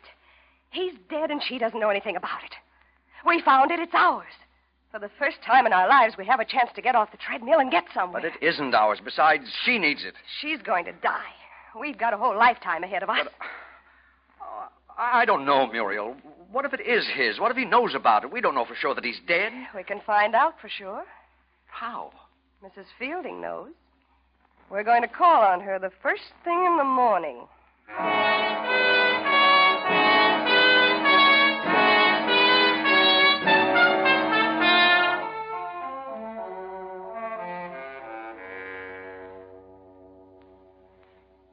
It's quite a problem, isn't it, Harold? You know it's wrong to take this money, but $50,000 is enough to set you staggering. Muriel didn't make that decision, did she? You would have made it all by yourself. Yes, Harold, there's only one thing that keeps you from taking it. The thought that someone else may be in on the secret. The man with a scar on his face, for example. You can't sleep all night thinking about him. And neither you nor Muriel stop for breakfast the next morning. At 9 o'clock, you're both talking to Sabina Fielding in her furnished room in town. Sorry I can't be a better hostess. Feeling mighty poorly. Oh, I'm sorry, Mrs. Fielding. We just thought we'd drop by and see if you were settled yet. Oh, well, thank you. Thank you. You're so kind. I'm really very happy you came. I don't get many visitors, you know. No one cares much about an old woman. Of course, we don't want to tire you. Oh, fiddlesticks. You're a little like part of the family now, living in my house. You do like my house, don't you? Oh, we're in love with it, Mrs. Fielding. It's a lovely old place. Oh, I'm so glad. You see, I didn't want it to go to anyone who wouldn't understand it. Houses are like people, you know. They have to be understood. Not everybody understands my house. It certainly has atmosphere. That clock is a beautiful thing, isn't it? Oh, you like it? It's always been my favorite. I'm happy you like it. I guess you understand my clock, too. Richard always wanted it, but he didn't understand it, so I never gave it to him. Why did he want it, Mrs. Fielding? I never knew. Richard and I never got on together. Always said he had bad blood in him. Oh, he could have been such a nice boy. Handsome and strong. Until the accident, at least. Accident? Yes. He was never the same after the accident. He had it coming, though, Richard had. There was bad blood in him. I don't like to talk about my grandson. Do you ever hear from him? I don't want to talk any more about him. No, not anymore. Would you have some tea?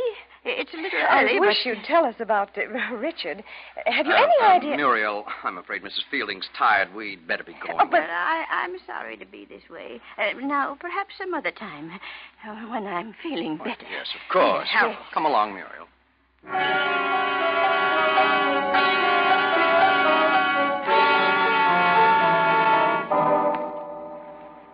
That convinced you, didn't it, Harold? It all fits. The scar on the face of the man who called on you last night ties in with Sabina's story of Richard's accident. Her remark about his fondness for the clock. It was too easy, wasn't it? $50,000 isn't hidden in a clock and then forgotten. It's Richard's money, and he's bound to come back for it. There was no reason for tiring Sabina any longer. Muriel would have worn her out with questions. After all, Muriel isn't the kind who gives up easily.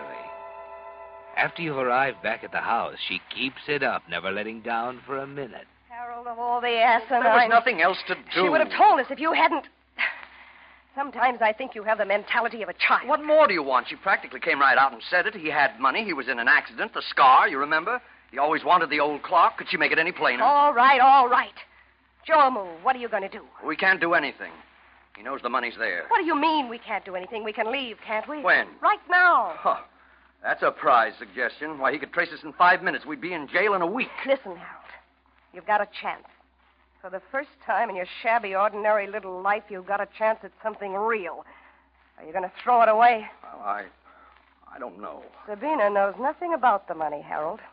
There are only 3 people in on it. You and I and Richard Fielding. And he's coming back here. He said so.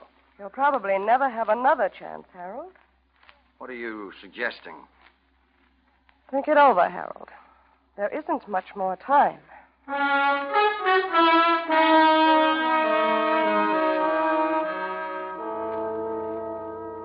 Yes, think it over, Harold. Is she right?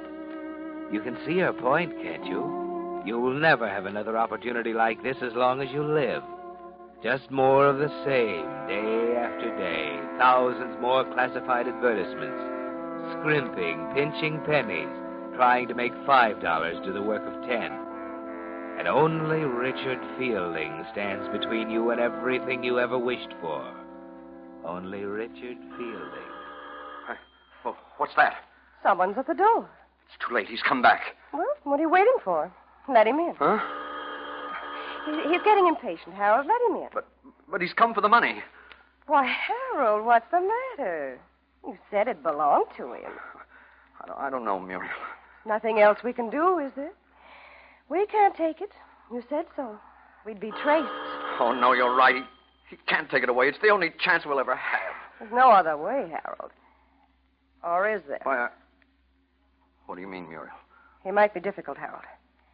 There's the poker beside the fireplace. No, I couldn't. All right. Give the money back to him. But it's mine. He can't. Harold, get hold of yourself. Muriel. Harold. Get the poker. Yes, Muriel. The poker.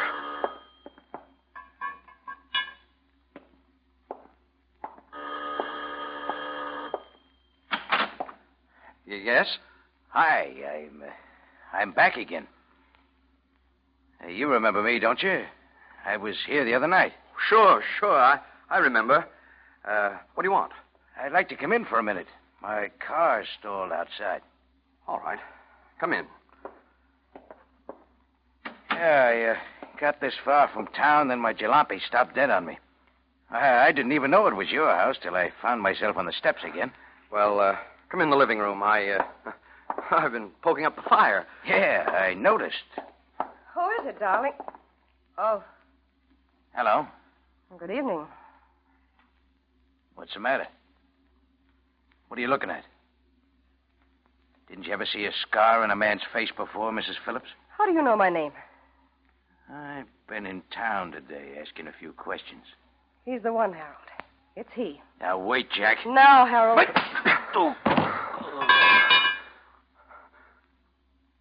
The poker, Harold. Pick it up. I think I'm going to be sick. Pick the poker up. Put it back where it belongs. I've killed him. I've killed a man. Harold, stop it. Get control of yourself. I'm going to be sick. Stop it. I don't feel any better than you do, but it's done now. We've got to go through with it. I've killed him. Maybe you haven't. You better see. Oh, no, I can't. You've got to, Harold. Think of all that money. He's out of the way now. We don't have to worry. See if he's dead. Well? Yes. Yes, he is. Go through his pockets. Oh, I can't. You've got to. See if he had a gun, his identification. There's an automatic in his shoulder holster. You see, he would have killed us. A wallet. $15 in it. That's all. It has to be more than that. His identification. Oh, there's nothing else in it, Muriel. Handkerchief in this pocket. There's nothing in this. Nothing here. And that's all. Well, we've got to get rid of him now. Get rid of him? We can't leave him here. Take him out to his car. It's stalled. That was just an excuse to get in here. Where are those chains? Chains? The ones you had in the car, are they still there? Oh, yes, I think so. All right. Weight his body down with them, and we'll drop him in the river. We can leave his car somewhere. They'll never trace him. No identification. And then what? And then we can take our own sweet time. You can give notice at the Express in the morning, and we'll leave town in a couple of weeks. You can say you've got another job. But the money? Don't worry about it. There's no one left to talk, is there?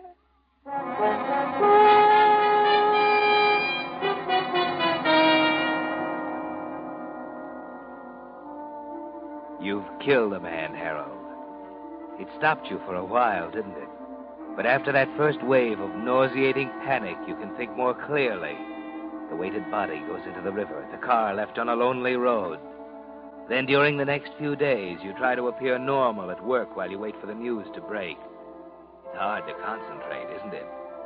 Mr. Gardner, your boss, has to call you on the carpet because of absent-minded errors you make in the daily classified section. The others notice you aren't eating at lunchtime. 5 days, 6 days, a week. Nothing happens. They must have found the car. They couldn't miss it parked down the highway 10 miles. Finally, you deliberately stroll into the city hall and look up Chief of Police Norton. Well, hello, Harold. Sit down, have a chair. Thank Where have you. you been keeping yourself? Missed you at the lodge meeting the other night. Oh, I've been pretty busy. How about you? Never a dull moment around here. You know, police work's funny. Yeah? Sometimes it gets so quiet you can hardly stand it. Have trouble keeping the men in line. I can hardly blame them playing around with traffic violations day after day. Then, all of a sudden, everyone gets so darn busy he wishes he had 6 hands. Yeah, look, like now, for instance. You got a handful, huh? Uh-huh. This is a quiet town, Harold. Too quiet sometimes, almost like a snake coiling up ready to strike. Last week, nothing but traffic violations.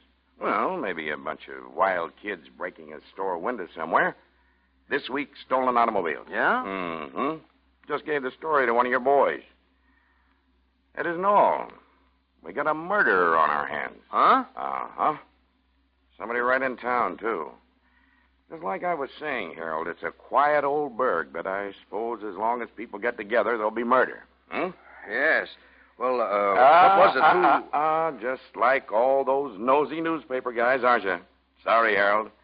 We can't say anything until we get him. You, got any leads? Sure. There's always leads. Don't worry. We'll get him. When we do, you'll know about it. Oh, excuse me. Norton speaking. Yeah. Fielding? When'd you find the body? Oh, gosh, that's tough. Huh? Well, yeah, Harold's right here. Just happened in. What's it got to do with him? What? Well, that's a funny one. Wait a minute. I'll get Phillips. Say, Harold, what did... Hello? He just ducked out the door. I'll get hold of him for you.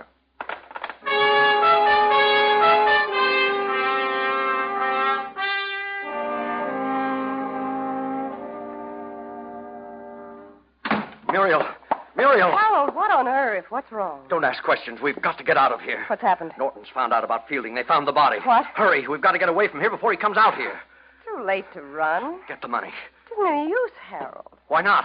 If they found the body, they're sure to catch you.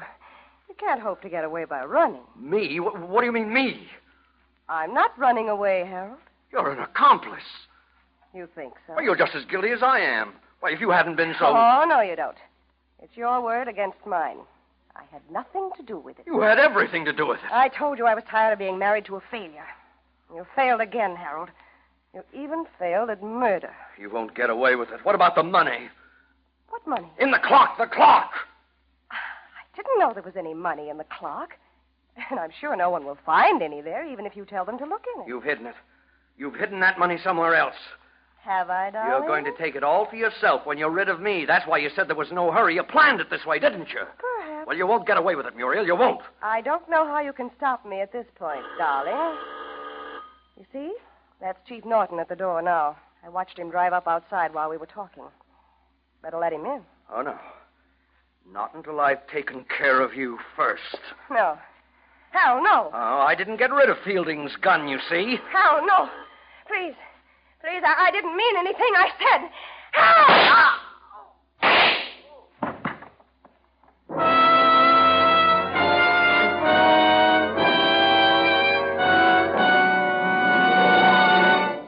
The Whistler will return in just a moment with the strange ending to tonight's story.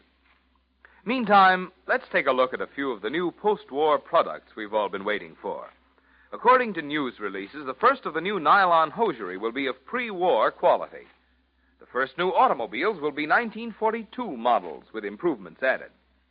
But when it comes to gasoline, new Signal gasoline, that's another story.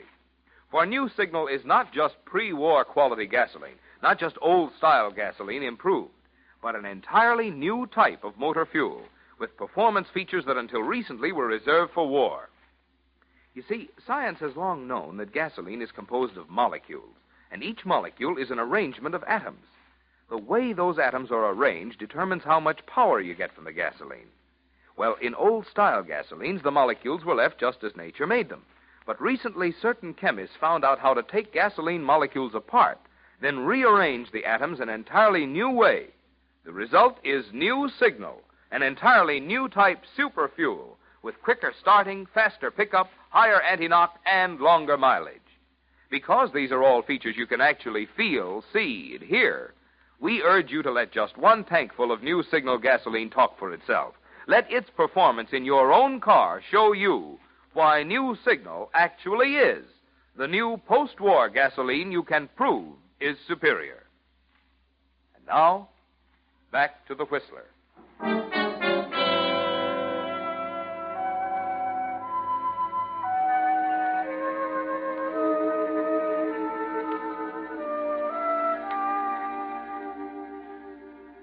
It was too late to do anything else, wasn't it, Harold? Too late to do anything but get even. And you did it very efficiently. Muriel, your wife, she's dead now, lying at your feet, as Chief Norton comes into the room. Harold, what got into you? You've killed her deliberately. It doesn't matter. Good Lord, man, what are you talking about? You've committed a murder. Doesn't that mean anything to you? She was as guilty as I am. She was in on it, too, understand? She wanted the money, the $50,000. She wouldn't give me any peace. When Fielding came back for his money... Fielding?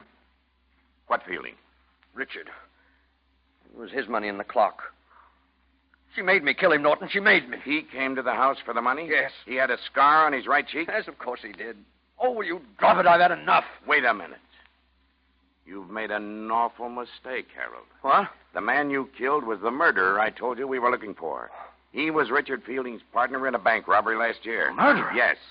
They quarreled over the money, and he killed Fielding. When he broke out of the pen last week, they notified us, figuring he'd check in here sooner or later. Yes, but down at your office, what were you talking about on the telephone? Sabina Fielding. She died last night. Sabina? Yes. But I thought... Funny. I've always thought Sabina was a pretty good judge of character. She sure missed the boat this time. What do you mean? She must have taken a fancy to you and your wife, left the house and everything in it to the two of you.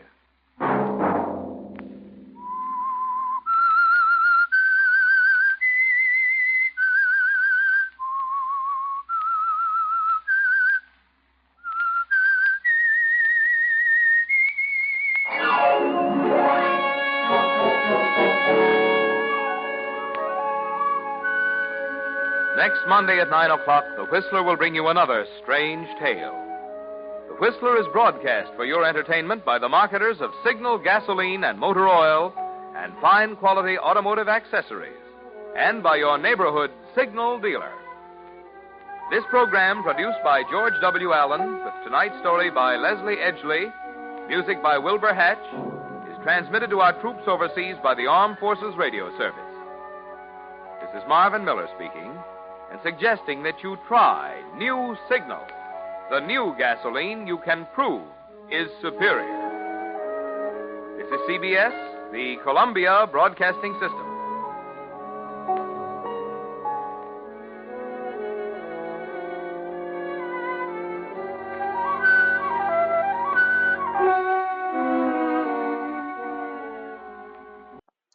A trip to the Theatre Royale is up next on Classic Radio Shows Tonight.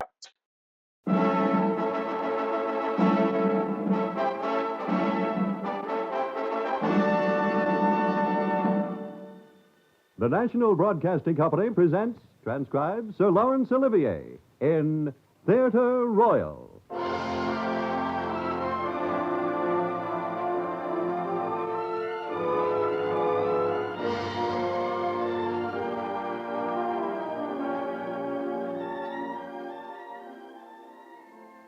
This is Laurence Olivier. Today our play is comedy, but a comedy with the difference, for it is written with the cynical, hothouse artificiality of Oscar Wilde. Many of you may already be familiar with the famous short story upon which our play is based, but in any case, may I suggest that the importance of being earnest is a consideration not required by the audience. The place is Edwardian England, and I myself shall play the title role in Oscar Wilde's Lord Arthur Saville's Crime.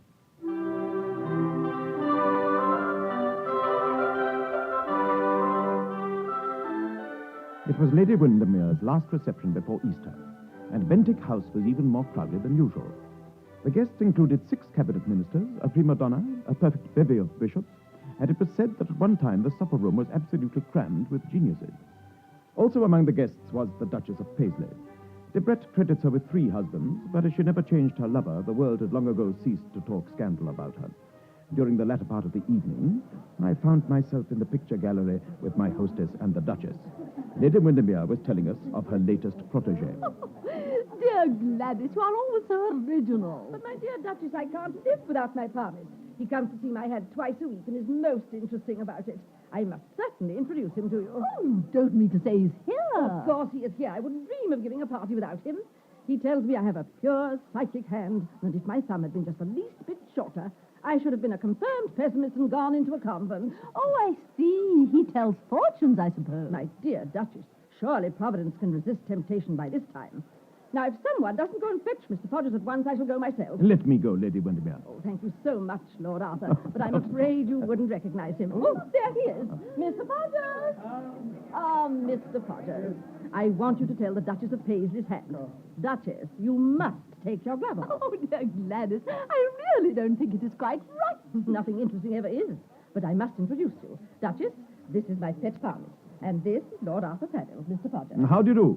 Now, Mr. Podgers, if you tell the Duchess she has a larger mountain of the moon than I have, I'll never believe in you again. I'm sure, Gladys, there's nothing of the kind in my hand. Oh, your Grace is quite right. The mountain of the moon is not developed. Now, let me see. Yes, you live to a great age, Duchess, and extremely happy.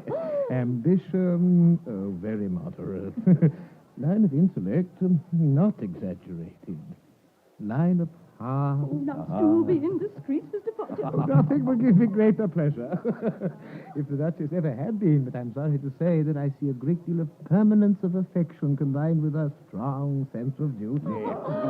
Thank you, Mr. Podgers. You have told the Duchess's character admirably, and now you must tell Lord Arthur Saville. Be sure to tell him something nice, because he's one of my special favorites. Dear Gather round, everyone. Mr. Podgers is going to tell Lord Arthur's hand. Come, Arthur. Show Mr. Podgers your hand. But I warn you, if we find out that you have a bad temper, a tendency to gout, or a wife living in Bayswater, I shall tell your dear little Sybil about it. I am not afraid. Sybil knows me as well as I know her. There you are, Mr. Podgers. Well, why doesn't he say something? He looks so strange. What is it? What do you see? I'm waiting, Mr. Podgers. We're all waiting. It's the hand of a very charming young man. Of course it is. But will he be a charming husband? That's what I want to know. Within the next few months, Lord Arthur will go on a voyage. Oh, yes, his honeymoon, of course. And lose a relative. Oh, dear. Not his sister, I hope. Oh, no, certainly not his sister. A distant relative merely. Well, I'm dreadfully disappointed. I've absolutely nothing to tell Sybil tomorrow.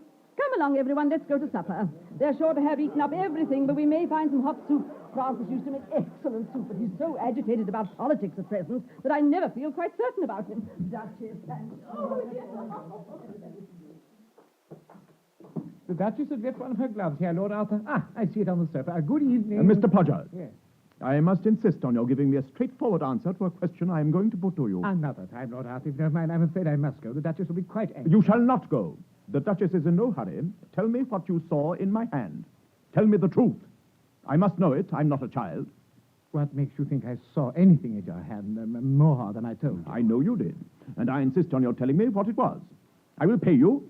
I will give you a check for £100. Guineas? Certainly. I will send you a check tomorrow. Come, man, be quick. You'd better sit down, Lord Arthur. Be quick, sir. I'm quite ready. What I saw in your hand, Lord Arthur, was murder.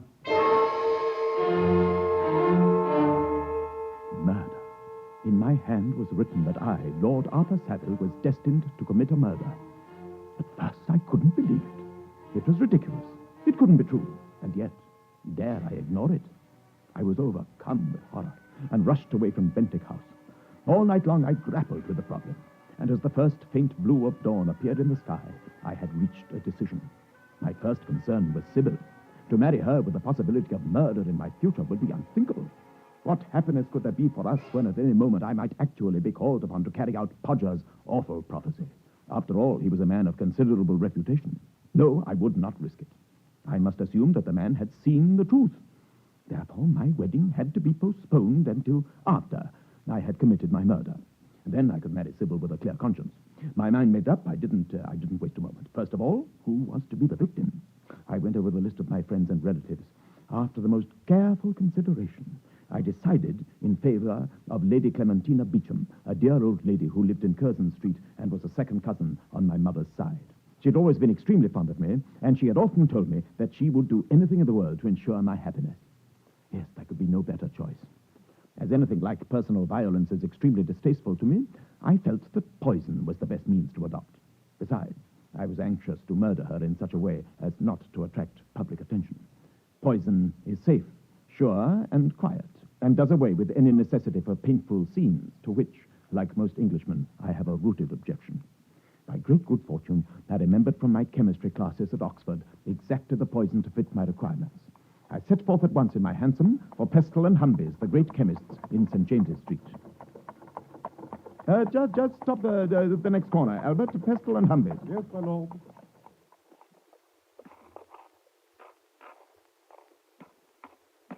I shan't be long. Very good, my lord.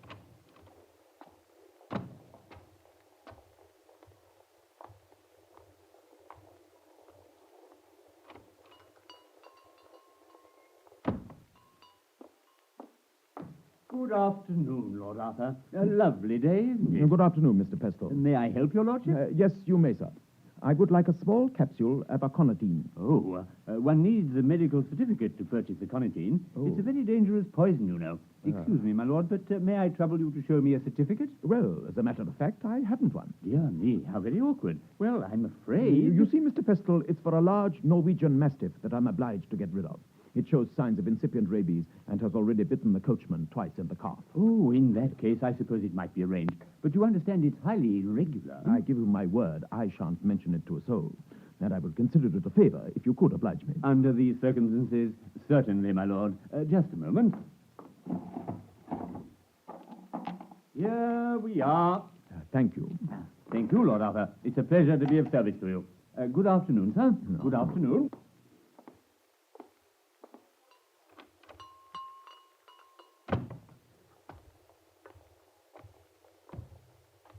Lady Clementina's in Curzon Street, Albert. Very good, my lord.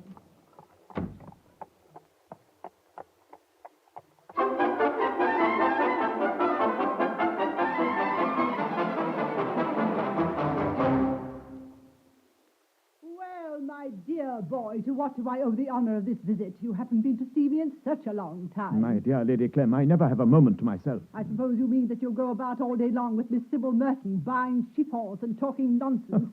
I cannot understand why people make such a fuss about being married. In my day, we never dreamed of billing and cooing in public or in private, for that matter. I assure you I've not seen Sybil for 24 hours, Lady Clem.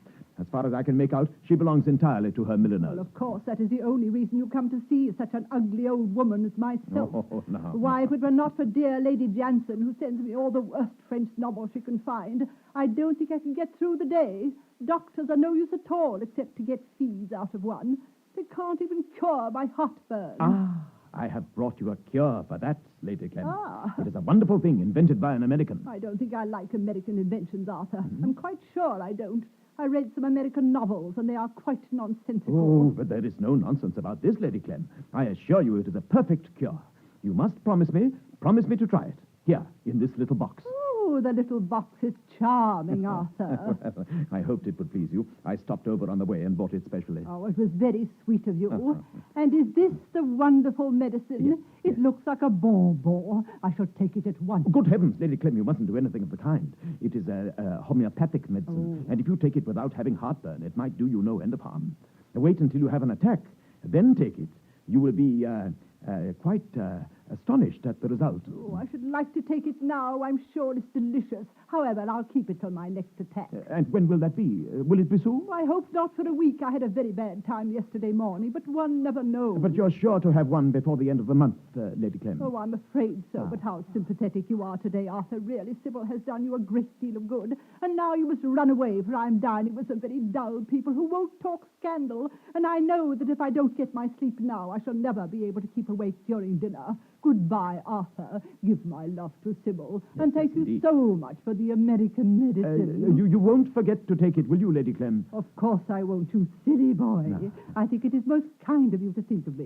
And I shall write and tell you if I want any more. Goodbye, then. And I will give Sybil your love. I'm off to see her now.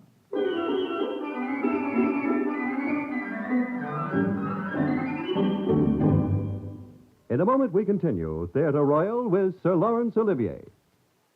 You'll enjoy the parade of fine listening entertainment tomorrow on NBC. A host of noted operatic artists follow the expert baton of famed maestro Arturo Toscanini as the NBC Symphony offers the final acts of Verdi's opera Un ballo in maschera. Jan Pierce and Hervanelli are among the fine stars appearing in Verdi's melodrama when Toscanini offers tomorrow's brilliant concert from Carnegie Hall. Later, enjoy exciting adventure drama with James Stewart as fast-shooting Britt Ponsett in Six Shooter. Jimmy befriends a killer's widow against a violent lynching mob in his effort to restore law and order in the West. And then, Roger Kennedy is your host on NBC's exciting and informative new series, Collector's Item, when a host of famed personalities join to keep you posted on what's new in the world of arts and sciences. Then, for more comedy adventure with the delightful Marriotts, join that brilliant team Hume Cronin and Jessica Tandy as they star in The Marriage.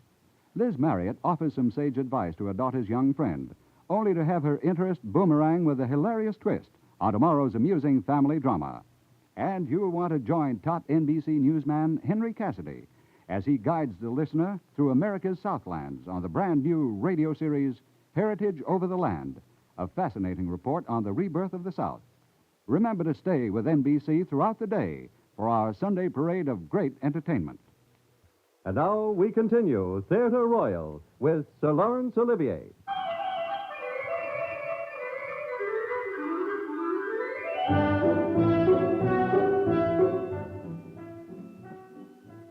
My darling Sybil, it is so good to see you, lovelier than ever.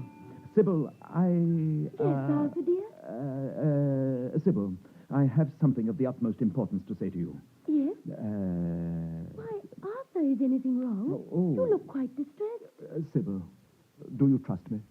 Darling, whatever is the matter? You know I trust you. I have some very upsetting news. I'm afraid we will have to postpone the wedding. Oh, Arthur. There now, dear. It'll only be for a short while. But, Arthur, don't you love me anymore? Oh, you are my whole life. I love you more than anything in the world. Please believe me, Sybil. Oh, I'll try, but I don't understand. But, darling, I have suddenly been placed in a position of terrible difficulty from which neither honor nor duty will allow me to escape. You must believe me that it is essential to our happiness that we postpone the wedding. I know you're always right, Arthur, but it makes me terribly unhappy. And I am the most miserable man in the world, but we must be patient. I promise you it won't be for long. But I'll go on seeing you every day. I'm afraid not. I must leave for abroad right away. Oh, Arthur, will you be gone long? Not more than a month, I'm sure. Perhaps much less. You must have faith in me. Very well, but it's simply terrible. Ah, my love. Write to me every day. Indeed I will. I shall miss you every moment. Now, dry your eyes and tell me that you love me. Oh, I do, Arthur, I do. do. Then everything will be all right. I will never be able to tell you how much your faith and trust means to me. Oh, how I wish I could tell you something.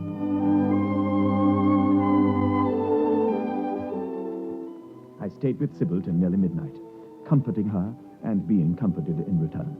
Early next morning, I left for the continent, after writing a firm letter to Sybil's father about the necessary postponement of our marriage. Every day for 3 long weeks, I studied the obituary column of the London Times, expecting to see a notice of Lady Clementina's death. I began to worry all over again, and regretted that I'd prevented her taking the aconitine when she had been so anxious to try its effect. But all was well. In the 4th week, I received a cable that Lady Clem had died suddenly on the night of the 17th. I sent Sybil a telegram announcing my immediate return to London. When I arrived, I found the old lady had left everything to Sybil and myself. And it was at Lady Clem's flat that I made a horrible discovery. Sybil and I were going through the effects. Oh, Arthur, look. How sweet. What is it, darling? What have you found? It's lovely little box. Isn't it quaint? Do let me have it. Oh, of course, my dear. I gave it to the poor old lady. Oh, thank you. And may I have the bonbon, too? Huh? I had no notion that she liked sweets. I thought she was far too intellectual. Bonbon, did you say? Yes. Bonbon, Sybil? What do you mean? There's one in it, that's all. It looks quite old and dusty. I've not the slightest idea of eating it. Why? What's the matter, Arthur? How white you look. Yeah, let me see. Oh.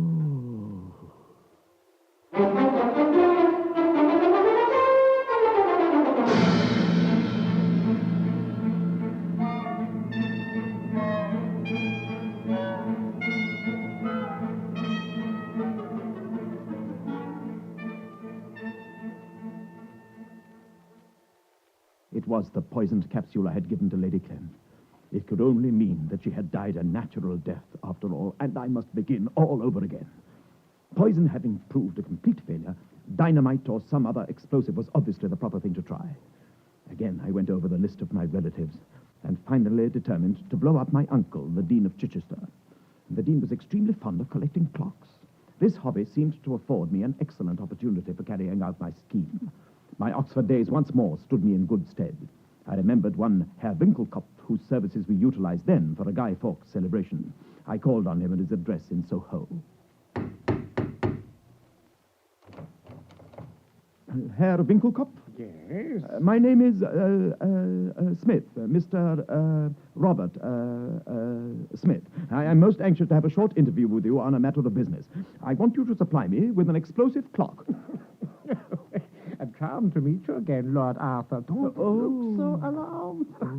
I remember you from a certain Guy Fawkes day. Do you mind sitting with me while I finish my breakfast?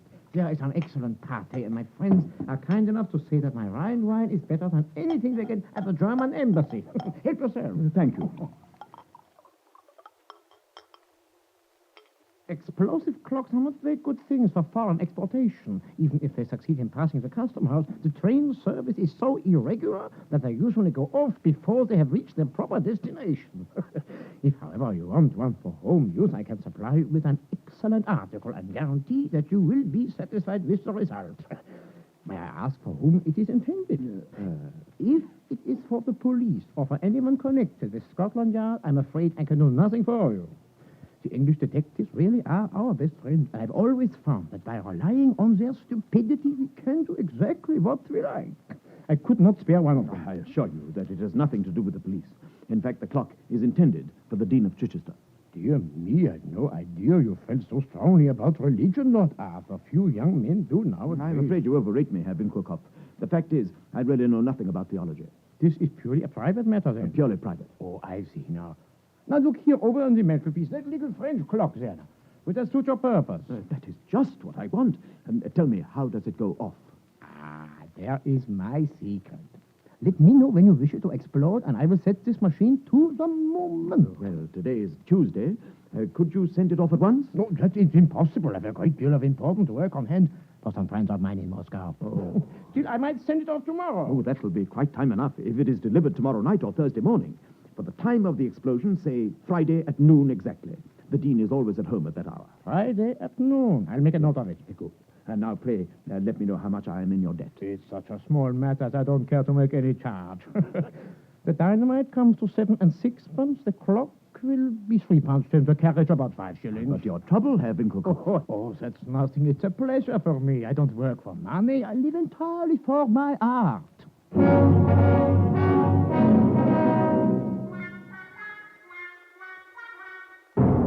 I had not long to wait for news after my interview with Herr Winkelkopf. 2 days later, as I was going upstairs to bed, my mother called me into her boudoir. You must hear Jane's last letter. It's quite as good as a novel. Jane? Yes, your cousin Jane at the deanery in Chichester. What did she say? Here, let me see. Sit down, dear, and I'll read it to you. My dearest aunt, thank you so much for the flannel for the Dorcas Society and also for the gingham. We had great fun this week over a clock that an unknown admirer sent Papa last Thursday. It arrived in a wooden box from London, carriage paid, and Papa feels it must have been sent by someone who had read his sermons. Parker unpacked it and Papa put it on the mantelpiece in the library. And we were all sitting there on Friday morning when just as the clock struck 12, we heard a whirring noise. Yes. And a little puff of smoke came from the pedestal of the figure on top, and it fell off. Maria was quite alarmed, but James and I went off into fits of laughter, and even Papa was amused. When we examined it, we found it was a sort of alarm clock, and that if you set it to a particular hour and put some gunpowder and a cap under a little hammer, it went off whenever you wanted. Reggie's carried it off to the schoolroom and does nothing but have small explosions all day long. Do you think Arthur would like one for a wedding present? Heaven forbid. What did you say, dear? Nothing, Mother. Oh, now let me see. Where was I? Oh, yes. Yes, do you think Arthur would like one for a wedding present? Oh, dear. Reggie has just had another explosion, and Papa has ordered the clock to be sent to the stables. I don't think he likes it as much as he did at first, though he is very flattered at being sent such a pretty and ingenious toy.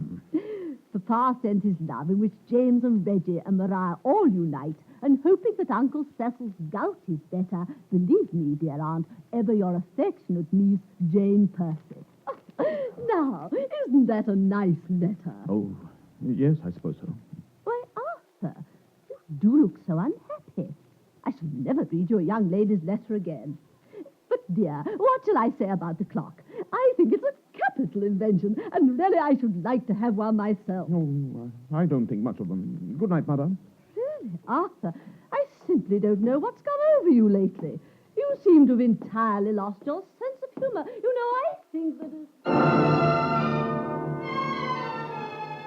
And so I had failed again. I left the house and wandered down to the Thames embankment. I walked for hours by the river, contemplating this new blow fate had dealt me, and deciding what I was to do now.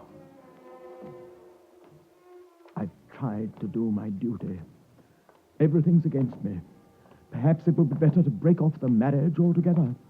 I know Sybil would suffer, but she's young and she would recover. As for me, what does it matter? I've done my best to commit the deed written in my hand, but I've been thwarted. One might almost say betrayed. Well, I refuse to try any more. Let fate work out my doom. I shall not stir to help her. How unreal everything looks. The moon on the river. Good evening, sir. What? Why, Podgers. Or should I say perhaps good morning? You'll pardon my speaking to you, sir, but I have been watching you. You appear troubled. Yes, I am. Podgers. Well, perhaps I could be of some assistance. Perhaps. Allow me to present myself. Mr. Septimus R. Podgers. I'm a palmist. You may perhaps have heard of me. Yes, I have. Ah, good. In my small way, I believe I've been able to help many people in my time. Do allow me to help you. I will. Here's my card with my office hour. Why not now? Not? Well, it's rather late. No. Perhaps I'd better... Oh, no, certainly not. My office. Don't retreat. No. By all means. No.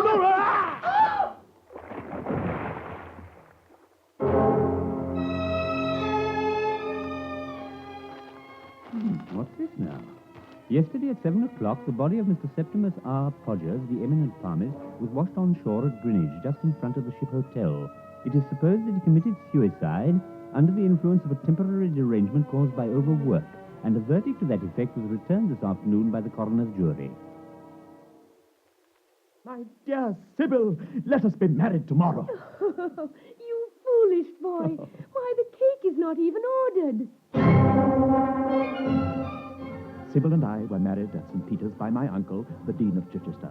Never did I regret for a single moment all I had suffered for her sake. We took up residence at Alton Priory, a lovely old place that was the wedding present to us from my father, the Duke. One day, Lady Windermere came to call. It's so nice to see you, Lady Windermere.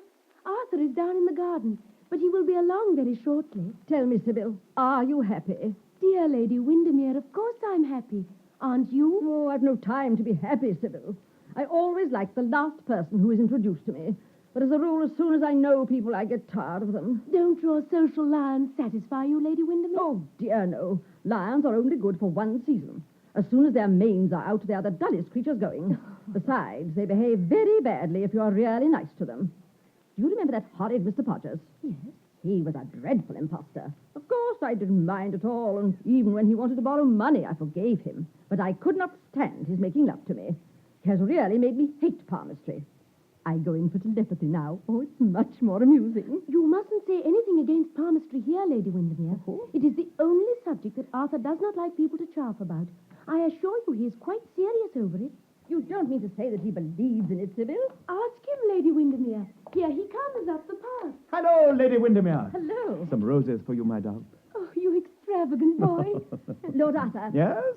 You don't mean to say that you believe in palmistry, Arthur? Of course I do. But why? Because I owe to it all the happiness of my life. My dear Lord Arthur, what do you owe to it? Sybil. What nonsense. Never heard such nonsense in all my life.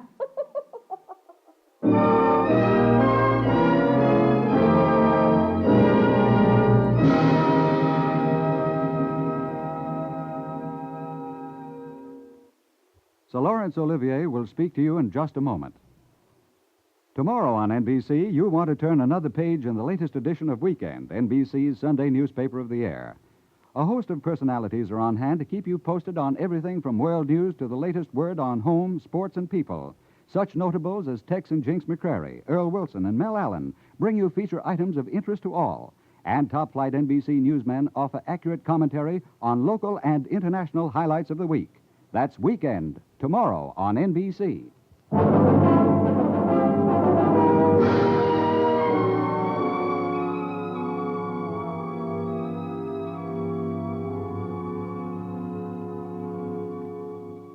This is Laurence Olivier again. First, I should like to thank our cast in this adaptation of Oscar Wilde's story, Lord Arthur Saville's Crime. Our players this week were Gabrielle Blunt, Daphne Maddox, Paul Whitson-Jones, Keith Pyatt, Miriam Spencer, and Joan Young. I shall next week again have the pleasure of introducing another play to you. Until then, au revoir, and thank you.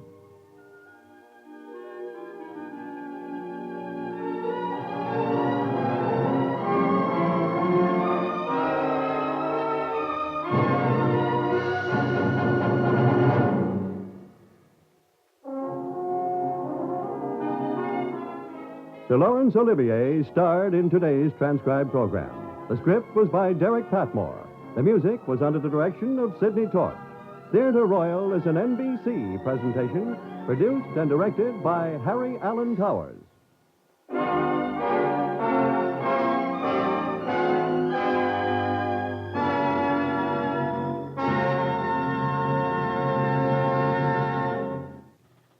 It's the big preview with Fred Robbins next on the NBC Radio Network.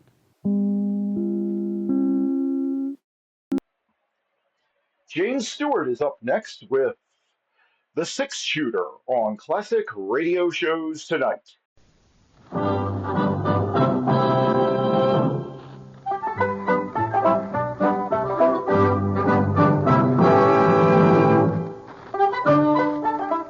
In a moment, you'll hear James Stewart as the Six Shooter, just one of many fine programs brought to you each week on NBC. Tomorrow night, there's top comedy entertainment with The Bob Hope Show, The Phil Harris-Alice Faye Show, and Can You Top This with Senator Ford. Bob Hope delivers rapid-fire comedy routines, while Phil Harris and Alice Faye bring both mirth and music. It's a great Friday night lineup of comedy programs, all of them heard only on NBC. James Stewart as the Sick Shooter.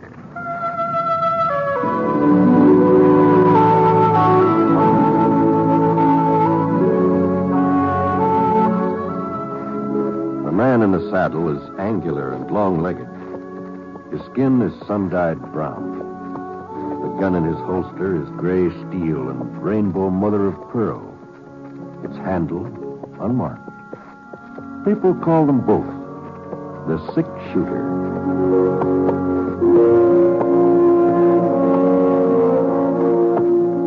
The NBC Radio Network presents James Stewart as the Sick Shooter, a transcribed series of radio dramas based on the life of Britt Ponset, the Texas plainsman who wandered through the Western Territories, leaving behind a trail of still remembered legends.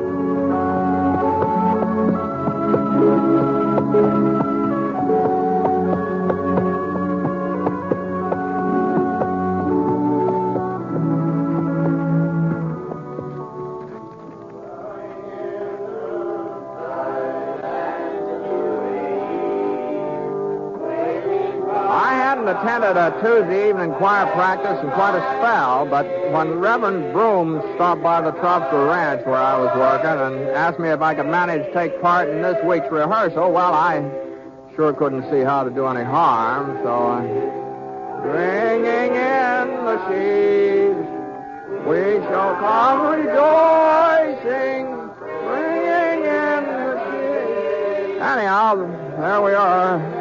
About 10 of us all gathered around at John Farley's General Store, it was. You see, the town of Easter Creek didn't have a regular church building yet. They held their services and social affairs in the Mercantile while they went ahead trying to raise money to put up a community church. It was during the second verse of Bringing in the Sheaves that things started sounding a little peculiar, sort of like the voices and the music were sort of traveling different trails. At first I thought it was me. I never have been exactly what you'd call melodious, but then the other folks were beginning to have their troubles too. And holy smokes, it just was getting terrible. And finally, Mrs. Peebles, she was the organist, she just threw up her hands and stopped even trying to play. I simply can't. No, Elvira. Heaven knows I've tried. I've done my best. But this organ just won't play anymore. Well, we'll have Mr. Farley take another look at it, Elvira. I'm sure he'll be able to get it back into shape. There's nothing Mr. Farley can do. Or anybody else. It's plain wore out. You can't expect a thing to last forever. Well, no, of course not. Seems to me that after all this time, something could have been done about buying a new organ. When I donated this one to the congregation, I didn't suppose I'd have to go on playing it all the rest of my life. But apparently that's what's expected. No, there's no need to upset yourself, Elvira. Well, I can't help being upset. I say I can't help it. How do you think I feel every Sunday? All those sour notes, and that wheezing and whining. Folks are beginning to think that it's me, that it's my playing. Well, I've been humiliated for the last time, and I won't go through it again. But Elvira, we got to have music for Easter services. Music? Well, you certainly don't call that music, do you? Good night, Reverend Broom. All right, everybody. Give me your attention, please. Attention, folks. Quiet down now, please. Quiet down. It appears that matters have come to a serious crisis. It's bad enough for a town by the name of Easter Creek not to have a proper building for Easter services. But to be without an organ and an organist, well, it's a disgrace, a positive disgrace. Now, we mustn't blame Miss Peebles. That instrument has seen its best days, there's no doubt about it. So I propose that we take immediate steps to purchase a replacement. Just one thing, Reverend Broom. Yes, Sheriff. Where's the money coming from? Well, now I've given that matter serious thought, Sheriff Appleton, and there seems to be only one possible solution to the problem. We'll just have to borrow from the building fund. That's sort of like robbing Peter to pay Paul, isn't it? No, not exactly. Seeing as how we haven't reached our $1,000 goal anyway, well, the money's just sort of lying there. No, I don't know about that. Just how much do you figure a new organ will cost, Reverend Broom? Well, I've done some investigating in the field, Mrs. Appleton. Last month, when Elvira's foot went through the pump pedal, it seemed like the situation was coming to head. The church over to Whitefield purchased a new organ just last Christmas, and they're willing to sell us their old one. It's used, of course, but it's still in excellent repair. And they're only asking $95. No. I'm afraid that's a bit more than we can afford, Reverend. We must have at least $95 in the building fund. We've been putting money aside for the last year. No, we ain't. We got $42.50. That's the total. Up to and including $3.65 from the Cake Bazaar a month ago. $42.50? Yep. I just had no idea. We're shy over $50 from what it would take to buy the organ. And there just isn't any way we could raise it. Not between now and Easter. Now. We mustn't give up. After all, we only need the $50. $52.50. Yes, exactly. Let's see. There was just someone who could take a firm grip of the situation. A man who...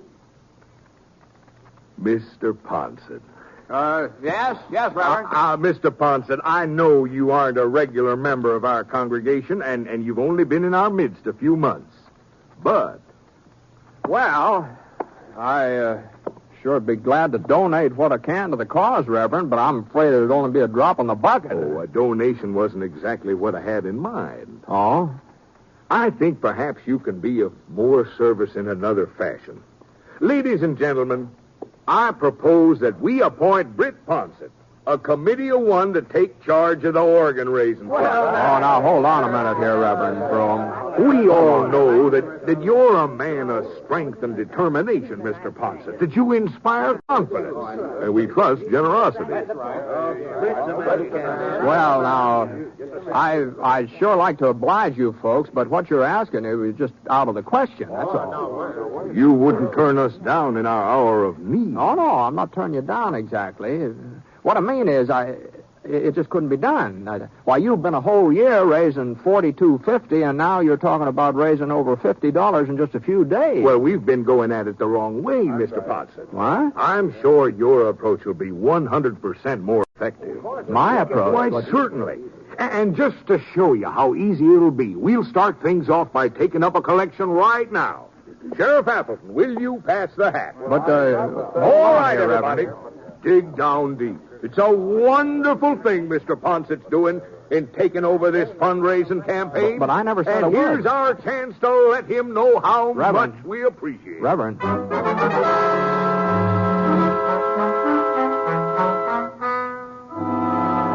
Well, the sheriff finished passing the hat and poured it out on the table, and Reverend Broom counted it, $2.50. And yet the Reverend was real pleased, too. He said that meant that I only had $50 to go. It's a nice round number. Well, not that I had any intention of taking this job of raising the money to get the new organ, you understand. I told the Reverend I couldn't do it.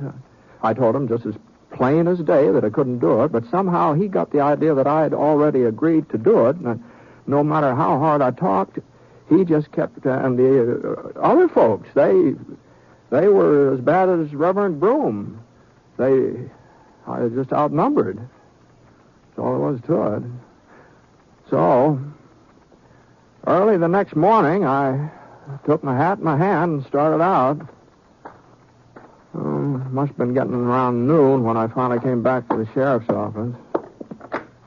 Oh, come in, Bet. Come in. Morning, Abner. Oh, how's everything going? You been out collecting? Yeah, I've been collecting. Well, $11. That's what I got so far. $11, huh? That's remarkable, Brett. Simply remarkable. But the trouble is I've already asked everybody in town. Uh-huh. Except you, that is. Oh, well, I suppose I could give you $1, but don't forget I was in on the collection at choir practice.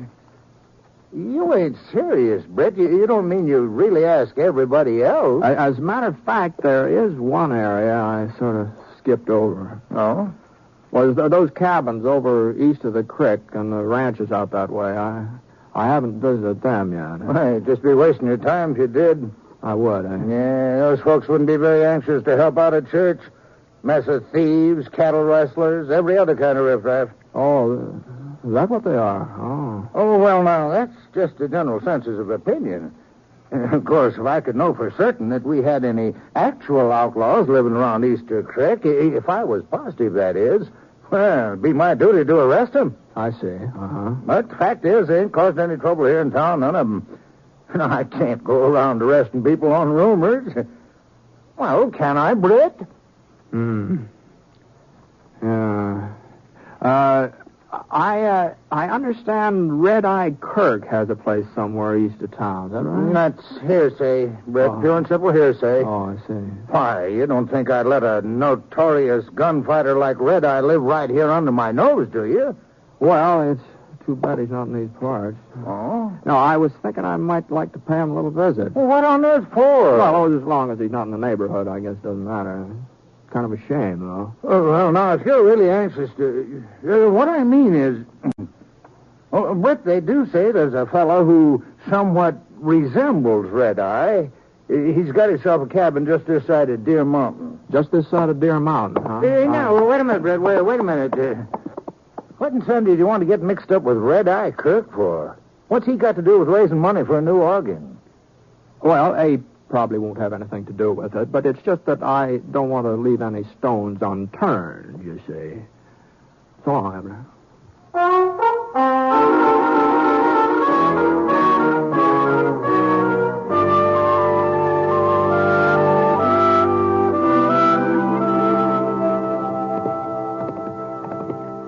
It was about a half-hour's ride out to the cabin Sheriff Appleton told me about. Not much of a cabin, though. Just a shack at the foot of Deer Mountain with a corral off one side. There sure were a lot of different brands on the horses in that corral. Well, I pulled up in the yard about 15 feet from the cabin door. Whoa, Scar. Whoa. For a minute, it didn't seem like there was anybody at home. And then I heard the door start to creak open. The barrel of a .45 poked into sight. The man behind it was tall, square-shouldered, and thick black beard, and kind of reddish eyes. Howdy. What do you want, mister? I'm looking for Red Eye Kirk. Ain't nobody here by that name. Uh-huh. Well, maybe you'll do, then. What? My name's Ponsett, Brett Ponsett. Ponsett? Now, hold on. I'll just take it easy with that gun. Get him up. Get him up high. Oh, sure. How's this? You alone? Yep, I'm alone. You must be plumb crazy thinking you can take me single-handed. No, I'm not interested in taking you, Red Eye. I told you that ain't who I am. Oh, that's right. Yeah, that's right. Yes, you did. Yes, that's right. You mind if I get off my horse? Well, just don't try nothing, that's all. And don't move toward your holster. No, all right. That's close enough. Sure. Now, what are you doing out here, anyway? Well, the fact is, you see, what'd you say your name was? Jones. Bill Jones. Yeah. Well, Mr. Jones, I've been given the job of raising some money. What? Now, don't get me wrong. It wasn't my idea, but since it was for such a good cause, I just couldn't turn the folks down. Good cause? A new church organ. That's what I'm collecting for. What? You see, the one that Reverend Broom's congregation has been using, it sort of gave up the ghost last night, and what with Easter coming on, Are you joshing me, mister? No, of course I'm not. You mean you're out here trying to raise money so you can buy a church organ? That's right. Go on. Get moving before I take a shot at you. You won't give me a hand, huh? I wouldn't give you 5 cents for every church organ west of Mississippi River. Now, it wasn't your money I wanted. What? No, it wasn't that at all. What the devil did you come around bothering me for? Well, I was thinking that you're a pretty influential man with some of the folks hereabouts. And they've told the mark if I tell them to. You can bet on that. Yeah, well, that's just the impression I got. So what? Well, it seemed to me that if I was to go moseying around these parts alone, some of your friends might not look too kindly on the idea of giving me donations. They sure wouldn't. But on the other hand, if we were to approach them together as a kind of a team, you might say. A team? That's the general idea, yeah. You want me to go along with you? I sure would appreciate it if you would. And help you raise money for church organ? That's right. Well, I'll be... Me taking up a Sunday school collection. Well, that's the doggonedest notion anybody ever had. What do the boys think, huh? Jack Denton, Wisconsin Billy? Why, it'd be almost worth it just to see their faces. You sure got a sense of humor, Ponson. And you know something, this here crazy scheme of yours, I'm going to take you up on it. You know something, Mr. Jones? What? You know something? I kind of thought you would.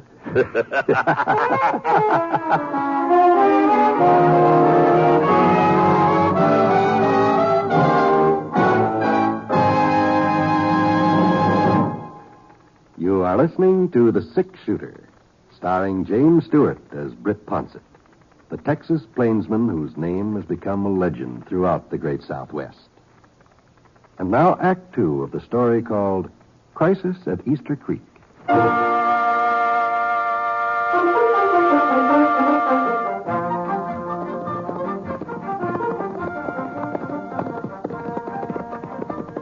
Well, the first place we came to was a farmhouse about a quarter of a mile south of Red Eye's cabin. At least it had been a farmhouse once. There sure wasn't any crops growing in the vicinity now. The porch sagged off at a slant, and the windows were stuffed full of papers and rags.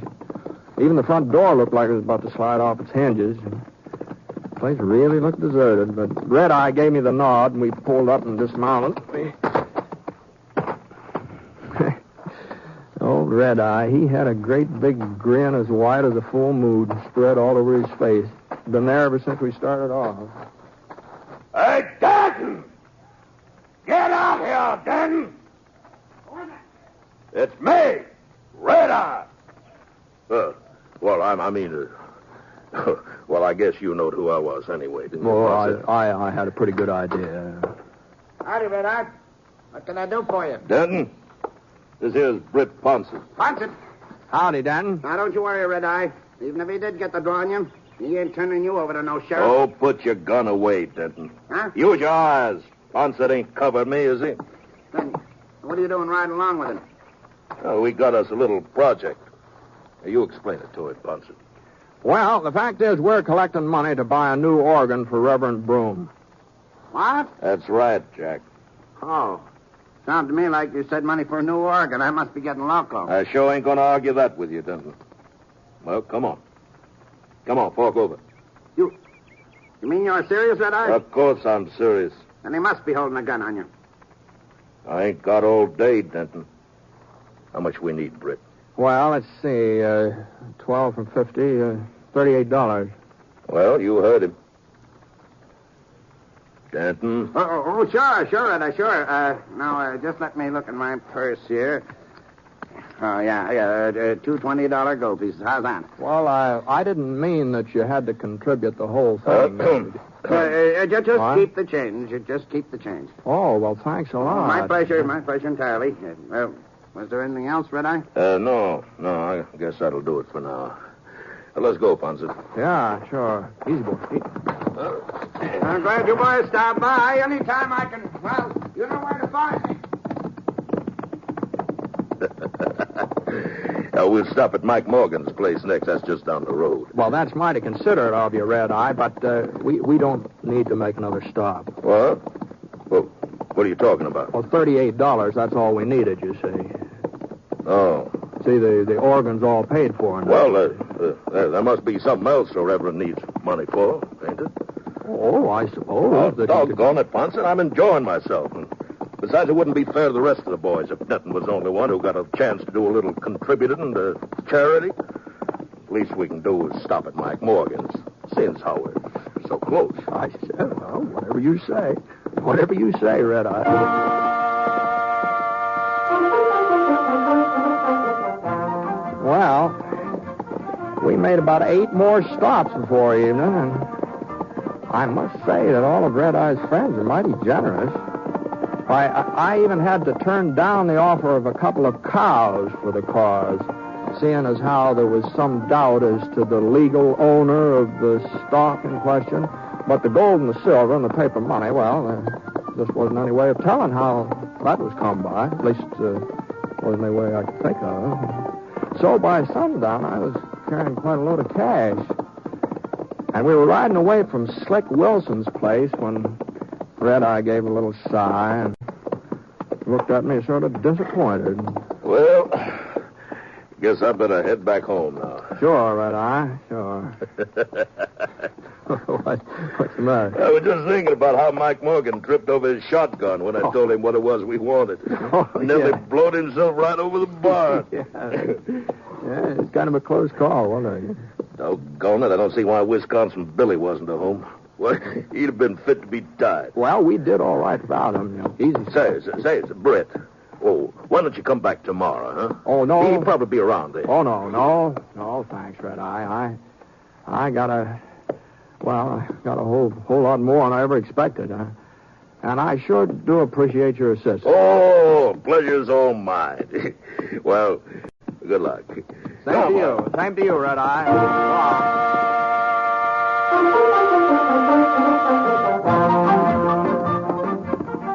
It was about an hour's ride back to town, but before I'd gone more than halfway, I got the feeling there was somebody following me.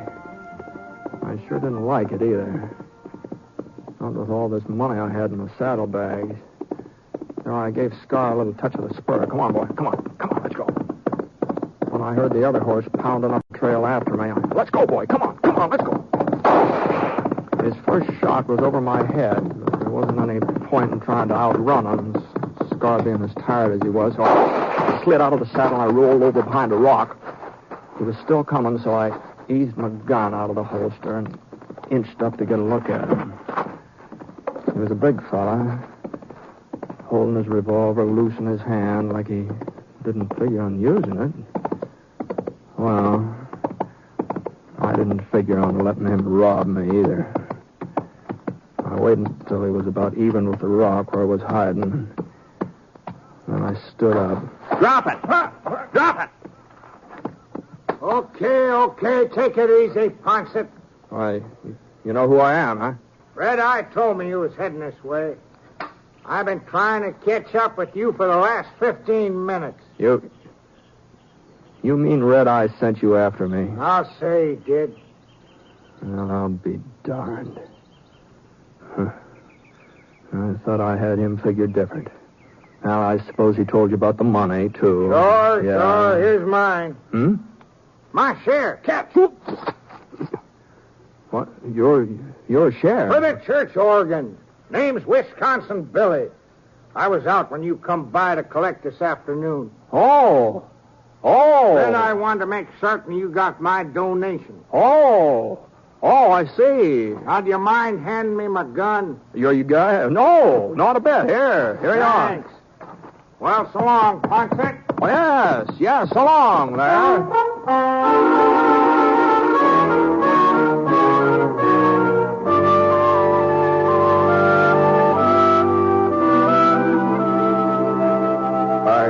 I simply can't believe it, Mr. Ponset. There must be over $1,000 here. Just about, Reverend, just about. Enough for the organ, enough to build a church, too. Yeah. Well, Mr. Ponset. Yeah? Now, you mustn't think me ungrateful, but I'm afraid we can't accept this money. What? Well, you see, Sheriff Appleton told me where you got it. He did, huh? Now, mind you, I don't have any objections myself. I think when help is offered, it should be accepted, irregardless of the source. But some of my people, they aren't quite so broad-minded. And the idea of permitting Red Eye Kirk and those other outlaws to donate to our fund, well... Now, just hold on a minute, Reverend Brome. Now, just hold on. Now, when I was talking to Sheriff Appleton earlier today, he claimed that there weren't any outlaws in the vicinity of Easter Creek. Well, we don't like to admit that our town is a haven. Why, the sheriff said that if there were any bandits around here, it was his duty to arrest them. Of course, that would mean getting a posse together. It would probably mean a lot of shooting and killing. Well, Mr. Ponset, everybody knows it. I mean, it's common knowledge. And as for Red Eye Kirk ever having anything to do with that money I raised, well, you could be mistaken, Reverend. But you were seen riding along. Well, it looked like Red Eye. Didn't Sheriff Appleton ever tell you about the fellow that lives out near Deer Mountain who's supposed to be the spitting image of Red Eye Kirk? Didn't he ever tell you about that? Now, Mr. Ponset. No, even if some of those fellows on the other side of the creek are sort of outside the law. Now, I'm not saying they are, mind you, but even so, accusing them of being criminals, it might stir up a whole lot of trouble. That's true, of course. And besides, Sheriff Appleton says they're law-abiding citizens, and he's your duly elected sheriff. He sure ought to know. Well, night, Reverend. I'll see you in church.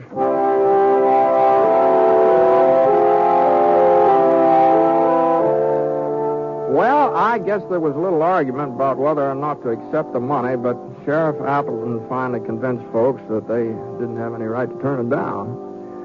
So, by the following Sunday, Easter, the congregation had a new organ. And the service was real well attended, too.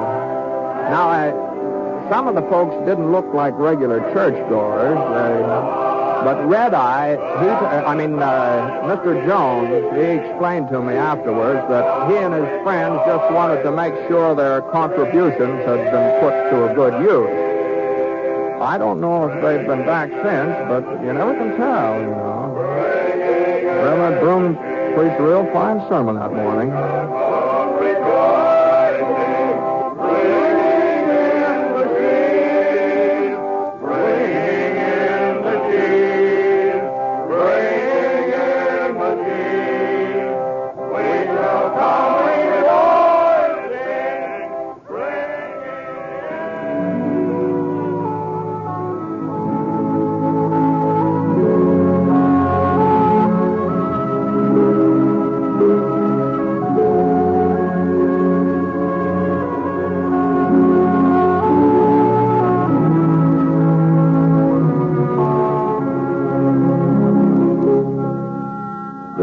Shooter is a transcribed NBC Radio Network production in association with Review Productions. It is based on a character created by Frank Burt and is written by him. Mr. Stewart may currently be seen in the Universal International picture The Glenn Miller Story. Others in the cast were Virginia Gregg, Marvin Miller, Ted DeCorsia, Robert Griffin, and Red Eye Kirk. Special music for this program was by Basil Adlam, and the entire production is under the direction of Jack Johnstone. All characters and incidents were fictitious, and any resemblance to actual characters or incidents is purely coincidental. Well, by the way, you'll be interested in knowing that the six-shooter has been chosen for broadcast to our men overseas through the facilities of the Armed Forces Radio Services. This is John Wall speaking.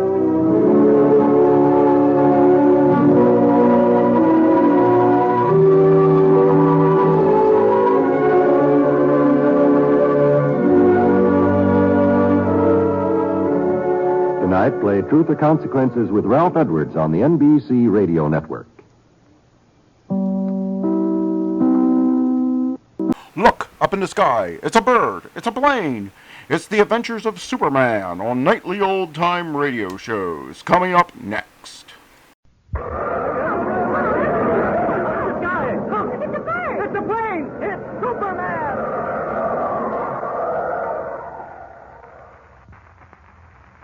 And now, Superman, strange visitor from the planet Krypton, who came to Earth with powers and abilities far beyond those of mortal men, and who fights a never-ending battle against crime and injustice, disguised as Clark Kent, mild-mannered reporter for a great metropolitan newspaper.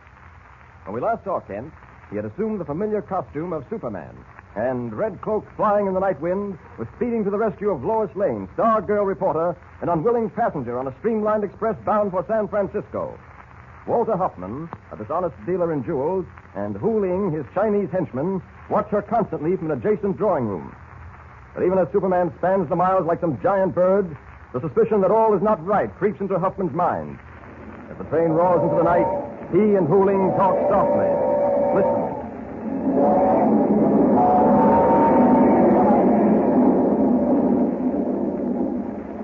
Hu Ling. Yes, Huffman. I have been thinking, Hu Ling. Thinking about that telegram Miss Lane tried to send. It is said many men have been hanged because of a woman's cleverness. Beware, Huffman. Yes, we are too close to our goal to let it slip through our fingers now. You realize what it means, Hu Ling? Once we have in our possession the 10 Chinese herbs described by the dragon's teeth, we will own, you and I, a medicine that will cure all disease. But in the meantime, what about the girl? I think it's best not to take any chances. That telegram she tried to send had gotten through. The police would have been waiting for us in San Francisco with open arms the moment this train pulled in. And for all I know, that reporter Kent may have given the police orders to watch all trains. Then what do you suggest? The next stop is a place called Carson City. We'll arrive there in 10 minutes. He will get off with Miss Lane, hire or buy a car, and proceed the rest of the way by automobile. A very clever idea, Huffman. Very clever. See that our bags are packed and ready to go. I will take care of Miss Lane. Work quickly. There is no time to waste.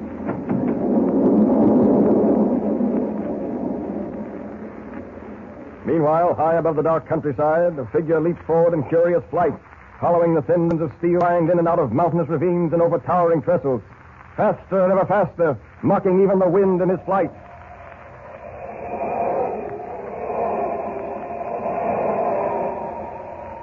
I hope this isn't a wild goose chase. No, I'm certain it isn't. Lois never sent that wire ordering me back east. It was a fake.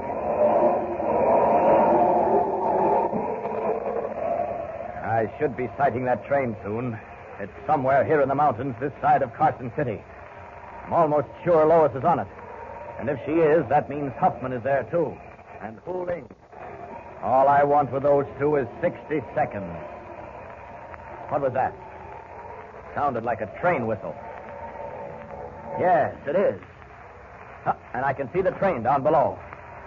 Those flickering lights up ahead must be Carson City. Makes a stop there. I wonder whether I'd better wait until it pulls out of the station before boarding it as Clark Kent.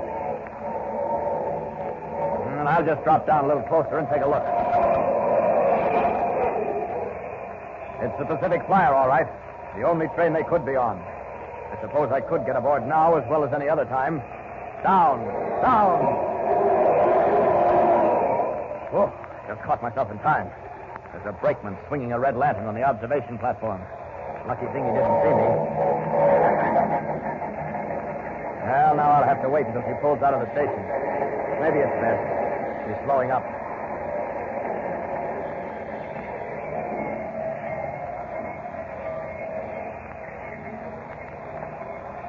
There.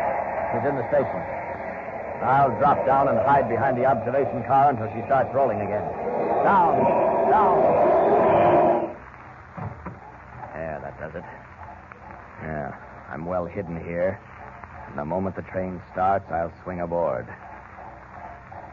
Lois will certainly be surprised to see me. Not to mention Walter Huffman. Train's starting. The brakeman's probably left the observation platform by now. Yes, he has. Here we go, on board. Up!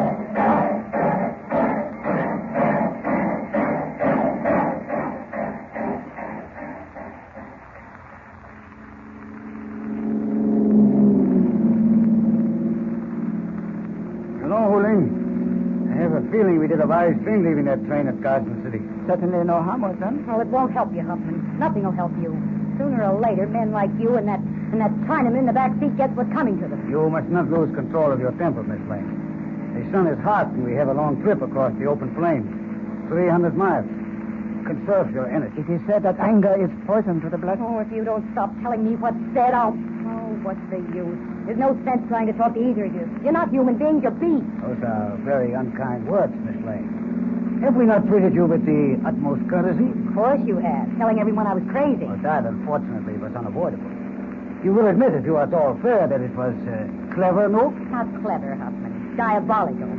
You've got the mind of a devil, Huffman. You are very complimentary, Miss Lane. I do not deserve it. You deserve everything that's coming to you, and more. And you'll get it. Perhaps. You better close that window, Miss Lane. The dust is blowing in. You were warned about that. Remember, the man you bought the car from said there might be a dust storm. You're not worried, are you? No, not the least bit. Good.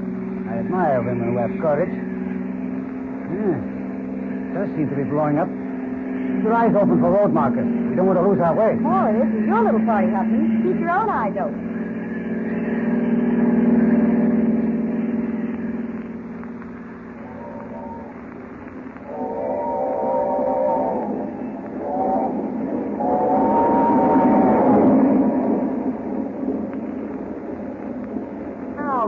Porter, my name is Clark Kent.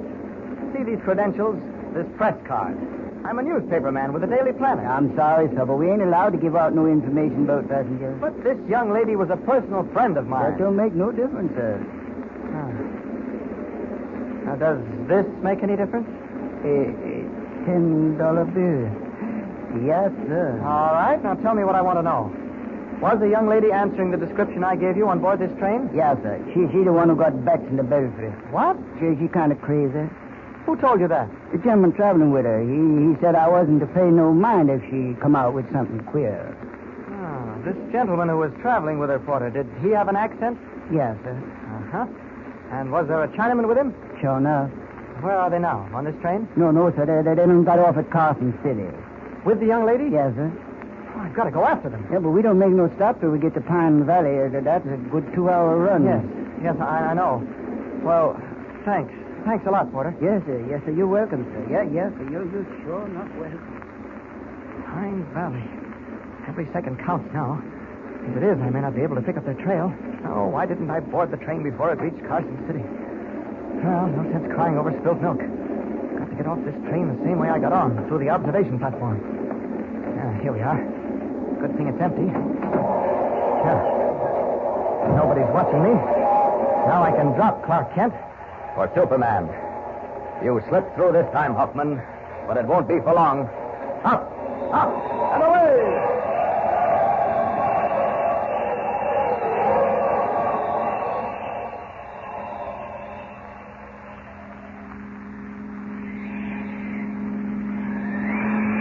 The dust storm is getting pretty bad. How far back do we get off the road, Miss Lane? Well, I don't know. I told you this was your little party. You go ahead and run it. Yeah, I can't see with the dust blowing against the windshield. I have to go out and look around. You will need some assistance, Huffman. No, Holding, stay where you are. I will be right back. Only a fool who thinks he's clever would have started out in the face of warnings It is not for you to criticize. I know. It is said that only a critic can criticize. You had better hold your tongue, young lady. I can't find the road. The dust is blinding. Well, now, Mr. Smart Aleck, what's the next move? Keep quiet, Miss Lane. I'm in no humor for choking. Well, what do we do? Sit here and let the dust bury us alive? We keep going as long as we can, across the plain.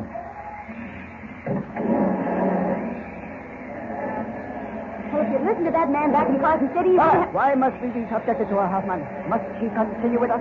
No, you wouldn't dare. Who can tell? Well, maybe it'd be better if we turned back. Back there. They've lost all sense of direction.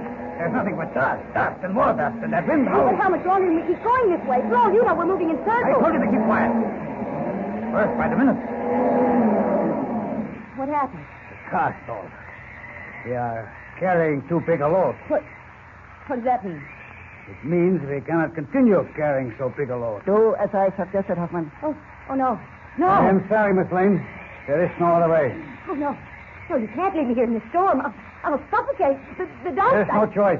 The car must be light. But I'm not very heavy. It is not you alone. Hu Ling must remain behind, too. You do not mean that, Huffman? I mean it. With only one in the car, there may be a chance.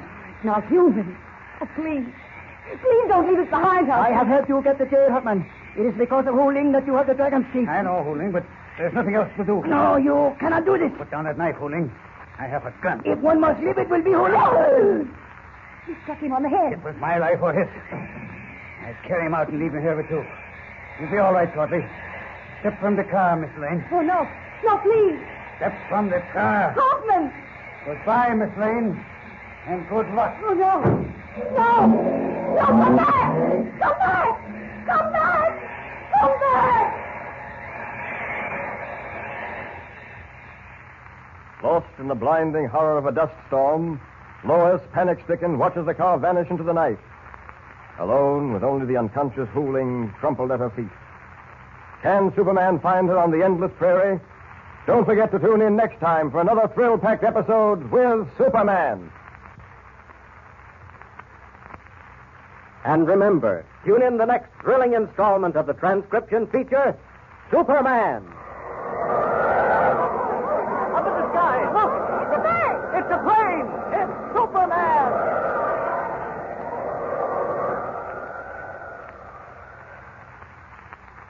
Superman is a copyrighted feature appearing in Action Comics magazine. Feature appearing in Action Comics magazine.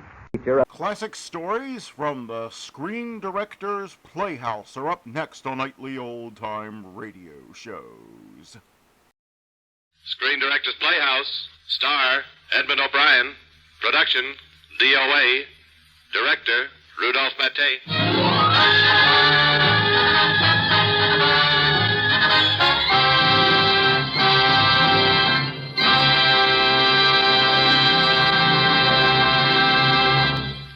This is the Screen Directors Playhouse, one of the weekly features on NBC's All-Star Festival of Comedy, Music, Mystery, and Drama.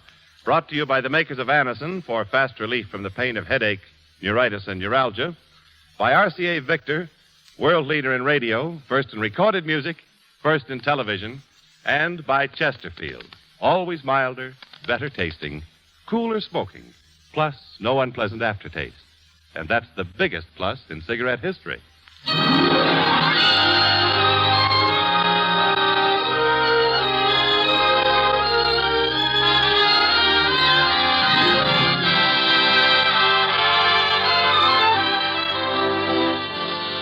Tonight, the Screen Directors Playhouse is pleased to present for the first time on the air a dramatic study in human conflicts.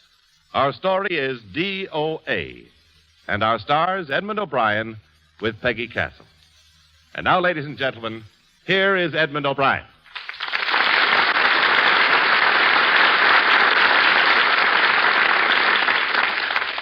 Good evening, ladies and gentlemen. A little personal background about DOA, the production we are dramatizing tonight. To me, it possesses one of the finest and most original stories presented on the screen. I can honestly say that I accepted this assignment before I was through reading the script. I hope you will enjoy listening to this hour of intrigue as much as I enjoyed making it. Thank you, Mr. O'Brien. And now, before we present the first act, here's a word from the makers of Anacin. If you suffer from the pains of headaches, neuritis, or neuralgia, you should discover what many thousands have known for years, that Anacin brings you incredibly fast, effective relief. Anacin is like a doctor's prescription. That is, Anacin contains not just one, but a combination of medically proven active ingredients in easy-to-take tablet form. Probably at some time you have received an envelope containing Anacin tablets from your physician or dentist. Thousands of people have been introduced to Anacin this way. Try Anacin yourself the next time you suffer from the pains of a headache, neuritis, or neuralgia. You'll be delighted at how quickly relief can come. Anacin is spelled A-N-A-C-I-N. Your druggist has Anacin in handy boxes of 12 and 30 tablets, and economical family-sized bottles of 50 and 100 for your medicine cabinet. Ask for Anacin today.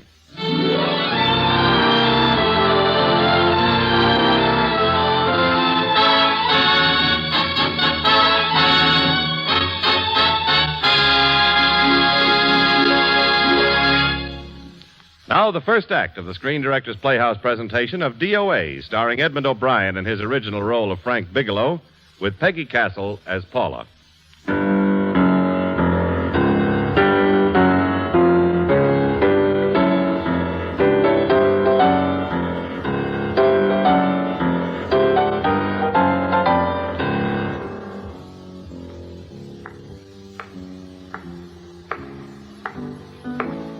Shattering the unusual midnight quiet of Spring Street in Los Angeles were the footsteps of a lone figure. Fatigued footsteps, climbing the mountain of stairs leading to the police department. As the inevitable green lights cast their rays in the darkness, outlined was the figure of a young man suddenly grown old. His face haggard, worn, unshaven. Then, as if the effort were superhuman, he opened the door of an office marked Homicide. What's on your mind, Bud? I want to see the man in charge. Oh, in here.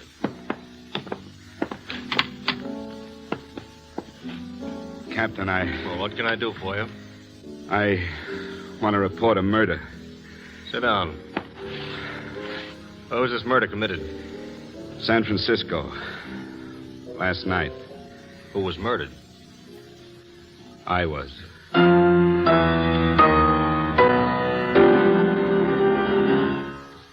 Hand me that file, O'Banion. I don't have much time, Captain. Do you want to hear me out or don't you? Your name Bigelow? Frank Bigelow? Yeah, how'd you know? O'Banion answered the San Francisco APB. Sent it direct to Captain Moss at Homicide. Tell him we have Frank Bigelow. Yes, sir. You care for a drink, Bigelow? You look beat. No, I haven't the time. Okay. Tell it any way you like. I live in Banning, on the way to Palm Springs. I'm a CPA, certified public accountant. Well, a couple of days ago, I decided I needed a vacation to make up my mind whether or not I'd marry my secretary, Paula, and San Francisco was my selection. Paula and I were having a drink at a bar when I broke the news. I want to go with you, Frank. Now, look, Paula, I'm just going on a little vacation. I told you that. Well, you want to go without me, don't you? I'd only be gone a week. I suppose you just made up your mind to take this little vacation at 9 o'clock this morning. Now, don't be like that, Paula. Don't be like what? You just drop a little announcement that you're going away. Not tomorrow or next week or next month, but today.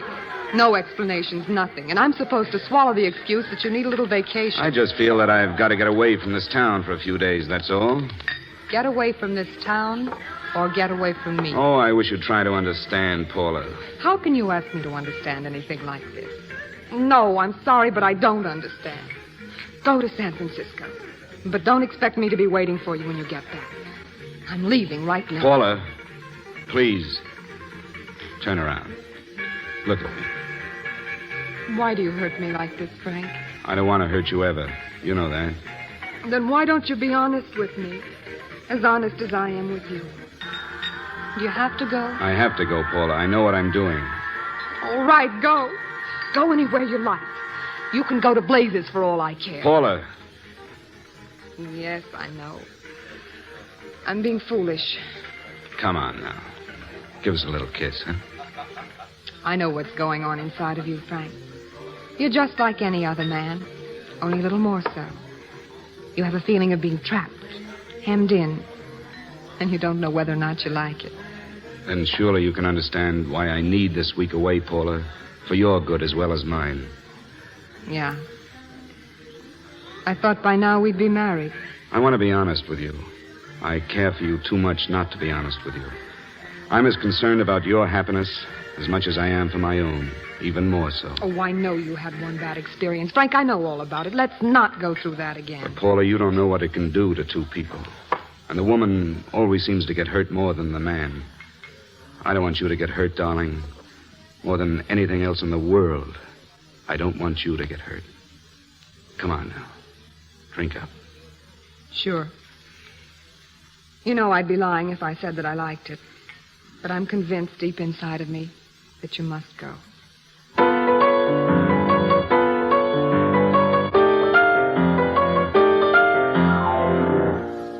The hotel in San Francisco was hopping the night I arrived. My door was open, and across the hall, a party was in progress. From where I sat, I caught a glimpse of a beautiful blonde babe doing the rumba and giving me the eye at the same time. Meanwhile, I was returning a rush call from Paula in Banning. Paula? Oh, hello, Frank. How was the trip? Fine, just fine. Having a miserable time, I hope. I can't tell yet. I just got in. What was that? Oh, it's market week. Place is crawling with traveling salesmen. Why the rush call? Oh, yes. Did a Mr. Phillips phone you? Eugene Phillips of Los Angeles. No. Well, he will. Phoned the office 3 times today. Said he wanted to get in touch with you immediately. To use his exact words, it's most urgent and imperative that he reach you at once. What did he want? Well, I don't know. But he sounded deep, dark, and mysterious. I'm quite agitated about something. Phillips, have we ever done any business with him? Not unless you've been keeping it a secret from me. I looked through all the accounts. Well, why did you tell him where to reach me? I'm supposed to be on a vacation. So you told me. And so I told him, dear heart, but the gentleman didn't seem to respect your temperamental moods the way I do. He was very insistent that he speak to you before it's too late, as he put it. Well, you take care of it. Tell him I have changed my plans and you don't know where I can be reached. He won't talk to me. Well, call him back. If it's as important as he says, he'll talk to you. If not, he can just wait until I get home. My, aren't we adamant this evening? All right, shall do. And, Frank. Yeah? I don't quite know how to say this. Say what? Well, what I want to say is there's nothing you can do that you ever have to feel guilty about. Sure. Thanks, Paula. I'll call you tomorrow.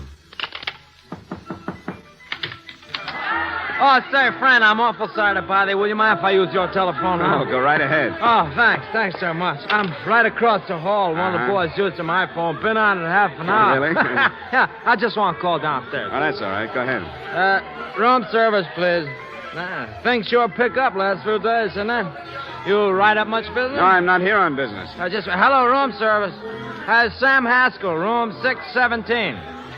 That's all right. Would you send up 3 more bottles of scotch, huh? Some ice, please. Thank you. You here alone, friend? Yes, I just got into town. Oh, sir, why don't you join us for a drink, huh? No, thanks. I don't want to barge in on your party. Oh, that's nonsense. It's not a party, just a few of the boys entertaining some buyers. Come on in. Come on. Well... Come on. Well, all right, if you're sure I'm not intruding. Certainly. Glad to have you. I know just how it is to be alone in a strange city. Say, that blonde doing the rumba. It's my type. Sorry, friend. My wife.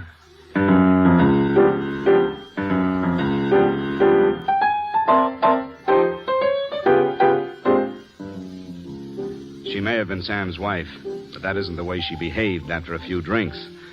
The hotel room became a little too confining, so the party adjourned to a nightclub featuring the fisherman, Crown Prince of Jive. Why I went along, I still don't know. I don't like other men's wives, but Sue didn't believe me, and her husband Sam was stabbing me with looks, so I made for the bar. Stay with it, fisherman. Get it, fisherman. Ah, blow up a stall, man. Solid. Yeah, write it out. Don't bug me. I'm being enlightened. I got eyes. Ooh, really cool. Say, bartender. Yeah, what'll it be? Scotch, short water, no ice. Coming up. Ride it, Dad. Nice, quiet place. Yeah, wait till it hits the pitch in about an hour. They really wash a moldy fig. A what? Moldy fig. Yeah, 6 bits. Yeah, thanks. Keep the change. Cool, really cool. Say, who's that glamour girl at the end of the bar? One of the chicks that roosts regular. She's bop-gone, George. Huh? Oh, you ain't hip. Bop-gone means she's gone for this stuff. You know, just between you and me, I don't get it. But I gotta listen to it. I got eyes. What's the matter with him? He's flipped. He's tipping his topper. Come down, Jack. Don't bug me, boy. Well, that glamour girl's giving me the eye. She alone? Oh, sure. Real society. Always comes in alone. Drives a big convertible, wears a mink coat, and knows everybody, but she always comes alone. Ah, that's all I wanted to know. Pardon me. I'm set. Man, I'm set. I know you're sent, brother. Just let me get past. Don't bend the stand. I'm getting enlightened. Turn on the light. Well, hello. Dig that, fisherman. That's really silk, isn't it? Can I buy you a drink? Oh, sure, thanks. Leo, give me a blast. I left my blast up at the end of the bar, Leo. Coming up. I've never seen you here before. I've never been here before. Here's your scotch, mister, and a stinger for the lady. Thanks. Well, drink up. I guess a better jive and lots more drive. Say, Leo, this isn't my drink. Mine is scotch. Oh, sure it is. You saw me pour it. Oh, come on now. Bottoms up. Okay. This is crummy stuff. Give me a fresh one, Leo. Anything you say. Oh, just feel those vibrations. Man. Hey, you don't get your kicks out of this, do you? Well, I hate to admit it, but I don't. Then why do you stay here? I haven't any place else to go. Oh, I know, baby. You're lonely in a big city. You don't have to go into a routine with me. I like good company, too. Look, do me a favor, will you? There's a girl coming over here. I don't want any part of her or her husband. How about going some other place, huh? Let me think about it. Think fast, will you? She's almost here. Why don't you meet me later? All right, where? Well, call me at this number later. It's my next stop. I got a band there that'll really send you. Okay, let me think about it.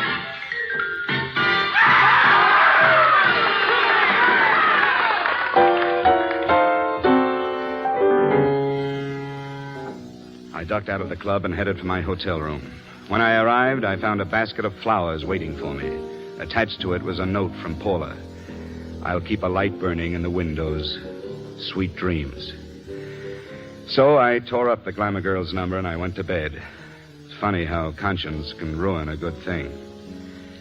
I dreamt that night that Paula and I were married, as happily as any two lovers could be. The world was ours. I vowed then and there that in the morning I was going back home and beg Paula to marry me. But that never happened, because I was murdered.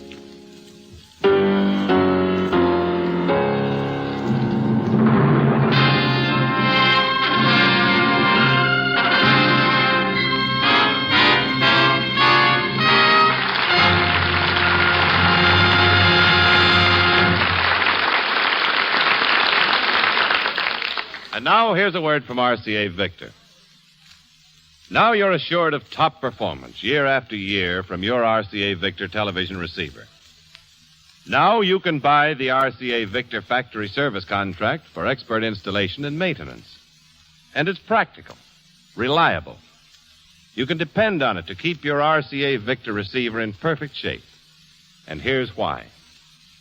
You get installation with built-in antenna, expert prompt service by RCA's own technicians, replacement of any part or tube, including the picture tube, for 1 full year. Unlimited service for the first 90 days. And then service at $5.95 per call for the balance of the year. So make up your mind to buy RCA Victor television. And make it a point to see the superb Hillsdale, a magnificent new television console. And buy the RCA Victor factory service contract when you buy the Hillsdale.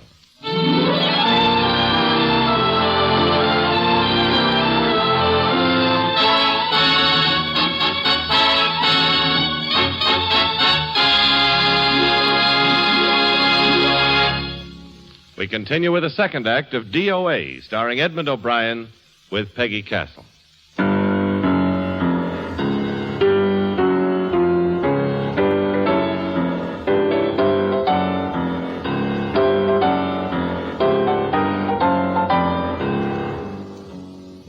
All through that night, I tossed fitfully. I couldn't sleep. My body began to ache. Pains began shooting through my head. My stomach felt as if it were on fire. In the morning, I tried to reason with myself that I'd had too many drinks. But that wasn't true. At breakfast, I couldn't stand the sight of food. Then the pain in my stomach returned.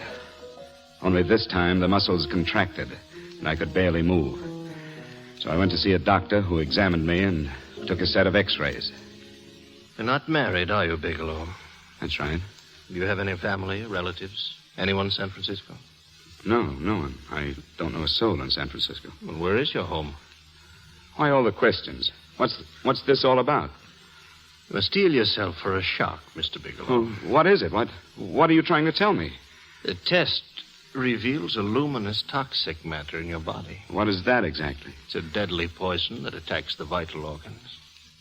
Deadly poison? I have no alternative but to tell you this. Your system has absorbed sufficient toxin to be fatal. What are you saying? Now, please understand. This is difficult for me, too, Mr. Bigelow. I can realize what you're undergoing. I wish there was something I could do for you. But unfortunately, I can do nothing. There's nothing anyone can do. This is one of the few poisons of its type for which there is no antidote. How long do you think I have? You don't have very long, Mr. Bigelow. How long? A day, a week, 2 weeks at the outside. It's hard to say exactly. It's impossible. I don't believe it. I don't believe a word you've been telling me. You've made a mistake. It could be a mistake. It could be a mistake, couldn't it? Answer me. There's been no mistake, Mr. Bigelow. Do you realize what you're saying? You're telling me that I'm dead. Do you think you can explain away my life in just a few words? I don't even know who you are. Why should I believe now, you? Please try to be calm, Mr. Bigelow. I want to offer every assistance I possibly can. Assistance? Who wants your assistance? Who wants anything from you? I think you're crazy. You're nothing but a fake. That's what you are. A phony. I'm going to see another doctor.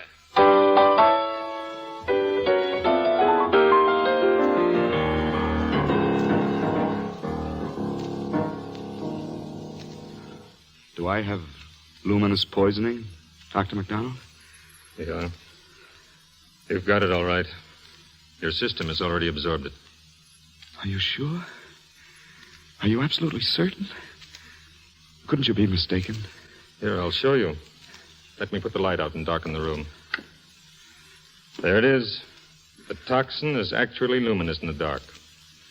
No, there's no doubt about it, Bigelow. I don't feel very sick. My stomach is just a little upset. Maybe it's not as bad as you think. That's characteristic. With a heavy jolt, you go suddenly in a matter of hours. But if the stuff is taken in a lesser quantity, you'll last a while, and then... And then? Give it to me straight, Doctor. A number of things are involved. The systemic condition of the individual, the amount consumed, exertion. Yes?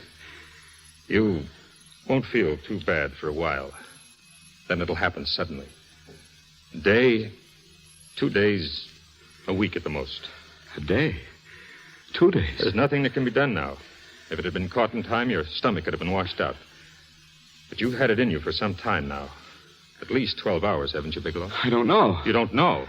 Don't you know how you got it? No. And this was no accident. Somebody knew how to handle this stuff. That wax is tasteless, and odorless. And from the alcoholic content of your body, you must have gotten it in liquor. I was drinking last night. I'll arrange for your admission to the hospital immediately. Of course, I'll have to notify the police. This is a case for homicide. Homicide? I don't think you fully understand, Bigelow. You've been murdered. Bigelow! Where are you going? Bigelow, come back!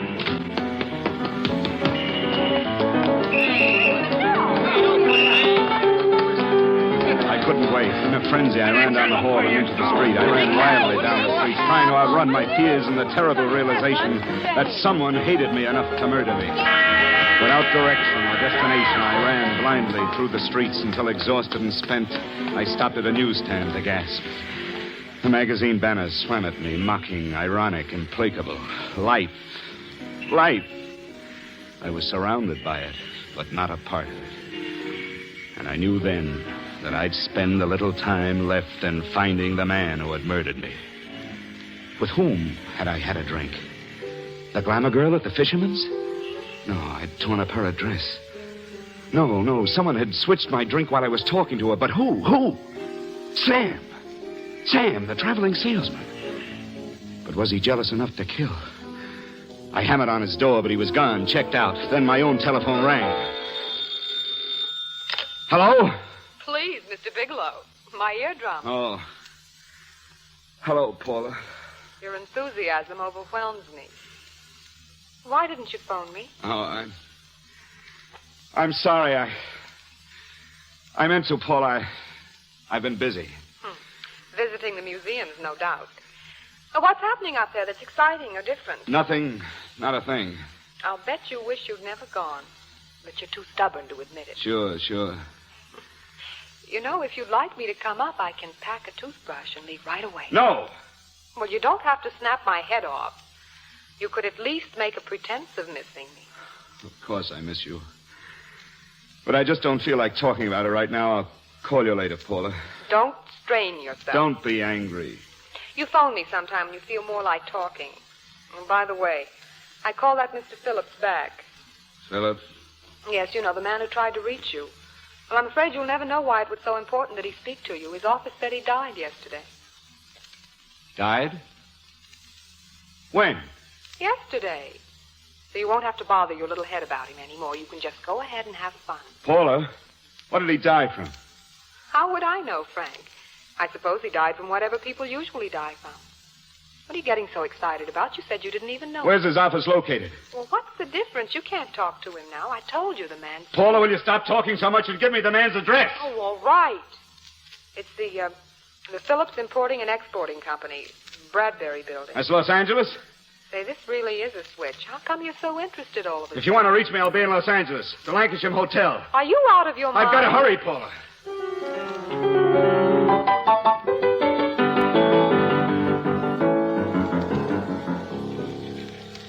You were Mr. Phillips' secretary, Miss Foster. Did he have a partner, manager, anyone I could speak to? What is it in regard to? It's an urgent matter. Well, perhaps Mr. Halliday can help you. This way, please. Oh, who's Halliday? He's our comptroller. Mr. Bigelow to see you. Oh, come right in. Oh, Mr. Halliday, Mr. Phillips phoned my office yesterday. I've come to find out what it's all about. You know that Mr. Phillips died yesterday? Yes. I don't quite understand.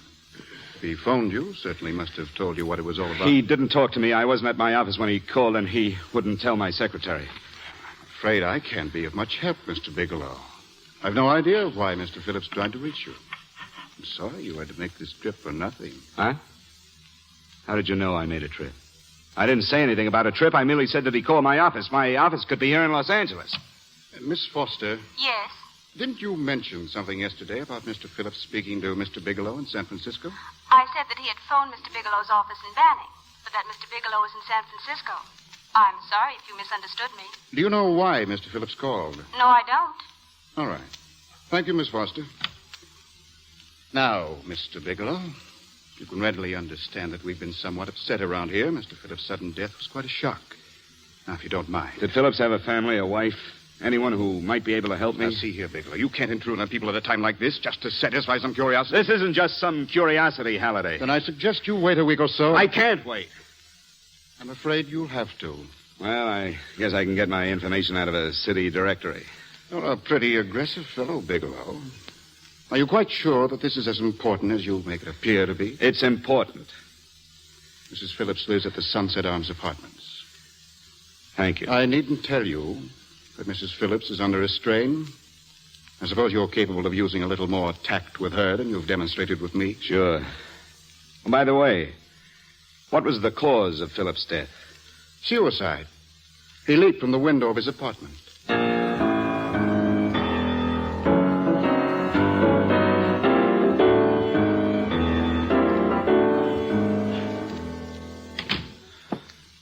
Come in, Mr. Bigelow. How'd you know my name? I'm Stanley Phillips, Eugene's brother.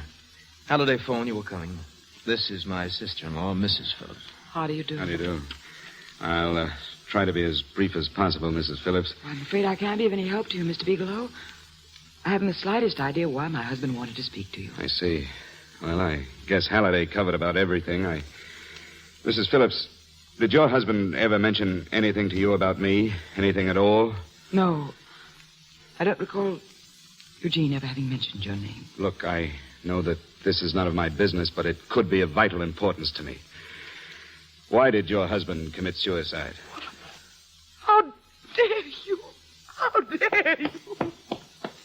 You're not exactly the most diplomatic person in the world, are you, Bigelow? Let me walk you to the elevator. Were you a friend of my brother's? I never met him. My brother was in a jam. Pretty bad jam. He was arrested 2 days ago. What? Yes. He sold some iridium to a dealer by the name of Magee. It's a rare metal, very costly. Anyway, the iridium turned out to be stolen. My brother faced a stiff prison term. Men have committed suicide for less. Yes, I know. That's how the police felt about it. What puzzles me, though, is this crooked deal. Knowing my brother, you'd hardly say he was the type of man who'd be mixed up in anything like that, would you? I said that I didn't know him. That's right, so you did. I forgot. Now, what's it all got to do with you, Bigelow? I don't know. Oh, Bigelow, let's come clean with each other, huh? Surely you must have some idea, some inkling why my brother was so desperate to contact you? Not the least idea. That's very odd. If you don't have any idea, then how could it be of such vital importance to you? You seem to know all the other answers, Phillips. Maybe you know the answer to that one yourself.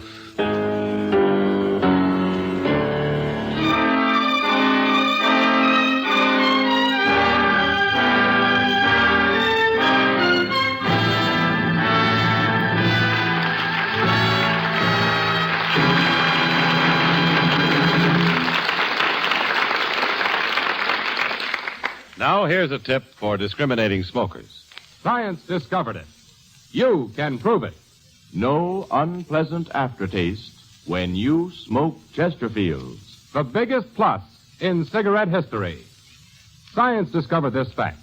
Of all cigarettes tested, Chesterfield, and only Chesterfield, leaves no unpleasant aftertaste.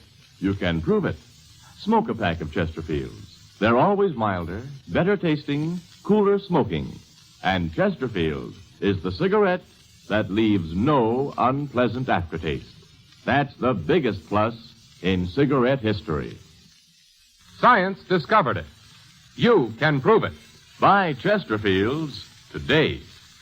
You are listening to the Screen Directors Playhouse, one of the weekly features on NBC's All-Star Festival, brought to you by the makers of Anacin for fast relief from the pain of headache, neuritis, and neuralgia, by RCA Victor, world leader in radio, first in recorded music, first in television, and by Chesterfield, always milder, better tasting, cooler smoking, plus no unpleasant aftertaste. And that's the biggest plus in cigarette history. The Screen Directors Playhouse presentation of DOA, starring Edmund O'Brien, with Peggy Castle, will continue in just a moment after a brief pause for station identification.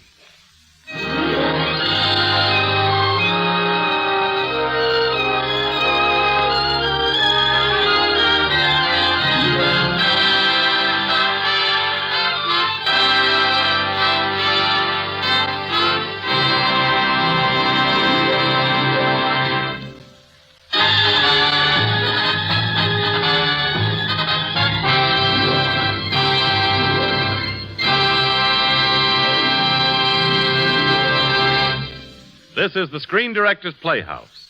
We continue with the third act of DOA, starring Edmund O'Brien in his original role of Frank Bigelow, with Peggy Castle as Paula.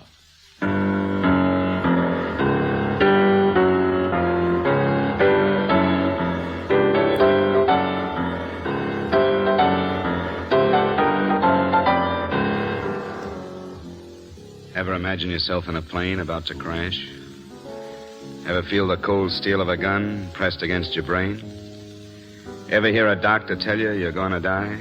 Suddenly, momentarily, a day, 2 days, a week at the most? Why did it have to happen to me? Why was I murdered? Why was I sitting here in my hotel room, waiting for the sands of time to run out? Hello? Well, Sinbad, I just about given you up for lost. Now, do you mind telling me why you rushed down to Los Angeles? I can't explain now, Paula. It's much too involved. What's going on, Frank? You don't even sound like yourself. I'm just a little tired, but I'm glad you called, Paula. I miss you. Oh, Frank, I can't tell you how good it is to hear you say that. Here I was worrying that I'd lost my charm. When are you coming home, Frank? I'll be home soon. I'll go right out and get a permanent, so I'll be pretty when you see me. Hey, guess what? I found Philip's name in your notarial ledger. Notarial ledger? Of all places. I remember now I made the entry myself. You had notarized the paper one morning before I came to work. What kind of a paper? A bill of sale for a George Reynolds. It was made out to Eugene Phillips of Los Angeles. So you see, I was right. We hadn't done any business with Phillips, only indirectly. Paula, what was the bill of sale for? A shipment of iridium, whatever that is. Iridium? Did you say iridium? Exactly. You mentioned at the time that this fellow Reynolds had made some kind of deal in Palm Springs the night before, and then he stopped in your office early in the morning on his way north to have it notarized, and... Wait a minute. George Reynolds. That was about 6 months ago, wasn't it? Yes, that's right. Goodbye, Paula, and thanks. Hey, where are you going? To rent a car and call on a widow.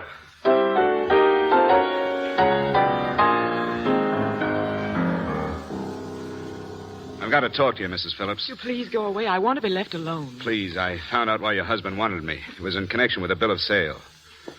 Come in. What do you know about George Reynolds? George Reynolds? Why, that's the man my husband claimed sold him the iridium. And what did Reynolds claim? Reynolds disappeared. About 2 months ago, my husband grew suspicious that something was wrong. Since then, he tried in every way to locate Reynolds, but he could find no trace of him. I don't get it. Mr. Phillips could have proved the legitimacy of the transaction by showing the bill of sale he got from Reynolds. Then there was a bill of sale. That's right. My husband swore there was. But at the time of his arrest, he couldn't find it. It was mysteriously missing. Then if Mr. Phillips did have proof, George Reynolds would have faced the prison term. Eugene was convinced Reynolds had stolen the bill of sale. He was the only one who had reason to eliminate any evidence of the transaction. What do you mean, eliminate any evidence? Well, why, the bill of sale, the canceled check. My husband could show no proof of his innocence. Oh, thanks, Mrs. Phillips. Thanks a lot. You've been very helpful. A lot more helpful than you were on my first visit. If you'd only come sooner, Mr. Bigelow. My husband might be alive today. Yes, I know. But what puzzles me, Mrs. Phillips, is that you haven't even asked me how I knew there was a bill of sale.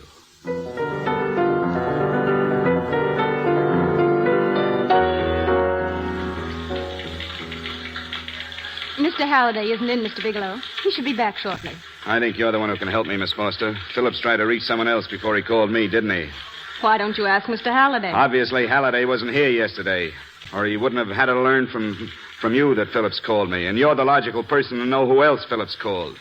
I don't believe that's any of your business, Mr. Bigelow. Don't think you're revealing anything confidential, Miss Foster. I know that he was trying to reach someone else. Mrs. Phillips told me. You're bluffing, Mr. Bigelow. I don't know what you're after, but you're trying to trick me. Mrs. Phillips didn't tell you a thing. How do you know that? Well, Mrs. Phillips knows nothing about it. She doesn't? Why wouldn't she know about it? Wait a minute. I was talking about George Reynolds. Who did you think I meant? Just who is it that Mrs. Phillips doesn't know about? I told you before, it's none of your business. And take your hands off me. All right, I'm going to give it to you straight. The way things add up to me, Phillips was murdered. Murdered? I don't believe you. You're lying. He called me because he needed me to clear him. Phillips was innocent, and innocent men don't have to jump out of windows. Just who are you trying to protect, Miss Foster? Why are you so afraid to tell the truth? I'm not protecting anybody. Now, listen to me. This thing is going to explode wide open. If you don't have anything to worry about, why don't you talk? Or maybe you are mixed up in it. Oh, no. Come on. Mr. Phillips called Marla Rakubian. He went to see her yesterday morning. Who is Marla Rakubian? She's a model. She and Mr. Phillips were once quite friendly, but he hadn't been seeing her for some time. For the last couple of months, he'd been trying to locate her and finally learned where she lived yesterday. When he returned from seeing her, he was terribly upset and excited. That was when he had me put through the calls for you. When he couldn't reach you, we went home. That was the last time that I saw him alive. Give me Marla Rakubian's address. 445 South Weatherly Drive. I don't think that Mr. Phillips realized that I was aware of his friendship with Marla Rakubian. And out of respect to him, I never intended to tell anyone. But I had no idea that she had anything to do with the trouble he was in. I admire your discretion. You must be pretty friendly with Stanley Phillips, Miss Foster. What? Hit home, didn't I? Stanley knew how desperately his brother tried to reach me. Yet he wasn't even here at the time. Now you seem to know all about what happened in Mrs. Phillips' apartment.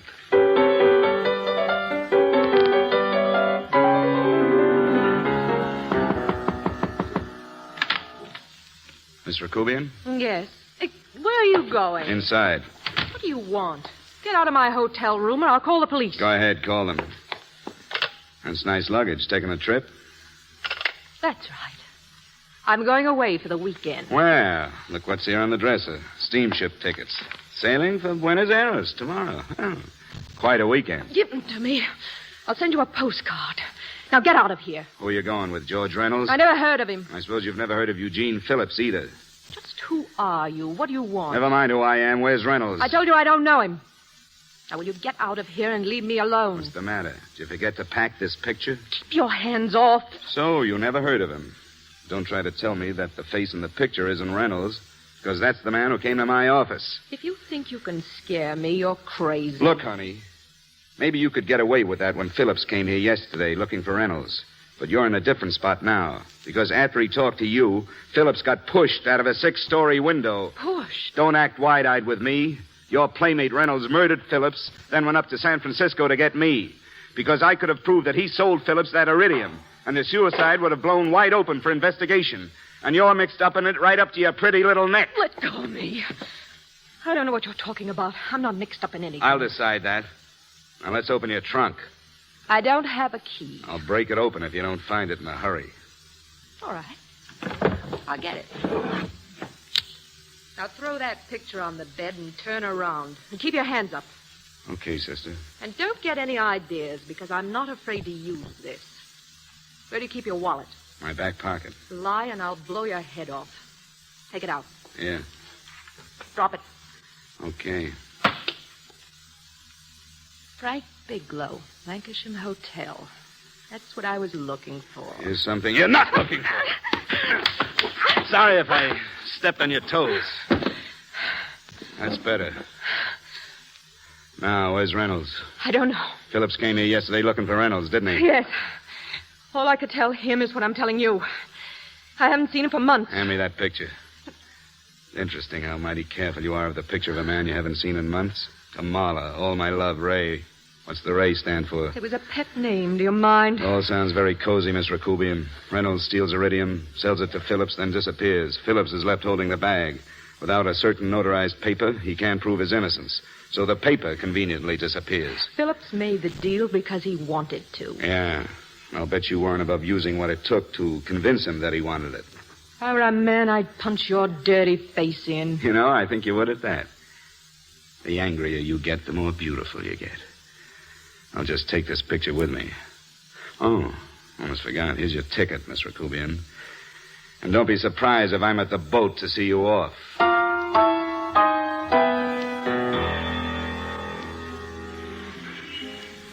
From the photographer who took the picture, I learned that George Reynolds was really Raymond Rakubian, Marla's husband. I wanted to talk with her before she left the boat, so I... Hey! Using Marla's gun, I sent a slug through the abandoned warehouse window, driving him back, and I ran across the street.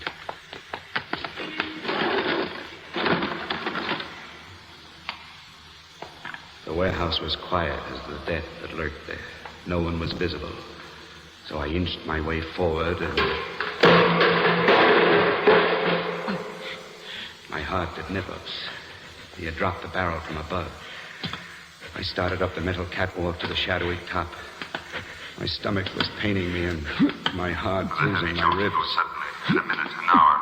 With a heavy jolt, you go suddenly. In a minute, an hour. I stopped.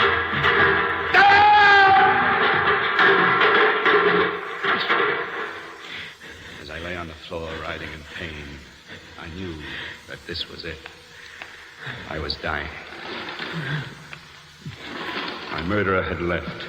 I had not gotten one glimpse. When I was able to walk, I found a book of matches near the doorway, labeled The Fisher, San Francisco. Whoever had given me luminous poison wasn't satisfied. I wasn't dying fast enough. Finally, I made it back to my hotel room. Gratefully, I opened the door. Oh! Welcome home, Bingler. You're late. Close the door. Hand over that picture. Marla didn't lose... Shut up! And here's another one. Look at you. You can't take it. Soft in the belly. If you hit me again with that gun, I'll kick your face in. Get it. The hotel clerk might know you're in. Hello? Hey, why'd you hang up on me a while ago? I've been trying to get you for the last 2 hours. I'm sorry. I was in a hurry. Well, don't be in such a hurry this time. McGowan was in, hollering his head off because you haven't gone over his books. Tell McGowan to get another order. You're drunk. Paula, how much we got in the bank? About $2,500. Draw it out tomorrow. You know that fur coat you always wanted? Buy it. You are drunk. Don't tell me that 2 days away from me can affect you this way. Cut it short. Paula? Yes? I never should have left you. I just didn't realize how much I was in love with you. But I know it now. Oh, Frank. Frank, darling, I love you, too. So very much. Come home, please. I miss you terribly. I said cut it short. Please, come home soon. That ends the call. Walk in front of me, Bingler, and keep your mouth shut, or I'll blow the back of your skull out.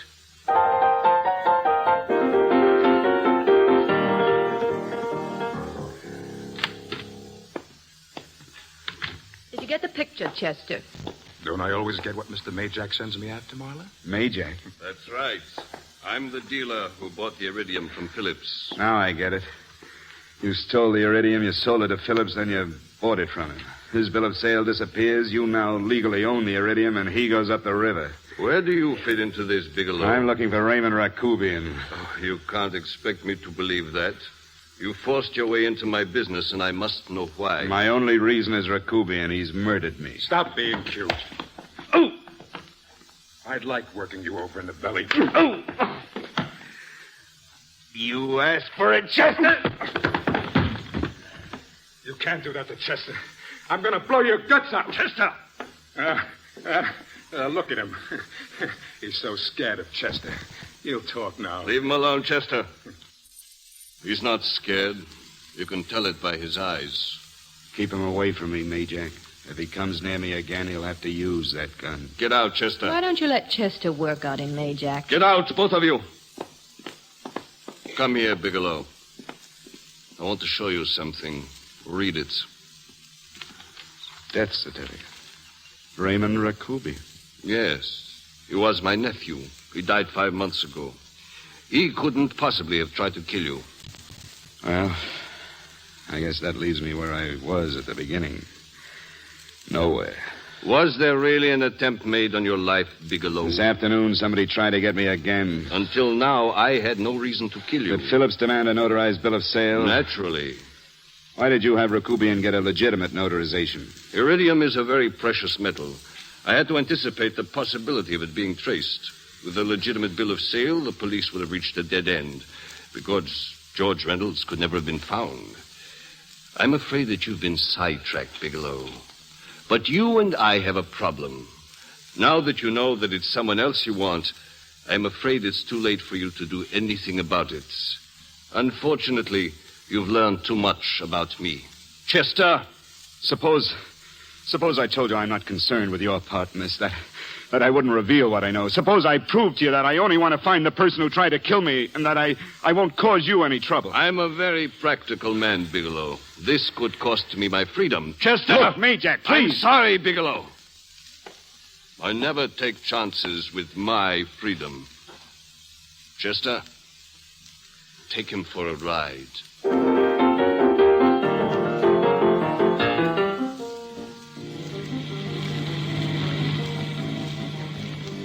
You tried to make a boob out of me in front of Majak. Shouldn't have done that, Bingler. I don't like that. I'm going to enjoy this. I've done jobs like this before. I knocked off guys I could like, but I don't like you, Bingler. You ain't scared yet, are you? But you'll be scared. Good and scared. I think I'll give it to you in the belly. You don't like it in the belly. As Chester kept giving me the business, I thought hotel room. Something about it's like death. getting jelly. Everything Soft, you believed was warm ugly jelly. suddenly becomes beautiful. We used to have a rhyme about that. It was bad enough to die in the glory of a battlefield, but to have died in vain, to have been murdered innocently. I only wanted one thing, to breathe long enough to get the person who had stolen my life, and my chance came at a signal change. As Chester pressed his foot on the brake, I jammed mine down on his. As his head hit the windshield, I leaped from his car and ran. Frank, are you all right? Paula, what are you doing here? I had to see you. You shouldn't have come, Paula. You shouldn't have. Oh, look at you, Frank. You're a sight. Your clothes look as if you slept in them. Are you ill? No, I'm all right. You are ill. You're feverish. I'm all right, Paula. You're lying. And you're in trouble. Right after I spoke to you, I got a call from the San Francisco police. It was a homicide detective. Oh, what is it, Frank? If you're in any kind of trouble, you certainly can trust me. I'm not in any trouble with the police, Paula. I promise you that. But you can't stay here. You've got to go back to Banning right away. No, Frank, I won't go. I won't. I'm staying here with you. Please, Paula, please believe me. It's best that you go back. Why? What's this all about? You're in a jam, aren't you? A bad jam. What have you got to do with this Phillips and Reynolds? Phillips was murdered. What's that got to do with you? All you did was notarize a paper. You've notarized hundreds of papers. That's right. All I did was notarize one little paper. One little paper out of 100. Oh, you frighten me, Frank. You don't even act like yourself. I know you're keeping something from me, that something is terribly wrong, that you're in serious trouble. Don't be frightened, Paula. Don't ever be frightened of anything. Promise me that. I love you so much, darling. More than you seem to be able to understand. I never really knew happiness until I loved you. Losing you would have meant losing everything. There would have been nothing left. Don't, Paula. Please don't. No, I'm afraid again. I feel so helpless. You're leaving me out of something. Tell me, Frank, what is it? Just give me a chance, please. You do love me, don't you, Frank? Yes, Paula. I was uncertain before, blind to what I had. But I know it now. Can you understand that, Paula? Yes, darling. I understand. A man can be that way. Something has to happen to him. It can be a very little thing or a big thing, but it can make him realize what someone really means to him. Paula, I love you more than I ever thought it possible for me to love anyone. Then why won't you let me help you? Because you can't help me. Because there's nothing you can do. Please go home, Paula, please. All right, Frank. Paula. Yes? Is that a new outfit you're wearing? Yes. You look wonderful in it. Frank! Goodbye, Paula.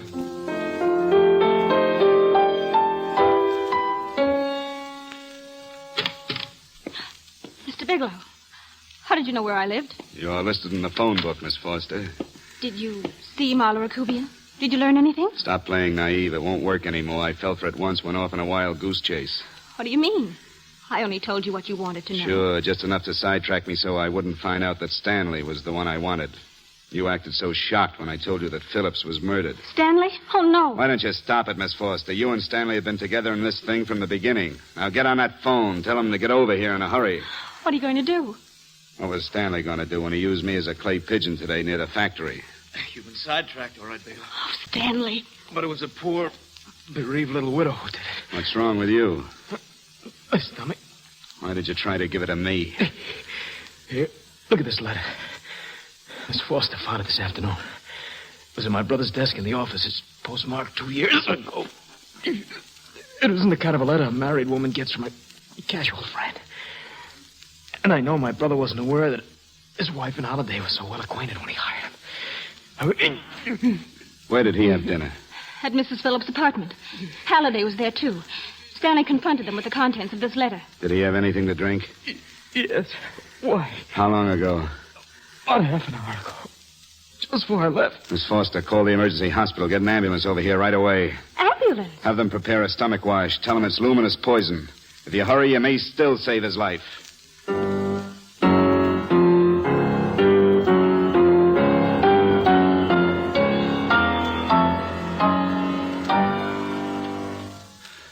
I found George Reynolds, Mrs. Phillips. He's been dead 5 months. Then he didn't steal the bill of sale. No, but you could have stolen it. How dare you make such an accusation? It wouldn't be too difficult for a wife to get her husband close enough to a balcony. I must ask you to leave. You knew who I was when I came to see you, didn't you, Mrs. Phillips? But you were surprised to see me alive, weren't you? But I'm not alive. Yes, I can breathe, I can move, I can stand here and talk to you right now. But at any moment it can end. Do you understand, Mrs. Phillips? I look like I'm alive, but I did take the poison. Nothing can save me. What do you want with me? If I kill you, what do I have to fear now? No! What could anyone do to me that hasn't been done already? No, listen to me. You've got to give me a chance. I didn't get a chance. It was Holiday, I swear it. Yes, I took the bill of sale. Holiday planned it so that Eugene would go to jail. I didn't know until today he killed Eugene. Halliday couldn't have gotten away with it. Your husband knew about the two of you. He found a letter. He found it only yesterday. He accused Halliday. They fought. Halliday pushed him over the balcony. Then why me? Why me? He learned about the phone calls after he killed Eugene. He thought Eugene had spoken to you, that you knew enough to involve him. He was shocked to see you still alive, and he followed you and tried to shoot you. He knew he had to finish you before you got him. Where's Halliday now? He's at the office. He's flying out of the country tonight. I don't know where he's going yet. He wants me to join him, please. Come on with me. No.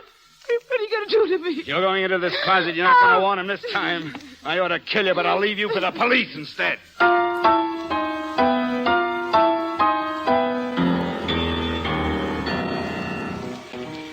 As I stepped into the street, a jagged pain stabbed me, doubling me over.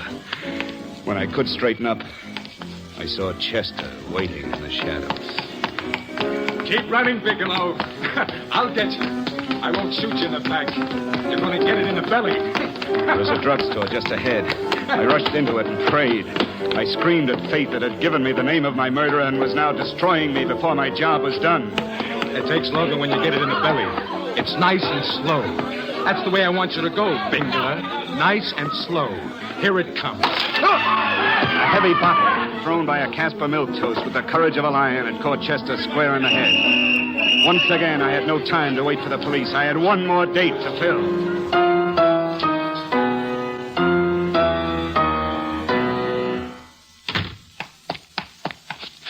Huh? What are you doing here?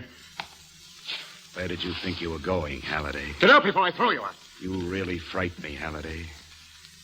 You're awfully nervous. Let me light your cigarette. Get out! I said I was going to light your cigarette with these matches. Matter of fact, they're yours. I picked them up in an abandoned factory. Look at the cover. The Fisherman. Crown Prince of Jive, San Francisco. In a joint like that, who would notice a customer at the bar slipping a little luminous poison into another man's drink? And who there would care, except the murdered man? I'll finish the job now, Bigelow. You're tricky, Halliday, plenty tricky. Now stop sneaking your hand towards that gun in your pocket. Reach in and grab it like a man, because if you don't, I'll shoot you first.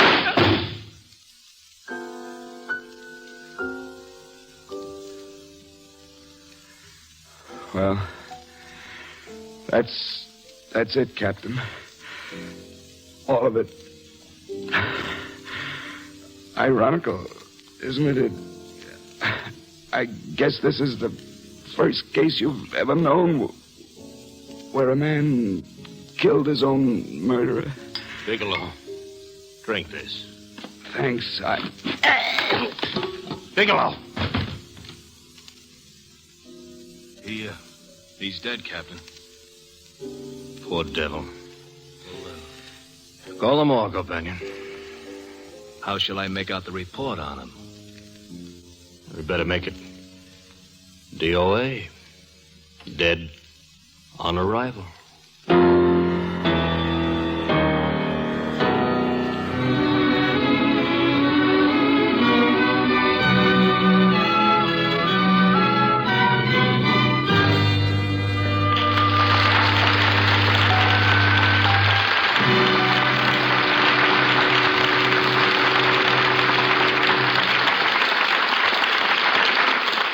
Thank you, Edmund O'Brien and Peggy Castle, for a most exciting performance. Our stars will return in just a moment. Next week, the Screen Directors Playhouse will bring you a classic in comedy.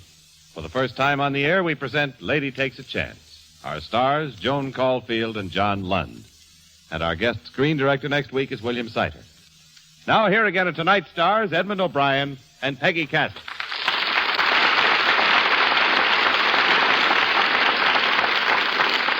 Peggy Castle. Yes, Eddie. I've thought I'd like to get off my chest, Peggy, if you don't mind. Not a bit. Go on. Thanks.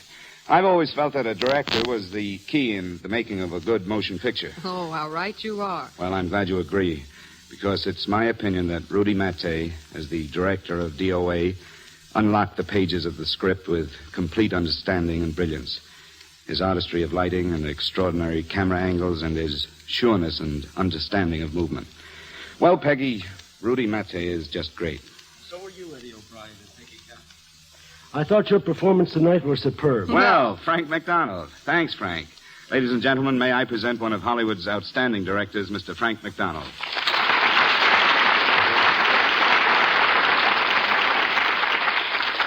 Thank you. Well, Eddie and Peggy, I'm here to say thanks tonight for Rudy Mattei, who is in Europe completing a motion picture. For the Screen Directors Playhouse, I'd like to extend an invitation to both of you to return as often as you can. Good night. Good night. Good night, everyone.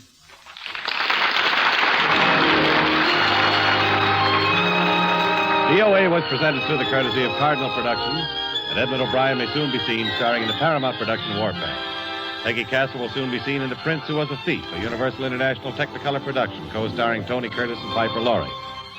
Piano improvisations on tonight's program were by John Rary.